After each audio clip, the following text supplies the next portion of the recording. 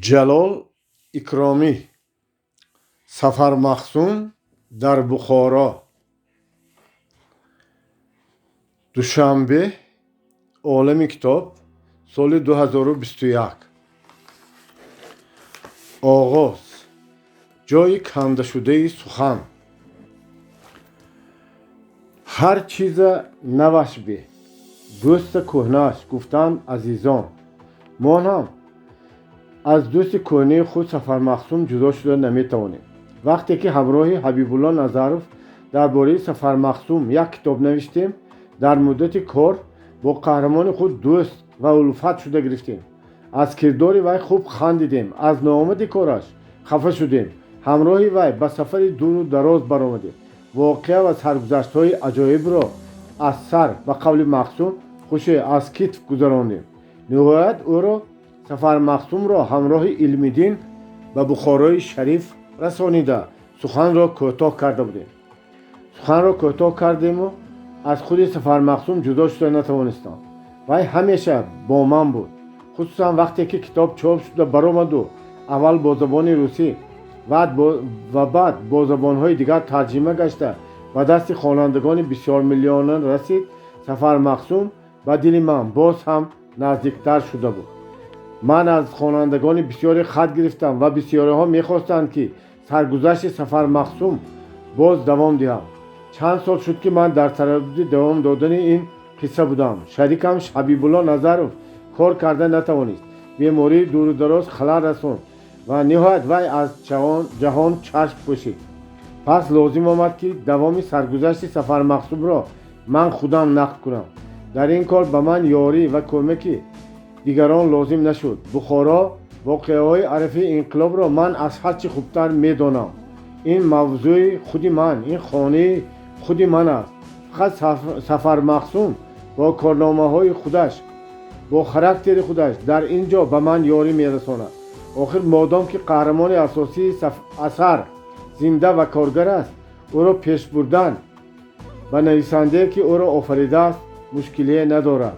سفر مخزوم را که من اینقدر دوست می‌دارم در بخارای شریف، در این شهر محبوب من، کارنمایی کردنش عین مدعای من است.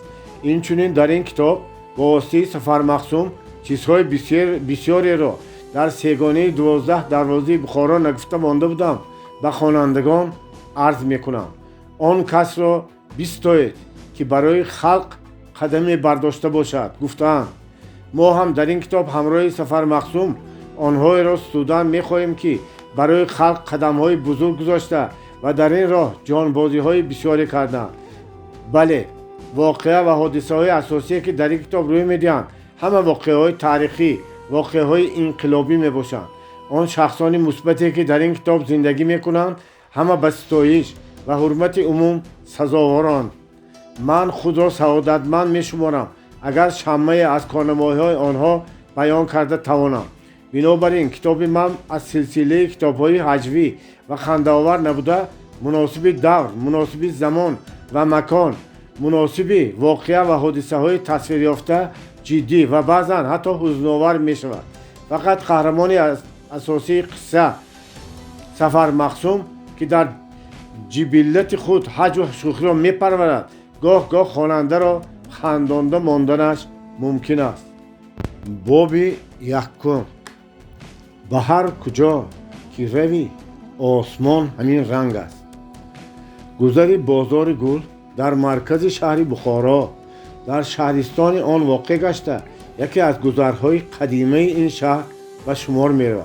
در آن زیاده از 40 حوله و خانواده، مسجد و 3-4 کوچه موجود است. از بس که این گذر برسته سوزنگران شفت بوده، در همسایگی تیم عبدالله خان و گذر مولانا شریف جا گرفته بود. مردمانش از جهت خرید و فروش و طاعت و عبادت به جای دور نمی رفتند. خود بازار گل از نامش هویداست که جای خرید و فروش گل ها بود. در اینجا در پیش مسجد دسته های گل، توبک های گل، قلمچه ها و برگ گل می فروختند. از بس که مردم بخارا را گل را خیلی دوست می داشتند و در همه حوله ها توبک گل های رنگارنگ می پرویدند و حتی در دکان ها و حجره ها توبک های گل می گذاشتند. و بهاران سیرهای گل سرخ هفته‌ها دوام میکرد. بنابراین این گذر در مرکز دقت بسیاری اهالی شهر بخارا بود. گذر بخارا بازار گل چندان کلان نباشد هم حوله های خوشطرحی نوساخت بناهای زیبا داشت. در این گذر بایها و سوداگرهای قلعه‌رو، دکاندارها، کفش و معصی فروشها، ملاها و کم و بیش کاسبان و سپاهان زندگی میکردند. حوله مفتی عسکری شهر در همین گذر بود. اینچنین حوله یکی از قهرمانان کتاب ما علم‌دین نیز در همین گذر واقع گشته بود که پدرش ملا نیاز مدرس مشهور در آن اقامت میکرد. در آن دوره که حکایت ما آغاز می‌یابد ما نمیدانستیم که پس از 15-20 سال دیگر یکی از اهالی این گذر کمپوزیتور و دیریژور معروف ازبکستان میگردد و نامش به جهان مشهور میشود. این کس ارتیست خلقی اتحاد شوروی کمپوزیتور مشهور مختار اشرفی میباشد. و اینچنین نمیدانستیم که از اهالی این گذر شاعرها مخصوصا شاعر نصرالدین رحیمی، معلم‌های مشهور عبداللهیف و دیگران، عالم‌ها و آدمان مشهور دیگر به میدان می‌آیند. آن دم ما مفتی عسکر را می‌دانستیم، لطیف بای را می‌دانستیم، آقسقال مشهور این گذر قادر قلبایف را می‌دانستیم و نهایت پدر علم‌دین ملا نیاز مدرس را می‌دانستیم که پیشتر داملای کنجکی بیشترین ملا بچه‌های بخارا بود. چرا پیشتر داملاهای کنجکی بود و حاضر نه، این را هم به شما میگویم. درباره گذر بازار گل باز همین را قید کردن لازم که یک قسم جوانان این گذر الکی از خواب غفلت و جهالت بیدار گشته چشم به عالم حقیقت و مدنیت باز کرده بودند. در این گذر جدیدها هم بودند، معارف پرور و ترقی خواهان هم بودند. اگر با لفظ امروزه گوییم برای کپیتالیسم قدم ماندگی ها هم بودند و برعکس آنها دامن فئودالیسم را سخت داشته ایستادگی ها نیز بودند. حمام بازار کارت در سرحد همین گذر واقع گشته است. خصوصا گولخ آن بیواسطه در همین گذر بود. گویم غلط نمی کنیم. در گولخ آن گویا همان نار گولخی که در شعر مشهور واضح نامبر شده است کار میکند و شب و روز زندگی مینمود. البته جوره های وی فاضل گیجبول، نور پیس، احمد نقارچی، جوره سعیس، تیمور لیلاچی، پایکی و دیگران نیز آمده می رفتند. به همین گفتن ممکن که در این گذر کمبغل ها، بینواها، آلوفته ها، بهادرها و پهلوان ها نیز بودند. اگر با لفظ امروزه گوییم در بین این نامبر شدگان لومپوم پرولتارها نیز بودند. یک چند عائله ازبک ها بودند که در وقتش از شهر سبت کوچیده آمده بودند. هرچند زبانشان تاجیکی باشد هم از نقطه نظر امروزه آنها ازبک بودند. در آن وقت چی بودن ملت را نمیدانستند. در مکتب می آموختند که ملت به کی داری؟ بگو به ابراهیم خلیل الله.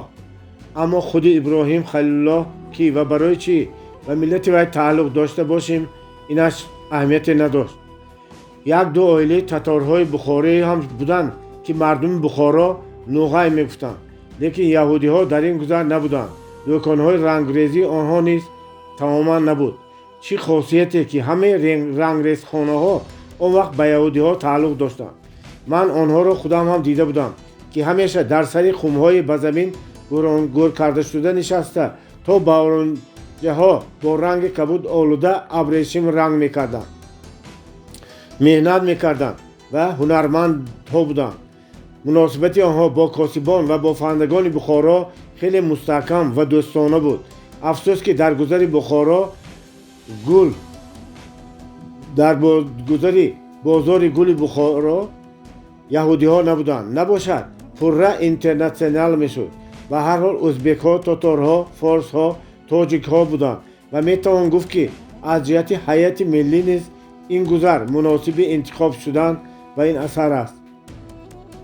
جهت شمال و جنوبی شرقی این گذر به گذری مشهوری مولانای شریف میپیوست که در آن خانقاه، مدرسه و مزارها واقع بوده. روزهای جمعه جر، رمضانها دهنشینی ها میشد. در گذر مولانا شریف حوله کلان رئیس بخارا و مفتی های و خانچه های بسیاری واقع بود. بنابر که اگر در گذر بخارا در گذر بازار گل استقامت کرده باشید، از جهت دین و شریعت و ایمان هم با زبان بعضی گزیت های امروزه گویم خدمت رسانی آسان میشد. در حقیقت هم باشندگان این گذرها روز جمعه نماز پیشین را در خانقاه مولانا شریف ادا میکردند و از جر و خوانش های حافظان مشهور آن وقتی بخارا فایده میبردند. در جر حافظان سرودهای صوفیانه را در مقامهای حزنانگیز ترانه میسرودند و 10-15 نفر آدمانی قلندرنما با یک آواز هو گویان وزن مقام را نگاه می‌داشتند. اینک آمدیم به سری به ابتدای حکایت سفر مخصوم. در کتاب اول او را به بخارا همراه علم‌دین آورده از دروازه‌بان‌ها سلامت گذرانده به سخن خاتمه داده بودیم. حالا از همان جای کنده شده سخن به نقلمان دوام میدیم.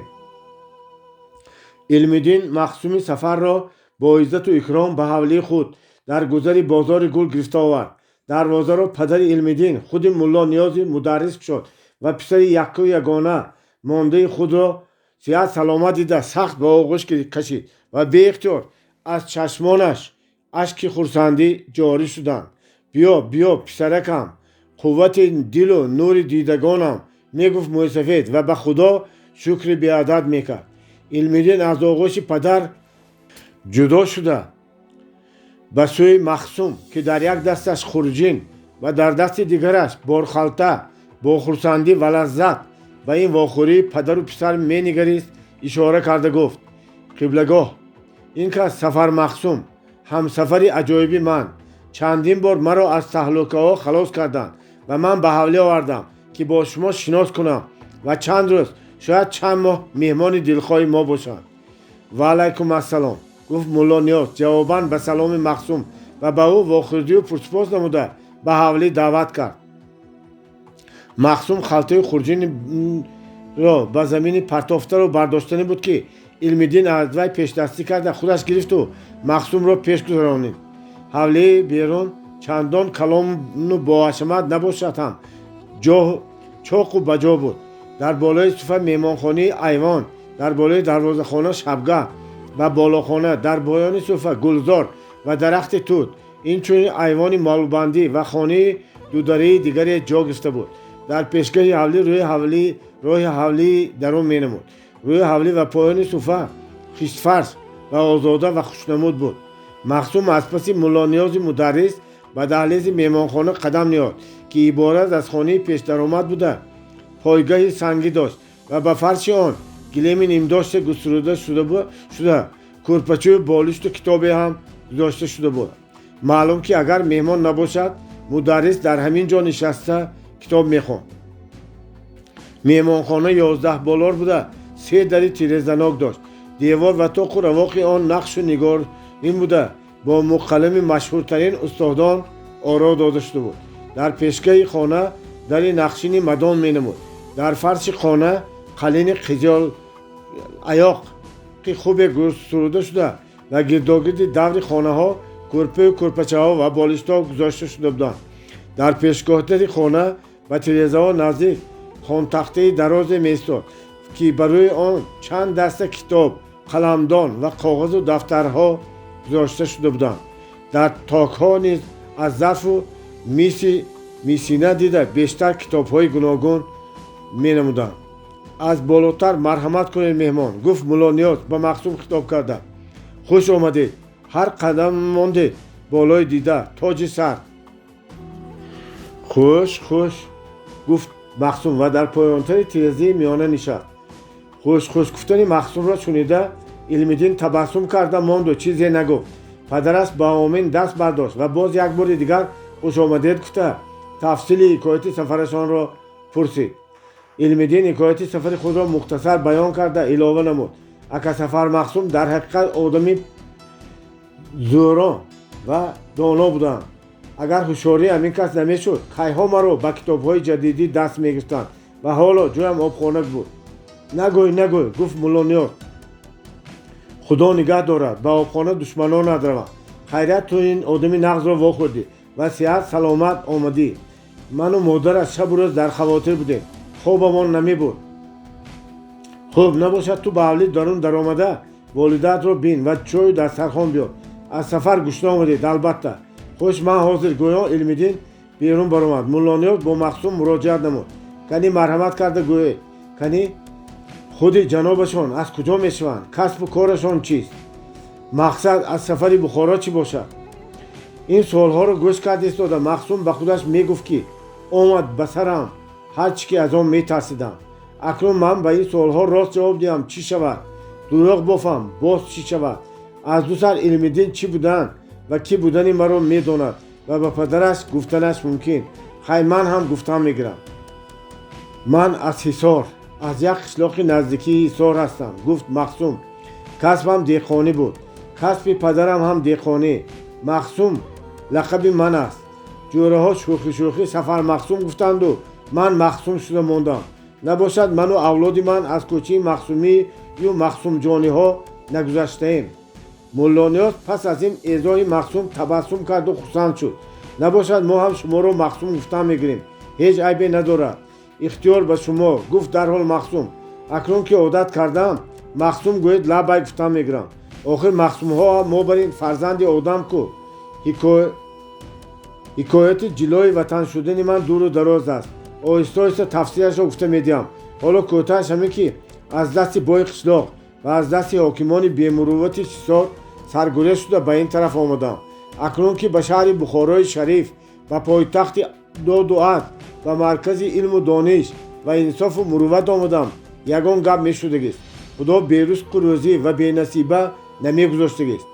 бале, гуфт Мулло Ниёз, худо берузқу рӯзӣ намемонад. худо подшоҳ.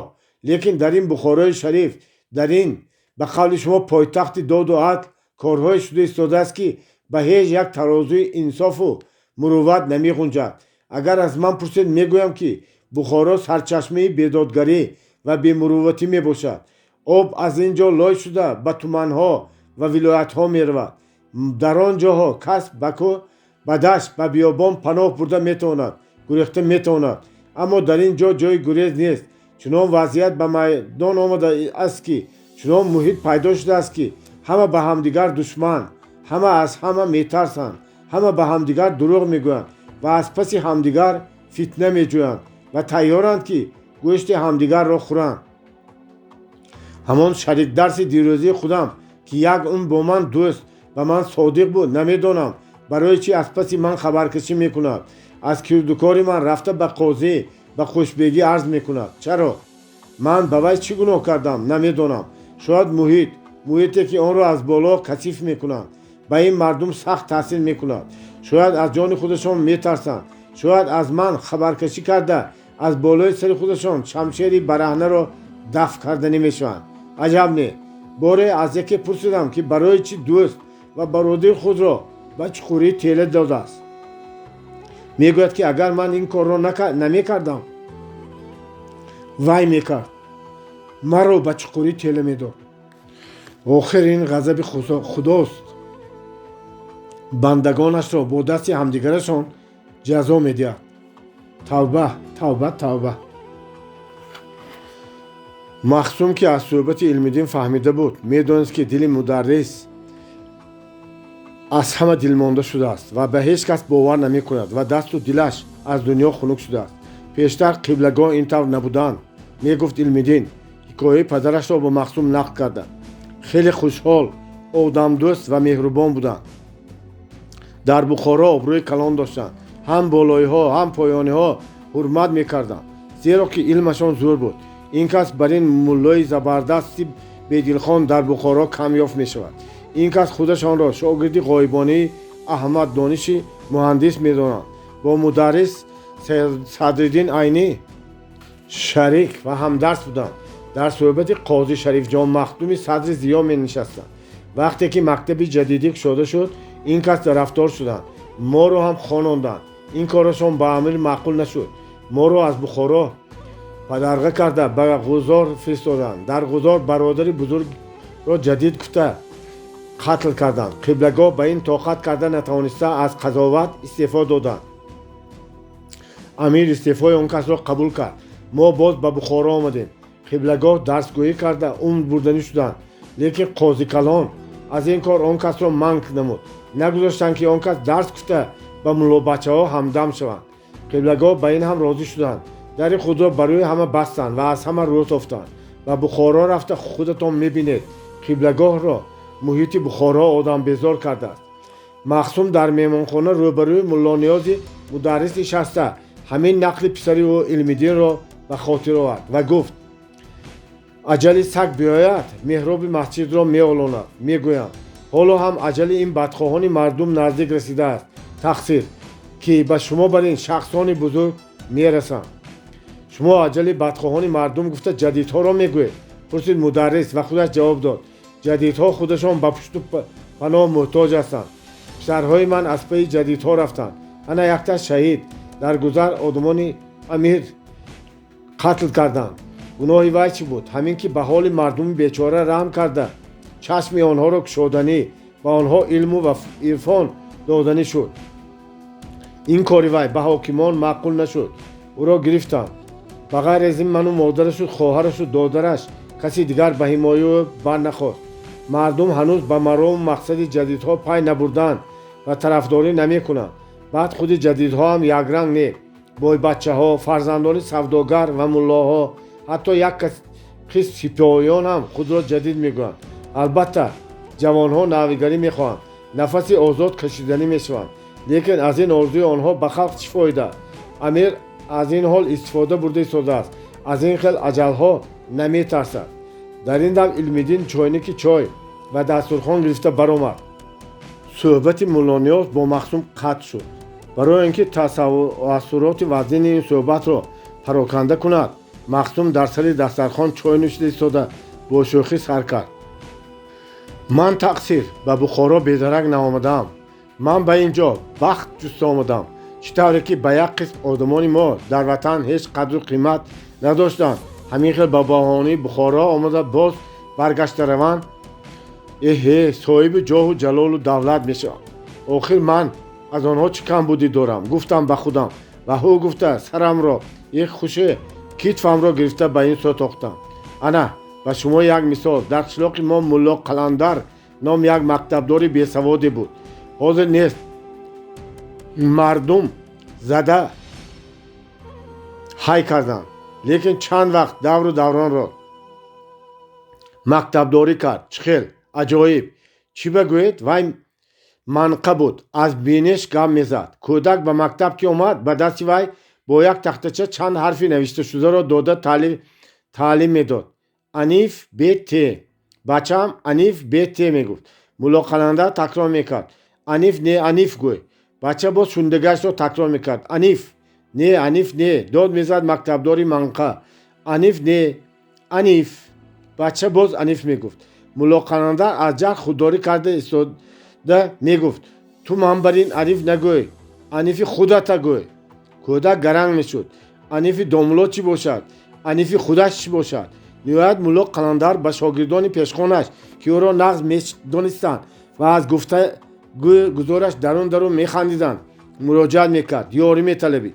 آنها الف بودنی انیف را فهمانده میدادند و با همین یک درس تمام میشد. این حکایه به همه جا مشهور شده رفت. در حصار چند سال پیش ملا قلندری مکتبدار گوید همه میخندیدند. انا همون ملا قلندر در جوانی من بر این بینوای پایلیش بوده است. به خوردن نان نداشته است.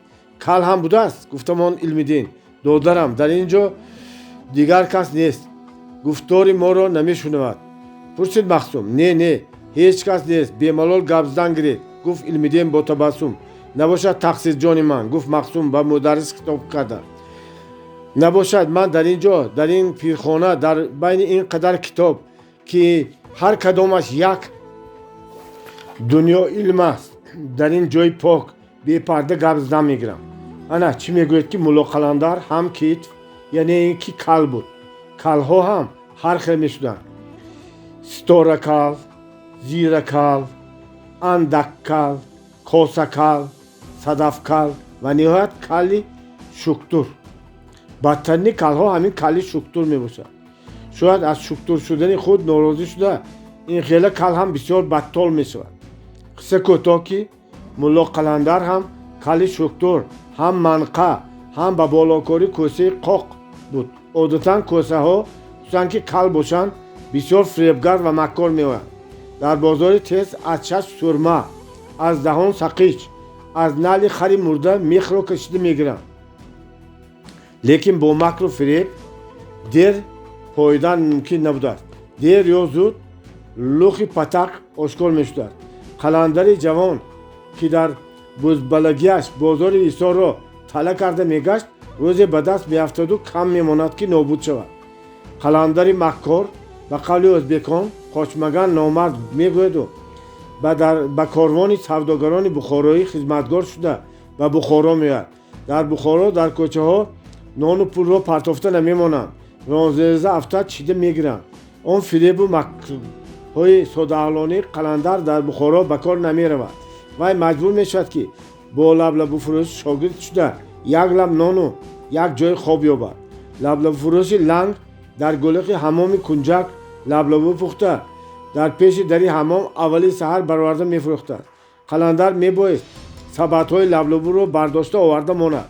میبایست روزانه از بازار لبلب خریده به گلخ بیارد و با نشاندادی لبلب فروش آن را به آتش قور و خاکستر گرم از آتشدان گلخ برآورده شده گور کند. بعد همراه لبلب فروش به خانه‌اش رفته یک دمی گرم میخورد. زنی لبلب فروش که کمپیر یک چشمه بدجل با 100 تن و لنگ شکم قلندر را سیر کرده خود زود از طاولی میبرورده است. قلندر در گلخ به درون خس و خاشاک خواب کرده کهنه جامه بویگین لبلب فروش را به بالایش میکشد. این زندگی زود به دل او میزند. قلندر به فکر دیگری میافتد. میخواهد که زن شده به حمام درآید و هم خادمی کرده پول کار کند هم از تن و بدن ملایم زنها دیده سیر شود. عزیزان راست گفتند احمقی کلان آن کس است که کس عقل خود را نه به آن سو روانه کند. ملا قلندر هم آرزوهای بیهوده میکند لیکن این آرزو و این خیال شب و روز او را تعقیب میکند. خواب کردن نمیماند. نهایت پس از نقشه و اندیشه های بسیاری یک روز خود را بیمار ساخته از بازار روی خلاص می شود. آهسته به حوله لبلب فروش رفته می بیند که کمپیر جامه‌شویی کرده کرتوی سربندهایش را به تارها آویخته مانده است. زود کرتوی ازار را از تار گرفته می پوشد. از پوستکی بز بریده گرفته به سرش مو می سازد و از بالای آن با رومال سخت می بندد و از میخی تی ایوان فرنجوی چشمبند زنی لبلب فروش را به سر گرفته راست به حمام رفته می دارد. اتفاقا همون دختر خوشبگی به حمام آمده بود. حمام قلندر را دیده میگوید که امروز تو برآمده رفتن پاشا بیبی ها به حمام در آمدن دیگران من است. قلندر با آواز زنانه میگوید که وای خادمچی است خدمت کردن میخواهد. این گپ را شنیده حمامچی خرسند میشود زیرا همان ساعت به وای خادمچی نمیرسد. نباشد زول لنگی بسته تاسو کوزه‌تان را گرفته به حمام دارید. میگوید حمامچی به پاشا بیبی و بیکه ها خدمت کردن لازم. قلندر از خدا خواسته زود به پایشویخانه حمام می‌دارد و هنوز لنگی نبسته کتش را نکشیده در حمام مشمشی کلان سر می‌شود. زنها روکنان و موکنان به هر طرف می‌دوند غوغا می‌کنند با همدیگر جنگ و کشمکش می‌کنند. معلوم می‌شود که انگشتری قیمت‌بهای دختر خوشبگی گم شده است. پاشا بیبی فرمان می‌دهد که همین خادمچی‌ها را کافتکام کنند لنگی‌هایشان را گشاده بینند شاید بیگان جایشان روز کرده مانده باشند. صاحبی حمام که زنی دیوطلعت و دهان کلانی بود همین خادمچه ها را در پایشوی خانه خطار کرده و یک سر به کافتن سر میکند. قلندر ما هم نیم مرده و نیم زنده در قطار لرزیده میستد و جهان به نظرش تاریک مینگردد. ولی خوب میداند که حاضر مرد بودن او را آشکار ساخته رسوا میکنند و با فرمان خوشبگی خودی همان روز سر از تنش جدا میشود.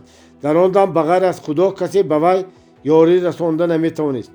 پس ба худо нола карда мегӯяд ки агар аз ин варта халос шавад худи ҳамин рӯз ба мазори ҳазрати баҳовадӣ рафта чилла мешунад. худо арзи ӯро мешунад. навбат ба вай нарасида аз даруни ҳаммом хабар мерасад ки ангуштарин ёфт шудааст. ба ҳама ҷавоб қаландар оҳи сабуке кашида зуд либосҳояшро мепӯшиду ба ҳаммомчӣ мегӯяд ки ҳаммоmatон ба саратон фурӯ равад ва берун баромада дар як пасткӯчаи бекас фаранҷию чашмандро аз сар ва куртаро аз тан гирифта ба рӯймоли баста ба камзулчии так ба бозори ҷома меравад.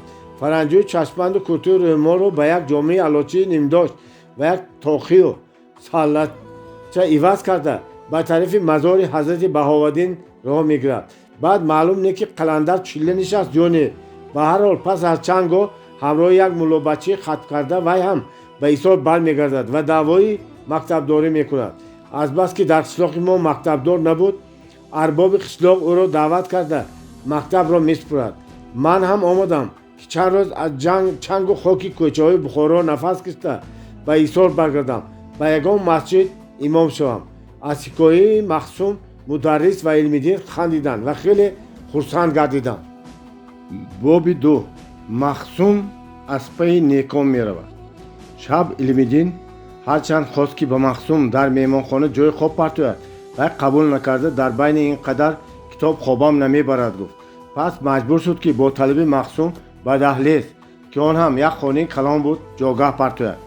Илмиддин ҳанӯз зан нагирифта буд, метавонист ва хост дар паҳлӯи ҷойгоҳи Махсум ба худаш низ ҷойгоҳ партояд. лекин ба ин ҳам Махсум розӣ нашуд. шаби аввал бо модар ва хоҳаракат суҳбат карда хоб кун, онҳо туро пазмон шудагӣ, аз бӯят сер шаванд. гуфт. ноилоҷ Илмиддин ба Махсум худоҳофизӣ карда ба ҳавлӣ дарун рафт ва Махсум ҳам ба ҷойгоҳ дароз кашид. шаби аввали баҳор ҳаво абролуд буд, магар ки берун ба назари Махсум хеле торик намуд. дар он як порча осмоне ки аз даҳлез метофт ситорае набуд. ҳаво дамзиқтар буд, гӯё борон бориданӣ буд. борон борад хуб мешавад, ҳам ба одамон, ҳам ба замину киштзорҳо ҳам фоида. дар ҳисол албатта борида истодагист. сабзаҳои навхез аз оби найсон хуб баҳра мегиранд. аммо ҳоли киштзори Махсум чӣ мешуда бошад? касе ба он чизе кошта бошад? ҷигаргӯшаҳои Махсум дар чӣ ҳол бошанд? ба онҳо кӣ нигоҳубин мекарда бошад? гушна бошанд, либос дошта бошанд? албатта худашон ба худашон ғамхор дар намемонанд. дар зиндагӣ роҳашонро меёбанд. охир онҳо ҷигаргӯшагони Махсум мебошанд. онҳо хоҳару додари Сафар Махсум мешаванд. наход ки дар монанд, наход ки ба бекасии худ гириста тан ба тақдир дода нишаста бошанд. не, авлоди Махсум он хел не. меҳнат ва кор онҳоро пухта ва ба зиндагӣ мувофиқ кардааст. ҳоло аз он ҷо истода ғами онҳоро хӯрдани Махсум фоидае надорад. беҳтараш ғами худашро хӯрда зудтар ба дидори онҳо расад. ба ҷигаргӯшагонаш пайвандад. аммо чӣ тавр? Махсум хеле вақт хаёл карда хобид.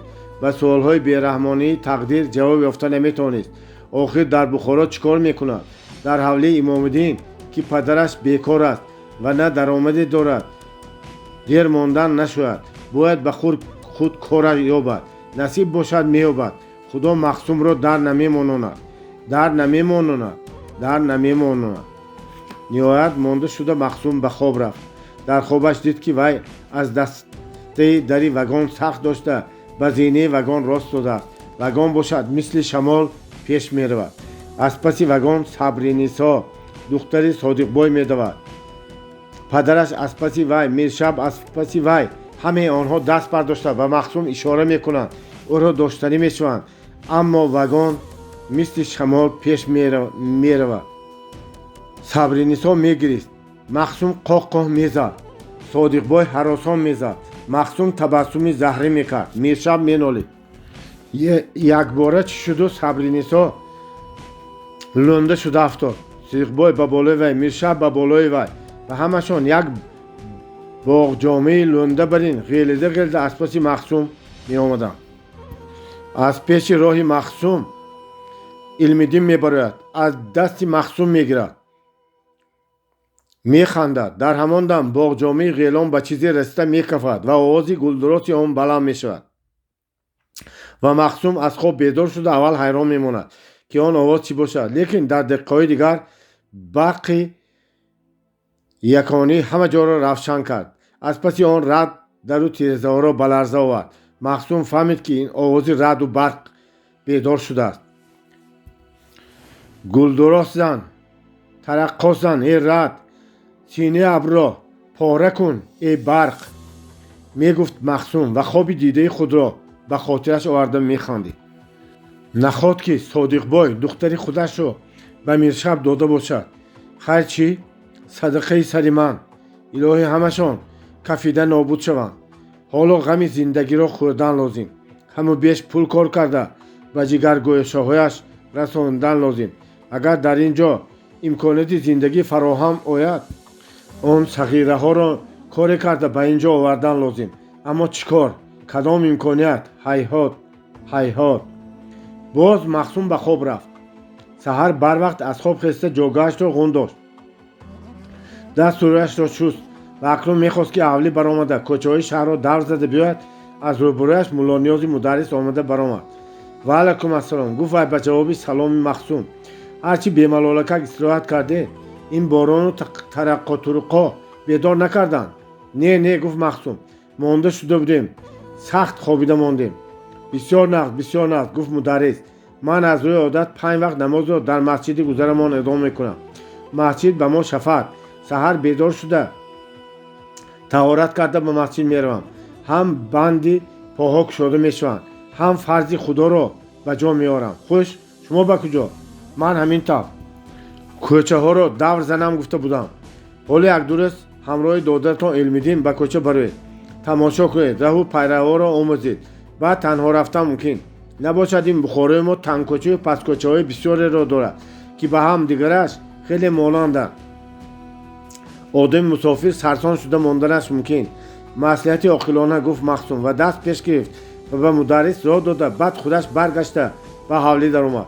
пас аз ношто мударрис ба беруни шаҳр ба чорбоғи кӯлба рафтанӣ шуда ба писараш гуфт: остонахӯр саркор чанд бор омад ки маро гирифта барад.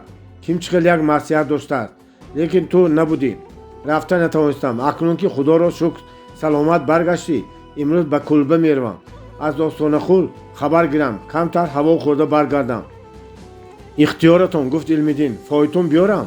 биёр, ман тайёр шуда меистам. Махсумро ҳам бо худат гир, кӯчаyu бозорҳоро нишон деҳ. хуш, ман ҳозир.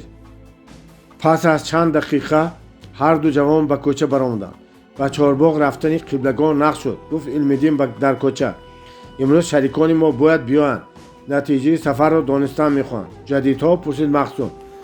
ҷадидми қадидми намедонам.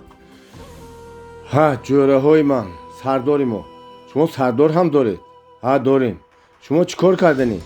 мо ҷавонҳо ба ҳамдигар ёрӣ дода ба худамон ва ба халқ роҳи озодӣ ва ҳурриятро кушоданӣ ҳастем. нахот ки бо амир даст ба гиребон шудан мехоҳед. набошад чӣ? мо аз дӯсти шумо намоз паҳлавон чӣ камӣ дорем? вай ба қалъаи Сорки ё ки ба ҳокими деҳнав ҳуҷум намекард. вай бойҳои раггузар, савдогар ва судхӯрҳоро ғорат карда ба бенавоён медод, зеро ки қувваташ кам буд. ана шумо чӣ? мо 5 нафар. ӯҳ, хандида гуфт Махсум. яроқтон ҳамин китобҳои манбаровардагӣ? ба ҳамин қувва, ба ҳамин яроқ, бо қурхонаи амир, ба тӯби ҷаҳонгир, ба сарбозҳои мусаллаҳ ва нишонзанҳои вай даст ба гиребон шудан мехоҳед? бале, шоҳбозҳо, бале. агар ин тавр бошад, зудтар ба ман роҳи чорбоғи кӯлба ё ягон паноҳгоҳи дигарро нишон дода монед, ки агар гӯсола дуқат биёяд, паноҳ барам. Илмиддин бо шеър ҷавоб дод: ба пире расидам дар ақсои Юнон. ба ду гуфтам: эй он ки бо ақлу ҳушӣ, ба мардум чӣ беҳтар? ба ҳар ҳол гуфто: хамӯшӣ, хамӯшӣ, хамӯшӣ ва хамӯшӣ. ман ҳам хамӯш гаштан гирам. бале, ҳозир дар ин мавзӯъ хамӯшӣ беҳтар аст, гуфт Илмиддин хандида ба ҷавоби Махсум. ана ин ҷо растаи сӯзангарони Бухоро, ин тараф гӯлахи ҳамоми бозори Корд. дар ин гӯлах гӯё нори гӯлахӣ ном کسی منزل دارد که میگویند خیلی آدمی عجایب است. مخصوم دانست که علم‌دین نمیخواهد در جایی که آدم‌ها بسیارند در موضوع سیاست سخن کند، یا اینکه عموما نمیخواهد که مخصوم را درست نسنجیده اسرارش را فاش کند. این کارش درست البته. پس مخصوم هم همه دقت خود را به تماشای رسته بازارها روانه کرد. آنها به دروازه درآمدی در رسته سوزنگران رسیده بودند. شاید در وقتش در اینجا سوزن می ساخته باشند، اما حالا یک چند دکان تنوکسازی، یک چند دکان ماشینه، دکان‌هایی که در آنها ماشینه‌های درزدوزی، کمان شکاری و صندوقچه‌های آهنین را درست می‌کردند که در آنها بیشتر کاوکازی‌ها کار می‌کردند موجود بود. دیگر در درونتون راسته عطارها، چرچین فروش‌ها، شانه‌سازها، کارت فروش‌ها و مانند این دکانچه‌های خرد و کلان قطار شده بودند. ما به بازار علف می‌رویم، گفت علم‌دین. ایستگاه فایتون‌ها در همان جا در پس دیواری مدرسه دیوانه بیگی میباشد. بهانه خطی رسته‌های اساسی و مرکزی سودای شهر بخارا را میبینید. در بخارا میدیدگی جاها بسیار، گفت مخصوم. من حمام را هم شوندگی ندیدم. در حصار حمام نیست مگر؟ نمیدانم. در قشلاق ما نیست، در قشلاق‌های اینجا هم نیست. و دیقانان حمام چی در کار؟ گفت تبسم کرده مخصوم. و تنش را با عرقش میشوید، اما با بچه‌های شهر چرکی تنشان را در حمام نشویند قرق بسته میرود. علم‌دین خندید و گپی نزد. آنها به سوی طاق تلپک میرفتند. در قریبی درآمدی طاق تلپک بازار کارت واقع گشته و در آنجا درآمدن دی حمام هم بود. در همین جا آدم بسیار، راه گشتن چندان آسان نبود. سحر قطعی اینقدر آدم؟ گفته حیران شده پرسید سفر مخصوم. اینها یگان کاری بیچارگی ندارند، کارشان همین، گفت علم‌دین. در همین دم یک مردی درویشنما که در سر کلاهی نوک‌تیزی چقور گذاشته، موی سروریش خود را نتراشیده، به تن جامه قراق پوشیده، میانش را با کمربند ریسمانی بسته و به آن کچکول و خلطه ریسمان و لطه‌های بسیار را آویخته بود، پیشی راه آنها را گرفت و آتش دانکی 1000 اسپند مجمری پر از آتش و 1000 اسپند را که با زنجیرها آویزان بود به گرد سری آنها چرخ زدند. یا هو یا من هو، گفت. افت و اندام و نمودی بدهیبتانه آن شخص هر کی را هم گرنگ میکرد، لیکن مخصوم گرنگ نشد، زیرا که در بازار ایثار این خیله ها خیلی بسیار دیده بود. بنابراین دستانش را با دودی 1000 اسپند داشته و هم یا هو یا من هو گفت. خدا به کسبت برکت دهد. اگر در این شهر کاری نیابم به تو البته شاگرد میشم. مردی خدا، صدقه کن که صدقه رد بلاست، گفت قلندر. ای برادر، گفت مخصوم، اگر پولی صدقه میدادگی میداشتم نامم سفر مخصوم نمیشد، لیکن قلندر پیشی آنها را نمیکشد.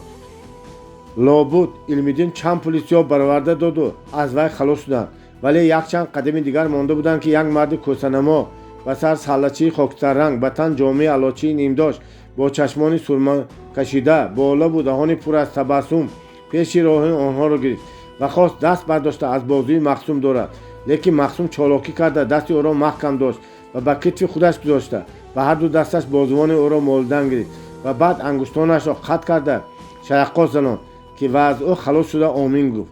مردی حقه‌باز که از خود زودتر را دیده با تعظیم سرخم کرد و گذشته رفت. علم‌دین از خنده خودداری کرده نتوانسته دلش را می داشت و می گفت ای آفرین آفرین. حقه‌باز را با یک نول زده گریزاندید. من اینها را بسیار دیدگی، گفت مخصوم. اگر همین طور نکنم مرا 1 ساعت بند میکند. باز پیش رفتن گشتم. در دالان اولی تایی تاکی تلپک دکانی سمبوسه پزی بود که بوی اشتیاوری سمبوسه راهگذران را به اختیار به سوی دکان میکشید. سمبوسه های تشبای. گفته شوندگی هستی؟ پرسید علم‌دین. انا در همین دکان میپزند و به تمام دنیا مشهور شدگی. میگویند که تاریخ همین سمبوسه را والای قشقر شنیده مخصوصا مسافرت اختیار کرده در جامعه درویشان به بخارا آمده است و در همین دکان نشسته از سمبوسه های تشبای میخورد و قائل میشود و بعد به شاگردی سمبوسه پس‌های ما از قشقر به کابل‌های خودش را فرستاده است. بای گفت مخصوم. کاش که والی قشقر میشدیم. میشوید، گفت علم‌دین. قبلگاه را گسیل کنیم، بعد فرصت یافته آمده والی قشقر میشه. هر دو هم خندیدند و در طی طاق تلپک در آمدند. این گنبد کلان که در 5 جهت دالان‌های کلان و خرد داشت، در حقیقت هم جای تلپک فروشی بود. در یک طرف دالان این طاق دکان‌های کتاب فروشی و صحافی نیز جای گرفته بود که آنها را به مخصوم نشان داده علم‌الدین گفت و این دکان‌ها در نزد این کتاب فروش‌ها بسیار وقت شاعرهای مشهور بخارا را دیدن ممکن می‌شود. آنها در اینجا نشسته کتاب می‌خوانند و دوستانشان صحبت می‌کنند. افسوس که سواد ندارم، گفتم آن مخصوم، لیکن از یک ملا شنیده بودم که میگفت سگی اصحاب قف روز پی نیکان گرفت و مردم شد. شاید از پی شما رفته ایستادم، من هم به قطار مردم درایم. اگر خواهید در 3 ماه کتاب خوانده میتوانید، گفت با جدیت علم‌الدین. خیزم که خوابم، گفته خندید مخصوم. آنها به سوی راسته عطاری برگشتند. این طرف راسته چرچین فروشی است، انا این طرف باشد کفش و ماسی. ما با از راسته عطاری گذشته با واسطه چای فروشی به صحن مسجدی دیوانگی می داریم. صحن مسجدی دیوانگی هم پر از آدم بود. چی نغمه چی اصولهایی که در اینجا نبود. در یک گوشه کتابی کلانی را در پیش از گذاشته مردی مولانمای جنگنامه میخواند و به گرد او طالبانش دوره گرفته بودند. در یک جا 1-2 نفر مسخره باز نیرنگ بازی نشان میدادند. در یک جا مداح دوره گرفته نشسته بود. در این صحن مسجد اگر خواهید تا بگاه به خودتان مشغولیت مییابید، گفت علم‌الدین. لیکن حالا ما فرصت نداریم. زودتر فایتون یافته به خانه بردن لازم. این خیلی مسئولیت ها را من خوب میدانم، گفت مخصوم. اگر خواهید یگان روز آمده خودم رنگ بازی میکنم. مایل میشود، گفت علم‌الدین. یک امتحان میکنیم. آنها از اینها پایان به کنار حوض فرآمدند. حوض دیوانبگی همین؟ پرسید مخصوم. بله همین. حوض نادر دیوانبگی. مسجد و مدرسه هم به نام او. آدم به دولت بوده است. اگر من پسری وی میشدم مصلحت میدادم که از درون شهر باز یک روزی نو کرده گذراند. مصلحتی به معنی، گفت علم‌الدین. آن وقت شاید درد رشته هم بر هم میخورد. نهایت آنها از بازار غله و قپانی آرد گذشته به بازار علف و ایستگاه فایتون ها رسیدند و یک فایتون یک اسبه را کرا کرده سوار شدند و به سوی گذری بازار گل راندند. باب 3.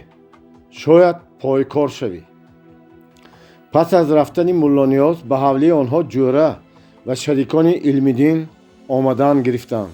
مخصوم خواست که به آنها با صحبت آنها خلل نداده به تماشای شهر برآمده رود، لیکن علم‌الدین مخصوصا او را نگاه داشت که به آنها و کار آنها یاری دهد. چه یاری؟ حاضر میفهمید، گفت. اولین کسی که از شریکان علم‌الدین دروازه را تق تق کرده زده آمد قربانعلی نام داشت. وی باغبان پسر بود، جوانی به نظر نمایان، قد بلند، کیف وسیع و تنومند، دست و بازی با قوت و پرزور داشت. در تنش لباسهای عادی، کرته ازاری کرباس، از بالایش کمزولی کوتاه از صوف و از روی آن جامعه ستینی سیاه، در پایش کفش پاشنه‌داری عادی، در سرش سرلچه خاکستر رنگ. قربانعلی از فارس‌های بخارا بوده. عائله آنها در گذر طی چارباغ یا اینکه گذر نو استقامت میکرد که این گذر در سوی دروازه شیرگیران بخارا واقع گشته بود. ذاتاً این جهت‌های بخارا شباخ‌ها و درخت‌های بسیاری داشت و باغ گل نام چارباغ امیر نیز در همین جا بود. پدر قربانعلی در همان چارباغ باغبان بود. وی مردی بود با سواد، با عقل و تدبیر و محنتی. چون شنید که در بخارا از طرف مدرس صدرالدین عینی، میرزا عبدالواحد منظم و احمد جان مخدومی حمدی بر این آدمان مکتب اصول جدید، مکتب نو گشاده شده است و در آنجا جوانها به آسانی در مدت کوتاه خط و سواد می آموزند. یگانه فرزند خود قربانعلی را به آن مکتب بردمان. قربانعلی هم خیلی شاد شد که در مکتب نو با جوره‌های خیلی موافق مانند علم‌الدین، لطف‌الله و نورالدین یک جای می‌خواند، سواد می‌آموزد. ولی خرسندی او دیر نکشید. پس از 3-4 ماه که آنها اکنون خوانده و نوشته می‌توانستگی شده بودند، آدمان خوشبگی آمده مکتب را بستند. این حادثه به جوانها سخت تاثیر بخشید. آنها که خونشان در جوش بود ولی خیلی آتشین شده برای انتقام افتادند. انتقام از همه آنهایی که برای ترقی و پیشروی جوانها مانع میشوند انتقام از قاضی، از وزیر، از همه جا. اما چطور؟ جوانی هرچند شدت و زوری دارد ولی سر خود را به دهان اژدها گذاشتن هم نمی شود. بنابراین آنها به مشورت نشستند. در گذر بازار گل میرزا بحرالدین نام شخصی از منور فکران خوجند بود که به میرزا محمدینبای این مشهور میرزایی میکرد و هفته 2 بار آمده در نزد ملا نیاز درس منطق میخواند. وی از همه سرگذشت علمدین و شریکان او باخبر بود. مصلحتگو و راهبر آنها بود گویم خطا نمیکنیم. وی که زبان روسی را میدانست از گازیت روسی استفاده برده میتوانست و در قاقان نیز آشناهای روس داشت. از جهان باخبر بود. در مشورت جوانها میرزا بحرالدین هم حاضر گشت. چیکار کنیم که قاضی کلان و خوشبگی را ترسانیم و آنها مانع خواندن ما نشوند؟ گفت در صحبت علمدین و فکر من گفت قربان علی پسر قاضی کلان یا پسر میرشب بخارا را دزدیده به یگان جای مخفی حبس کنیم، بعد به پدرشان نویسیم که اگر به مکتب‌های نو اجازه دهند برعکس حال از فرزندشان امید نبندند. نه این نمیشود. گفت لطفالله برای ما شده بیگناهان بسیاری به بلا میماندنشان ممکن. بهتر این که یگان شخص یا بزرگوار را به دست درآورده او را به میان گذاریم، شاید به گفته وی مکتب ما را کشند. کدام شیخ به گپی تو می‌دارد؟ گفت نوردین اساس منبع فساد همان شیخ و ایشان ها میباشند. امیر و خوشبگی هم از آنها ترسیده مکتب‌های ما را بسته ایستادند. باز هم خوبتر گفت به گپش ایستادگی کرده لطفالله ما شیخ را یا زورن یا بازاری به گپ می‌داریم. امیر هم خوشبگی و قاضی کلان هم کاری کرده نمیتوانند. مکتب باز گشوده میشود. این تکلیف ها هم بچگانه و هم از بی تجربگی است. گفت نهایت میرزا بحرالدین و شما این شیخ یاری میدهد؟ نه خوشبگی نه قاضی کلان هیچ کس. شما آنها را ترسانده هم نمیتوانید، برعکس خودتان و دیگران را به تهلکه میگذارید. خیلی چی باید کرد؟ دلتنگانه پرسید علمدین. مردم را بیدار کردن، از دنیا باخبر کردن لازم. گفت میرزا بحرالدین صف من و شما که بسیار شد آدمان که از غفلت چشم شدند. امیر هم خوشبگی هم به اندیشه میافتند، میترسند و آنگاه هر طلبی را که خواهید پیشنهاد میکنید. همینطور مشورت کرده قرار داده بودند که از بین مردم گازیت و ژورنال ها کتاب های نو پهن کنند، مردم را از سیاست و از رفت حادثه های عالم با خبر کنند. اینک آن روزی که پس از قربان علی دروازه را تق تق زده میرزا بحرالدین آمد، با مخصوم شناس شده صحبت کرده نشسته بودند که لطفالله پوازریس و از گذر دیگریزی و نوردین کیمختر از گذر کیمخترگران در آمدند. مخصوم با شوخی و حزن خود همه را میخنداد. این که از مهمان ما هستند. گفته شناسانید او را علمدین. از قرشی به این جانب همراه آمدیم. به من خیلی میکی ها کردند، خصوصا به آورده رساندن کتاب ها. علمدین حکایه راه ملای ترسانچک و قصه گوی های مخصوم را با تفصیل نقل نموده جامعه خودش را فدا کرده کتاب را خلاص کردن او را نیز بیان نمود. واقعا گفت به سخن دوام داده علمدین من از شما که مخصوم یک جامعه قرضدار شب این را به والده گفته بودم. آن کس در حال از بساطشان یک جامعه کاری کلان را گرفته ماندند، حاضر میآورم. یعنی که گفت مخصوم جامعه تان را گیرید و پیش خالی کنید. نه خدا نگه دارد. گفت در حال علمدین شما از ما اکنون هیچ کس جدا کرده نمیتواند. ها آفرین انا این گپی دیگر. گفت مخصوم الهی سلامت باشید. میرزا بحرالدین که از همه بالا در نزد تیرزی نشسته بود به مخصوم مراجعت کرده گفت خود جنابشان از کدام ولایت میشوند؟ جناب ما. گفت مخصوم نخندیده یک آدم مقرری بی سواد دهقان لیکن از خودی اندک مندانم اندک سرجاق هستم. بنابراین اگر مبادا به ملک ایثار گذارتان افتیده ماند از هر صغیره پرسید که مخصوم سفر را میدونی؟ میگه میدونم. باز همه خندند، زیرا مخصوم این سخنان را با چنان آهنگ میگفت که چشم و ابرو پرانده حرکت میکرد که اهل صحبت به اختیار میخندیدند. خوش. گفت نهایت میرزا بحرالدین کتاب ها را تماشا کنیم در بالاخانه. گفت علمدین نباشد به همان جا میرویم، هم بلند و هم ایمین همه از جا برخاستند. مخصوم آنها را تا به دمی دری دهلیز مشاهده کرد و ایستاد. من هم در همینجا ایستادم بهتر بودگیست. گفت وی مبادا کسی آماده ماند. آخر پیش از آن که دزد را دارید گویان فریاد میکنیم. باید دانید که او را کی میدارد. مخصوم درست میگوید. گفت میرزا بحرالدین. نباشد گفت علم‌الدین. هر کس که بیاید گوید که من با قبلگاه در چهارباغ رفتم. خب شما خاطر جمع باشید، من گپ مییابم. رفیقان همه به بالاخانه برآمدند. مخصوم به مهمانخانه درآمد. در نزد تیرزی پایان نشست. از چاینک یک پیاله چای کشید، نوشید و به خانه جهاز خانه دقت کرد. در کوهستان، در ملک ایثار این طور خانه ها در کجا؟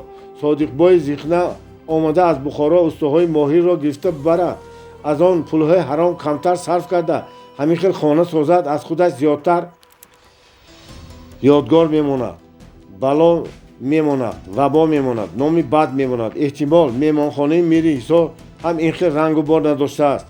اما در بخارا این یکی از خانه های مقرری بودگیست.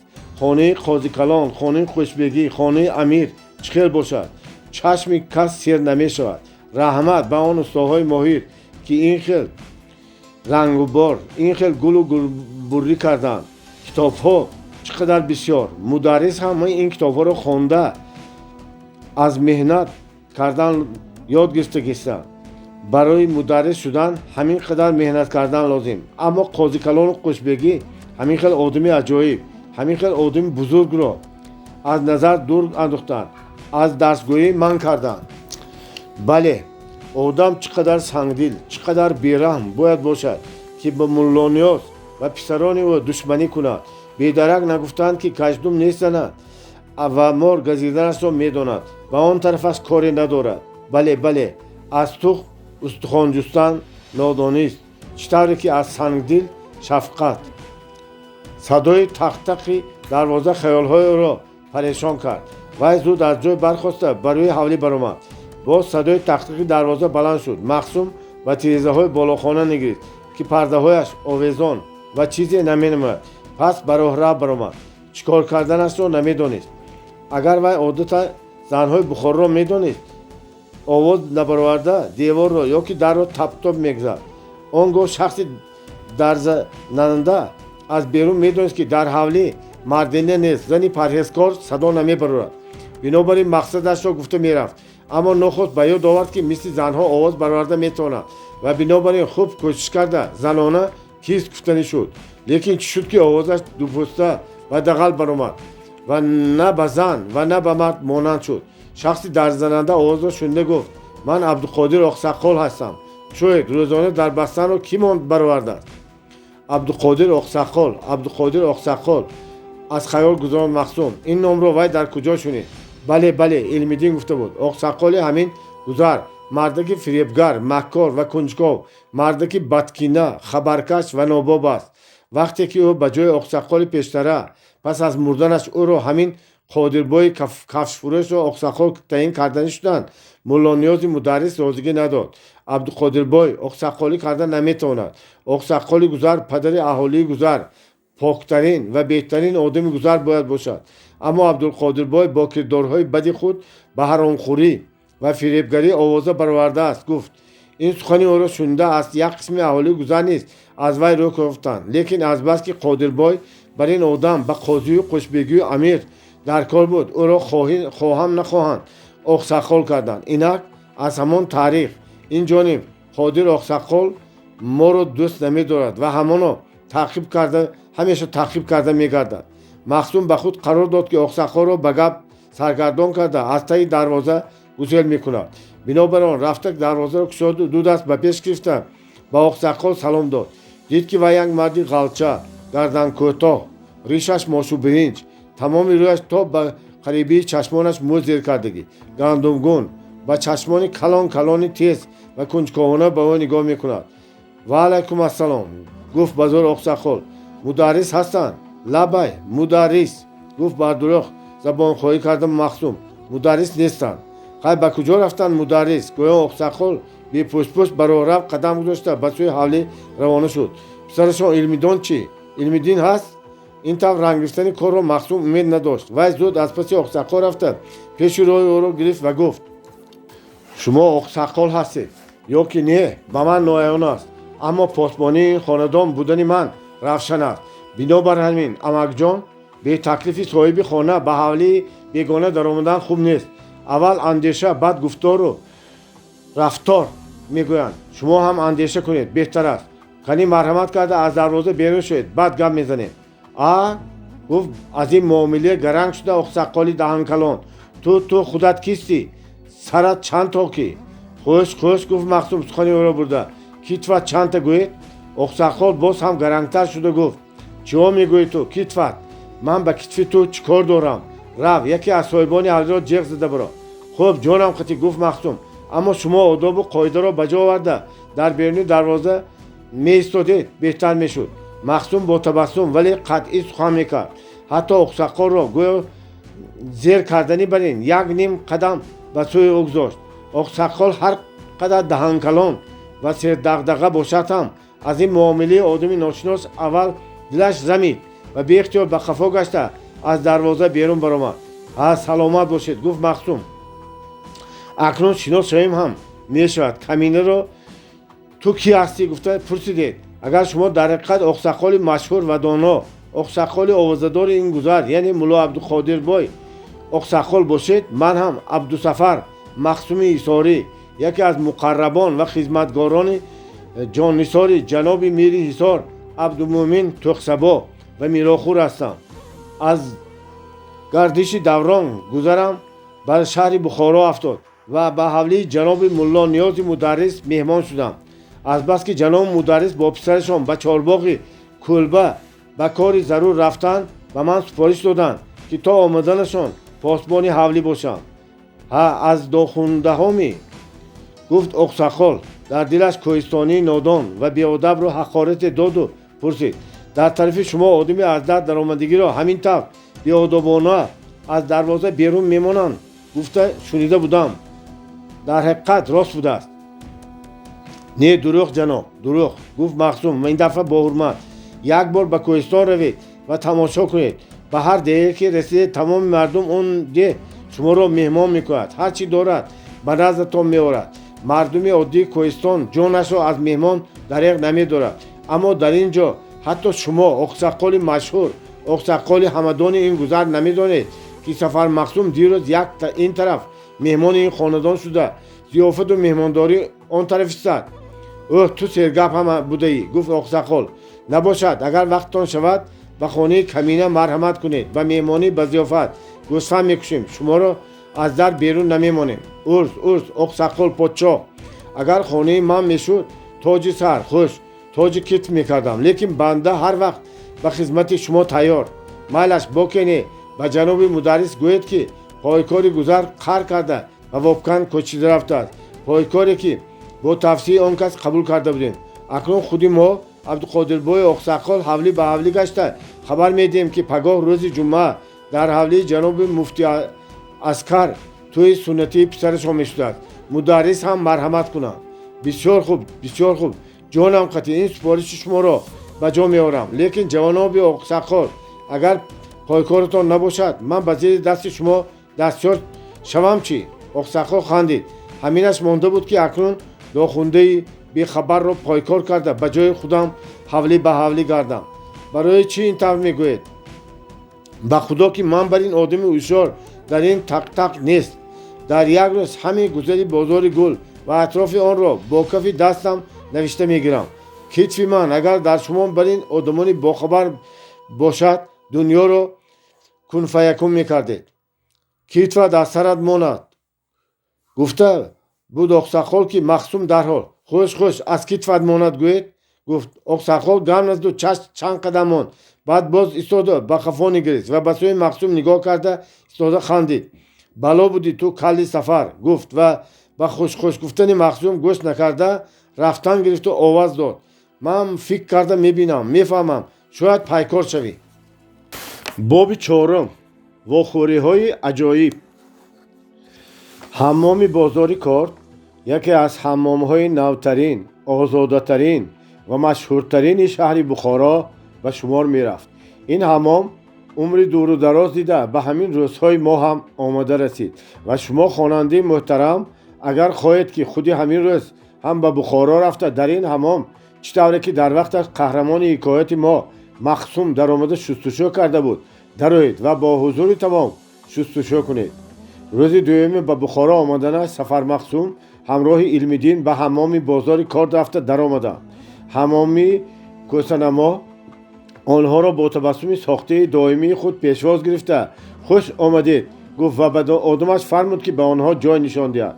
دستیار حمام آنها را برده به خط نیمکتی که در ته دیوار صوفه کلان گذاشته شده بود شیناند. مخصوم به سومهای کلان، بالارهای کندکاری و طاق و رواقهای بیرونی حمام دقت کرده سر جنبانده ماند. ها گفت علم‌الدین کیف جنبانده ماندید؟ میگم اگر در حصار ما همین خیل امارتی کلان و وسیع می بود زمستان نمی بازار جای می شد. نه گفت خود را جدی داشته علم‌الدین فقط کپانی آرد سبزی شلغمتان را در هوای کشات هم فروخته هم میگیرید.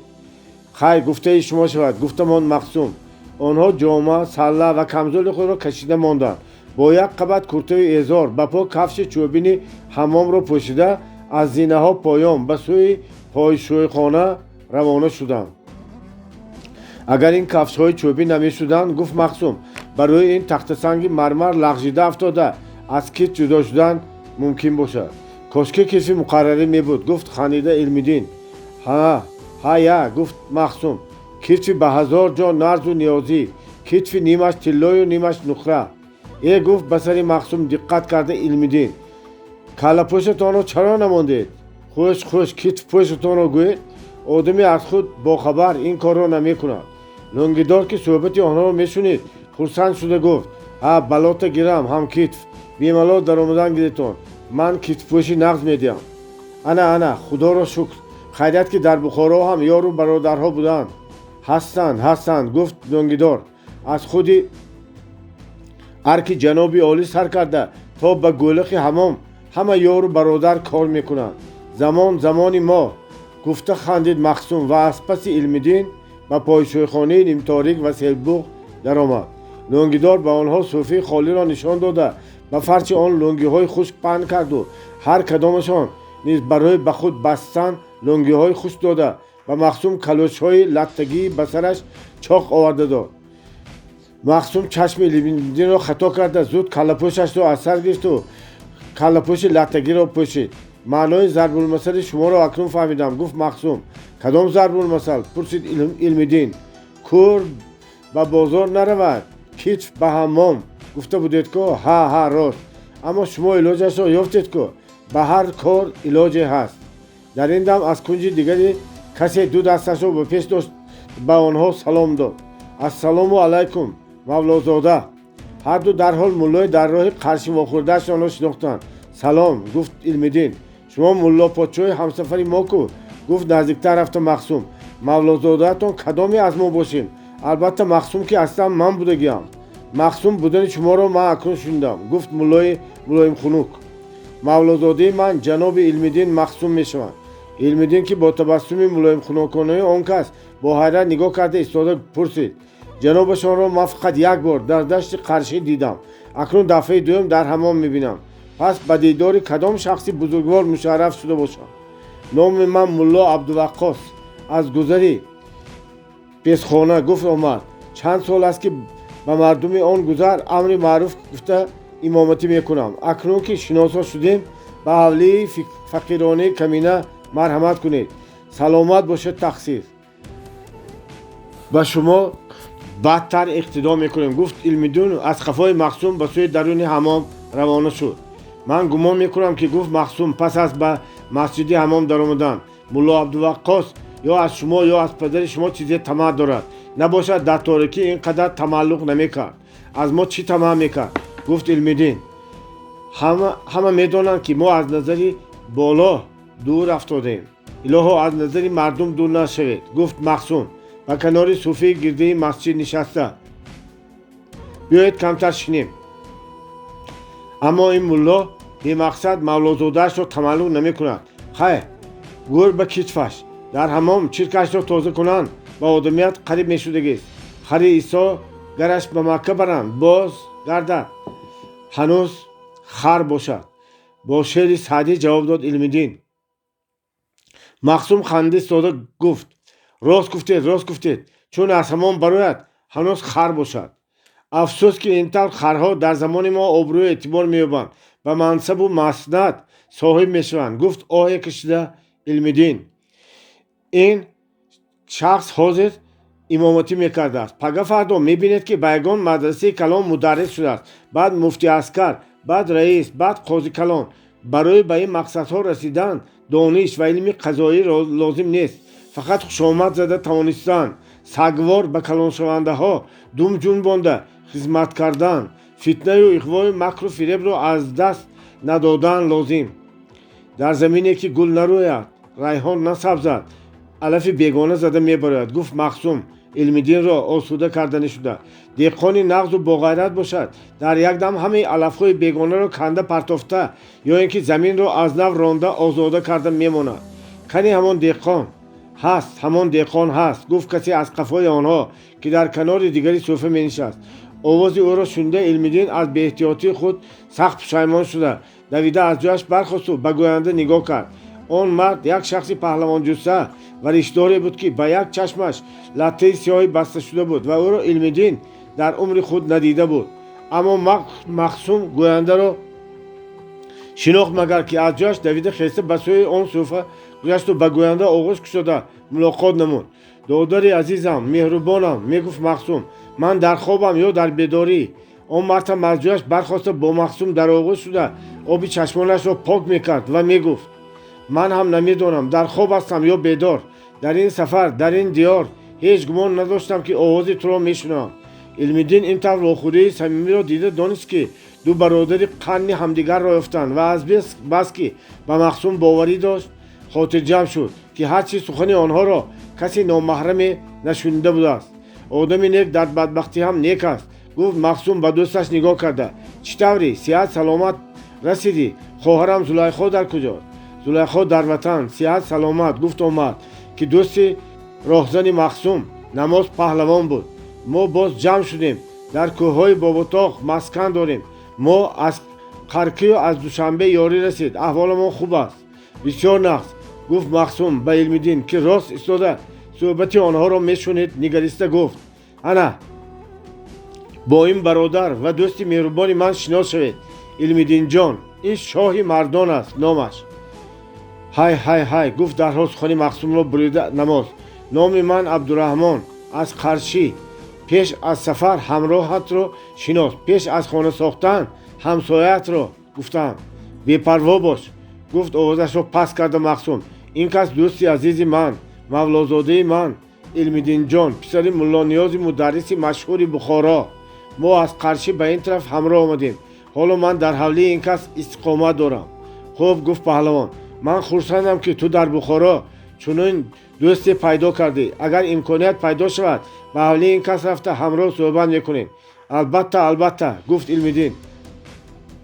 خودی همین روز پس از حمام به حولی ما رفته چای می نوشیم. حولی ما در همین گذر از اینجا دور نه. من به صحبت شیرین شما خلل رساندم. گفت نماز اگر دوامش را خواهید بیایتون هو انا به آن خانه رفته گپ میزنیم. در اینجا آدم نبودگیست. مایلش گفت علم‌الدین البته دوامش را فهمیدم میخواهم. دهقان دانا و عاقل که مخصوم گفتن در کجا بوده است؟ همین خیلی دهقان هست. گفت نماز وقتا که آنها در خانه به هم نزدیک نشسته به صحبت سر کردن.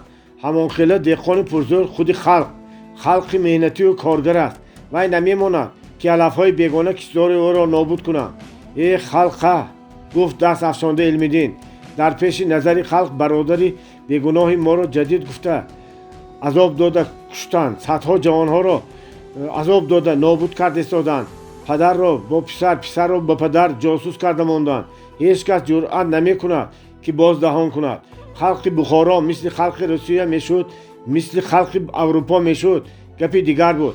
این ملاهای نادان، این جهالت پرستان سر خلق ما را گران کرده خونشان را میمکند و خلق خبر ندارد. این خلق را اول بیدار کردن لازم، بعد وی جان گرفته علفهای بیگانه را از زمینش کنده پرتاید. به این سخنها نه نماز نه مخصوم جوابی نداده خاموش ماندند. خانه حمام از سر آنها عرق بیشمار میریزاند. از خانه‌های دیگری حمام آواز آدم‌ها، ریخته شدن آب و ترق و طرق رسیدن تاس‌ها به همدیگر و به سنگ‌ها شنیده می‌شدند. نهایت نماز سر برداشت و گفت: از درون چاه نظر کنی، آسمان به چشمت تار می‌شود. شما هم از خلق جدا هستید و با خلق عوام مناسبت ندارید. همین طور میگوید. حالا اینکه خلق بیدار شده است، خلق راهبر دارد. عجیب، گفت مخصوم. اینقدر گپ، اینقدر عقل رو از کجا گرفته ای؟ از زندگی. گفتم نماز. خیر، گفت مخصوم. به این گپ‌های زندگی آواره شده نگفتی که چطور به اینجا افتادی؟ زلیخا و دوستانش رو مانده در اینجا چیکار میکنی؟ مرا جیغ زده آوردند. گفت آهسته نماز. در بخارا و کاگان آدمانی هستند که دست ما بر این بینواها را میگیرند و راه نشان میدهند. راست؟ حیران شده پرسید علم‌الدین. آنها کیا بودند؟ انا شما مخصوم بر این آدم‌ها دیگر. گفت نماز. میبخشید که دیگرش را نمیدانم. حالا اگر مخصوم نمیشد همینش را هم نمیگفتم. حق به جانب شما، گفت علم‌الدین و از جا برخاسته. خیر، شما صحبت کرده شنیدتان. من نو به گرمخانه رفته اندک شستشو کنم. چند گاه این طرف بدنم حمام ندیده بود. اختیارتان، گفت مخصوم. من رفته خدمت میکنم. سلامت باشد، گفت علم‌الدین. من هنوز به خادمچی عادت نکردم. نباشد، گفت مخصوم. تا عادت کردن شما من هم خادمی را آموخته میمانم. علم‌الدین خندید و رفت. پس نماز روی به مخصوم آورده گفت: تو میدانی که در روسیه تخت آقپاشا به لرزه افتاده است. حاضر در آنجا خلق به جنبش آمده است. در همین قریبی محنتکشان لجام دولت رو به دست میگفتند. این گپ‌ها را نشوندم، گفت مخصوم. لیکن این به بخارا و به جناب عالی ما چی دخل دارد؟ دخلی کلان دارد. آدم‌های مرا جیغ زده آوردگی گفتند: اکنون امیر میترسد، چون که پشت و پناهش سوست شدگی. مردم ما هم اگر اندک به حرکت آمده یک زور زنند، این باری گران را از کتفشان گرفته میپرتند. ایستاکی، گفت مخصوم. این آدم‌های تراجر زدگی چه آدم‌ها بودند که در حصار و دینو راهزنی کرده گشتن تو را دانستند؟ ما دیگر راهزنی نمی‌کنیم. ما قوه می‌غونداریم. از بخارا یراق می‌گیریم. ما اکنون به بیخ ظلم و جفا تبر می‌زنیم. اگر این طور باشد، این خوجین‌های تو یک باره زبردست بودند یا اینها خوجین نه، اینها رفیق و دوستان ما کمبغلان میباشند. در همان طرف‌های ما هم آدم داشتند. حالا با من یک رفیق میرود، به خودش کتاب و گازت و اعلاننامه ها میبرد. اگر راضی باشی تو هم با ما بیا، پشیمان نمیشوی. نه جوره، گفت مخصوم. همین قدر عذاب و مشقت کشیده آخر به بخارا که رسیدم، اکنون کمتر پول کار کرده برای بچه ها یک چیز نیم چیز خریده میروم. سیاحگردی بس اکنون میروم و همان یک پارچه زمین را کشت کرده خب میگردم. مانده شدم. حالی وقتی مانده شدن نیست، کارزار اکنون سر میشود. من کارزار خودم را دارم. خیر، اختیارت، گفت نهایت نماز. ما زاری داریم و زوری نداریم، لیکن هر وقت که رای کنی ما را سراغ کرده آمدن گیر. نور دیده ما میشوی. جوره ها از جا برخواستند. کمتر شستشو کنیم ها، گفت مخصوم با تبسم. قرق بدن خیلی ملایم شدم. کیچ سبیل هم به خارج در آمد. مایلش، گفت نماز. نباشد تو شستشو کن، من میروم. بی وقت شد. امروز برگشتن لازم. بلیت پویست تا به ترمیز تیار. خیر دوستی عزیزم، به روز آزادی میرسیم. باز همدیگر را مییابیم. امروز به ما مهمان میشدی، از صحبت مدرس دانا فیضیاب میگشتی. افسوس که نمیتوانم. با علم‌الدین ارزی مرا رسان. خیر، نماز پهلوانان قدم گذاشته تاس حمام در دست به سوی برآمد حمام روانه شد. مخصوم هم میخواست که از خانه برآید. در برآمدگاه آن با ملا عبدالوقاص روبرو آمد. ها گریزه ها، گفت به طور خود. شوخی کرده ملا. تمام حمام ها را جستجو کرده نمیابم. اینها در این جایی که آزاده روز شده بودند. مخصوم آتشین شده میخواست به سخنان نیشدار دهان ملا را بندد، ولی خودداری کرد. ما از شما گریخته به این سور جا روز شده بودیم. گفت وای، لیکن باز به دست افتادیم. از شما خلاصی نبوده است؟ بله، گفت ملای ملایم خنک و سخن را به جدیت گرداند. من به شما راز دل کرده نبودم. خیرت که دیدم. بیایید در اینجا کمتر صحبت کنیم. شما در تاریکی صبر کردید ملا پادشاه، گفت خنده مخصوم. من روشنا و مصلحتچی شما شده نمیتونم. من یک آدمی دهنگشودی هردم خیال هستم و بالا کاری همه مسافر و بیخانمان و باز هم این کتف اما دوست و رفیق مولازاده من هستید. بیایید راضی دل مرا گوش کنید. مولا عبدالوقاص به حال جان مخصوم نمانده او را به کنار صوفه خانه برد. اول خودش نشست و بعد از پهلویش مخصوم را شناخت. انا خیریت که اینجا از بیگانه خالی. گفته مولا به گپ سر کرد. من مولا عبدالوقاص بینی مولا عبدالحی این زرمیتنی می باشم که این را شما می دانید و البته شندگی هستید. در بخارا و در زرمیتن حولی جای باغ زمین دارید. من فرزند دهم و کنجی پدرم و از همه برادر و خواهرانم ارکتر و پردانتر و عاقلتر هستم. از امامتی مال و منال بسیار جمع کردم. حتی در بانک روسیه یک مقدار پول نقدینه دارم که هر سال به من فایده کلان میارد. من 4 حجره در مدرسه توسنجان دارم. 3 خیر بس سخن او را برید مقصوم. همه بخارا از آن شما، هم مونار، هم پیشتاق‌های مدرسه ها، هم سرای ها و هم دکان ها. همین را دانید که اگر دوم دراز شود به زیر پا میماند. بله من گفتنی بودم که آن 3 دکان گفتم که گفت باز سخن او را برید مقصوم. همه دکان ها از آن شما، لیکن به من چی فایده؟ یگان اجرتان را به پول به من میدید یا به یگان دکانی شیر بار فروشی صاحب کرده شدم میمانید؟ گپ در سر این نه، گفت مولا عبدالحی زرمیتنی. گپ در آن است که من در همین قدر مال و منال هنوز تعلق دار نشدم و هنوز به خود میراثخوری نیافتم. هیچ گپ نه، گفت شوخی کرده مقصوم. میراثخوری شما ماندیا از من لایقتر و سزاوارتر میراثخوری یافته نمیتونید. استغفرالله. شما هضم میکنید اما من خون میخورم. به جای خون می خورید. باز شوخی. جان برادر، اندک به سخنان من گوش داده استید و به دردم دوا دید. میگویم اگر دردی من میدادگی به شما فایده کنند میلش بیملال.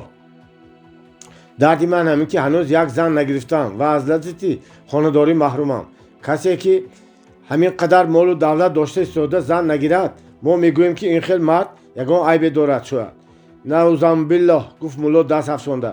خدا نگه دارد. باعث زن نگرفتنی من در آن است که جای مناسب یافت نشده ایستاده است. میدانم میخواهم که زنی من از طبقه علما و ملایان با آبرو و به اعتبار باشد. زنی من خواجه و خواجه زاده باشد. زنی من بای و با دولت باشد. از خاندان پاک باشد و در برابری همین خوشرو و خیلی صاحب جمال هم باشد. دلتان دیگر هیچ چیز نمیطلبد است. یاری بی عیب جوی بی یار میمانی. گفته بودن راست بوده است. چیکار کنم؟ من همین خیلی آدم ایستید که دختری شاهی پریان باغ ایرم را به شما خواستگاری کنم. چی؟ دختری شاهی پریان نیو، دختری مولایم جناب حضرت داملا نیاز مدرس، یعنی که خواهر رفیق شما علم دینجان را خواستگاری کنید. میگویم انا گپ در اینجا بود است. گفت مقصوم و از جا برخاسته و همه حمام خم شد و یک تاس آب خنک شور را از سرش ریخت. دختر مولا نیاز مدرس از هر جهت به من مناسب. ایستید. گفته به جایش نشست مقصوم. مگر خواهر علم دینجان به شما مناسب است؟ آخر وای نه. گفت در حال مولا عبدالوقاص آن دختری که پریرو حاضر در عین آب و آتش در بین تابش در عین به شوهر رسیده خاندان من برین یک شخصی با آبرو و به دولت را آباد میکردگی وقتش نباشد وای به شما نمیرسد. برای چی نمیرسد؟ چون که شما پیری هیزلک هستید. شما زاغی شورنول هستید. وای گلی صدبرگی تر و تازه زاغ را به گل هم نشینی نمی شود. استغفرالله. گفت آتشین گشته مولا. من به این کلی شکتور درد دل گویم. وای چی ها میگوید؟ های به دهانت نگاه کرده گپ زن. حاضر در اینجا هیچ کس نیست. به همین تاس بسرت خوش به کتفت چنان میفروم که وقت نکرده جانت به جهنم میرود. مولا ترسیده از جا جهید. تو دیوانه شدی. از جایت نجون که داد میزنم. داد زنی خودت را بی‌آبرو میکنی. گمان میکنی که ما از داد تو میترسم. بسیار احمقی نکنو. به گپ گوش کن.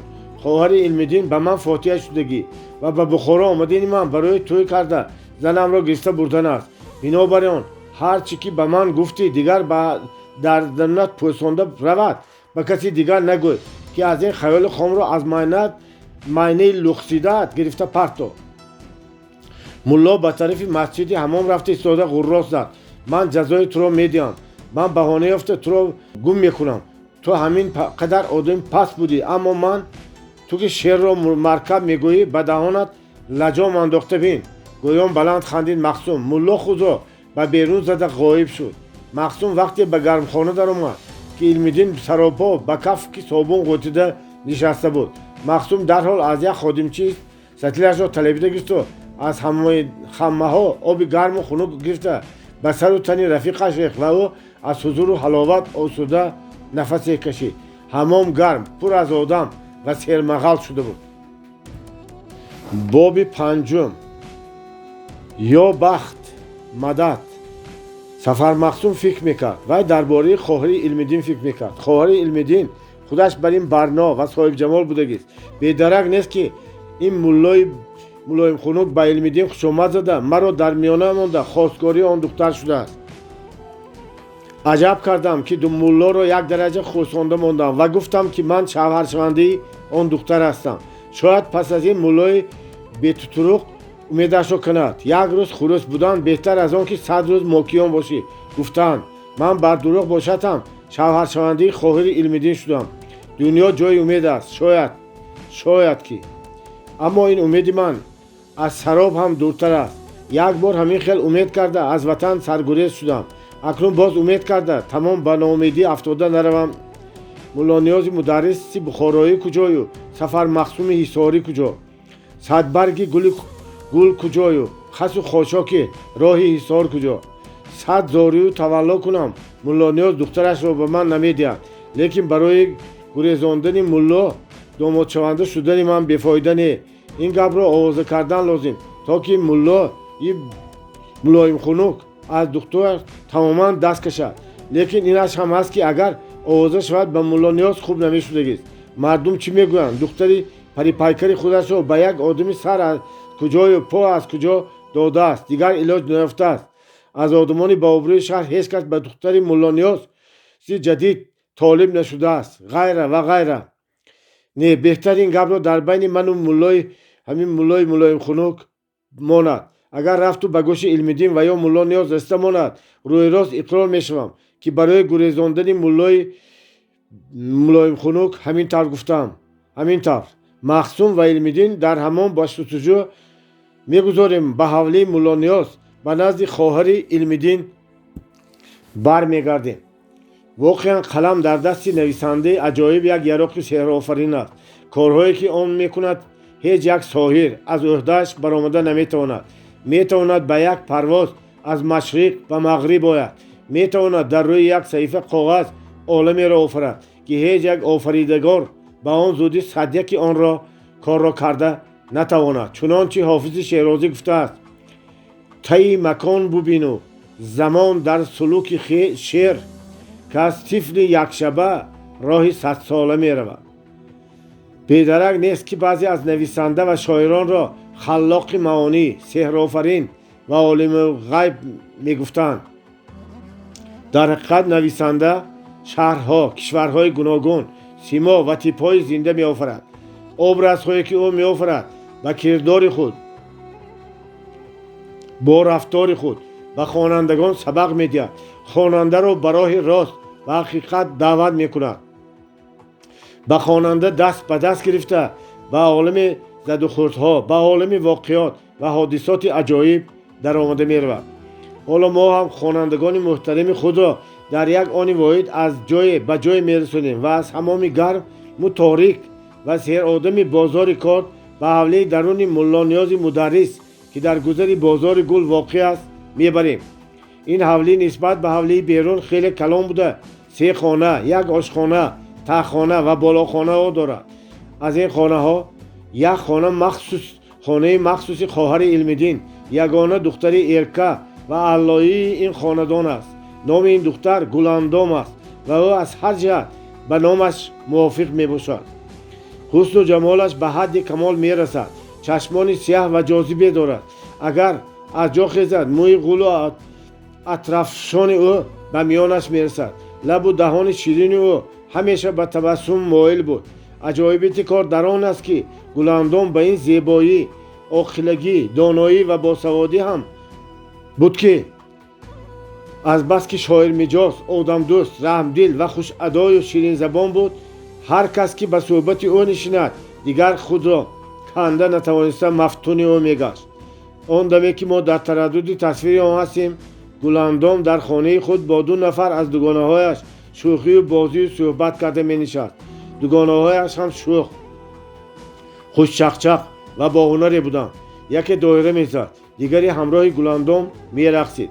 به قول حافظ شیرازی دست افشان غزل می خواندند و پاکوبان سر می انداختند.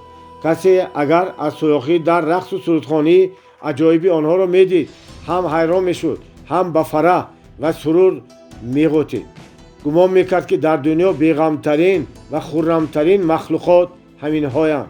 آواز مهین، فارم و لذت بخش آنها از 4 دیوار خانه بیرون نمی برآمد و تا به همین درجه آنها به ملاحظه و به شرمگین بودند. خوب رقصیدند و دایره زدند و سرودند و نهایت مانده شده هر سه به 3 کنج خانه بر روی کرسپچه های ستین و بخمل افتاده ماندند. اوف، گفت گلاندام، مانده شدم. یاد سازنده و رقاصه ها بخیر. یک پیت بازیشان قریب 1 ساعت 2 ساعت کشال می‌یابد. ما هم قریب 1 ساعت باز می‌رقصیم که. گفت یک دوگانه است که نامش آفتابخان بود. خب مبالغه کرده ده آفتابخان، گفت دوگانه دیگرش که دلبر نام داشت. اگر 1 ساعت شما همین باشد عمر ما خیلی کوتاه می‌شود. شما بازی نفهمیدید، گفت آفتابخان در جواب. من دایره زده قریب از دست ماندم. اگر هر باری به دایره دست زدنم نیم ثانیه‌ای باشد، من قریب 300 بار دایره زدم. حد مبالغه 100 چندان. گفته گلاندام از جا برخاست و نشست. به دوگانه‌اش مراجعت نمود. هر کس اگر گشنه باشد، هر کس اگر تشنه باشد، دویده بیاید به پیش من، دویده بیاید به پیش من. شعر از حد زیاد نمی شود. گفت آفتابخان خندیده و از جا برخاسته به سر دسترخوان که در پیشگاه خانه کشاده در رویش نان و لاله شیره‌بار و چاینک چای بود آمده نشست. از این خیل شعرهای من هر روز 1 کتاب گفته میتوانم، گفت دلبر و از جا برخاسته به سر دسترخوان آمد. شعر گفتن کاری من و شما نه، گفت گلاندام.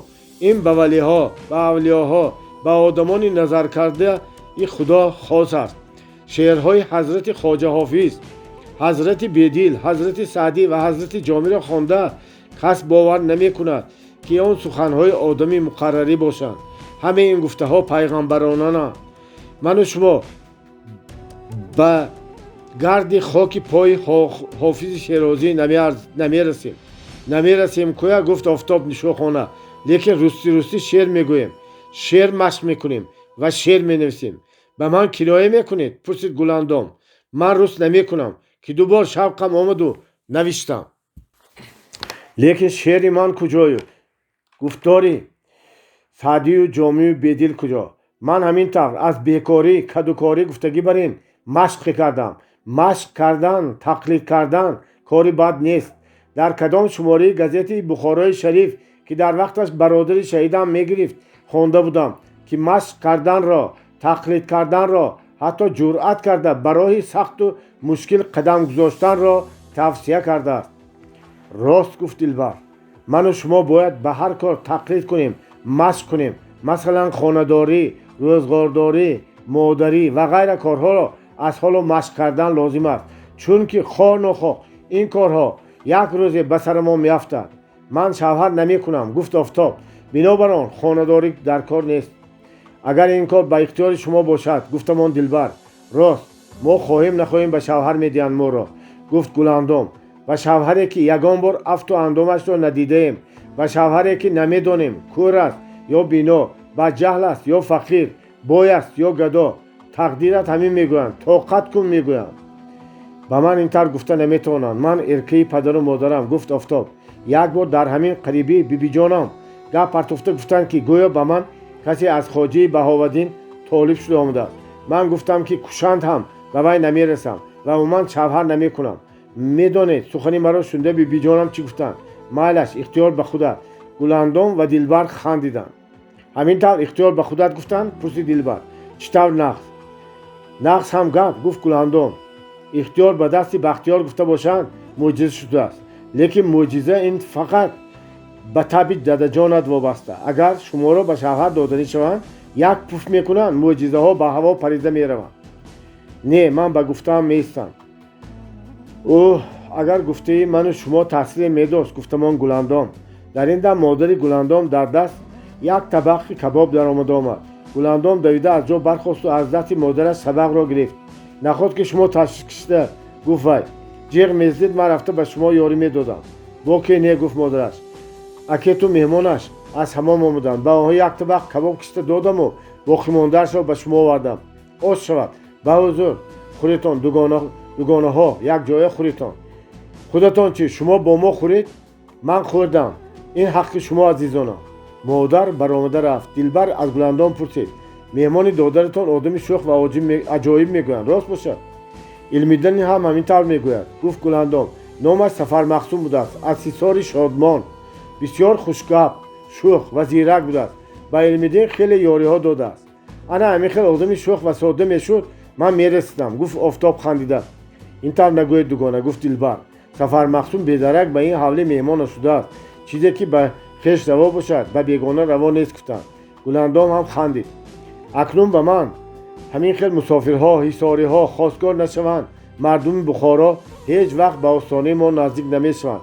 хайр чӣ, агар тақдир рафта бошад, илоҷе нест. агар ба ҳисор гирифта мебарам гӯяд чӣ? пурсид Дилбар гӯё ҷиддӣ.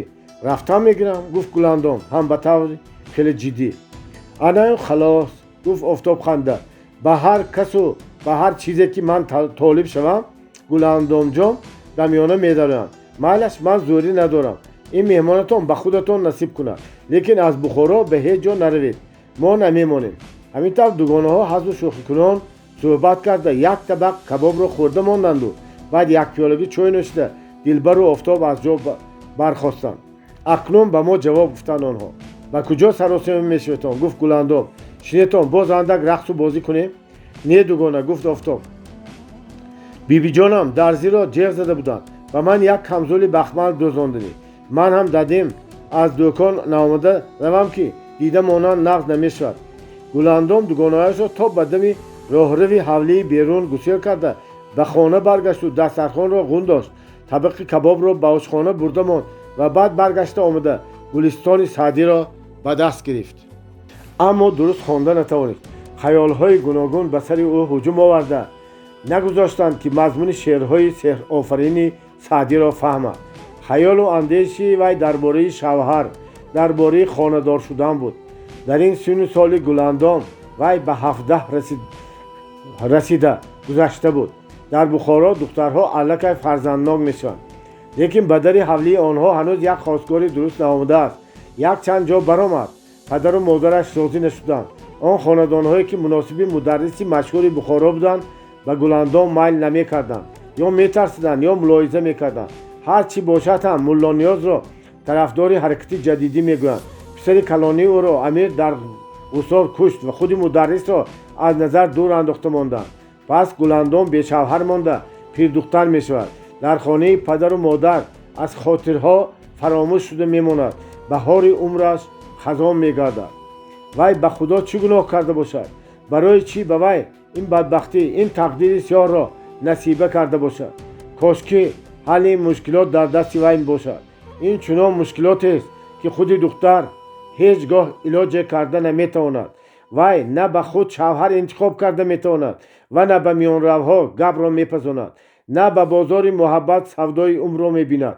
на ба кӯи ишқу ошиқӣ роҳ мекушад. на коҳ мешавад, на дон. зарбулмасали мардон ҳамин аст ки мурғ дарахтро интихоб мекунад, дарахт мурғро интихоб намекунад. бале, бале, ҳоло дар Бухоро зан дарахт аст. ҳар як ҷо сабз мешавад, баланд мешавад ва агар шароит шавад мева меандозад. набошад дар соя монда хушк шуда меравад. дарахт, бечора дарахт, бенаво дарахт. дар ин дам нохост диққати Гуландом ба ин сатрҳои Саъдӣ ҷалб шуд. ҳар дам аз ӯ меравад нафасе. чун нигаҳ мекунам نماید بسی ای که 50 رفت و در خوابی مگر که 5 روز دریابی. نخواد که گلندام پیر شده باشد، نخواد که دوری شباب دوری بهاری رفته باشد، نخواد که وی گل از گلزار زندگی نچیده ماند. نه نه نه نه، جهل کنی پیر شوی، خنده کنی جوان شوی گفتند. گلندام ناامید نمی شود، مایوس نمی گردد. در ناامیدی ها بسی امید است، پایان شب سیاه سفید است. گلندام خود به خود تبسم نمود. در این دم مادر گلندام از آشخانه ایستاده او را جیغ زد. گلندام دویده از جا برخاست، کتاب را به تاک خانه گذاشت، به نزد مادرش رفت. مادرش به چاینک چای دم میکرد. اکید چای میگوید. گفت وی مهمان ایثاری عجب آدمی به ملاحظه و به معنی بود. در راه پیدا شده مرا فهمیده اول سلفید، بعد سلام داد و بعد با صد حرمت و احترام خبر داد که اکید چای خواسته است. من گفتم که برای چی علم دین خودش نآمده شما را به تشویش انداخته است. وی گفت که به نزد علم دین یک مهمان مهمی آمده است و آنها به بالاخانه برآمدند. آدمی خاکسار بوده است. ها، هم خاکسار هم با عقل و زیرک بوده است. ددید میگویند که اگر همین مهمان ما نمی شده است اکید را آدمان امیر با کتاب ها دستگیر میکردند. ها، علم دین به من گفته بود ما این چاینک را برآورده به وی ده. معطل شده ایستادگی. من از روغن آش با خبر شوم که در نگیرد. گلندام چاینک را گرفت و به راه رفت و به قریبی دری بیرون چاینک را به زمین گذاشته او گویان با صدای فارم و مهین خود سلفیده گفت مهمان چاینک را گرفت. خوش جانم قطی، گفت مخصوم در حال و اعلام نمود اگر این گریز و پرهیز نمیشد من کی میماندم که شما خواهر جان تشویش کشید. خیر، الهی دستتان در را نبیند. گلندام تبسم کرد و جواب نداد و از راه رو دور شد. به خانه برگشته خود به خود میگفت عجایب آدمی خوش سر و زبان بوده است. گلندام درس دخته و سوزن زده ایستاده خیال کردنش را دوست می داشت. حالا هم کدام یک درزی نیم دخترش را به دست گرفت و دامن خیال را کشاده پرتافت. چی شود که حاصل دوگانه هایش راست براید و پدرش او را به همین مهمان به زنی دهد، خانه داماد کند. مردی مسافر خوش سری زبان به وی مهربان می شود، به وی غلام می شود، از گفته و فرمان او سر نمی تابد. گلندام هم او را دوست می دارد، زیغ شدن نمی ماند، صحبت های شیرین می کند. نامش سفر مخصوم، معلوم که مخصوم زاده و فرزندی ملای است. نباشد برای چی سفر مخصوم می نامند؟ در طرف های ایثار و کلاب هم ملاهای زور باید باشند. آخر قاضی کلان های بخارا از کلاب کو پدر یا بابای همین قاضی کلان ملا برهاندین از کلاب بای همین قاضی کلان چارق پوشیده آمده خوانده مدرسه را ختم کرده، اول مدرس بعد رئیس قاضی کلان شده است. پس عجب نیست که این سفر مخصوم هم در زیر دست پدرم خوانده علم گرفته یک مدرس پرزور و با ابرو شود. این به خود کس وابسته است. اگر زیرک باشد، اگر هوشیار باشد زود عالم و ملای مدرس می شود. ای گلندام، گفت نخست خود به خودش، تو چی ها گفته ایستادی؟ یک عالم بیگانه را، آدمی بیگانه را ندیده نسنجیده در حال تنت را به او بخشیدی، زنی وی شدی، او را ملای مدرس کرده ماندی. حالا صبر کن، سفر مخصوم را اول سنج، با وی از نزدیک شناس شو، بعد هر چیز که میخواهی کردن گیر. اگر میل خودت باشد، اگر روزگی خودت باشد، پدرت هم مادرت هم چیزی نمیگویند. الهی بخت و سعادت تو را میخواهند. بخت و سعادت خودش چیست؟ بایگری، منصب و آبروی، سلامتی و توانایی، شوهری نغز و دلخواه. کدام از اینها به کس بخت و سعادت می آورده باشد؟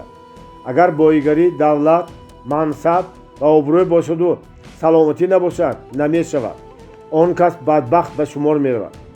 اگر سلامتی و توانایی باشد و به خوردن نان نباشد، آبروی نباشد، باز هم کس خوشبخت به شمار نمی رود. اما اگر شوهری نغز و دلخواه باشد، همه چیز می شود. بایگری هم می شود، آبروی هم می شود، حتی سلامتی هم می شود. پس بخت و سعادت дар шавҳари нағзу дилхоҳ мешудааст. аммо шавҳари нағзу дилхоҳро аз куҷо меёбӣ? шавҳар бозор надорад, ки рафта талла карда сара карда гирӣ. баъд ту шавҳар намегирӣ, шавҳар туро мегирад. эй бенаво дарахт, маълум мешавад, ки ба даст даровардани бахт кори осон набудааст. агар кас кӯшиш ва ҳаракат накарда аз худо умед карда шинад, ҳосиле ба даст намедорад. бедарак нагуфтанд, ки барои ба даст овардани бахтҷунбон дар кор аст. ман ҳам бояд бахту саодатамро аввал худам такопӯ карда ба даст дарорам. барои ин аввали кор ба ҳамин Сафармахсум гап задам. ӯро санҷиданӣ дидан лозим. агар имконият шавад рӯбарӯ шуда монем, боз ҳам хубтар аст. ман аз вай рӯ пинҳон намекунам. рӯбарӯ нишаста суҳбат мекунем. асрори дилашро мефаҳмам. ана баъд агар падарам розигӣ диҳад, ӯро ба шавҳарӣ интихоб мекунам. дар ин роҳ ба ман Илмиддин ва модарам ёрӣ расонда метавонанд.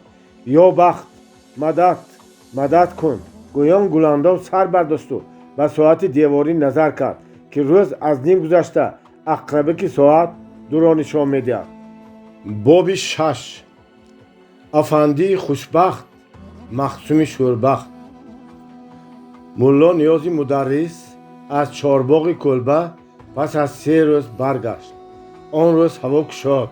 офтоби хуррами аввали навбаҳор ба болои шаҳр нурҳои заррин ва фореми худро бедариғ мепошид. дарахтҳо мухча кушода буданд. дар гулзорҳо сабза пайдо шуда буд, лекин ҳанӯз гулҳои рангоранги дарахтон ва мухчаҳои хушбӯи гулзорҳо нашукуфта буданд.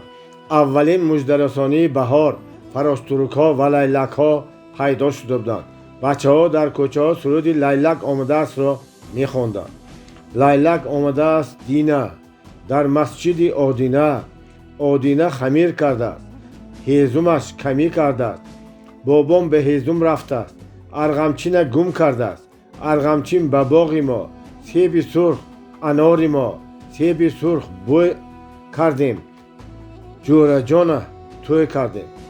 Махсум дар болои суфача пеши дарвоза хаёлкунон нишаста суруди бачаҳоро гӯш мекард, ки як аробии кӯтак омада истоду аз он мулло Ниёз фаромад. Махсум дарҳол ба пешвози ӯ аз ҷо ҷаҳида дасташро пеш гирифта салом доду ҳолу аҳволпурсӣ намуд. ба боғбони мо Остонақул саркор ёрӣ расонед. Махсум гуфт мударрис, камтар ғулунгу маизу чормағз овардам ба ҳавлӣ дароятон. албатта Илмиддин набудагист, ба дарс рафтагист. Махсум ёрӣ дод. 2 лингача меваҳои хушкро ба ҳавлӣ дароварданд. баъд аспу аробаро ба канортар бурда монданду ба ҳавлӣ даромаданд. мулло Ниёз ба ҳавлӣ дарун даромада буд. Махсуму саркор дар зери айвон ба рӯи гилем нишаста нону чой хӯрданд.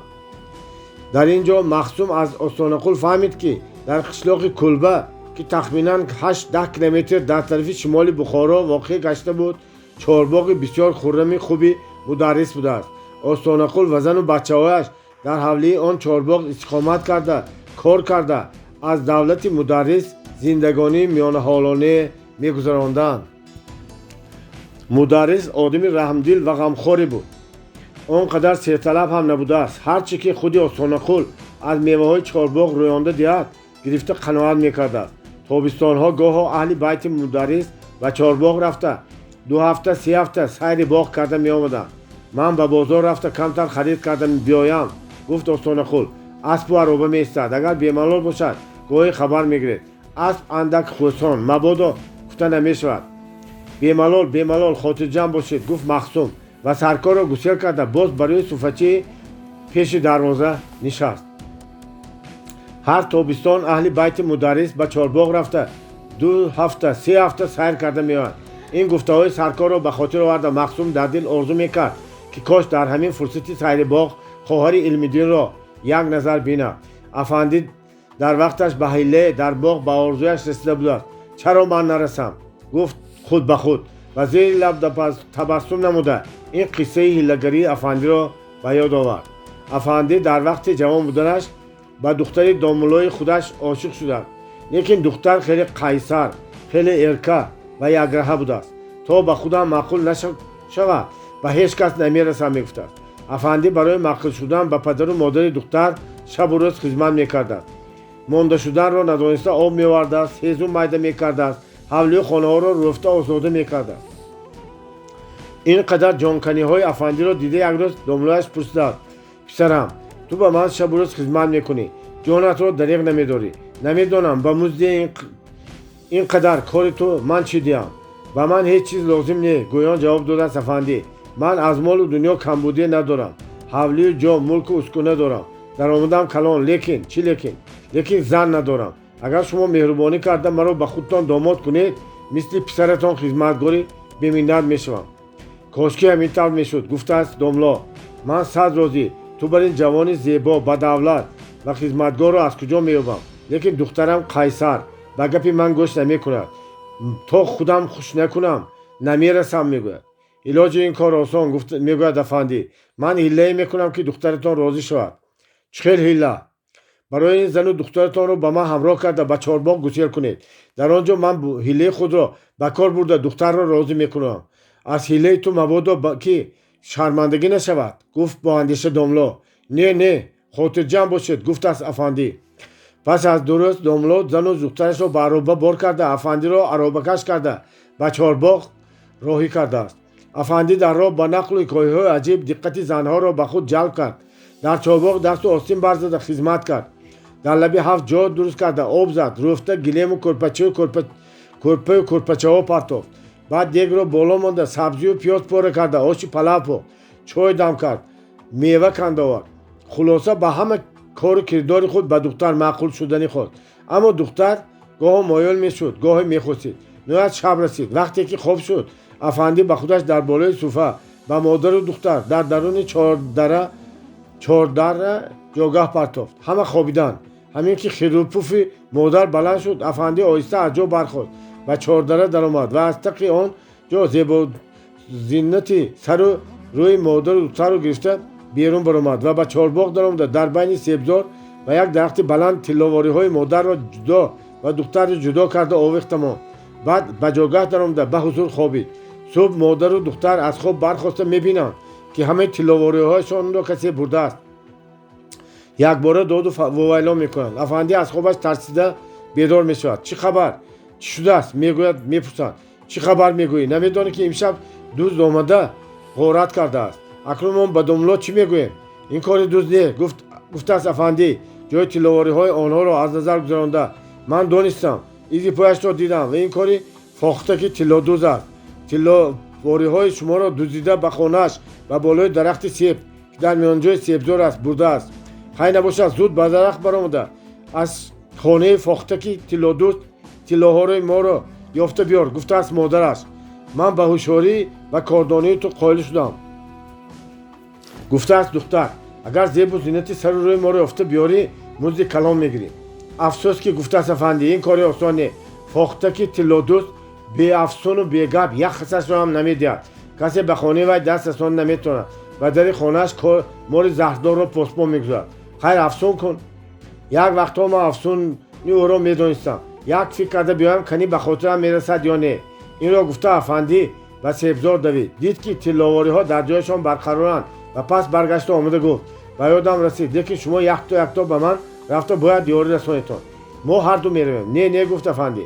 барои ин ки афсун таъсир кунад, фақат як нафар лозим. дар он гирду атроф каси дигар бояд набошад. биёед бибиҷон, аввал аз они шуморо меёбем. бо ҳамин аввал модари духтарро ҳамроҳ гирифта ба себзор бурд ва ба зери дарахти шинос расида, худаш ба як сӯи дарахт истоду занакро ба тарафи дигари дарахт гузошта ба дуохонӣ сар кард. баъд гирдгирди дарахт гашту ва ниҳоят ба занак гуфт ки ана ҳамин шохи дарахтро гирифта ҷум монед. занак шохи дарахтро гирифта ларзонда буд ки аз боло туппи карда як тугунча афтод ва дар он тилловориҳои ӯ буд. занак чунон хурсанд шуд ки ба куртааш намеғунҷид. ба давида омада ба духтараш гуфт ки ин афандӣ набудааст, бало будааст. ана тилловориҳои мана ёфта дод. акнун ту давида ба себзор рафта даро. дар он ҷо афандӣ ба ту интизор. духтар омад. афандӣ боз ба зери дарахт нишаста аввал дуо хонд. баъд аз дастони нозуки духтар дошта гирифта гирди дарахт гашт ва фармуд ки шохаи дарахтро кашида ҷум монад. вақте ки духтар ҳамаи тилловориҳои худро бекаму кост ба даст даровад, хурсанд шуда гуфт: афандиҷон, шумо одами бемислу монанд будед. намедонам ба шумо ба ин некии шумо ба чӣ ҷавоб гардонам? ба меҳрубонӣ ва илтифот гуфт афандӣ: ман ошиқи рӯи шумо ҳастам. Агар лутфу эҳсон намуда розӣ шавед ки мо ҳамхона шавем, сарам ба осмон мерасад. Махсум дар хаёлаш ба калимаи сар як дакка хӯрду боз ба андешааш давом намуд. ман розӣ, гуфтааст духтар, лекин ихтиёри ман дар дасти падару модарам. падару модаратон ҳам розӣ, гуфтааст афандӣ. ба духтарро дар оғӯш карда бусидааст. эй Махсуми шӯрбахт, гуфт ин қиссаро ба ёд оварда Махсум. кошки ба ту ҳам ҳамин хел қисса рӯй диҳад. боби ҳафтум: хаёлҳои хому пухта. дар ин дам аз салом гуфтани як мард хаёлҳои Махсумро пароканда намуда ӯро ба олами ҳастӣ овард. Махсум сар бардошта дид ки дар рӯбарӯи ӯ нуқтаи хари калонеро ки ба болояш сабади калони пур аз хас буд дошта марди ҷавоне нишастааст. он мард ришу мӯйлаби кӯтоҳи зарчатоб, чашмони гирдаи мешӣ, рӯи дароз ва бинии теғадори калоне дошт. қадаш миёна, дар танаш ҷомаи лагандагии алочаи чиркин, сари дилаш кушода, миёнаш бофутии борики баста шудагӣ, дар пояш кафши сарипоии кӯҳнаи пошнабаланде буд. Махсум ҷавоби салом доду ба назари савол ба ӯ нигоҳ кард. ман рӯзи хаскаш ҳастам, гуфт марди ҷавон. дар ҳамоми бозори кор ва ҳамоми кафшолак хас мекашонам. дирӯз аз лӯнгидори ҳаммом таърифи шуморо шунидаму донистам ки аз Ҳисор омадаед. ҳамин рост аст? ҳа, ман аз Ҳисор ҳастам, гуфт Махсум ҳайрон шуда. лӯнгидор чӣ маро таъриф кард? зиракӣ, хушгапии шуморо таъриф кард, гуфт Рӯзӣ. ман ҳамшаҳриҳои худро дӯст медорам. ҳарчанд ки Ҳисорро фақат дар кӯдакиам дида будам, ҳозир аранг дар хотирам меораму халос. набошад ман ҳисорӣ гӯй? ҳа, ман аз Ҳисор, аз худи қалъаи Ҳисор мешавам. падарам ба дари хонаи як бой хизмат мекардааст. лекин мо ҳеҷ вақт аз нон сер набудем. модарам дар 5-солагии ман касал шуда мурд. баъд падарам тоқат накарда маро ба худ гирифта ба Бухоро овард. дар ин ҷо ҳам рӯзамон равшан нашуд. аз ҳеҷ кас рӯи некиро надидем. падарам аз ҳеҷ кор рӯ наметофт. зимистонҳо аз бому ҳавлиҳои мардум барф тоза мекард, ҳезум мекашонд. тобистонҳо аз ҳавз об мекашонд, лойкорӣ мекард, ба устоҳо ғишт медод ва ману худашро ба зӯр сер мекард. охир дар вақти иморати масҷиди гузари бозори гул аз бом афтода миёнашро шикасту рӯйҷо шуда хобида пас аз як ҳафта ҷон дод. одамони худоҷӯ ӯро гуруча кафан карданд. азбаски мо дар як хоначаи хаскаши ҳаммом зиндагӣ мекардем. пас аз марги падарам хаскаш маро ба худаш дастёр карда гирифту рӯзи дароз кӯча ба кӯча гашта хас ҷамъ мекардем ва ба гӯлахи ҳаммом мебурдем. хаскаш фарзанд надошт, маро ба худаш писар хонд ва хуб навозиш мекард. ман ҳам ба тақдирам тан дода хаскашро омӯхтам ва ниҳоят рӯзи хаскаш шуда мондам. ана ҳозир падархонам аз кор мондагӣ, худам кор карда кампиру мӯйсафедро парво мекунам. дар ҷое ки алаф мӯл аст, гандум кам аст, дар ҷое ки сухан бисёр аст, маъно кам аст мегӯянд. ман ҳам гапро кашол додам, аз гуноҳам гузаред. мақсад аз ин сергапӣ ҳамин ки худамро ба шумо шиносонам ва гӯям ки ман ҳамшаҳрии шумо ҳастам. Махсум аз шунидани ин қиссаи рӯзии хаскаш ҳам хурсанд шуду ҳам маълул ва аз ҷо бархост. набошад, гуфт, биё ҳамшаҳри азизам, як вохӯрии дуруст кунем. ва оғӯш кушода рӯзии хаскашро ба бар гирифт, аз рӯйҳояш бусид. ман ҳам ту бар ин ғариб, мусофир ва бенаво ҳастам, гуфт Махсум. ҳамин бенавоӣ ва сиёҳбахтӣ маро ба ин сӯ кашид. дурӯғ бошад ҳам хабари хуш беҳ аст мегӯянд, лекин афсӯс ки ман дурӯғ гуфта наметавонам. Ҳисор ватани ману ту ҷои биҳишт монанд аст. аммо афсӯс, золимҳо намемонанд ки мардум дар он ҷо биҳишт осуда зиндагӣ кунад. ту қалъаи Ҳисор, боргоҳи мирро дар хотир дорӣ? дар хотир дорам. аркаш мисли арки Бухоро баланд, дар пеши дарвозаи ҳангомадораш сарбозҳо милтиқ дошта меистоданд. дар поён мадрасаҳо буд. ҳа, офарин, гуфт Махсум ва ба гапаш давом дод. дар кӯҳ шер набошад, маймун ҳам худро шоҳ мешуморад, мегӯянд. дар ҳамон арки ту гуфтагӣ ҳоло Абдумӯмини Чӯчқа ном одам ҳоким шуда нишастааст, ки дар ҳақиқат аз хук аз чӯчқа камӣ надорад. ману ту бар ин бечораҳо хизмат карда шиками носери ӯро сер мекунанд ва худашон гурушна мегарданд. касе ки хизматашро накунад ё ба зиндон мепартояд, ё ба дор мекашад. ман аз дасти вай гуреза шуда омадам. شاید به بخارای شریف بختم تو بدو صاحبی نان شوم. ای بخارا گفت دست افشانده روزی، بخارا هم در این بابت از حصار ماندنی ندارد. هر کس پول و دولت داشته باشد روز میبیند، نداشته باشد خار و زار است. خیریت که زن و بچه ندارم. جوره هایم هم از خودم بر این بینواها هستند. زن گرفتگی ها مصلحت ندادند. زن گرفتن را کسی مصلحت نداد. نباشد پدرهایم پدرخواندم زن گرفته دادنی شدند. من هم بیزن، من هم در آرزوی امیدی زن. گفت مخصوم آکشته. لیکن برای زندار شدن پول لازم، خانه جا لازم، روزگار کشیدن لازم که این چیزها با ما دست کوتاهی میکنه. خیر در پیشانی ما نوشتگی بودگیست. جوره های تو کیهایم؟ من شما را البته با آنها شناس میکنم. سردار ما کلان ما ناری گولخی است. من تعریفش را شوندگی. گفت مخصوم تبسم کرده. یک شاعر در حق وی گفته است: شبخون زدیم و گشت برون، ناری گولخی از قدرت خدا شده تیار دوزخی. شما شاعر درست گفته است. ناری ما بر این آدم کم یافت می شود. البته وی آلفته آزاده خوش زبان نیست. دغل، افلاس، شرطکی گوی، ناترس، دلیر. در دلش کینه ندارد. فریب و نیرنگ را نمی داند.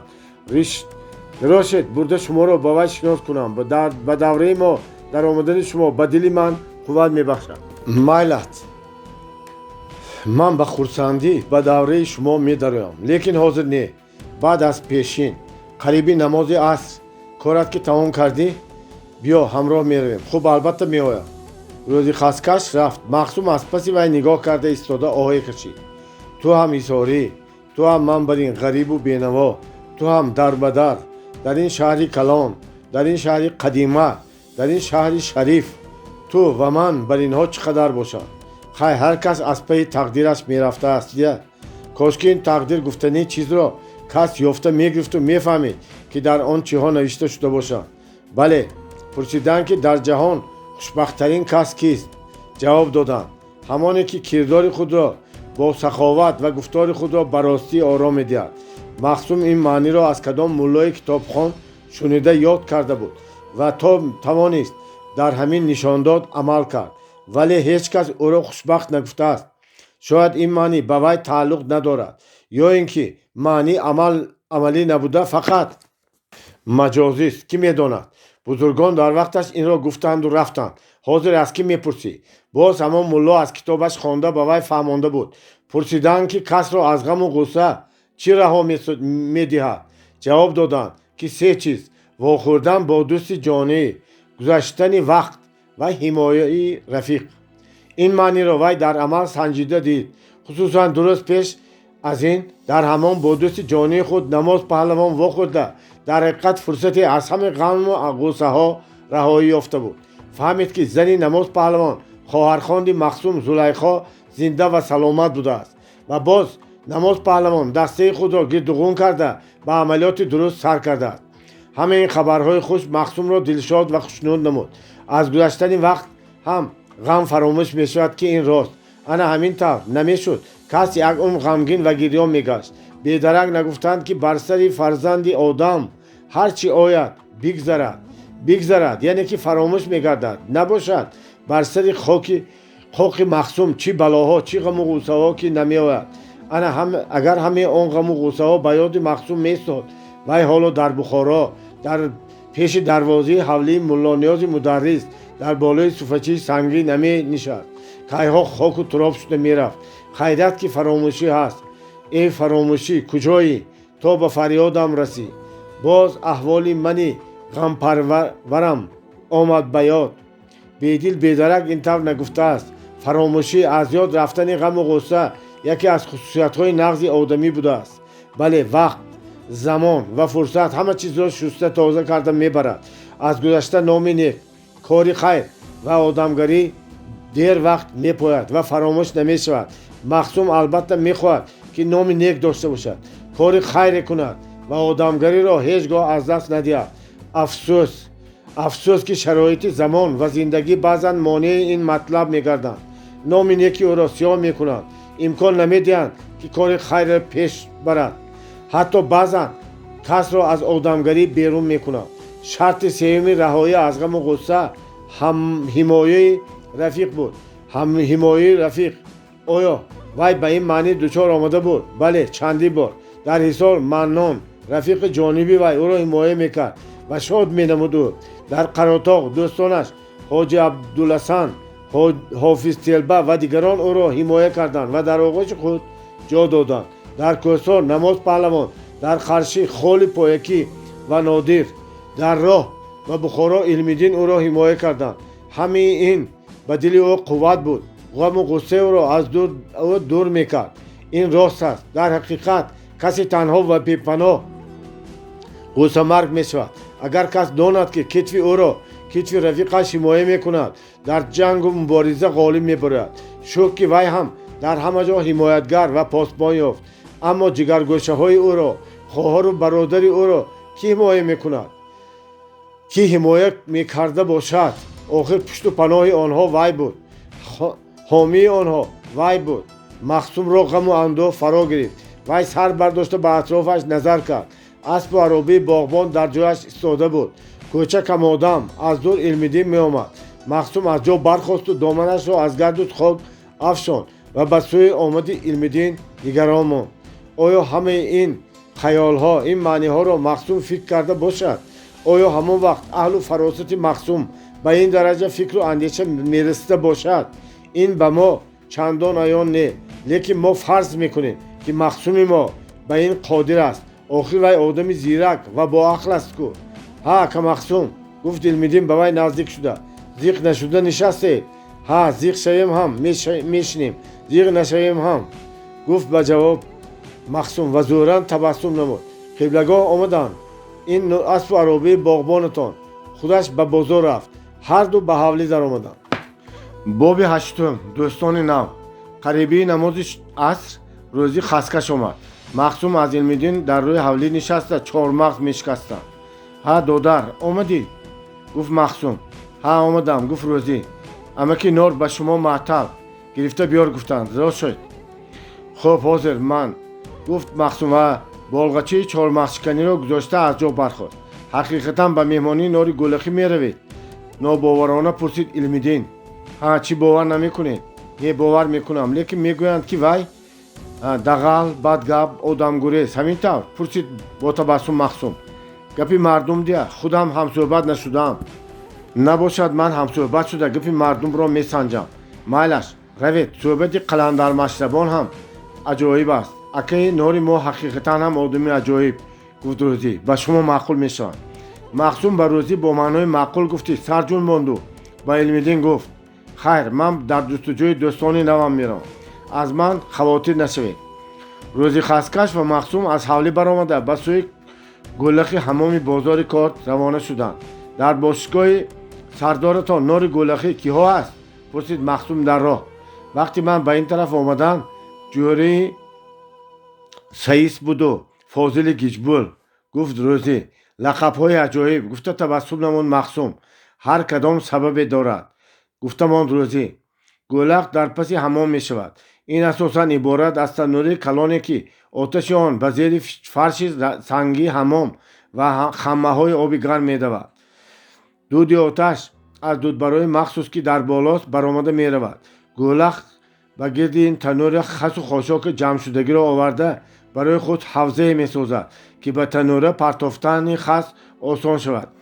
баъд дар ҳамон ҷо аз чӯбу чахс мисли чайла хонае месозад ва дар ҳамон ҷо истиқомат ҳам мекунад. хонаи Нори Гулахӣ нисбатан калонтар буда барои хобидан аз чӯбу тахтаҳои гуногун кати васеъе сохта шуда буд ки дар болои он кӯрпа ва болиш, дастархон, чойнаку пиёла ва дигар асбобҳои рӯзғори ӯ меистоданд. дар поёни кат дар ҷои қолин хасҳои мулоим густурда аз болои хас майда шолчаҳои кӯҳна паҳн карда шуда буд. дари он хона рӯбарӯи даҳонаи танӯр буд ки ҳамеша ҳурми гармӣ ба он сӯ омада меистод. чойҷӯши калони сиёҳи пур аз об то ба нимаш ба қур ғӯтонда шуда ҷӯшида меистод. вақте ки Махсум ҳамроҳи Рӯзи хаскаш ба хонаи Нори Гулахӣ даромаданд, вай пойҳои худро аз кат овезон карда нишаста буд. дар танаш ҷомаи кампахтаи лагандагӣ аз сатини сиёҳ чиркин буданаш ҳам маълум не, дудхӯрда буданаш ҳам маълум не. Сари синааш кушод, гиребони курта яктаи карбосии озодмондашуда дар миёнбанд рӯмоли сабзи басташудагӣ ба сар тоқии бухороӣ чортарк аз бахмали нилобӣ, он ҳам чиркин риши ғулунги сиёҳи расида то нимаи рӯяшро пинҳон карда, абрӯҳои ғафси сиёҳ, чашмони калон калон ни ба нуфуз омодагон ба назари таҳқиқ менигристанд. Дар поён ба девори тахтагӣ такя карда ҷӯраи Саис ва Фозили Гиҷбул менишастанд. сину соли ҳар се онҳо тақрибан дар миёнаҳои 25-30 буда, ҳар се ҳам баҳодурҷуса, таноманд ва чеҳракушод буданд. хусусан Фозили Гиҷбул ки андаке шӯх ва ширинсухан буд, даҳонаш пуртабассум, чашмонаш зирагин сиёҳаш ноором ва мӯйлаби дарози овезонаш ба рӯи дарозаш ва риши кӯтоҳи андакаш мос афтода буд. ҷӯраи Саис ба назар одами мулоим, хоксор ва фурӯтам менамуд. камгап, лекин ҳозирҷавоб, сархам вале ҳушёре буд. салом алейкум гуфта Махсум аз дар даромад ва баъд аз вохӯрию пурсупос гуфт: дарвеши шикастапо биёяд ба дарат, чизе бидеҳ барои равони падарат. хуш омадед, гуфт Нур. кулбаи чиркин ва ғуборолуди моро айб накунед. инҳо ҷӯраҳои ман. ин кулба ҳам хона, ҳам ҷои кор, ҳам кошонаи меҳмонбиёии ман мост. чумчуқ ба сара соя, беминнати ҳамсоя мегӯянд дар тарафҳои мо, гуфт Махсум ва аз паҳлӯи соҳиби хона бинобар таклифи ӯ нишаста омин қадам расид бало нарасад гӯён омин кард. бало канӣ, гуфт Фозил. бало моро бинад, сад сангроҳ мегурезад. набошад дар ҳақиқат ман бало набудем, гуфт хандида Махсум. нагурехта ба меҳмонии шумо омадем. шумо меҳмони боқадри мо ҳастед, гуфт бо овози ғафси равғании худ Нор. шумо писанд карда ба ин кулбаи мо омадед? сад раҳмат. як шоири ошно дорам. кадом рӯз омада буд, гуфта буд: мо ба рӯи дӯстон аз бӯстон осудаем, гар баҳор ояд ва гар боди хазон осудаем. саломат бошед бародар, гуфт Махсум. овозии шуморо шунида будам, гӯё ки ин кадом як шоир. қори Раҳматуллои Возеҳ, гуфт дарҳол Нор. шоири ошном сафсатаи вай навиштагиро ба ман хонда дода буд. барои хурсанд кардани амиру қозию бойбачаҳо, мобаринҳо, нархари чапан, баддаҳан, дӯзахӣ, дайду, сакалту гуфта ҳақорат додааст. ман хату савод дорам. аз дӯстам ҳамаи он сафсатаҳои Возеҳро навишта гирифтам ва ана. Нор аз зери болишти худ дафтари калонеро гирифта варақ заду хонд. Возеҳ, хомӯш бош, ки дар коми аҳли завқ аз шаккари мутйибат рехт шаҳди завқ. бурди гарав ба ҳазл зи Саъдию Анварӣ. ин ҳадди шоирӣ набувад, ҳадди соҳирӣ. номаъқул карди ту баддаҳан. ба хоки пои Саъдию Анварӣ баробар шуда наметавонӣ. ту хушомадгӯй, ту косалеси амиру вазиру бойҳо. ана худаш мегӯяд.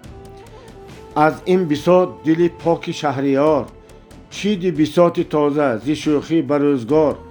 ё раб, ки бод лоиқи маҳбулу дилписанд назди амири софи шаҳаншоҳи арҷманд. ана дидед, барои ба шоҳаншоҳ мақбул шуданаш номи мо бар инҳоро бад кардааст. хай майлаш, ба ҳамин шикамаш аз нону устухони зиёдатии подшоҳ серд шуда бошад, зарар надорад. аҳмад махдуми дониш пас аз вафоти Возеҳ соз карда таърих гуфтанд: кори ҳакимӣ шиъа данитаби бадсияр дар сурат одамӣ ба маънӣ батар аз хар. гуфта сар мекунанду хуб боб карда дар охир мегӯянд: хандиду тиз дод. хирад вақти марг гуфт: гӯҳ хӯрду зуд мурду қадам монд дар саҳар. агар ин Возеҳ одами нағз мешуд, аҳмади дониш ин тавр ҳақорат намедоданд. лекин қори Возеҳ як кори нағз кард, ки бо лаҳҷаи авомона навишт. اینش نقص. بعد شوخی بد کرده باشد هم که نام ما بر اینها را مشهور کرد. انا شما هم فهمیدید. من نمیدونستم. در راه بخارا یک دوستم خوانده داد. گفت مخصوم که از این شرح و بیان و از این پردانی نمی گلخی حیران شده بود. در حقیقت درباره شما اون سخنها همه سفسطه. شما آدمی باسواد. بله. گفتم آن سخن مخصوم را از میان برید نار. می شود که گربه هم چون ببر نماید. من چی؟ خاک پای همه. انا این جوانمردها را بینید. هر کدامشان یک عالم. بیایید اول یک پیاله چای مرحمت کنید از دسترخوان بیچارگی ما یک دهان از این دسترخوان نان خورید. بعد من حکایه اینها را به شما گفته داده شناس میکنم. جوری سعیس از جا برخواسته چای دم کرد. فاضل دسترخوان پهن کرد. نان شکستمان. روزی در یک طبق چوبین از بین قور آتش گلخ لبلبوهای حل پختگی را گرفته به کار دست پوست کنده پاره کردمان. مخصوم خود را چون در بهشت گمان میکرد.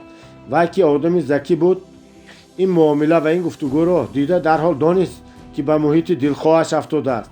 نان و چای خورده ایستاده. وای فکر میکرد که دنیا در حقیقت جای امید است. دنیا از آدمان نیک خالی نیست. بله گفت فکر خدا به زبان آورده مخصوم. دنیا از آدمان نیک خالی نبوده است. آدمان خوب شاید بسیار باشند. میگفت نار. ولی چی باشد که بدان بسیار وا میخورند. چون که گفت مخصوم کرداری بد زود به چشم می نماید و هرچند که بدکرداران کمند در نتیجه بدکرداری خود بسیار وا میخورند. آفرین گفت فاضل. گپی بسیار پخته زده. آدمی سره بوده. همشهری روزی جان آدمی گنده نمی شود. گفتم آن جوره با تبسم.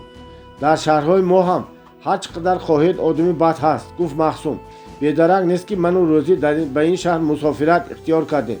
راست گفت نار و میخواست به این سخنش دوام دهد. از بیرون صدای پا شنیده شد و به خانه 3 مرد بزبله در آمدند که در تن لباسهای نه چندان کهنه ولی خاکسارانه داشتند.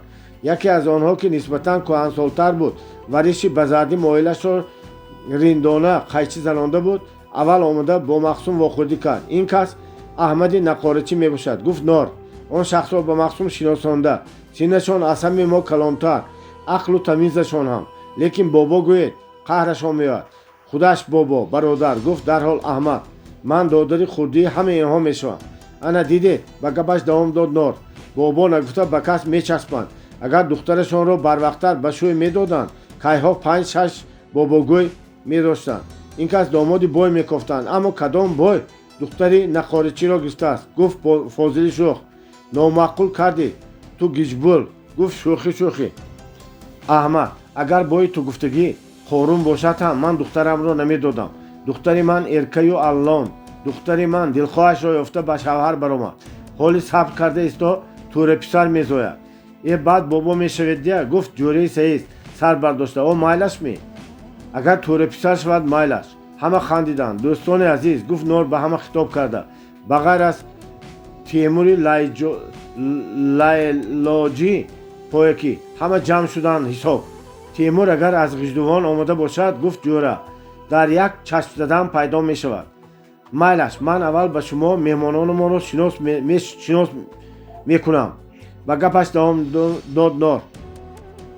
این کس از حصار همشهری روزیبای نامشان سفر مخصوم اما مخصوم جان نه. ما بر این کمبغل دهقان لیکن به بعضی سبب‌های به خودتان معلوم به خوجینها سازش کرده نتوانسته سرشان را گرفته. خوش گفته در حال مخصوم کتفشان را گوید. باز همه خندیدند. ای از کتفت گردم. گفت احمدی نقارچی ما برادر و هم کتف بودیم و ندانستم. اکنون به ما دوست و رفیق شدند. گفت با گپش دوام داده نار.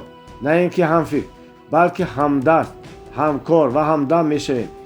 اینجا بودگان همه ماهی بیعیب نه. انا شریک احمد جان کوری شریف سنایچی نمیبینه دنیا رو با یک چشم تیزش دیده ایستاده.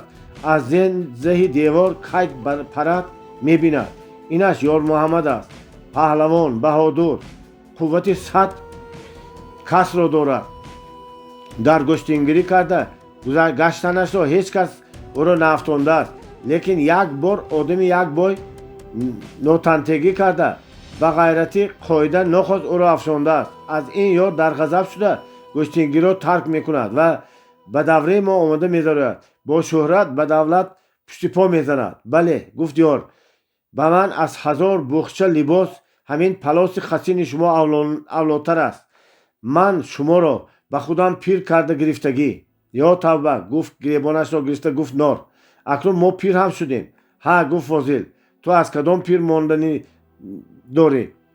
хату савод дошта бошӣ, тарки дунё карда бошӣ, ҳамеша дар ҳамом ғусл карда поку тоза бошӣ, ба молу дунё пуштинпо зада бошӣ, дурӯғ нагӯӣ, моли мардум нахӯрӣ. Бас, бас, гуфта хандид Нор.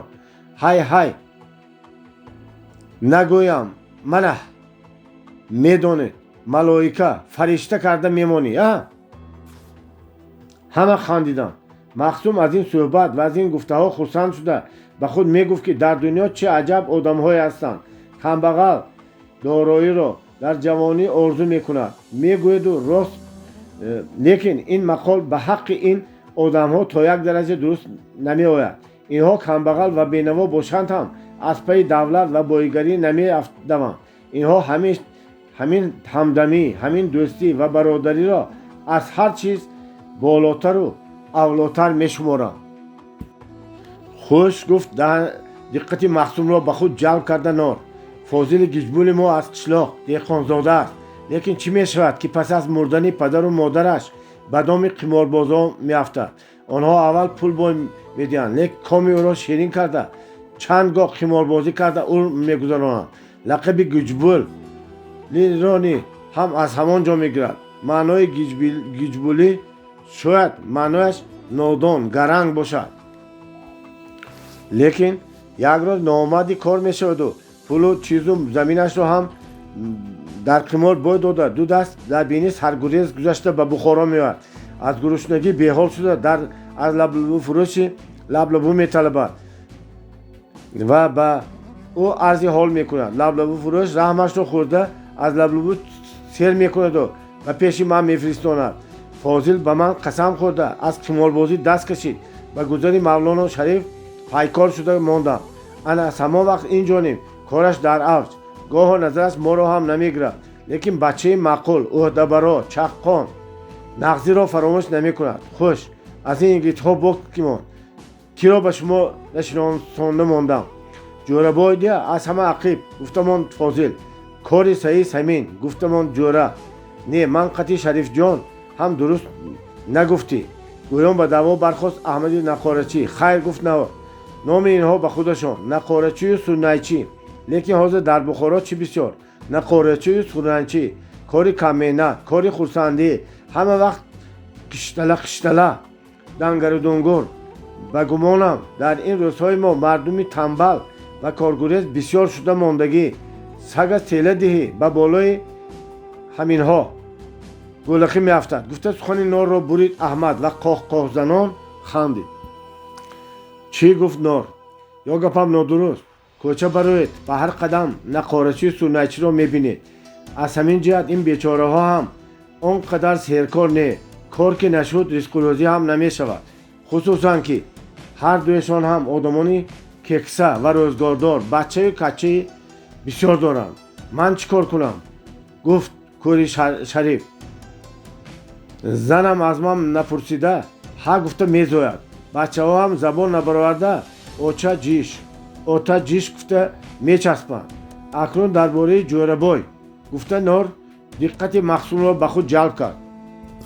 ин кас ҳамсояи мо дар ҳамин гузари бозори гул дар хизмати муфтӣ Аскар асббонӣ саисӣ мекунанд. корашон чандон мушкил не. муфтӣ Аскар пир шуда мондагӣ ҳар рӯз асбворӣ карда намегардад. агар зарур шуда монад гоҳо то ба арк ё қозихона меравад. ҷӯрабой бошанд оҳиста оҳиста ба пои аспи фақир нигоҳ карда мераванду 1 соат 2 соат пинак рафта аспро дошта меистанд ва баъд боз баргашта ба хона меоянд. муфтӣ Аскар ба меҳмонхона медорад.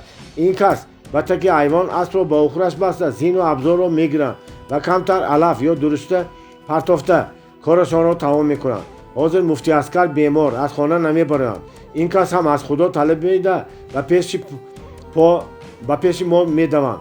аз зану бача қимоб چی وقتی ما میشدیم گفت سر برداشت جوره کاشکی یگان دختر یا که یگان بیوه از دختر نقصد یا بدو منی غریب هم به آرزویم رسم مفتی اسکر دختر را نشون دادنی بوده است که گفت فاضل این مرگ به افتی وای گفت جوره بای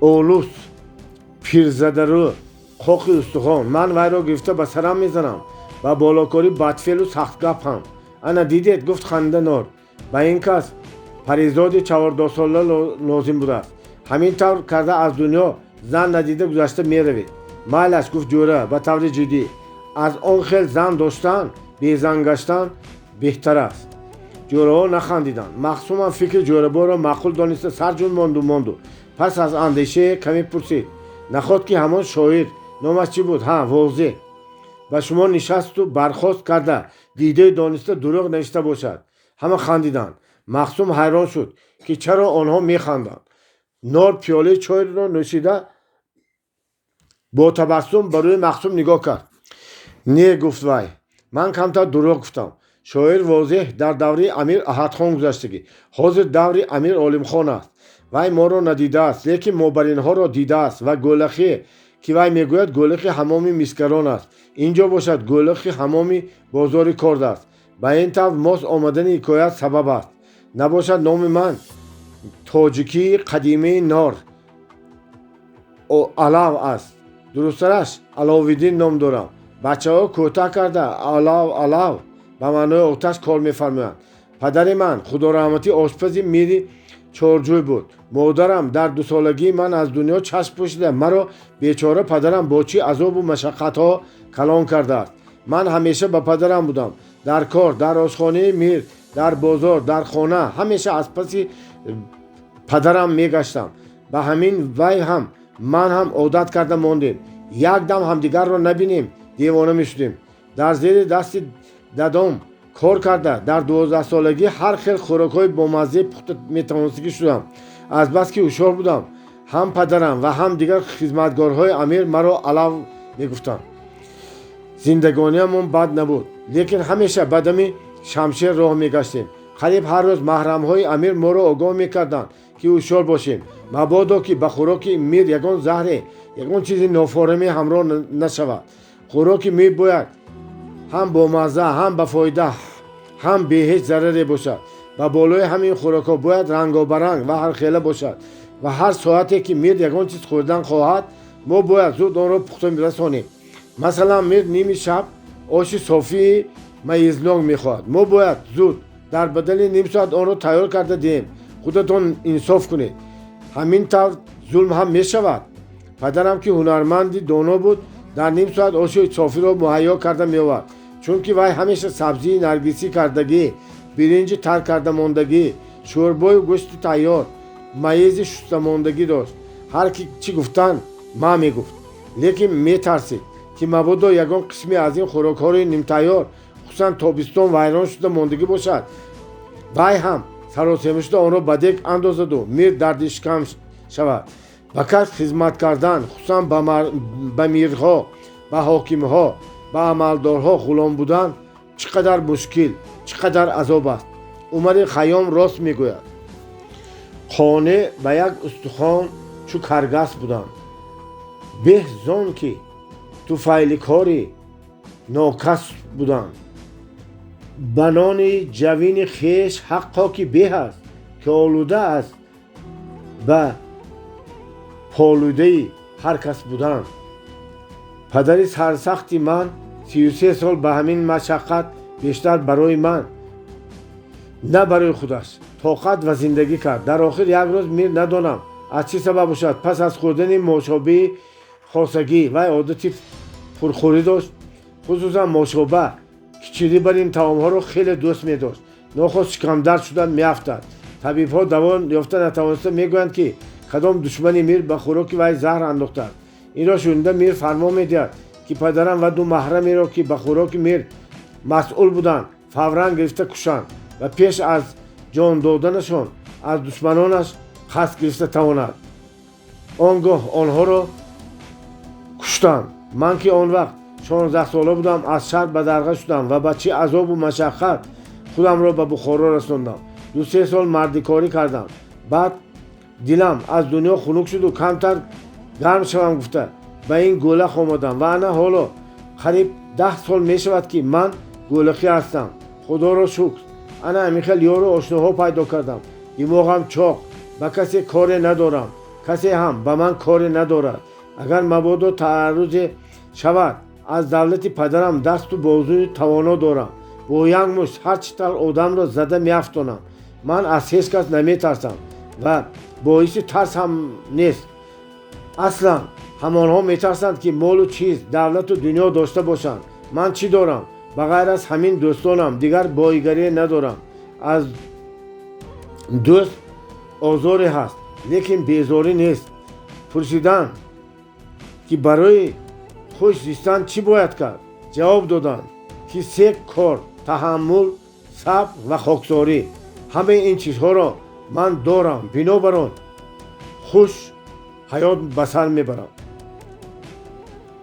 اکنون کی بودن و چی بودنی مرا دانسته. واقعی شعر واضح را گفته میدیم. سبب اساسی به این شعر واضح خود را ماست کردنم ما همین روزی خسکش شد. وقتی که وی آمده و دوره ما همراه گشت بینیم که در شعر واضح روزی نام کسی هست که غریبکش است. غریبکش گفتو در بخارا همانهایی را میگویند که وقتی در بازار رسمان یگان کس را جلادان امیر کشته پرتویند. اگر غریب و بیکس باشد غریبکش ها برده به غریب کشخانه میپرتویند. این غریب کشخانه ها در بعض گذرها مثلا در گذر مرده‌شویان هست. بعد انا ثواب طلب اون مرده رو گور و کفن کرده به خاک میسپرد. اما روزی ما غریب کش نبوده خسکش برآمد. این جوربای هم به شعر واضح ماست آمدن. نام من هم که علم یعنی آتش بود عربی کرده نار گفتیم و نار گولخی شدم و دیگران هم خود را ماست کردم و قرار دادیم که واضح درباره ما نوشته است. ولی ما چنان رفتار میکنیم، چنان زندگی میکنیم که آدمان دیدگی دروغ و مبالغه از حد زیاد بودن سفسطه های واضح را فهمند. انا شما بر این آدم دانا باور کردید که ما حقیقتا همان آدم های واضح نوشتگی هستیم، ولی که خودتان اقرار شدید که ما این خیل آدم نیستیم. ما از درون خانه هوای بام را میدانیم. ما دروغ نمیگوییم. ما بدخواهان نیستیم. ما بدکینه نیستیم. ما با آدمگری و با آدمگری جواب میگردانیم. فرق ما از دیگران همین که دولتی نداریم. هر چیزی که یابیم کیف کرده میخوریم، نیابیم قناعت میکنیم. هیچگاه تنگدل خفه و ضیق نمیشویم. موسیقی خواهیم، نوازنده داریم. مولا خواهیم، مولا داریم. چلیم خواهیم، پایکی داریم. عیناً در همین دم خودی گوش کرده ایستادگی برین. از در تیمور لیلاوچی، پایکی در دست چلیمی کلان میستین، در گردن خلطی تماکو آبی تازه گویان در آمده آمد. وی مردی بود جوان چالاک، اندک ریش و مویله ماندگی، چشم و ابروسیا، به سر یک تلپکی برگینی بخاری دوخت، به تن جامعه کمپخته کوته قلمی ایزار پاچه، به درون موزی نمیداشتی کمپاشته اش جا شدگی، خندان و چهرک شد. نامش رو گیرن حاضر میشوی بلاچه. گفتم آن دهمه اجینه هایم خبر داده حاضر میکنم. گفت تیمور و به سرخانه چلیم تماکوی تازه انداخته به نار تکلیف نمود. اول به مهمان گفت نار مخصوم را نشان داده.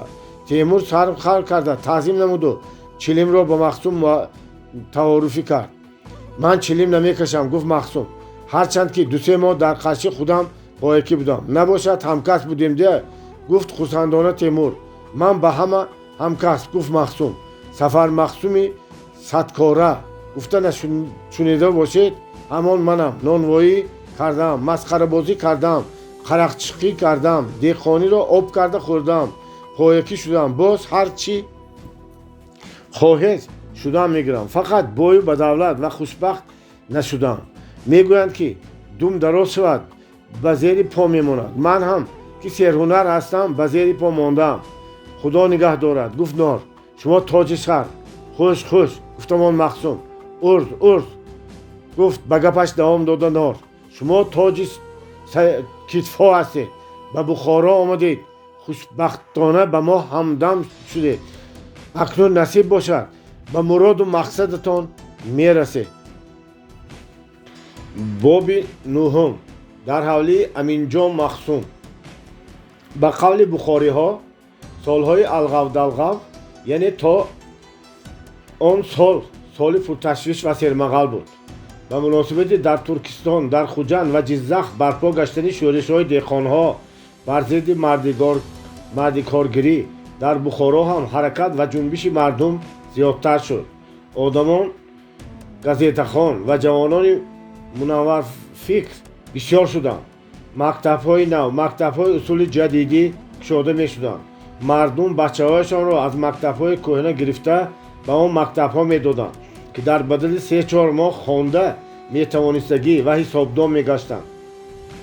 در گازیته‌ها فاجعه‌های فرانت‌های جنگ جهان را تصویر کرده مقاله‌های نوشته می‌شدند. مردم که در نتیجه جنگ جهان به تنگ آمده بودند و از جهت مال‌های صنعتی تنقیسی می‌کشیدند خواه نخواه چشم گشوده به اطراف نگاه می‌کردند. از سیاست، از حاکمیت و زندگی گپ می‌زدند. به همدیگر درد دل می‌کردند.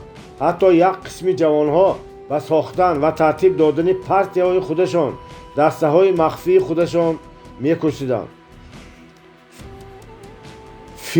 فرقه جوان بخاراها بود و عمل می‌کرد. آن وقتا مقصد اساسی این فرقه عبارت از اصلاحات مکتب‌ها، اصلاحات امور دولتی امیر، آزادی مطبوعات بود و بس. مبارزه صنفی، سرنگون ساختن حاکمیت امیر و تغییر دادن ساخت جمعیتی را کسی فکر نمی‌کردند. امیر و حاکمیت پادشاهی از این حرکت‌های خلقی بخارا به واهمه افتاده از پس مردم تعقیبات را پرزور کردند. گنرال گوبرناتور تاشکند برای تعقیب جوانان منورفکر در بخارا پلیسیخانه مخصوص گشوده در آن ویلمان نام کسی را سردار تعیین نمود. این ویلمان از بین اهالی محلی اغواگران و خبرکش و جاسوسان بسیاری را کرا کرده فرموده بود که جمعیت جوانها فرقه جوان بخارایی ها را کشف کرده دستگیر نمایند. انا در همین طور یک فرصت بگاهی 1 می پس از فرو رفتن آفتاب دروازه کلان حولیه را که در گذر دیگریزی بود کسی تق زد. تق زده شدن این دروازه باشکوه که به دیوار رشتین نوبنیاد جا گرفته بود دقت جاسوسان امیر و پلیس را چندان به خودش جلب نمی‌کرد، زیرا که این حولی داماد قاضی کلان بخارا حولی امینجان مخصوم بود. از درون کیس گفته دروازه را گشودند. سلام میرزا عبدالله، گفت شخصی آمده. امینجان مخصوم در خانه بحریدین افندی، گفت عبدالله. مرحمت. میرزا بحریدین به حولی در آمد. از راهروی وسیع گذشته برای حولی نه چندان کلان داخل شدند. به واسطه یک چند پایه زینه سنگین خوشتر و دهلیز مهمانخانه کلان در آمدند که قریب به خانه های نوی اروپایی مانند بود. دیوارها رنگ روغنی و نقش و نگار نو داده شده. شیفت تخته چارخانه رنگین، فرش هم تختگی بود. و پیشواز میرزا از درون خانه خودی امینجان مخصوم دویده برآمد که در تنش از بالای کمزور شاهی سفید یکته علاچه قرشگی استرشاهی پوشیده و سرش دستارچه زیبای میده بود. ریش کلوته خرمارنگ او زیبا قیچی زده شده. چشمان میشی با عقلانه کلانش خرمانه می نگریستند. سلام میرزا افندی، گفت خیرت که می آمدید. چشمم برایتان چار بود. سلام، گفت میرزا با تبسم. اول اینکه من افندی نیستم، در ترکیه تحصیل نکردم. ثانیاً دیر آمدنم سبب دارد. البته به کارهای خوجینتون به کاگان رفته بودید. به کاگان هم رفته بودم. خوب، مرحمت. کی است؟ هیچ کس نیست. گازیتای نو هست؟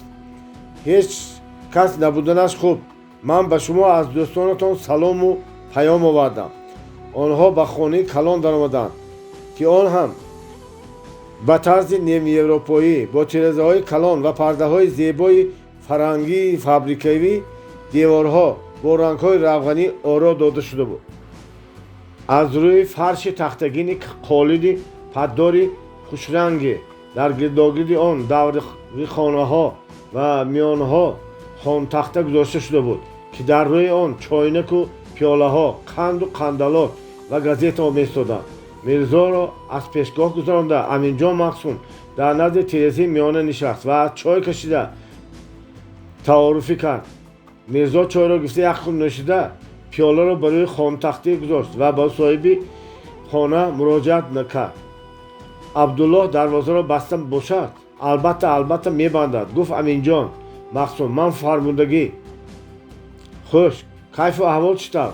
کیف و احوال خوب نیست. گفت میرزا من با سفارش مدرس استاد سعید امیدخواجه و دیگر شریکای به نزد شما آمدم.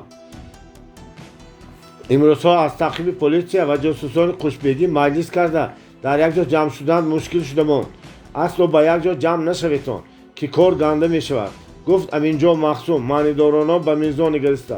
سردار پلیس مخفی ویلمن یک هفته پیش از این به همه در این قطار به ایشان قاضی کلان هم سپارش داد که جدیدها را یک تا ندارم بلکه جاسوس مانده جای جمع آمدی آنها را دیده یک بار زیر کرده گیرند. من این فرمان را به گوش شما به گوش خودم شنیدم و شما را جستجو کرده نیافتم. کدام گفت که به کارشان به کاگان یا به سمرقند رفتگی. یک چند نبودم. یکی 3 روز بعد در بخارا هستم. نباشد خیریت شده. دیروز پیش از این پسری استاد ما ملا نیاز از سفر برگشت و خود گازیت این کتاب‌های بسیاری آورده. آفرین جوانی ناترس و با غیرت بود. جوانی ناترس و با غیرت هست تو. گفت میرزا لیکن از خودش هم ناترستر و با عقل‌تر یک جوانی دیگر قطعی همراه آمده است که در نگاه داشتن کتاب‌ها خدمتی بسیاری به کار برده است. من به همه جوانها کمتر مشغول شدم. گمان دارم که این مسافری سر به پا به ما خیلی یاری میدهد. عجیب وای کی بوده است؟ نامش سفر مقسوم از سیسار دهقان بچه عذاب دیده. به هر حال احتیاط شویتان نقص سنجیده دیدن لازم. گفت امینجان مقسوم پلیس میتواند از دور درآمد کند و آدمی را به شما فرستد که هیچ گمان برده نتوانید. نه او را دوستان ما از محبس اغالق قرشی خلاص کرده به این طرف با علمدین راهی کردند. نظر به گفته علمدین آنها کفیل وی شدند.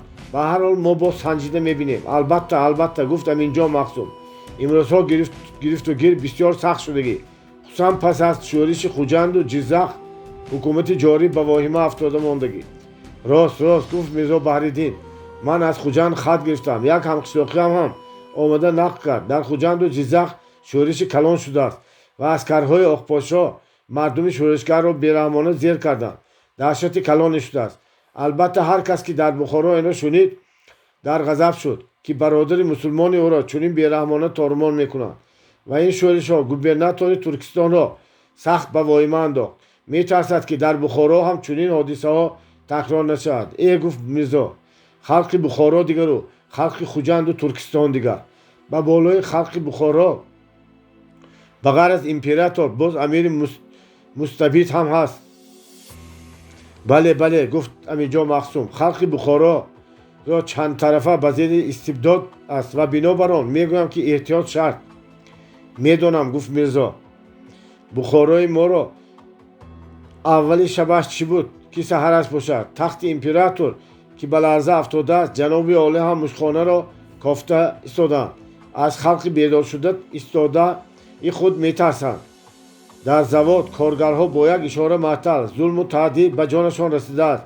در قشلاقها هم احوال بد لیکن بایها و ملاها دهقانان نادان را زبانچه گرفته چشم گشاده نمیمانند. این جدیدهای نابرآمد با قوه خودشان باور کرده به قشلاق نمیبرند. در بین مردم تشویقات نمیبرند یا که از عهده این کار نمیبرند. خیر در گازیتا چی خبرهای نه؟ گازیتا هر خیر баъзе газетаҳо хабар медиҳанд, ки қӯшонҳои рус ғалаба карда истоданд ва ҷангро то ба ғалабаи охирин бояд бурд. баъзе газетаҳо ба гумонам рост мегӯянд, ки дар фронтҳои ғарбӣ аскарҳои мо ба шикастҳои сахт дучор омаданд. дар байни аскарҳои рус норозигӣ гурезогурез мулк шуда истодааст. хабарҳои охирин рост, албатта, гуфт Мирзо ва ба андеша фурӯ рафт. дар ин байн Абдулло дарро кушода як табақ оши палав гирифта даромад. аминҷон махсум аз ҷо бархоста дари шишагини ҷевони деворро кушоду аз он ҷо як шиша коньякро бо ду қадаҳи блурин гузарифта ба пеш рӯи миз монд. Абдулло бо диринги ба сирко хобондашуда ва очор оварда монд. як қадаҳ нӯшиданд ва ба табиқи оши палав даст бурданд. дар айни хӯрок фақат дар бораи коньяки кавказии хуб ва оши палави бомазза суҳбат шуд. баъд аз он ки Абдулло омада табақ ва дигар чизҳои нодаркиро бурда чойники чойи талхро оварда монд, Мирзо пурсид: нури чашми чӣ тавр хонда истодааст? ҳа, мехонад, сабабки забони русиям дорад. як муаллими татор гирифтам. бисёр нав забондонӣ ҳусни инсон аст. хусусан ин забони русиро донистани мо шарт аст. додугирифт ва муомилотҳои мо асосан ба Россия мешавад. савдогарҳо инро нағз медонанд ва бинобар он фарзандон ва одамони худро забондон карда истоданд. писарҳо ва набераҳои Мирзо Муҳиддин ҳам забони русӣ медонанд, омӯхта истоданд, гуфт Мирзо Баҳриддин ва пас аз андак таъаммул ба гапаш давом кард. воқеан устод Саид Умедхоҷа боз як хоҳиш карданд. ҷаноби Аминҷон Махсум, ки дар назди падарарӯсашон, яъне эҳсони қозии калон эътибор доранд, ба ҳадди имкон аз мо дӯстонашон ёрии худро дариғ надоранд. бисёр хуб, ҳар чӣ ки фармоянд, то аз даст омадан наш албатта ёрӣ мерасонам. гуфтанд ки ҳушёр бошанд, гуфт Мирзо Баҳриддин таъкид намуда. ба ҳадди имкон ба эшони қози калон наздик шаванд. боварӣ ва итминони хотири он касро ба даст даронанд. шумо ки аз русӣ ҳам кам хабар доред, эшони калон аз тилмоҷ дида ба шумо эътимодноктар мешаванд ва дар хату хабари аз консулхона ва аз тарафи полисияи ҷорӣ мерастагиро ба шумо хонанда мебинанд. устод фармуданд, ки шумо ё худи он мактубҳоро ё мазмуни он мактубҳоро ба он кас мерасонед. бисёр хуб, гуфт Аминҷон Махсум ва аз токи хона китоберо ба даст гирифта ба Мирзо нишон дод. китоби Маҳмуди Тирмизӣ Афғон. аз ҳар даҳан сухане ва аз ҳар чаман сумане як шарикам оварда дод. бисёр чизи хуб будааст. бале, ман ҳам акнун дар дасти писари Хоҷаин дидам, варақ задам, гуфт Мирзо китобро ба даст гирифта. порчаҳои хуб дорад. хусусан ин байт, ки аз бедил овардааст, ба ман маъқул шуд. тифлию домони модар хуш биҳиште будааст. то ба пои худ равон гаштем, саргардон шудем. ҳикоя, достон ва латифаҳои хуб дорад. услуби навкатӣ навишта шудааст. бале, услуби нав, содда ва фаҳмо, бо забони салису равон навишта шудагӣ. ин нишон медиҳад, ки дар Афғонистон бар ин ҷо маданияти сухан, маданияти матбуот пеш рафтааст. халқ оҳиста бедор шуда ба роҳи маданият қадам монда истодааст. матбаъаи нав ташкил кардаед ва онро Иноятуллохон, писари калонии Ҳабибуллохон сардорӣ мекунад. худи ҳукумат, худи амир ва писарони амир навпараст шуданд. Маҳмуди Тарзӣ устоди шаҳзодаҳо Иноятуллохон ва Амонуллохон аст. вай олим, шоир, тарҷумон ва донишманди мумтоз аст. дидед, ки як одами боақл ва тавоно чӣ қадар корҳои хайрро пеш бурда метавонад, агар имконият бошад. агар Аҳмад Махсуми мо зинда ва солим мешуд, агар ба вай имконияти кор кардан мешуд, аз Маҳмуди Тарзӣ ҳам афзунтар ва пурдонтар буд. афсӯс, ки вай мисли барқ дар осмони торики Бухоро як шӯъла заду нопадид шуд.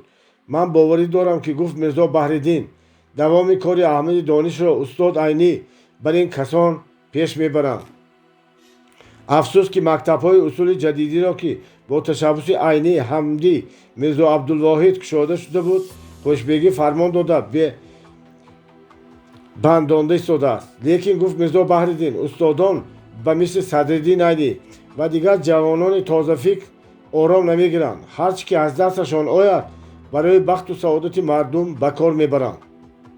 Рост гуфтамон Аминҷон Махсум.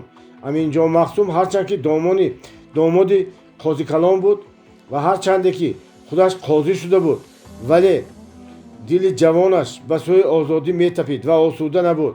Тарафдори ҷадидон будани ӯро Қозикалон ва дигарон намедонистанд. ҳатто политсия ва агентҳои рӯз аз вай шубҳа намекарданд, зеро ки вай боақлона ва мудаббирона кор мекард. Вай ба айни ихлоси калон дошт, ӯро ҳурмат мекард ва ҳамеша барои Айни дари ӯ кушода буд. Айни чанд гоҳ дар болохонаи ҳавли истиқомат ҳам карда буд ва ба писари калони Аминҷон Махсум дарси мантиқ, забон ва адабиёти классикиро медод. Одати хуби Айни чун педагог ва муаллим дар ҳамин буд, ки ба ҷавонҳо такя мекард ва ҷавонҳоро меомӯхт ва аз онҳо донишу малакии худро дареғ намедошт. дар Бухоро ҷамъиятҳои гуногуни махфӣ пайдо шуда истоданд, гуфт Мирзо. ҷавонҳо бо сардории баъзе аз мунавварфикрон, бо сардории баъзе мардони далер, ки аз аморат ва ҳокимияти истибдод безор шуданд, ҷамъиятҳои майда-майдии худро сохта кор бурда истоданд. китобу газетаҳои нав ва манъшударо ёфта гирифта дар байни худ паҳн мекунанд, суҳбатҳо мегузаронанд. бале, ман ҳам аз ин гап хабар дорам. воқеан, гуфт Мирзо Баҳриддин чизеро ба хотир оварда.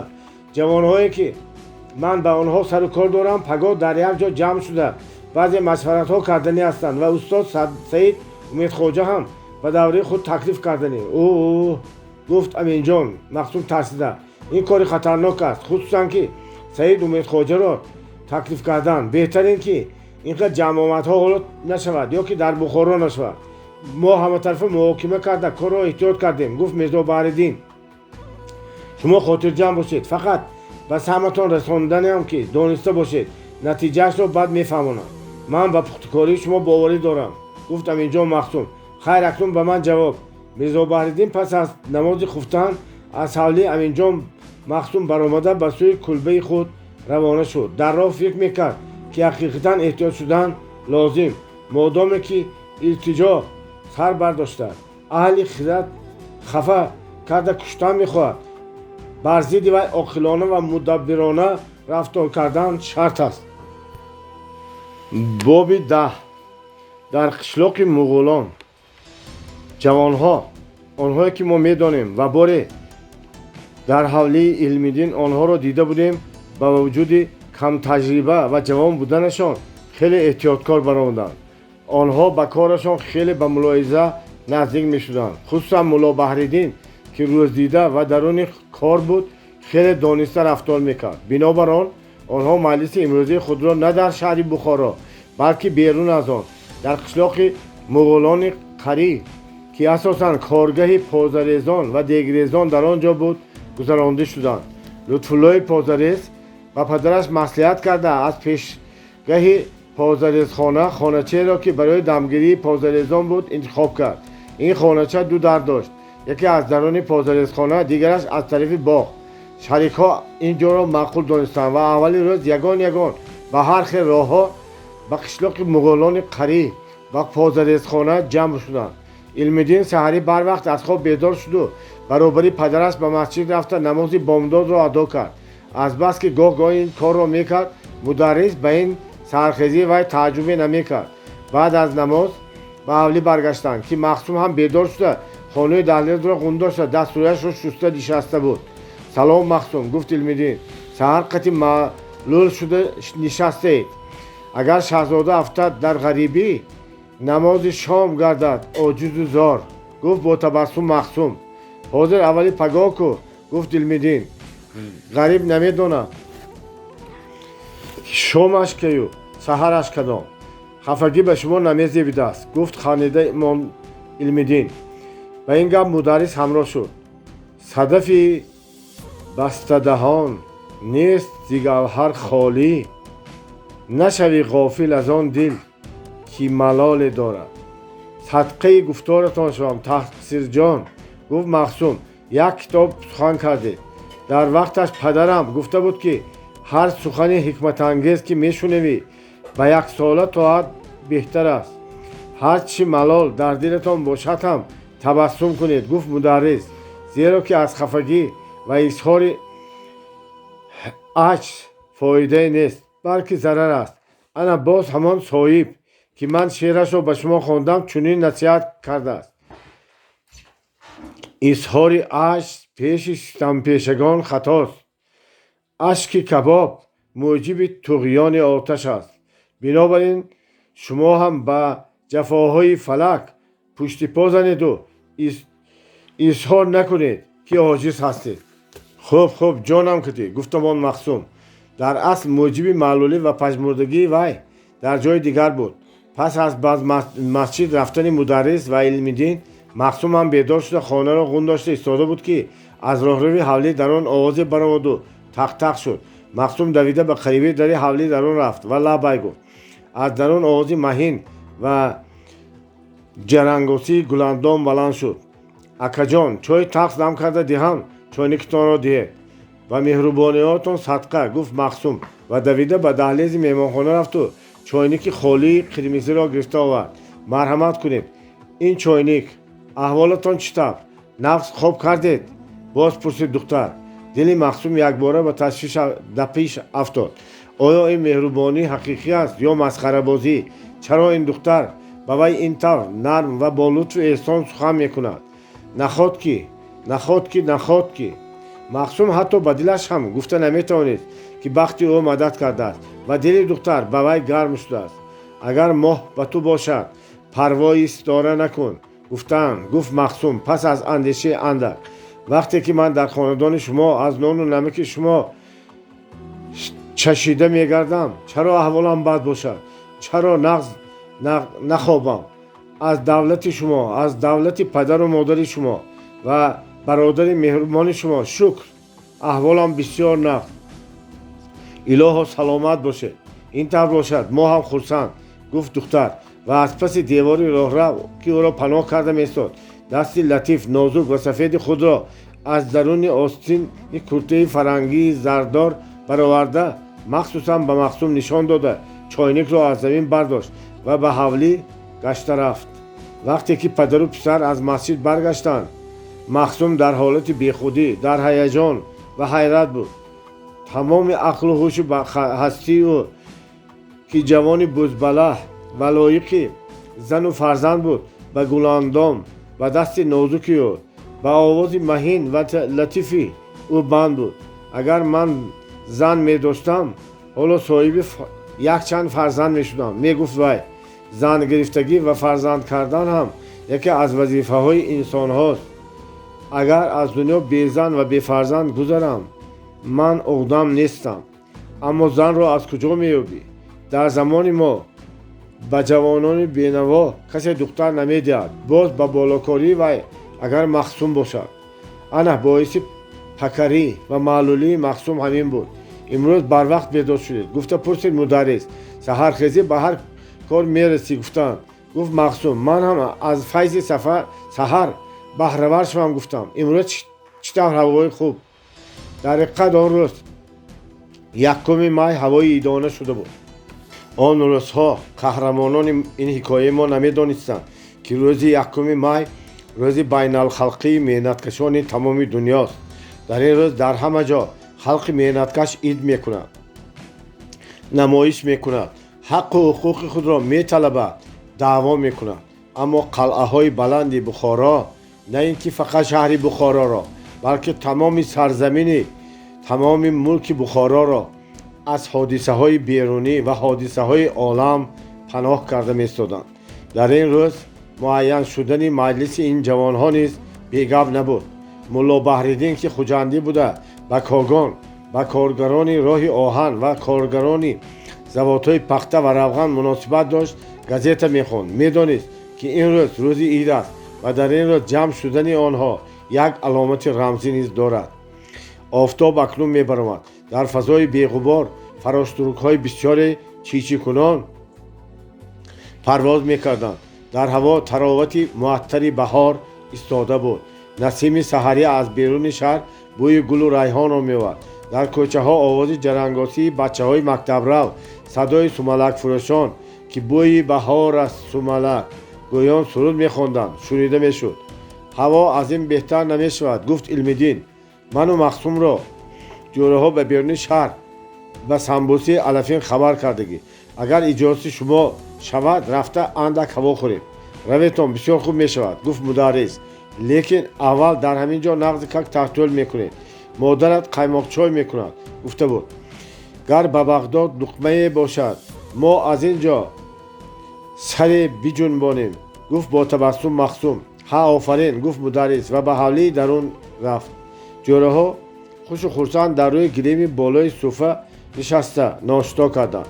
баъд Махсум гуфт: дар ҷойҳо мо мегӯянд, ки оқил ба кораш бовар дорад, нодон ба хобаш. ман ки чандон оқил нестам, ба хобам бовар кунам, мегӯям. чӣ хоб дидед? бо табассум пурсид Илмиддин. хоб дидам, ки занг гирифтам, гуфт Махсум нахандида. зани ҷавон, хушрӯ ва боақл будааст. ман аз хушбахтӣ намедонистам, ки чӣ кор кунам. занамро оғӯш карда гирд гирди ҳавлӣ мегаштем, ки нохост ба чизе пешпо хӯрда афтодем. бедор шавем. кӯрпаи болоямро оғӯш карда дар пойгоҳи давлез афтодаам. Илмиддин хуб ханdidu гуфт: ин тавр бошад, албатта занг гирифта хушбахт мешавед. афтоданатон ҳам нағз. ин аломати ҳамин, ки аз дар бедорӣ ҳушёр мешавед. ба зери поятон нигоҳ карда мегардед. хезед, рафтем. ҷӯраҳо ҷамъ шудагистанд.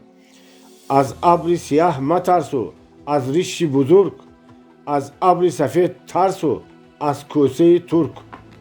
гуфтагӣ бар ин, шумо ҳам додаронам аз ин сарбозҳои сешанбею чоршанбегӣ амирӣ натарсетон.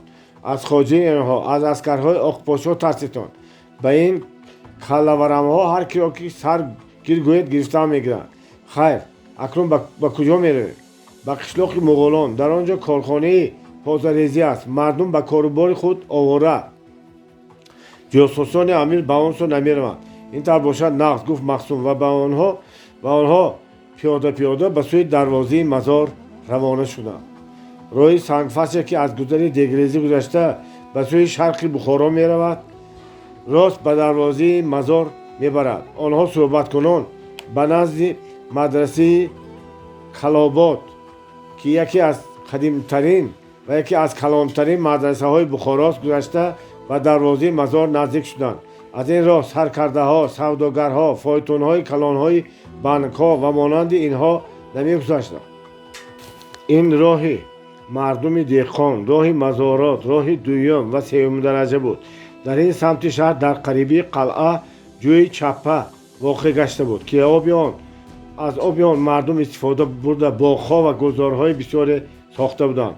ҳавлиҳои ин тараф ҳама сердарахт ва хушобу ҳаво буданд. Махсум ва Илмиддин дар ин ҷо худро ҳақиқатан дар баҳористон ҳис менамуданд. бӯи хуш ва муаттари гулу гиёҳи тару тоза ва машомашон заду хаёли онҳоро ба ҷоҳои дур гирифта буд. Илмиддин фикр мекард, ки дар Бухоро озодӣ, ҳуррият ва баробарӣ шавад. мардум хонанд, босавод шаванд, шаҳрро обод кунанд, обшор ва гулзор кунанд.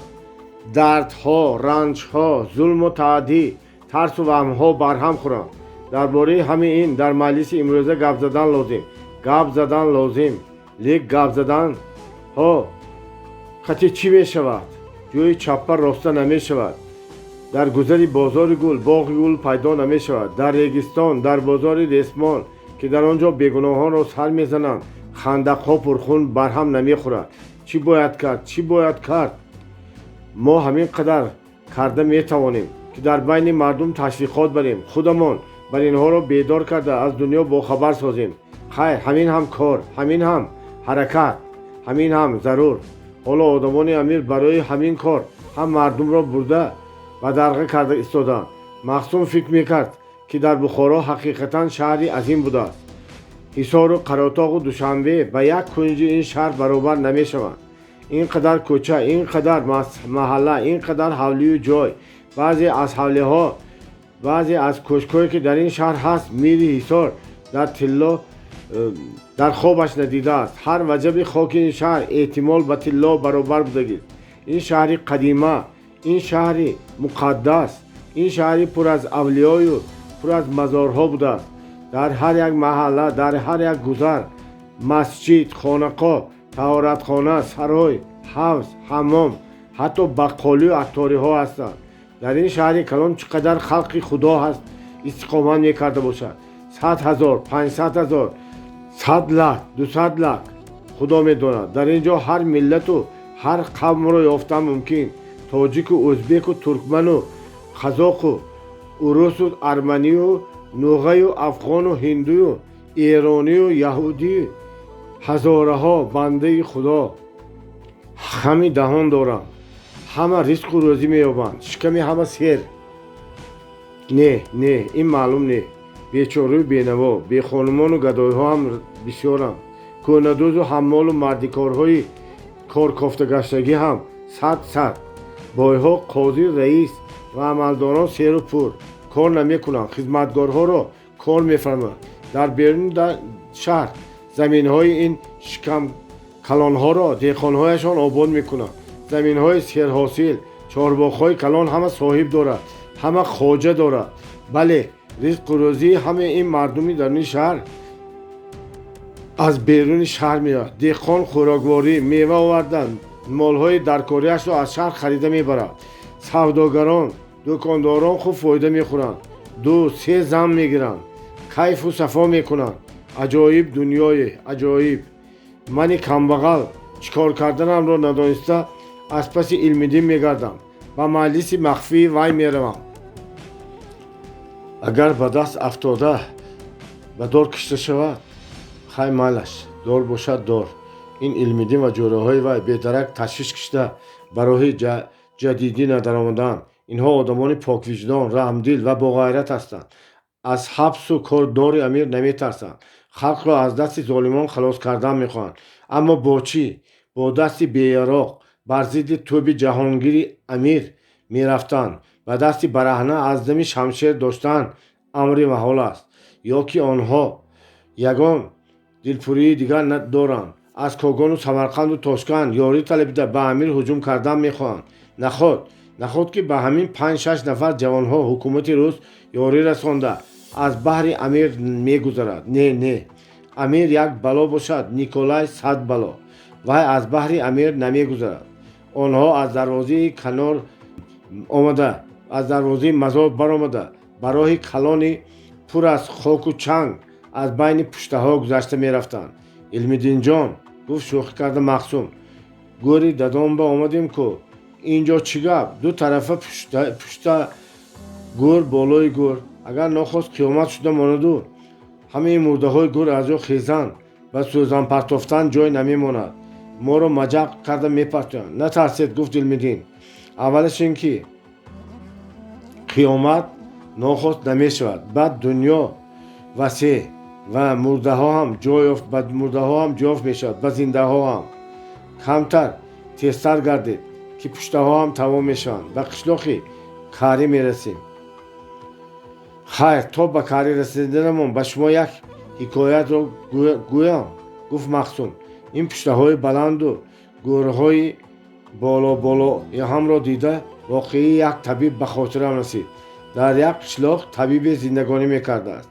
از طبابت وی هر روز در قبرستان 2-3 قبر نو پیدا میشده است. یک روز خودی طبیب بیمار شده خوابیده است. مردمان قشلاق جمع شده به حال پرسی آمدند و پس از پرسپاس گفتند ایشان حکیم در عرفیت میگویند که تا بعد نگویی نیکی راست ناید. ما هم آمدیم که پرسیم. رفت تو اگر خدا نکرده شما از دنیا چشم پوشید، خلق را کی تبابند میکند؟ نخواد که پسرتان از شما این کسب را میراث نگرفته باشد. اوهو میگوید طبیب، پسر من یک کله خر است، از وی طبیب نمیبرد. این طرف نگوید. میگویند موسفیدان میوه درخت زیر درخت میافتد. گفتند پسر شما هم به هر حال بچه قابل مینماید، به وی هنر خودتان را آموخته روید. مایلش گفته شمایان شود. میگوید طبیب و پس از رفتن مردم سرش را جیغ میزند. پس از مرگ من طبیب میشوی. میگوید من طبیبی را از کجا دارم؟ میگوید پسرش الف را کلتک، ب را غلطک میگویم که هیچ باکی نه. میگوید طبیب من هم تو برین بودم، از بیکاره طبیب شدم. طبیبی من همین که به خانه بیمار در آمده میبینم که پیش از آمدن من وی چی خورده است. البته پوستاق خربوزه یا تربوز میبینم یا که استخوان خاییده شده به چشمم ما میخورد. بعد نبض بیمار را داشته میگویم که به درخت خربوزه یاد که تربوز یا گوشت خورده، این چیز به شما نمیخورد. مایلش من به شما دوا میدیم، اگر فایده کند صحت میشید، فایده نکند خدا شفا میدادگی. تو هم همین طور کن. مردم به تو اعتقاد میکنند، رزق و روزیت را یافته میخوری. پس از مرگ پدر پسر خود را طبیب اعلام میکند. روزی اول او را به نزد بیمار میبرند. پسرک به حالی بد درآمد، هیچ یک علامت خوراکی خورده شده را نمیبیند و چشمش به تقوم خر میافتد و در پس در ایستاده است. و به نزد بیمار درآمده میگوید که بیدرک کردید که خر را کشته خوردید، کسلی شما از خرخوری است. بیمار و صاحبان بیمار این را شنیده در غضب میشوند و طبیب را زده حی میکنند. سلامت باشید دکه مقصود، بس چقچق شما گذشتن راه را ندانسته ماندیم. انا و مغولان هم قریب رسیدیم. در حقیقت پس از اندک فرصت به قشلاق رسیدند. پشته ها به قفا ماندند. زمین های کیش، باغ ها، دال و درختزارها پیدا شدند. لیکن یک طرف قشلاق ریگزار بود. مقصود در حال دانست که در این قشلاق ساخته شدن پازریزی و چویانریزی بیدرنگ نبوده است. برای قالب ریگ تیار و جای دور رفتن حاجتی نیست. آنها به کارخانه پدری لطفالله که پازریزی مشهور بود رفته درآمدند. از درون خانه کلانی سردود و چنگ که در آنجا پازه میریختند گذشته به خانه نه چندان کلانی درآمدند که از طرف روی حولی نیست در دشت و یک تیزی آن به سوی باغ شده میشد. در زمین خانه نمد و اطراف خانه کرپه و کرپچه ها پرتافته شده بود. در آنجا به گرد دسترخوان که بر رویش نان، مایز، قند و قندلات گذاشته شده بود، قربان علی، نوریدین و میرزا بحریدین با پدر لطفالله صحبت کرده می نشستند. خود لطفالله که آنها را به دمگاه قشلاق پیشواز گرفته بود همراه به خانه درآمد. السلام علیکم، گفت پدر لطفالله. با سلام آمدگان جواب داده. بیایتان، مرحمت، خوش آمدیتان. علم‌الدین و مقصود با هم واخوردی کرده از پایانتر خانه نشستند، آمین گفتند و دست برداشتند. پس میرزا بحریدین گفت زمانه چنان بد شده است که یک اندک دیر ماندنتان ما را به خاطر انداخت. نه خاطر جمعی، گفت علم‌الدین. پیاده که آمدیم دیر کردیم. مقصود از بین پشته ها گذشته ایستاده کمتر ترسیدند مبادا مرده ها یک باره از گور برآمده با ما نچسبند. گفتند پایشان را به جای پیش رفتن به قفا می رفت. براستی گفت نخندیده مقصود. در طرف های ما مزارها هستند لیکن این قدر کلان نه. معلوم که گفت خانه او را بریده مولا بحریدین. در کوهستان آدم ها کمتر می مردند. همین طور برین، گفت به گپش دوام کرده مقصود. بعد ما زمین را چقور کنده لحد ساخته مرده ها را گل میکنیم که مبادا خسته عالم را طوفان نکنند. در بخارا همه سغانه بوده است. اگر مرده یک لغت زند دهان سغانه افتیده شده می شود. همین را فکر کرده هوشم کند و بینم که پاهایم به جای پیش رفتن به قفا کشیده ایستاده. خانه بودگان خندیدند. مهمان را به فایتون آوردن لازم بود. گفت تمام پدری لطفالله. ملاحظه کردم، گفت علم‌الدین. به بیگانه راه نشان دادن خوب نبودگیست. نقص کردید، گفت میرزا بحریدین. مقصود پیاده آمده راه قشلاق را نقص دیده ماندند که از این هم در کار شدنش می شود. ها، گفت مقصود. نیمی شب هم گوید آمدن میگیرم مرده ها را نشان میدهند. پس از این پدری لطفالله به بهانه بیرون برآمد. شریک ها به صحبت اساسی گذاشتند. گفت و شنود بسیار بود. جوان ها با عزم و اراده میخواستند که از ظالم ها نقار گیرند. فایده ساده از منصبدارها از میرشب و رئیس و قاضی کلام قصد گیرند، آنها را نیست کنند و در بین آدمان امیر واهمه پهن کنند. این کارمان قطعی ما به مقصد رسیده نمیتوانیم، گفت میرزا بحریدین. بتر به نااحتیاطی کرده به دست افتادن ممکن. چی باید کرد؟ علم‌الدین سوال کرد. به ظالم ها یک تا دست به گریبان شدن کاری بیفایده است، گفت به اندیشه مولا بحریدین. در روسیه ҳамин хел одамҳо буданд. Ба подшоҳ бомба партофтанд, ба одамони вай қасд карданд. Вале як подшоҳ Мурод ба ҷои вай подшоҳи дигар мешикнад. Як миршабро аз миён бардоранд, ба ҷояш миршаби аз вай гандатарашро меомонанд. ба фикри ман дар Бухоро фирқаҳои зӯр ва серодам аст. ба он фирқаҳо як шуда кор карданамон лозим. мо он фирқаҳоро аз куҷо медонем? савол дод Нуриддин. ана ҳамин гап дар он ки мо он фирқаҳоро аз куҷо меёбем. онҳо аз мо метарсанд, мо аз онҳо. Саид Умедхоҷа чӣ? Илмиддин пурсид. шумо ба он кас гапзанон кардед? гапзанон кардам, гуфт Мирзо Баҳриддин. мударрис розӣ шуданд ки ба мо вохӯранд. агар он кас дар ин маҷлиси мо мешуданд, ҳам мо роҳ нишон медоданд, ҳам моро аз хатоию камбудиҳоамон огоҳ мекарданд. хайр, агар розӣ бошанд, гуфт Лутфулло, ба ин ҷо гирифта овардан лозим. чаро имрӯз инро корро нагуфтед? ман хостам ки аввал фикри шумоёнро гирам. агар ҳама ба ҳамин маслиҳат розӣ шаванд, ягон кас фойтуни дучархаи маро савор шуда рафта он касро меорад. шумо фойтуни дучархаам доред? ҳайрон шуда пурсид Илмиддин. як рӯза фойтундор шудам, гуфт бо табассум Мирзо Баҳриддин. писари хоҷаим ба ман як кор фармуд. дар сари вақташ буд. карда додам. ба ивази кор пул доданӣ шуд. қабул накардам. ҳамин фойтунашро ба як рӯз пурсидам. ҳозир фойтун дар ҳамин ҷо. ягон шербача бошад ки рафта Саид Умедхоҷаро биёрад. худатон дия, гуфтанд шарикот.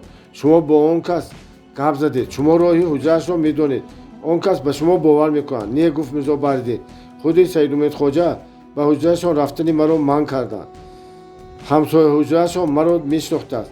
ягон каси ношиноси боваринокро фиристода ба ягон ҷои хилват маро гирифта баред гуфтанд. акнун ба фикри ман ҳозир ману Сафар Махсум ба фойтун савор шуда то ба қарибиҳои мадрасаи Турсунҷон меравем. дар он ҷо Махсум пиёда шуда ба дарак додаи ман ба ҳуҷраи Саид Умедхоҷа мераванд ва мактуби маро ба он кас дода ҳамроҳ гирифта мебаранд. ман бошам фойтунро дар хамгашти бозори нав дар пасткӯчаи бекас бурда нигоҳ медорам. Саид Умедхоҷаю Махсум омада маро меёбанду ба ин сӯ асп медавонем. ҷавонҳо ба ин таклиф розӣ шуданд. фақат Махсум норизиёна сар ҷунбода монд. ҳа Махсум, гуфт Мирзо Баҳриддин, сар ҷунбода мондед? ҳа, гуфт Махсум, ба ман нақшаи шумо маъқул нашуд. барои чӣ? барои он ки фойтуни дучархаи шуморо дар Бухоро ҳама медонистанд. чунки ин хел фойтун дар ҳар кас намешавад. бинобар ин фойтун дар ҳама ҷо диққати одамонро ба худаш мекашад ва боиси ташвиши шумо шуданаш мумкин. рост гуфтанд Илмиддин ва Нуриддин. ин гапатон ҳам ҷон дорад, гуфтамон Мирзо Баҳриддин. хайр, шумо чӣ мегӯед? ман фикр карда мондам, гуфт Махсум бо табассум. шумо барои тезондани кору аз даст надодани фурсат маро ба фойтунчаятон то пеши ҳаммоми бозори кор бурда мемонеду хати ба Саид Умедхоҷа медодигиятонро дода ҳуҷраашонро дарак дода гашта омадан гиред. устодро сиҳат ва саломат бе ҳеҷ хавфу хатар ба ин ҷо расондан аз ман расад. чӣ хел карда? пурсиданд ёрон. он тарафашро гашта омада мегӯям, гуфт Махсум ва аз ҷо бархост. ба ҳамаатон як салом, гуфт вай бо табассум. ҳарчи нақ сиҳат ва саломат ҳастед. ин кас ба гумонам ҳамон шоире ҳастанд ки ба шумо дӯсту ошно. ба заковати шумо офарин, гуфт Нор. ин кас шоири Зунун, дӯсти мо шинос шавед. ман таърифи шуморо ба ин кас гуфта будам. шоир ва Махсум бо ҳамдигар таъзим ва вохӯрдӣ карданд. баъд Махсум гуфт тасаддуқи шаҳри Бухоро шавам, ки ҳамин хел шоирҳо дорад ва ин шоирҳо ибо накарда ба хонаи Нори Гӯлахӣ омада ба Сафар Махсум сар аз куҷо, по аз куҷо шинос мешаванд ва аз ин ор намекунанд. худо нигаҳ дорад, гуфт дарҳол шоир. мо аз он хел шоироне нестем ки заковат ва одамиятро надонем. ман саргузашти шуморо андак шунидам. хурсандам ки бо шумо шинос шудам. пас аз ин ба хизмат тайёрам. ҳарчи аз дастам ояд бароятон дариқ намедорам. як дили ғамзадаро гар ки зикарам шод кунӣ, беҳ зи сад масҷиди вайронаро обод кунӣ. гуфтааст шофир шоири саломат бошед, гуфт Махсум. ҳозир вақти он расидааст ки дили ғамзадаи ман ва рифиқони маро шод кунед. ман ҳар сеи шумо илтиҷо мекунам, мадад расонед. хуш пурсид дан нору шоир. чӣ шуд, чӣ шудааст? ҳеҷ воқеае не, гуфт Махсум. ба ман супоридиш аст ки мударрис ва шоири калон Саид Умедхоҷаро аз шаҳр бароварда ба як монзил расонам, ки дар он ҷо чандин кас ба вай чашми интизор доранд. мударрис ба ин сафар розӣ аст ё не? пурсид шоир. розӣ, гуфт Махсум. лекин замона ба ҳар дуятон маълум. метарсам ки аз пасаш нарафтанд. набошад ягон фойтун киро карда бурдан ҳам мумкин аст. ман фаҳмидам, гуфт Нор. дар ин кор ба шумо ҷӯрабои мо ёрдам мерасонад. чӣ тавр? пурсид Махсум. ҳозир рафта аспи муфтии аскарро зину раҷом зада мебарояд ва мегӯяд ки ба гиладҷӯй бурда шустушӯ мекунад ва мо ки бо шумо ба назди мударрис рафта он касро ба манзил мерасонад. ин рост гуфти ошно, гуфт ҷӯра. агар ба аспи муфтии аскар сувор шуда раванд, ман ҳам аз хафо бошам, ҳеҷ кас гумон намекунад ки Саид Умедхоҷа ба ҷои дигар меравад. ҳама мефаҳманд ки муфтии аскар мударрисро хабар кардааст. балоят ба ҷонам ҷӯраҷон, гӯё Махсум хурсанд шуда рафтем. боби 12. вохӯрии нахустин. ҳуҷраи Саид Умедхоҷа дар мадрасаи Турсунҷони Бухоро. аз дарвоза ки даромадед ба роҳрави дасти чап мегардед ва ба рӯи ҳавлии мадраса баромада боз ба тарафи чап гашта то охири саҳн меравед ва дар кунҷа ки рӯбарӯи даромади мадрасаи равоқи алоҳида аст ки дари миёна дари ҳуҷраи Саид Умед аст.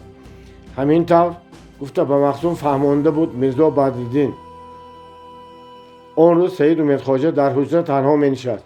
дар бораи корҳо ва замона фикру андеша меронд. аз табодони тарафи кӯча садои басанг разидани нали аспон, гулдур гузашта рафтани ароба ва фойтунҳо, овози одамон, ҳойҳои бачагон ба гӯш мерасид. як мусиқии зебо ва шухсе ба кадом як чӯби равоқи тобадон менишаст ва ҳар замон ку гӯён ёрашро ҷиғ мезад. баҳор дар авҷи камолаш буд. табиат ҷавонӣ ва ишқварзӣ мекард. офтоби гарм вале ҳанӯз форими моҳи май ҳамаи мавҷудотро навозиш карда ба ҳаракат оварда буд. дили Саид Умед ҳам ки ҷавон буд метапид, орзуи ёр мекард, орзуи зану фарзанд мекард, орзуи ҳаёти ширин ва болаззати хонадорӣ ва оиладориро мекард. вай ҳанӯз хонадор нашудааст ва ба хонадор шудан имконияте ҳам ба вуҷуд наомадааст. умри ҷавони ӯ айни камолоти ӯ дар кашмакашҳои зиндагӣ, дар муборизаҳои ҷамъиятӣ гузашта рафта истодааст. аҷоиботаш дар ин ки кашмакаш, ин мубориза рӯз ба рӯз авҷ гирифта рафта истодааст. истибдоди амир ва ҳукуматмонаш зудтар мешавад. Саид Умед китоберо кушоду иттифоқан ба ҳамин ғазали ҳофиз чашмаш афтод. сина моломоли дард аст, эй дариғо марҳамӣ. дил зи танҳоӣ ба ҷон омад, худоё ҳамдамӣ. Саид Умед ҳайрон шуд. ҳофизро лисонулғайб мегуфтанд рост будааст. охир вай ҳофиз ҳолати ҳамин соатаи ӯро гӯё дида истодааст, ки аз забони ӯ ин ғазалро сароидааст. аҳли кому нозро дар кӯи риндӣ роҳ нест. роҳбаре бояд ҷаҳонсӯзе, на хому беғаме. одамӣ дар олами хокӣ намеояд ба даст. одами дигар бибояд сохт ва аз нав одамӣ. бале ҳофиз рост мегӯяд. олами дигар бибояд сохт ва дар он олам албатта одам ҳам дигар мешавад. аммо ин олами дигарро бо чӣ қувват, бо чӣ қудрат сохтан лозим аст? магар ки халқро босавод кунем, ҷавонҳоро хононда чашмашонро кушоем ва ба сӯи ҳаёти нав роҳ нишон диҳем. шояд ки баъд онҳо ягон коре кунанд. дар ин ҳуҷраи торик нишастан қати коре кардан мумкин намешавад. имрӯз гурӯҳи тозаи ҷавонон бояд биёянд, ё ки маро ба наздашон даъват кунанд. меравам, ҳарчи бодобод. пас аз он агар фурсат шавад ба қаршӣ ба назди садри зиё меравам. бо он кас суҳбат ва маслиҳат мекунам. ҳарчи бошад одами оқил. дар ҳамин дам хаёлҳои ӯро парешон карда касе дари ҳуҷраро тақ-тақ зад. марҳамат дароед, гуфт мударрис аз ҷо бархоста. аз беруни дари ҳуҷраро кушода Сафармахсум даромад омад ва ӯро дар ҳайрат монанда давида аз зинаҳо баромаду дасти вайро гирифта зиёрат карда шуд. Саид Умед ки ин тавр таърифотро дӯст намедошт, зуд даст кашида бо саломи Махсум ҷавоб доду баргашта ба ҷояш нишаст ва меҳмони нохондаро ба нишастан таклиф намуд. хуш хизмат? пурсид Саид Умед. сари ман чанд то ки ба шумо хизмат фармоям, гуфт Махсум. ман омадам ки ба ҷаноби шумо хизмат кунам. ман аз тарафи дӯстони шумо, аз тарафи Илмиддин ва Мирзо Баҳриддин омадам. хайр, гуфт мударрис нобоварона. Илмиддину Мирзо Баҳриддинатон кӣ мешаванд? чаро худашон наомаду шуморо фиристоданд? Махсум дарҳол фаҳмид ки Саид Умед аз вай ба шубҳа афтодааст ва ба суханонаш боварӣ надорад. бинобар ин бағалашро ҷустуҷӯ карда мактуби эҳтиётиро ки худи Махсум бо мулло Баҳриддин нависонда гирифта буд, ёфта ба вай дароз кард. ин аз Мирзо Баҳриддин, гуфт вай бо овози нарм. ҳамаи гап дар ин хат навишта шудагӣ. мударрис хатро гирифта бо диққат хонд. баъд аз он байни кадом як китоб боз як хати дигар ёфта ба он хати Махсум додагиро муқоиса кард ва баъд гуфт номи шумо Сафармахсум, худатон аз Ҳисор? бале, бале, ман аз Ҳисор, гуфт дарҳол Махсум. ба гардиши замона ба сарам рӯзҳои сахт афтоду ба ин сӯ хеста омадам. ана ҳоло 2 моҳи зиёдтар мешавад ки дар ҳавлии мулло Ниёзи мударрис истиқомат карда ба писарашон Илмиддин дӯст ва сирдону ҳолдон ҳастам. шумо муллозода, эшонзода ва Махсум ҳастед? не тақсирам. ман деҳқонзода, камбағал ва бенавоӣ ҳастам. Махсум лақаби ман аст. азбаски дар бачагӣ захтдор шуда як қисми мӯи сарам ба зуд ин калимаро гуфту як нафаси чуқур кашид ва давом дод. рехта буд. дар ҷои мо ҳамин лақабро ба ман доданд. аз гуноҳам гузаред. Саид Умед ханду гуфт одами шӯх бар ин шумо зарар надорад. ман мефаҳмам. хайр, истед ки ба сари шумо чӣ рӯзи сахт омад? Махсум бо таври мухтасар саргузашти худро гуфта дод ва Содиқбой аз мири чӯчқа Абдумӯмин ва дигарон шикоят кард ва аҳволи сахти мардуми Кӯҳистонро шарҳ дод. мударрис гӯш карда истода оҳи сарде кашиду гуфт дар Бухоро, дар маркази адолати Амир Олимхон аҳвол чӣ хел ки бад дар Ҳисор бошад? рафиқи шумо намоз паҳлавон кори дуруст кардааст. маълум мешавад ки дар Бухоро ташкилоти пурқувват ва зӯре ҳаст ки аз аҳволи халқ бохабар буда ба шӯришҳо роҳбарӣ мекунад. намоз гуфт ки дар Когон, шояд дар Когон бошад, гуфт Саид Умед ба андеша фурӯ рафта. онҳо калонҳои ин ташкилот ба мо бовар надоранд, магар ки ҳанӯз муносибат накарданд. илоҷе ёфта бо онҳо муносибат бастан ва якҷоя кор бурдан хуб мешуд. дар Бухоро ҳамин қадар гап будасту аммо мо бехабар не бародар, гуфт мударрис сахт карда. бехабар мешуд моро ин қадар таъқиб намекард. ба амир полисҳои подшоҳи рус ёрӣ ва таълим медиҳад. бинобар ин мо паҳну парешон ва қувваи худамонро якҷоя карда наметавонем. канӣ имрӯз рафта дастаи шуморо бинем дар чӣ аҳвол ва чӣ фикру андеша доритон? дӯстон мунтазири шумоянд. дар куҷо ва чӣ тавр меравем? дар қишлоқи қариб уғулон, дар позарезхонаи падари яке аз шарикони мо, гуфт Махсум. барои шуморо бурдан маро маъмур карданд ки ҳеҷ кас дар Бухоро маро намедонад, хусусан ҷосусҳои амир. ман аспи муфти аскар овардам ва шуморо савол карда гӯё ба назди вай мерафта бошед гирифта мебарам. аспу саиси муфти аскарро чӣ тавр ба даст даровардед? Махсум воқеаро гуфта дод. Саид Умед бо нақша ва плани Махсум таҳсин хонда аз ҷояш бархост. боби 13. суҳбат дар позарезхона. ҳавои соф ва беғубори беруни шаҳр, манзараи ба худ хоси саҳрои Бухоро ба дили Саид Умед фараҳ ва шодмонӣ бахшид. вай дар болои асп пеш Махсум ва ҷӯра пиёда аз қафо меомданд. пас аз он ки аз гӯрхона ва пуштазорҳои беруни дарвозаи мазор баромаданд, як тараф хомаҳои начандон баланди рек, як тараф заминҳои кишти қишлоқҳои он атроф паҳн шуда рафта буданд. заминҳои корам бо дарахтони тут, санҷид, бет ва ғайра иҳота карда шудагӣ. қишлоқҳои хурду калон дар миёнаи ин майдонҳои кишт ба хонаҳои лоин ва кӯчаҳои каҷу килеби худ ҷо гирифта буданд. Саид Умед, ки худаш умри ҷавониашро дар саҳро, дар байни ҳамин дарахтҳо, дар сари замин, ҳамин вотаҳо ва сояи ҳамин бетҳо гузаронда буд, аз ин манзара хушаш меомад. ҳарчанд ки аз кам будани об, он сабзаю гиёҳ, он рангу бори қишлоқи бӯстони соҳили зарафшонро монандӣ надошт. ба ҳар ҳол саҳро буд, ба ҳар ҳол вусъат, фазо ва ҳавои кушод дошт ин ҷоҳо. Саид Умед ва шариконашро дар дами қишлоқи Карӣ Илмиддин ва Лутфулло пешвоз гирифтанд. Махсум Лаҷон ва Узангуро дошта истода онҳоро ба Саид Умед муаррифӣ намуд. онҳо низ давида омада барои бағали Саид Умед доштанӣ ва дастонашро зиёрат кардинӣ шуданд. вай нагузашт ва ба таври оддӣ ва муқаррарӣ вохӯрда ва пурсупос намуд. акнун ба ҷойрабой ҷавоб диҳем мешавад, гуфта Махсум ба мударрис муроҷиат намуд. ихтиёр ба шумост, гуфт мударрис. албатта соҳиби асп омада монда аспро наёбад хуб намешавад. не хоҷаини ман дилвасеъ, гуфт ҷӯра, лекин рафтани ман беҳтар аст.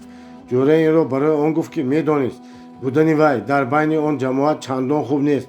онҳо суҳбати хоса доранд. хай ҷӯраҷон, гуфт Махсум, рафта ба Нор ва дигарон раҳмат гӯй, ба худат ҳам ҳазор раҳмат. вақташ расад ман ба ту ягон некӣ мекардагиам. саломат бош шудагиш, гуфт ҷӯра беғам ва барои Саид Умед ва дигарон таъзиме карда аз лаҷоми асп гирифта дуртар бурда савор шуд. марҳамат устоди муҳтарам, гуфт Илмиддин, шарикҳо барои шумо интизоранд. шумо писари мулло Ниёзи мударрис ҳастед? пурсид Саид Умед. каромат фармуданд, гуфт Илмиддин. ин кас ки агар ғалат накунам яке аз позаресҳо будагианд. ёфтед тақсир, гуфт Лутфулло. позарес аз ҳафташ маълум шуда месад, ҳарчанд ки ба ин кор падари ман шумо шояд шиносед. усто истоди позарес. ҳа шунида будам, гуфт Саид Умед. муаллими мактабамон хабар дода буд ки усто истад писаронашро ба мактаби нав оварда монданд. ҳайфи мактабон, гуфтамон Лутфулло. Саид Умед гам назду ба роҳ даромаданд. дар дами позаресхона ки аз дудкаши болои боми он дуд баромада меистод, усто истад онҳоро пешвоз гирифт. ассалому алайкум ҷаноби мударрис, гуфту ду даста дароз кард вай. хуш омадед ба корхонаи пурчангу пурдуди мо. ҳар қадам мондед болои дида. саломат бошед, гуфта мударрис ҳам бо ду даст вохӯрдӣ ва аз самими қалб пурсупос намуд. баъд устоистад пеш дигарон аз қафо ба устохона даромаданд. мударрис аз дуду чангу ғубор ибо накарда ба сари қолиб, ба сари дастгоҳ истода аз устоистад чӣ будан ва чӣ шудани онро мепурсид. то як поза то сахт шуда ба шакли поза медарояд ки, гуфт ниҳоят устоистад, мо 100 бор арақ мерезем, 100 бор месӯзем, 100 бор остин медаронем ва овозгир мешавем, лекин нафъи медидагиамо ба ризқу рӯзиамон оё мерасад оё не. бинобар ин ман шогирдатон Лутфуллоро хононда мулло карданӣ шудам. ба мактаби нав бурда мондам ки тезтар босавод шавад, лекин ба толеи ман ҳеҷ боке нест. гуфт Саид Умед. Лутфуллоҷони шумо ба ин ғайрату шуҷоаташ албатта ба мақсадаш мерасад. илоҳо гуфтаатон шавад. кани ба хона марҳамат кунед. Саид Умед ба хона даромад. дар он ҷо будагон Мирзо Баҳриддин ва Нуриддину Қурбоналии Давида аз ҷо бархостанд ва ба устод таъзим карда салом доданд. шинетон, гуфт мударрис ва аз пешгоҳ гузашта нишасту мувофиқи расму одат даст бардошта омин гуфт ва ҳар кадом ҳолу аҳвол пурсид. ана ҳамиҳо шогирдони ғоибонаи шумо, гуфт Мирзо Баҳриддин. инҳо дар мактаби наве ки дар гузари ҳавзи Рашид кушода шуда буд мехонданд. бисёр хурсанду шод буданд ки дар муддати андак бо худу савод гашта дониш ва малака ҳосил карданд. лекин маълуми шумост ки он мактабро бастанд ва аз ҳар кадоми инҳо ва падаронашон забонхат гирифтанд ки дигар ба мактаби усули ҷадидӣ нараванд. дигар бачаҳо ба ин фармон розӣ шуда бошанд ҳам ин йигитҳои боҳиммат ба фармон итоат накарданд. ин 4 тан як шуда дар паи қасосгирӣ ва бо воситаи тарсондани миршабу амолдори амир мактабашонро боз гашта نیان شدن.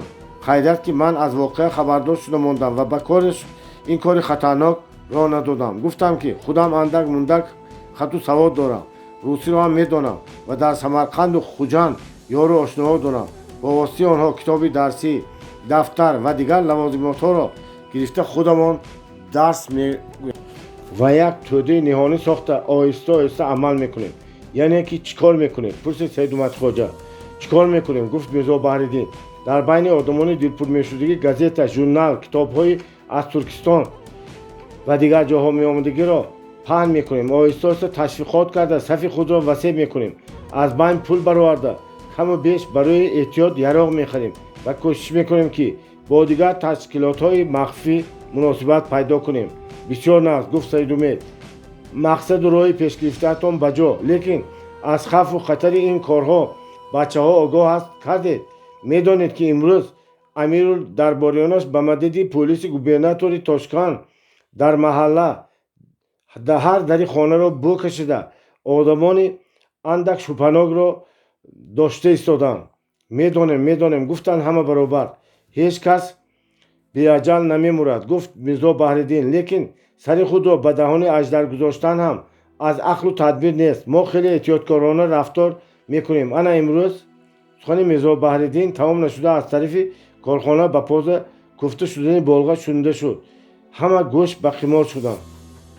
در خانه لطفالله و قربانعلی 10-15 دقیقه به هیجان گذشت. همه گوش به قمار شدند. تق تق تکرار شدن گرفت. میرزا بحرالدین و دیگران دویده از جا برخاستند و با آواز پست به سید امید التجا کردند که از در دیگر به سوی باغ گذرد. سید امید که از این خیلی نغمه ها خبر داشت زود از پس میرزا بحرالدین به سوی باغ گذشت. در خانه لطفالله و قربانعلی برآمدند. نهایت استا استاد از کارخانه به خانه درون خندیده درآمد و گفت اقساقال لعنتی آمده بود. پوزه نو در کار بوده است. داده فرستادم. خبر گرفتن نآمده باشد؟ پرسید لطفالله. نه، در صحرا در سر زمین است شده است. گاورانهایش مغل کرده پوزه نپرسیدند. آمده قرض گرفته بود. صدقه سر شما. بی‌واهمه صحبت کردن گرفتند. وقتی که همه برگشته به جای خود نشستند میرزا بحرالدین گفت انا همین طور ما احتیاط میکنیم. با فکرم هنوز در پی ما نفتیدن و گمان هم نمیکنم. اما از خودمون گمان داریم. چی گمان؟ همین گمان یگان نتیجه میداده باشد. حاضر من به این سوال شما هیچ جواب داده نمیتونم. گفت سید امید. زیرا که خودی من هم یک چند نفر هستیم و مقصدهای مکتب نوگشاده خلق را باسواد کردن است. درباره یراقناک شدن، درباره مجبور کردن حکومتدارانی که باز مکتب‌های بسته شده را کشند فکر نکردیم. اگر امیر تمام مستقل میشد و با حکومت مستبد روس و امپراتور و گوبرناتورهای وی همدست نمیشد یک نوع بود. به هر حال مثل شورش واسع و شورش‌های جیزخ و ترکستان خلق را به شور انداختند و امیر را به اجرای طلب خلق مجبور کردن شاید ممکن میشد. حالان که به مقابل خلق آزادیخواه همه قوه‌های امیر و یرق اصلیه و عسکران خونسخوار ایستادند، این کارها خطر کلان دارد. خونریزی و تلفات بسیاری میشود و دست ظالم باز بلند، ریشه‌هایش باز مستحکم‌تر میشود. پس چی باید کرد؟ دلتنگانه پرسید علم‌الدین. در حال حاضر گفت مدرس کار قضایی از دست ما نمیآید. با تدبیر کار بردن بهتر است. خلق را باسواد کردن، از غفلت بیدار کردن، آن طرفش را خودی خلق میکند. راست گفت میرزا بحرالدین. خلق ما هنوز به کارهای کلان تیار نیست. در خوجند شورش برداشتند، نتیجه نداد. مردم بسیاری را تلف شد. نظر به شوندن خلق ترکستان از این درس و عبرت کلان گرفت. پس از این کارشان را دانسته میکنند. انا بنابر همین به شما هم نصیحت میدیم که هوشیارانه کار کنید. گفت مدرس با ما به توده ما همه وقت در مناسبت باشید، لیکن با دقت، با هوشیاری و پنهانی.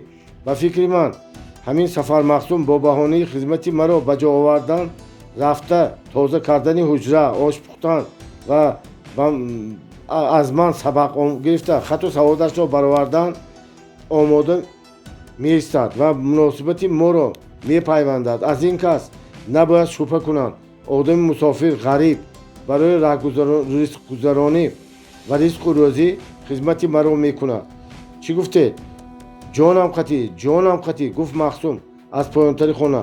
این هم لال میشد و هم مرجان.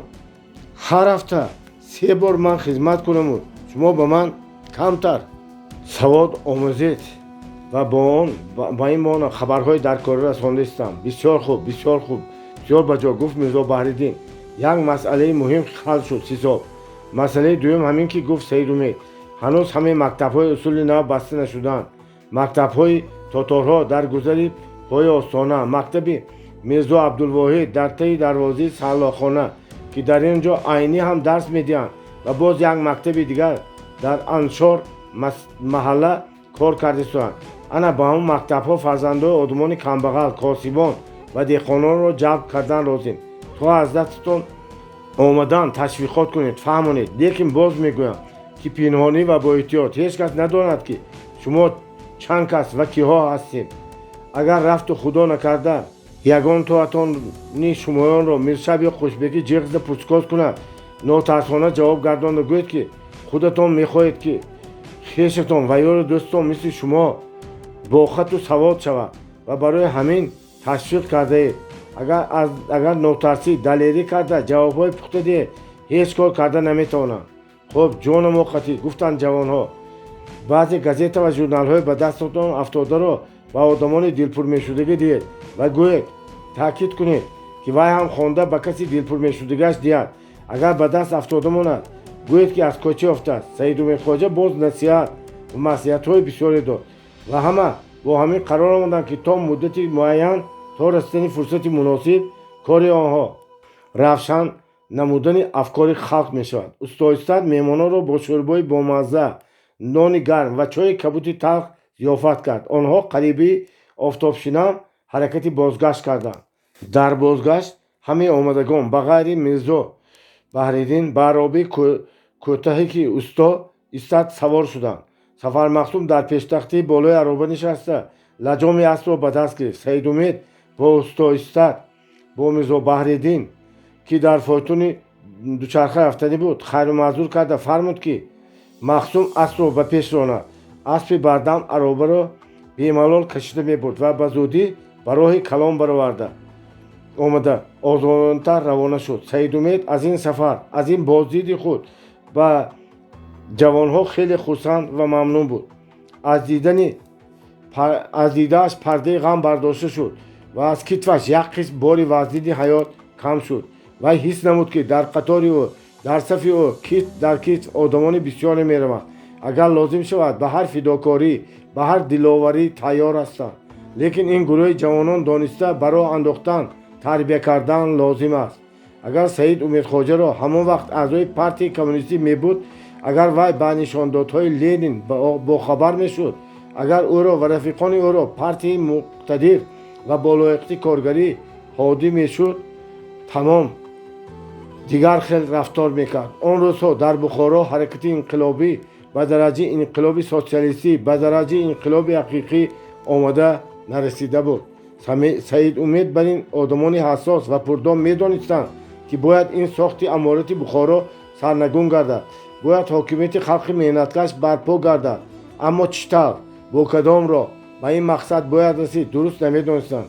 سید امید بر رفیقانش بارها تکرار کرده بود که بسیارتر در بین خلق خصوصا در بین دهقانهای عذاب دیده و بی آب زمین گردند، تشویقات برند و چشم آنها را گشاده زندگی را درست فهمانند.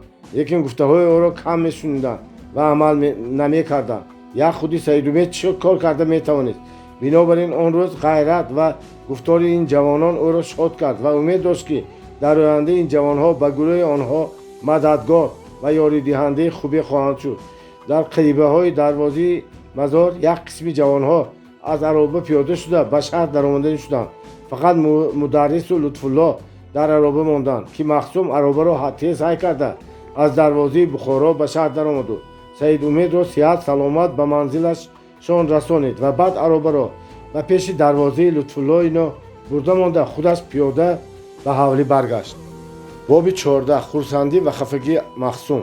ماه اوگوست در بخارا هوا خیلی گرم و دمزیق می آمد. در حولی های بلند دیوار و کم هوای شهر استقامت مشکل شد. آدم ها به خانه های رو به بالا گذشته پلاس و گلیم‌هایشان را غون داشتند و فقط به نیم خانه گلیم‌های سبک و بوریا پرتافته به نیم پایان خانه روز چند بار آب پشته می‌ایستادند. یک قسم مردم که تخخانه‌های کلان و سلخین داشتند به تخخانه‌ها فرامدند. باغدارها، چهارباغدارها به بیرون شهر رفتند.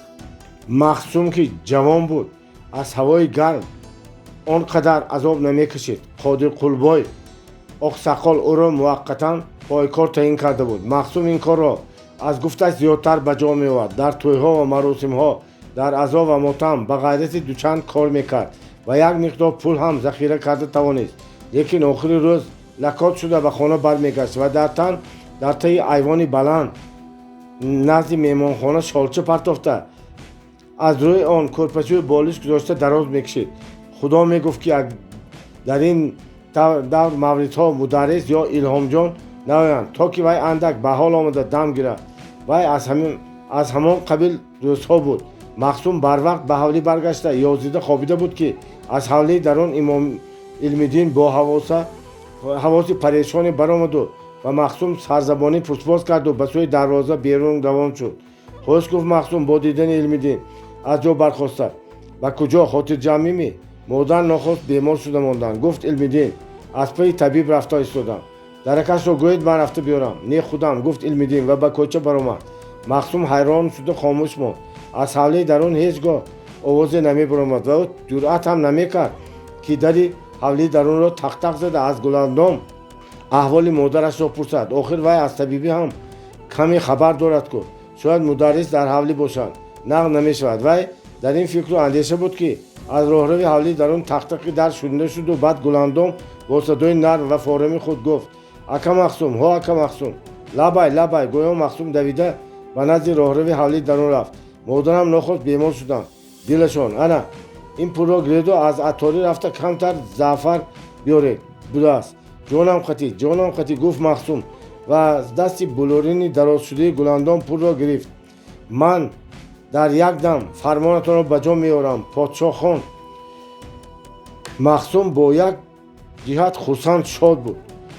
با پوستش نمیغنجید که گلندام به وی مثل دوستان قدردان گپ میزد و کار میفرماید. از جهت دیگر خفه بود که مادر او بیمار شده است. به هر حال وی هم دویده به کوچه رفت. واقعه همین طور شده بود.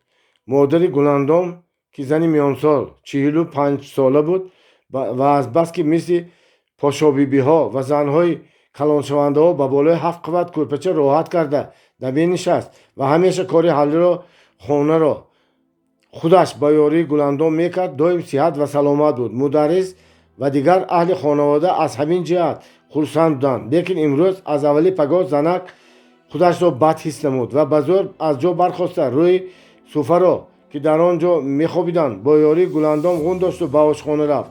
در آشخانه بر روی سوفه آن خیلی نشست و بعد به تک دیر شیرچای آتش گرانده به سماور هم انگشت پرتافت. لیکن سرش درد میکرد. دلش سوز کشیده هر زمان ته میکشید. به همین حال نانوشته هم کردند ولی به کسی چیزی نگفت. پس از بیرون رفتن مردها با دخترش گفت که وی خود را بد حس کرده ایستاده است. کمتر دراز کشد و او دست و پایش را مالد. گلندام زود به مادرش جاگه درست کرد و او را خوابانده دست و پایش را مالید. با آب خنک کمتر گلاب و شکر آمیخته داد. پس از این کارها مادر خود را اندک بهتر حس کرد و دخترش را دعا کرد. پس از ساعتی از خواب چشم گشوده دید که گلندام در پایین پای وی در نزد تیرزه نشسته میخواند. هوای خانه خیلی گرم شده است و یا او تب برآورده است که نفسش تنگی کرده است. اوف گفت وی با دقتی دخترش را جلب کرده. هوا چی بلا گرم، بیا به من یاری رسان. از جایم خیزم بروی حولی برایم، شاید اندک نفسم برآید. مادر و دختر بروی حولی برآمدند. آفتاب سوزان به خیام نزدیک شده بود.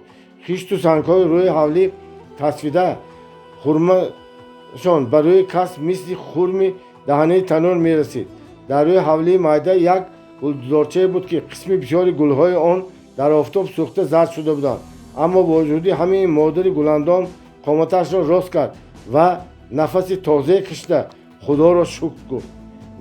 نقص شدم. گفت وی به دخترش تو به خانه درآ، من به آشخانه رفته سبزی و پیاز پاره میکنم. وقتی آشپزی شده هم ماند. ددی تو اکی از کوچه گوشته میارن. من این کار رو میکنم. گفت گلندام شما به خانه در آمده راحت کنید. نه بچیم. گفت مادر آشخانه سلخین حاضر علم نمیگیرانم. اسباب آش را با تب خودم تیار کرده سرگردان میشم. تو به خانه درآ. کوشش گلندام بیدرک بود. مادرش قبول نکرد و خودش به آشخانه رفت. آشخانه که در بین عمارت ها بود و آفتاب نمیدرآمد در حقیقت از بیرون دیده سلخین‌تر بود. خم‌های پر از آب و دودکش بالای آتشدان‌ها هوا را معتدل کرده بودند. زنک برای سفره این چندان بلندی آشخانه و نزدش دسترخوانچه پرتافته تختچه سبزی ریزه‌کنی را گذاشته آهسته به کار سر کرد. دسته من تا به امروز درباره مردن، درباره از دنیا چشم پوشیدن و آرزوی فرزندش را ندیده ماندن فکری نکرده بود. این کسلی ناگهانی او را هوشیار کرد.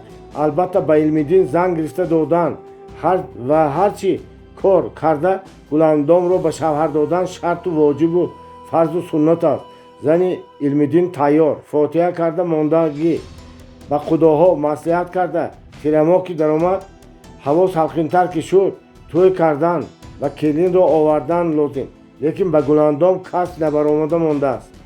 کسی مناسب و خاندان درست و یگانه دخترش را به اختیار خود دخترش به آدم دلخواهش دادنی و به این عهد کردگی.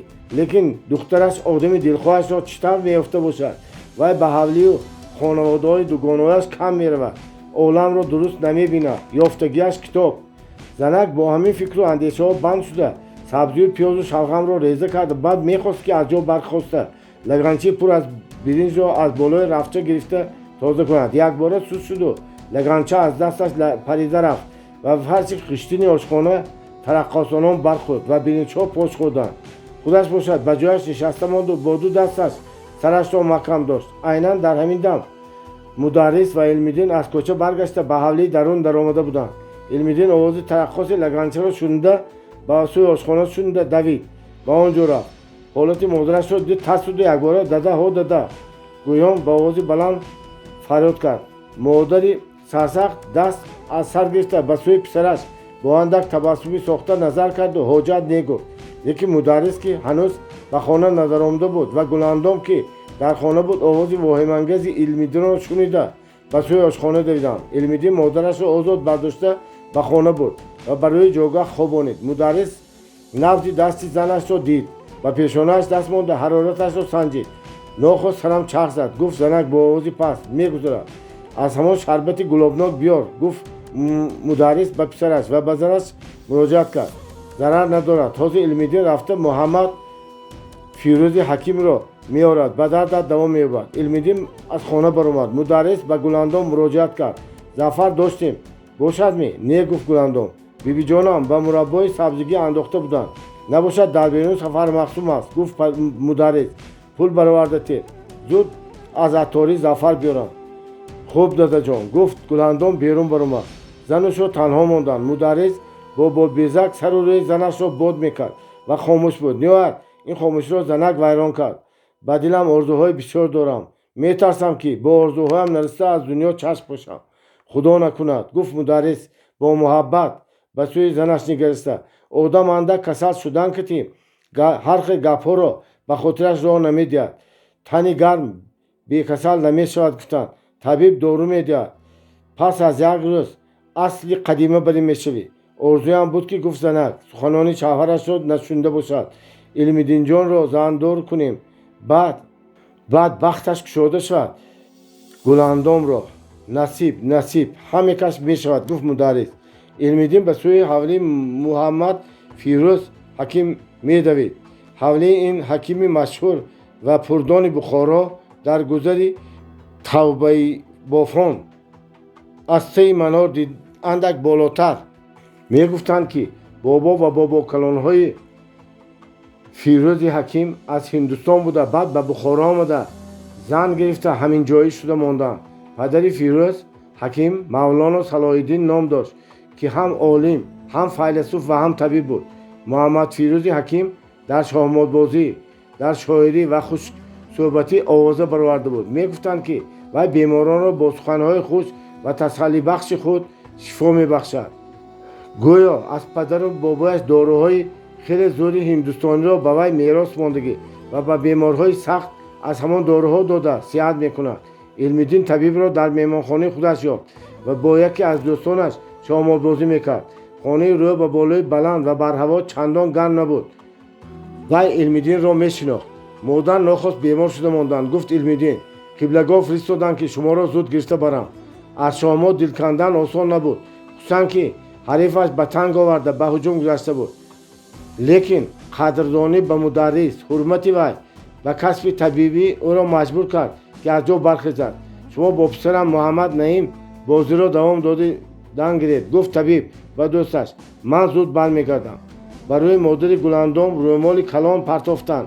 طبیب به نزد جاگاه بیمار نشسته نبضش را دید، ترمومتر مانده حرارتش را سنجید و تفصیل بیمار را، وقت و ساعتش را، چی خوردن و چی کار کردن بیمار را فهمید. بعد با صدای ملایم، فورم و تسلی بخش خود گفت هیچ باکی نه، این از هوای گرم و نامساعد شهر است. دل بی‌قوتی کرده، سستی پیدا شده است.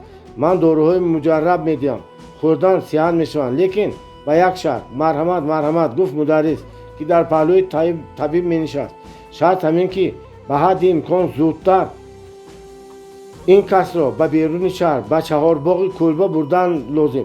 در آنجا شرایط استراحت، خرسندی و فرهمندی این کس را مهیا میکنید و تا 25 روز در همانجا طبابت میکنید. خوب این کاری آسان، گفت مدرس. مادر دختر را علم‌الدین برده میماند. مادرش و خواهرش را علم‌الدین برده میماند. میگویم سرکار، زنی سرکار و دیگران نگاهبی میکنم. خودی من هم هر 3-4 روز رفته خبر میگرفته میستم. نباشد گپ همین، گفت طبیب. علم‌الدین جان با من بیاین، دارو داده میفرستونم. بعد خودم هم هفته یک بار به شما به چهارباغ رفته هم طبابت میکنیم هم استراحت. عین مدعا، گفت مدرس. طبیب را مدرس و علم‌الدین گوشه کردند. پس از برآمدن مرتا گلندام به خانه درآمده خرسندانه از روی مادرش بوسید. چطور نقص؟ گفت وی به چهارباغ میرویم، خرسندی ها میکنیم.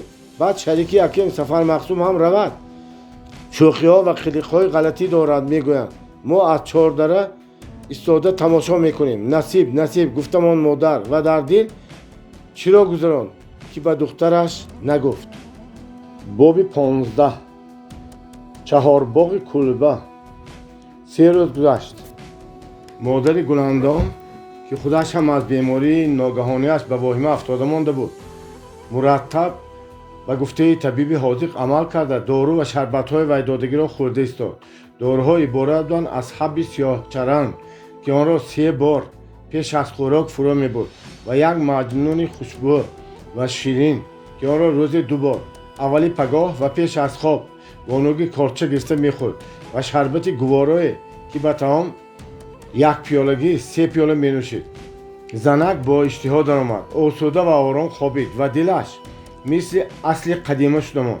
لیکن مدرس به این بهبودی احوال زنش خرسند شده باشد هم شرط مهم طبیب گفته را فراموش نکرد. اول پسرش را به چهارباغ کلبه فرستاد و فرمود که سرکار همه جا را رفته آزاده کرده ماند. بعد از به زنش گفت که تیاری خود را بیند، پگاه سحر به چهارباغ می رود.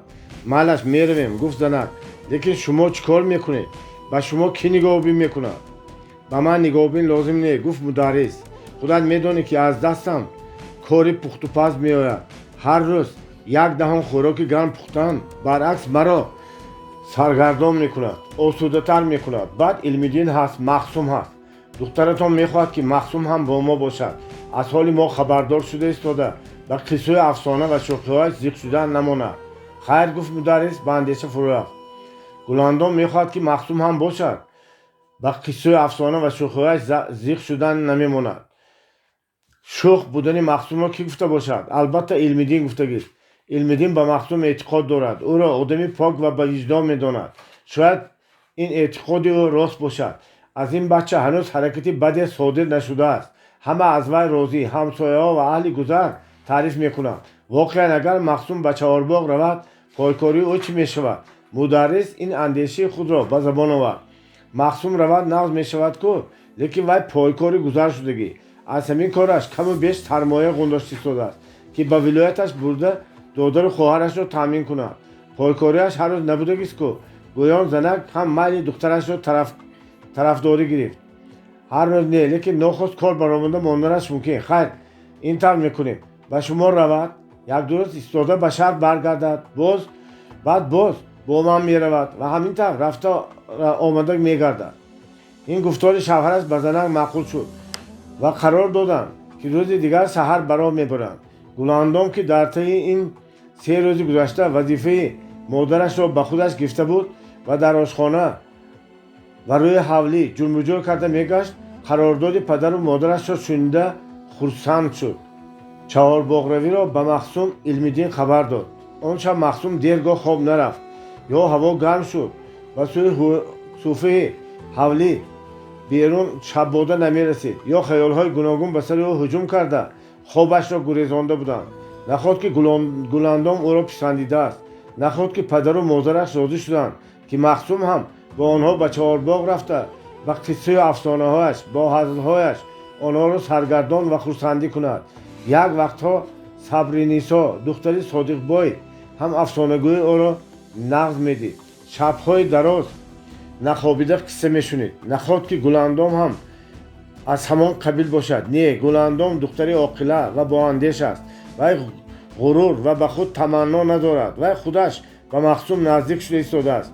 باعث به چهارباغ کلبه رفتن مخصوم هم خودی وی است. شاید ستاره بخت مخصوم از نحسیت برآمده باشد. روز دیگر مخصوم به خانه آقسقا رفته 2 روز جواب پرسید و طالع مخصوم در آن 2 روز اهل گذر هیچ کاری نداشتند و به خدمت مخصوم احتیاجی نبود. لیکن گفت آقسقا خواخویش را آویزان کرده. گفته نمیشد، نخواست یگان کاری برآمده ماندنش ممکن. دنیای حادث میگه ملاها، تیز رفته تیز بیا. خوب جناب آقسقال، گفت مخصوم و گپ را زیاد نکرده زود از نزد آقسقال دور شد. بعد علم‌الدین برآمده گفت که سحر قطی رفته یک فایتونی 2 اسبه کلان بیارد. میبایست مخصوم به راحت خوابیده دم میگرفت، زیرا امروز روزی کار و روزی آمد بخت است. اما به چشمان مخصوم خواب نبود. یک نوع پینک کرده شبی کوتاه تابستان را سحر کرد و هنوز آفتاب نبرآمده از جا برخاست و دست و روی شسته جاگهش را گنداشته به کوچه برآمده رفت. مخصوم از بین فاتونهای بسیار بهترینش را که خودش نو و چرخهایش کلان و اسبهایش بردام به قوت بودند انتخاب کرد و به حولی گرفته آورد. مخصوم به چهارباغ کلبه اولین بار میرفت. بنابراین به راه و پیرهی آن با دقت نظر میکرد. در هر جا برای گم نکردن راه برای خودش اشاره ها علامت ها معین میکرد. مثلا از ریگستان گذشته رفتند. در آن پگاهی ریگستان کم آدم بود. ارک امیر هم در جای خود، پاسبان‌های دری ارک هم برقرار بودند.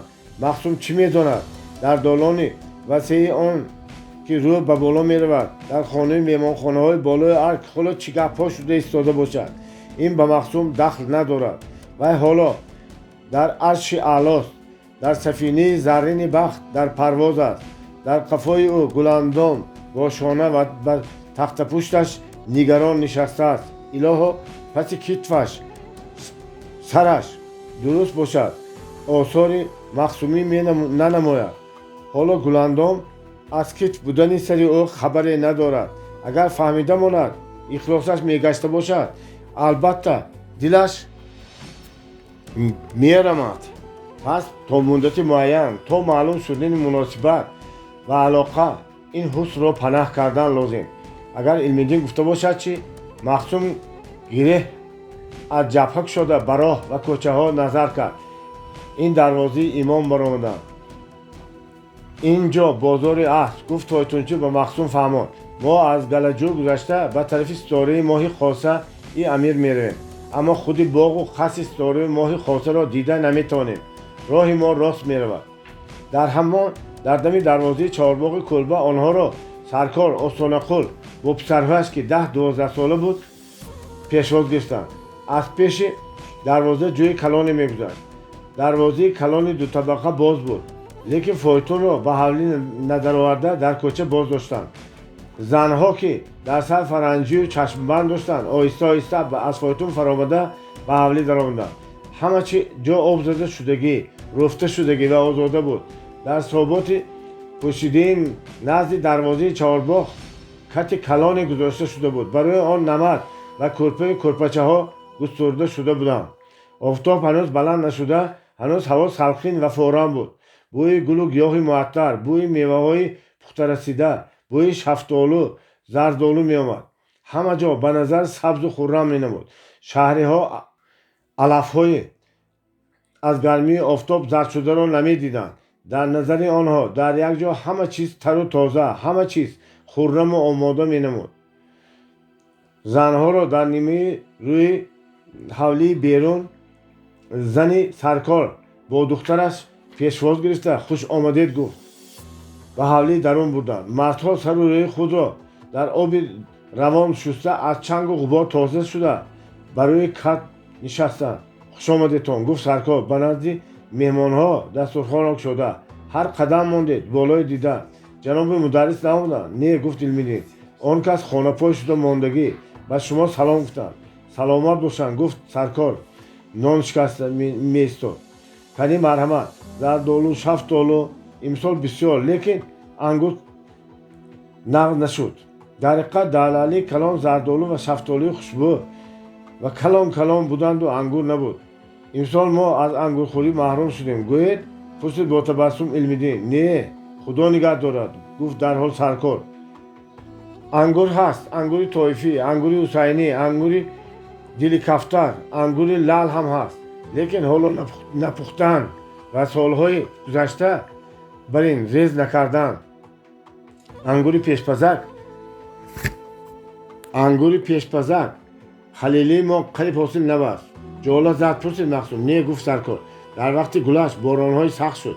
من رفته باز یک بار دیگر بینم شاید روز شده ماندگیش باشد. یه درکان نه گفت علمینی. سرگردان نشید. مقصود آهسته خوش گفته ماندو.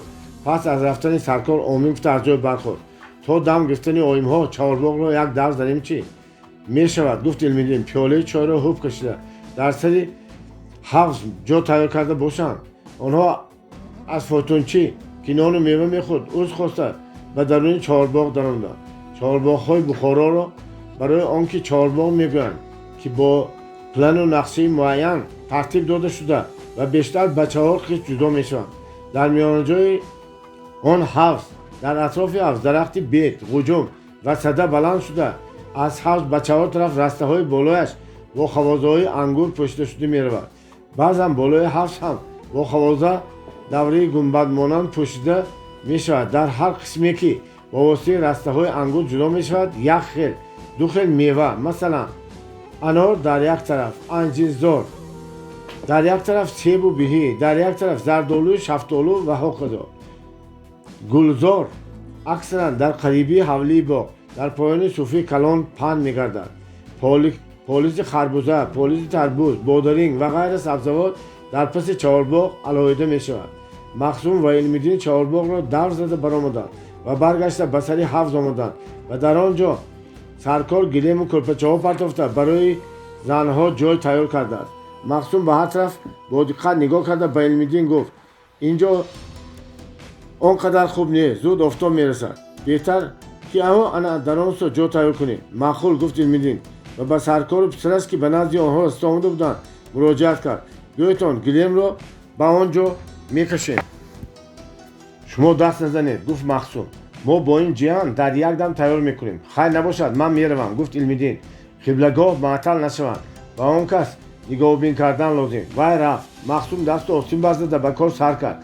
در یک دم طرفی سیسروهی حوض را رفته تازه کرده آب پاشید و گلیم و کرپچه ها را به آن سو گذرانید. انا اکنون گفت وای به پسر سرکار رفته با آیم ها گوی که دم گرفته شده باشند مرحمت به سیر باغ برایند. پسر بچه دویده رفته به حولی درون رفت. مخزوم و سرکار صحبت کنان به حولی بیرون برآمدند و بر روی کت نشسته دم گرفتند. فایتون با علمیدین رفته بود. هوا هم آهسته گرم میشد. آفتاب تا به نیم روی حولی آمده بود، لیکن دم دروازه کلان که شمالره بود هنوز سلخیم و خرمی فارمی بوی جوی پر از آب رسیده می ایستاد. مخزوم حس کرد که در قشلاق چطور آرامی و فراغت حکم فرماست. آن غوغای زیاد که در فضای شهر همیشه آویزان میستد در اینجا نیست. نه آوازی ترق و طرق آهنگر و میسگران، نه گلدرست زده گذشته رفتن عرابه و فایتون ها، نه آواز آدم بسیاره، نه کرنای نه سورنای. در اینجا صدای شیلدر شیلدری آب جوی، در اینجا از حوله درون هود کنان داد زدن ماکیان و او را تسلی دادن. هر زمان هم آواز شده قدوس گفتن خروس. خیوچو کرده در فضای آنجا پرواز کرده گشتن فراستروک ها، گاه هنگاس زده ماندن خری و مانندی این آوازها شنیده می شود و بس. این آوازهای به او شناس، به او معقول. این آوازها یاد از یار و دیار او می کردند و به خاطر او دیهی چقورکی حصار را می رساندند. برادر گفت به خیال رفته ماندن مخصوم را دیده سرکار. از کردار و رفتارتان دیده ایستادم که شما هم دهقان و دهقانزاده هستید. شاید پدرتان دهقان نی ملا باشد که به شما مخصوم گفته گپ میزند. مخصوم خندید. مخصوم جانی منو کیک پروری افندی برابر است. گفت وای میگویند که قد درخت 1000 گز باشد هم برگش به زیرش میریزد. این راست است. من هم که دهقانزاده هستم، دهقانی کسبم و مخصوم جانی هم بی اساس است. عجایب. گفت به سخنان مخصوم با حیرت افتاده سرکار. روز امیر بخارا از گریبان کرتش کیک کلانی را داشته گرفته است و فرمان داده است که افندی را جیغ زنند. گویان به حکایتش سر کرد مخصوم. افندی حیران شده است که در این بیوقتی شب امیر به وی چیکار داشته باشد.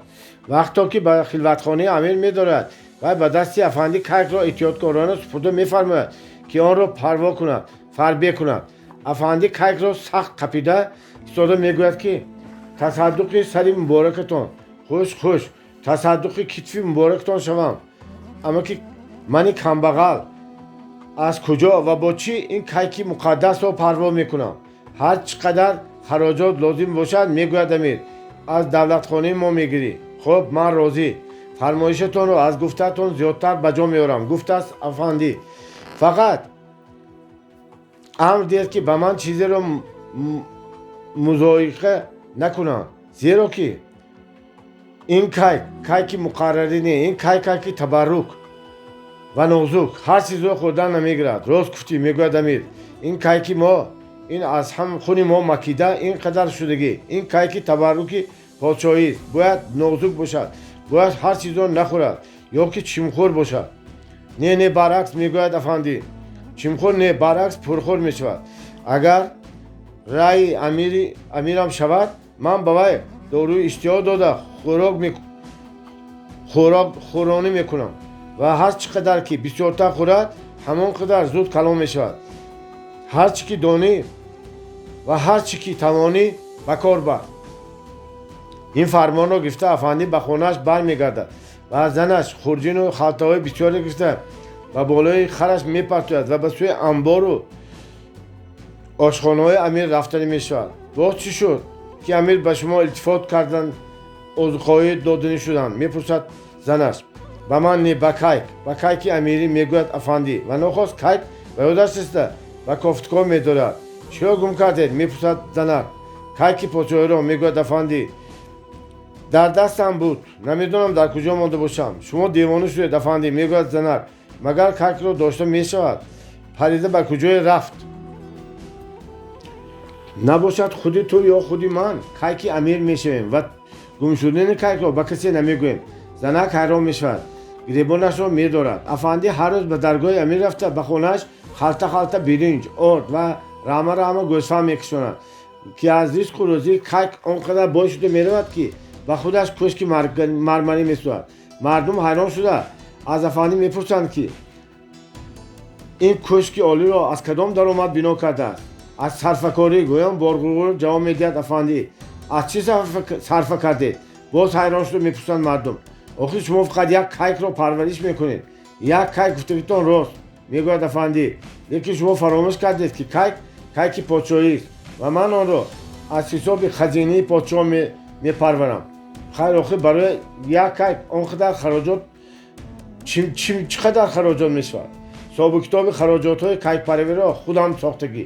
гӯё механдад афандӣ. ҳоло ҳам лақаби махсумиро аввал шӯхӣ бачаҳо ба ман доданд. баъд худам онро ба номам замм кардам ва Сафар Махсум шудам. баъд не а? пас аз ин муқаддимаи аҷиб Махсум ҳикояти махсумии худро нақл кард. дода саркорро ҳам хандонду ҳам ба андешӯи хаёл гузошт. саргузашти аҷоиб, гуфт Саркор. хуш, гуфт Махсум. боби 16. заҳри каҷдум, давои Махсум. шаб Махсум дар рӯи ҳамон кати васеи назди дарвоза ба худ ҷойгоҳ партофта хобид. Саркор низ хост ки дар назди ӯ бихобад ва меҳмонро дар шаби аввал танҳо нагузорад. лекин Махсум нагузошт. рафта дар хона дар паҳлӯи янгаю бачаҳо ба ҳузур хобед, гуфт вай ва ханда илова намуд. аз ман хавотир нашавед, шабона ба ангурдуздӣ намеравам. не, ба ҳар ҳол ҷои саҳро, ҷои ноозмуд. мегуфт Саркор, мабодо хобпар шавед, сагҳо халал диҳанд. гуфта намешавад. ман худам саҳроӣ, гуфт Махсум. ман дар саҳро чун дар шиками модар мехобам. баъд аз ин ҷо саҳро не, хонаи калони барҳаво, салқин, форам ва олиҷаноб. агар танҳо бошам, агар дар паҳлӯям ягон кас хӯрок накашад, бемалол мехобам. Саркор сахт хӯрок мекашид ва худаш ҳам инро медонист. бинобар ин пешгоҳӣ ва каромоти Махсумро шунида розӣ шуду Махсумро танҳо гузошт. вале пеш аз рафтан як чойники чой дам карда оварда монд. дарвозаро пӯшонда аз дарун занҷиру ғалақабанд кард. саги калони гӯшу думбиридаро ки тамоми рӯз дар таки кад мехобид, ҷиғ зада ба куҷое гирифта буд. пас аз рафтани Саркор Махсум лампаи даруни фонусро ки дар мехи собот овезон буд гирифта кушт ва боз ба ҷояш гузашт. моҳи шаби 13 ё 14 баланд шуда ҳама ҷоро бо нури худ мунаввар карда буд. ҳама ҷо шир пошидагӣ бар ин, ҳама ҷо бо пардаи нуқраранги афсонавӣ пӯшида шудагӣ бар ин, ҳама ҷо бедору нимхоб, орому ноором, зиндаю нимҷон. ҳам дарахтон, ҳам дару боми ҳавлӣ, ҳам осмони васеъ ки дар он ситорагон ягон хира метобиданд, гӯё пинак рафтанд. атрофро хомӯш ва ором, бесадо ва ғарқи сукунат гуфтан мумкин нест. вале садое ҳам нест ки онро дар бедории олам ва ҳастӣ мешунавед. фақат чирчиракҳои бисёре бо нағмапардозӣ сар мекунанд. фақат қурбоқаҳо хоболдона қуррос мезананд ва гоҳо бо шавқ ва қарвуқур мекунанд. фақат сагҳои қишлоқ дар гирду атроф ҳастии худро фаҳмонда мемонанду бас. Махсум ба ҷойгоҳ даромада 11 ором гирифта буд ки садои шилдир ҷоригаштани оби ҷӯи кӯчаро низ шунид. пас аз андак фурсат хурусҳо ба чиғ задан сар карданд. маълум ки як поз аз шаб гузаштааст. шаби кӯтоҳи тобистон зуд ба охир мерасад. боз офтоби серҳарорат, офтоби гарм ва сӯзон баланд шуда барои пазондани меваҳо, ғаллаю донаҳо ва ризқу рӯзии мардум ба хизмати ҳаррӯзаи худ сар мекунад. ҳанӯз ки офтоб нест, ҳанӯз ки хоҳари вай маҳтоб дар фазо ҳукмронӣ мекунад, осуда ва ба роҳат хобидан лозим. пагоҳ ба хидмати гуландон ва модараш будан лозим. аммо чӣ хизмат? имрӯз ӯро ҷиғ назаданд. имрӯз онҳо занҳои қишлоқ иҳота карда гирифта буданд. имрӯз онҳо хуб сайри боғ карданд, хуб роҳ гаштанд, хуб зиёфат хӯрданд. имрӯз ба маслиҳати Махсум зани Саркор аввал мастоба, биринҷоба пухт. баъд оши палав кардани буд ки Махсум нагузошт. меҳмонҳои шаҳрӣ аз ош сер ба дилашон ҳам задагӣ гуфт.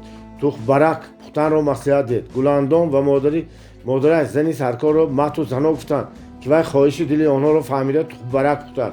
дер боз дар орзуи он буданд. акнун пагоҳ бояд Махсум ба занҳо хизмат расонад. аммо чӣ хизмат? оши палавпазиро баҳона кунад, лӯхтакбозӣ кунад. аммо лӯхтакро аз куҷо меёбад? сохтан лозим. як поякӣ, як дӯкондор, як судхор кифоя. агар ҳаракат кунад дар 2 соат сохтан мумкин. байни ду сутуни айвони болохонаро ки ба сӯи боғ нигарон аст парда гирифта саҳна месозад. Саркор доира навозад, кор рафтан мегирад. ҳар чӣ шаваду гуландон модараш хурсанд шаванд. вай барои ҳамин вазифа ба ин ҷо омадааст. дигар коре надорад. бале, дигар коре надорад. агар бахту толеаш мадад кунаду бо гуландон ду ба ду рӯбаро шаванд, тамом, дигар ҳеҷ чиз дар ин олам ба вай дар кор нест. ҳамон соату дақиқаҳо бошанду бас. اما اون ساعت و دقیقه ها وجود دارن مگر آدم با اون خوشبختی میرسیده باشد. دختری مدرسی بزرگ و عالم شمول، دختری ملا نیازی مدرسی مشهور گلاندام که از گل هم نازکتر، از گل هم خوشبوتر است، به وی به سفر مخصوم سر از کجای پا از کجا به یک پایکاری محلی، به یک دهقانبچه حصاری روی برو میشده است، گپ میزده است، محبت اظهار میکرده است یا اظهار عشق و صمیمیت مخصوم را گوش میکرده است. نه، این طور ساعت و دقیقه ها نمیشوند و در امید آن شدن نادانست. اما چو روی دوست نبینی جهان ندیدن بی، شب فراق من شم با پیش بالینم. دل مخصوم به مضمون همین بیت مینالید و اندیشه میکرد که همه بنده خدا، همه از مادر تولد شده شیر مادر را مکیده کلان میشوند. هیچ کس به این عالم با یا کمبغل، حاکم یا محکوم زایده نشده است. دنیا چنان ساخته شده است که کس یک روز بای باشد، روز دیگر بینوا شده ماندنش هم ممکن. یک روز عاجز و ناتوان باشد، روز دیگر توانا و با قدرت شده ماندنش هم ممکن. چرا آدم ها همین را درک نمی کنند؟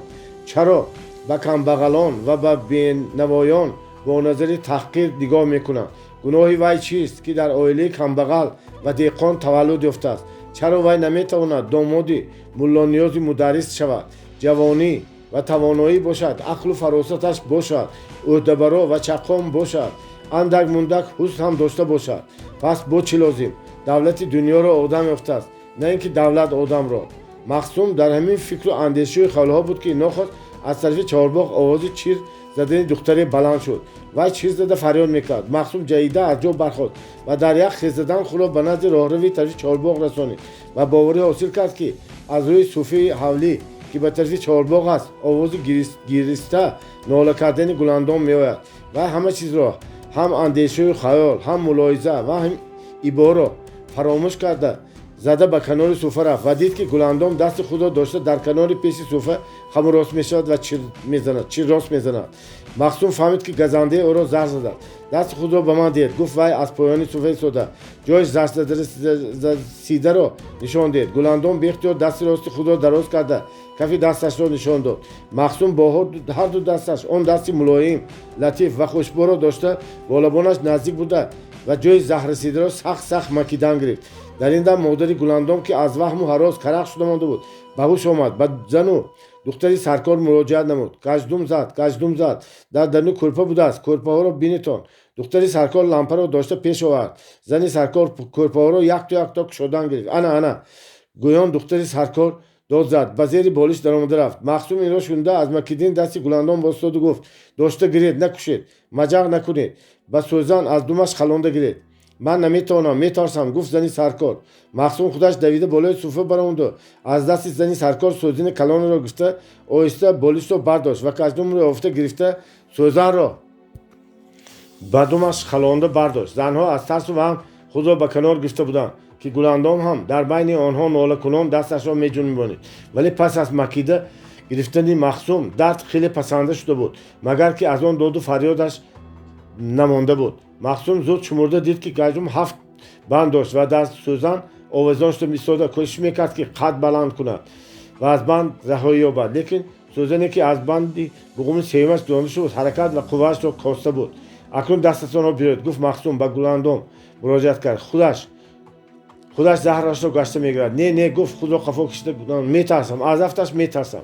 لیکن زنی سرکار و دختری وی گفته مخصوم را تقویت دادند و گفتند که اگر این کار را کند دردش در حال میماند و آسوده میشود. این را شنیده مادرش دستی دختر را گرفت و گفت تو نگاه نکن، چشمت را پوش.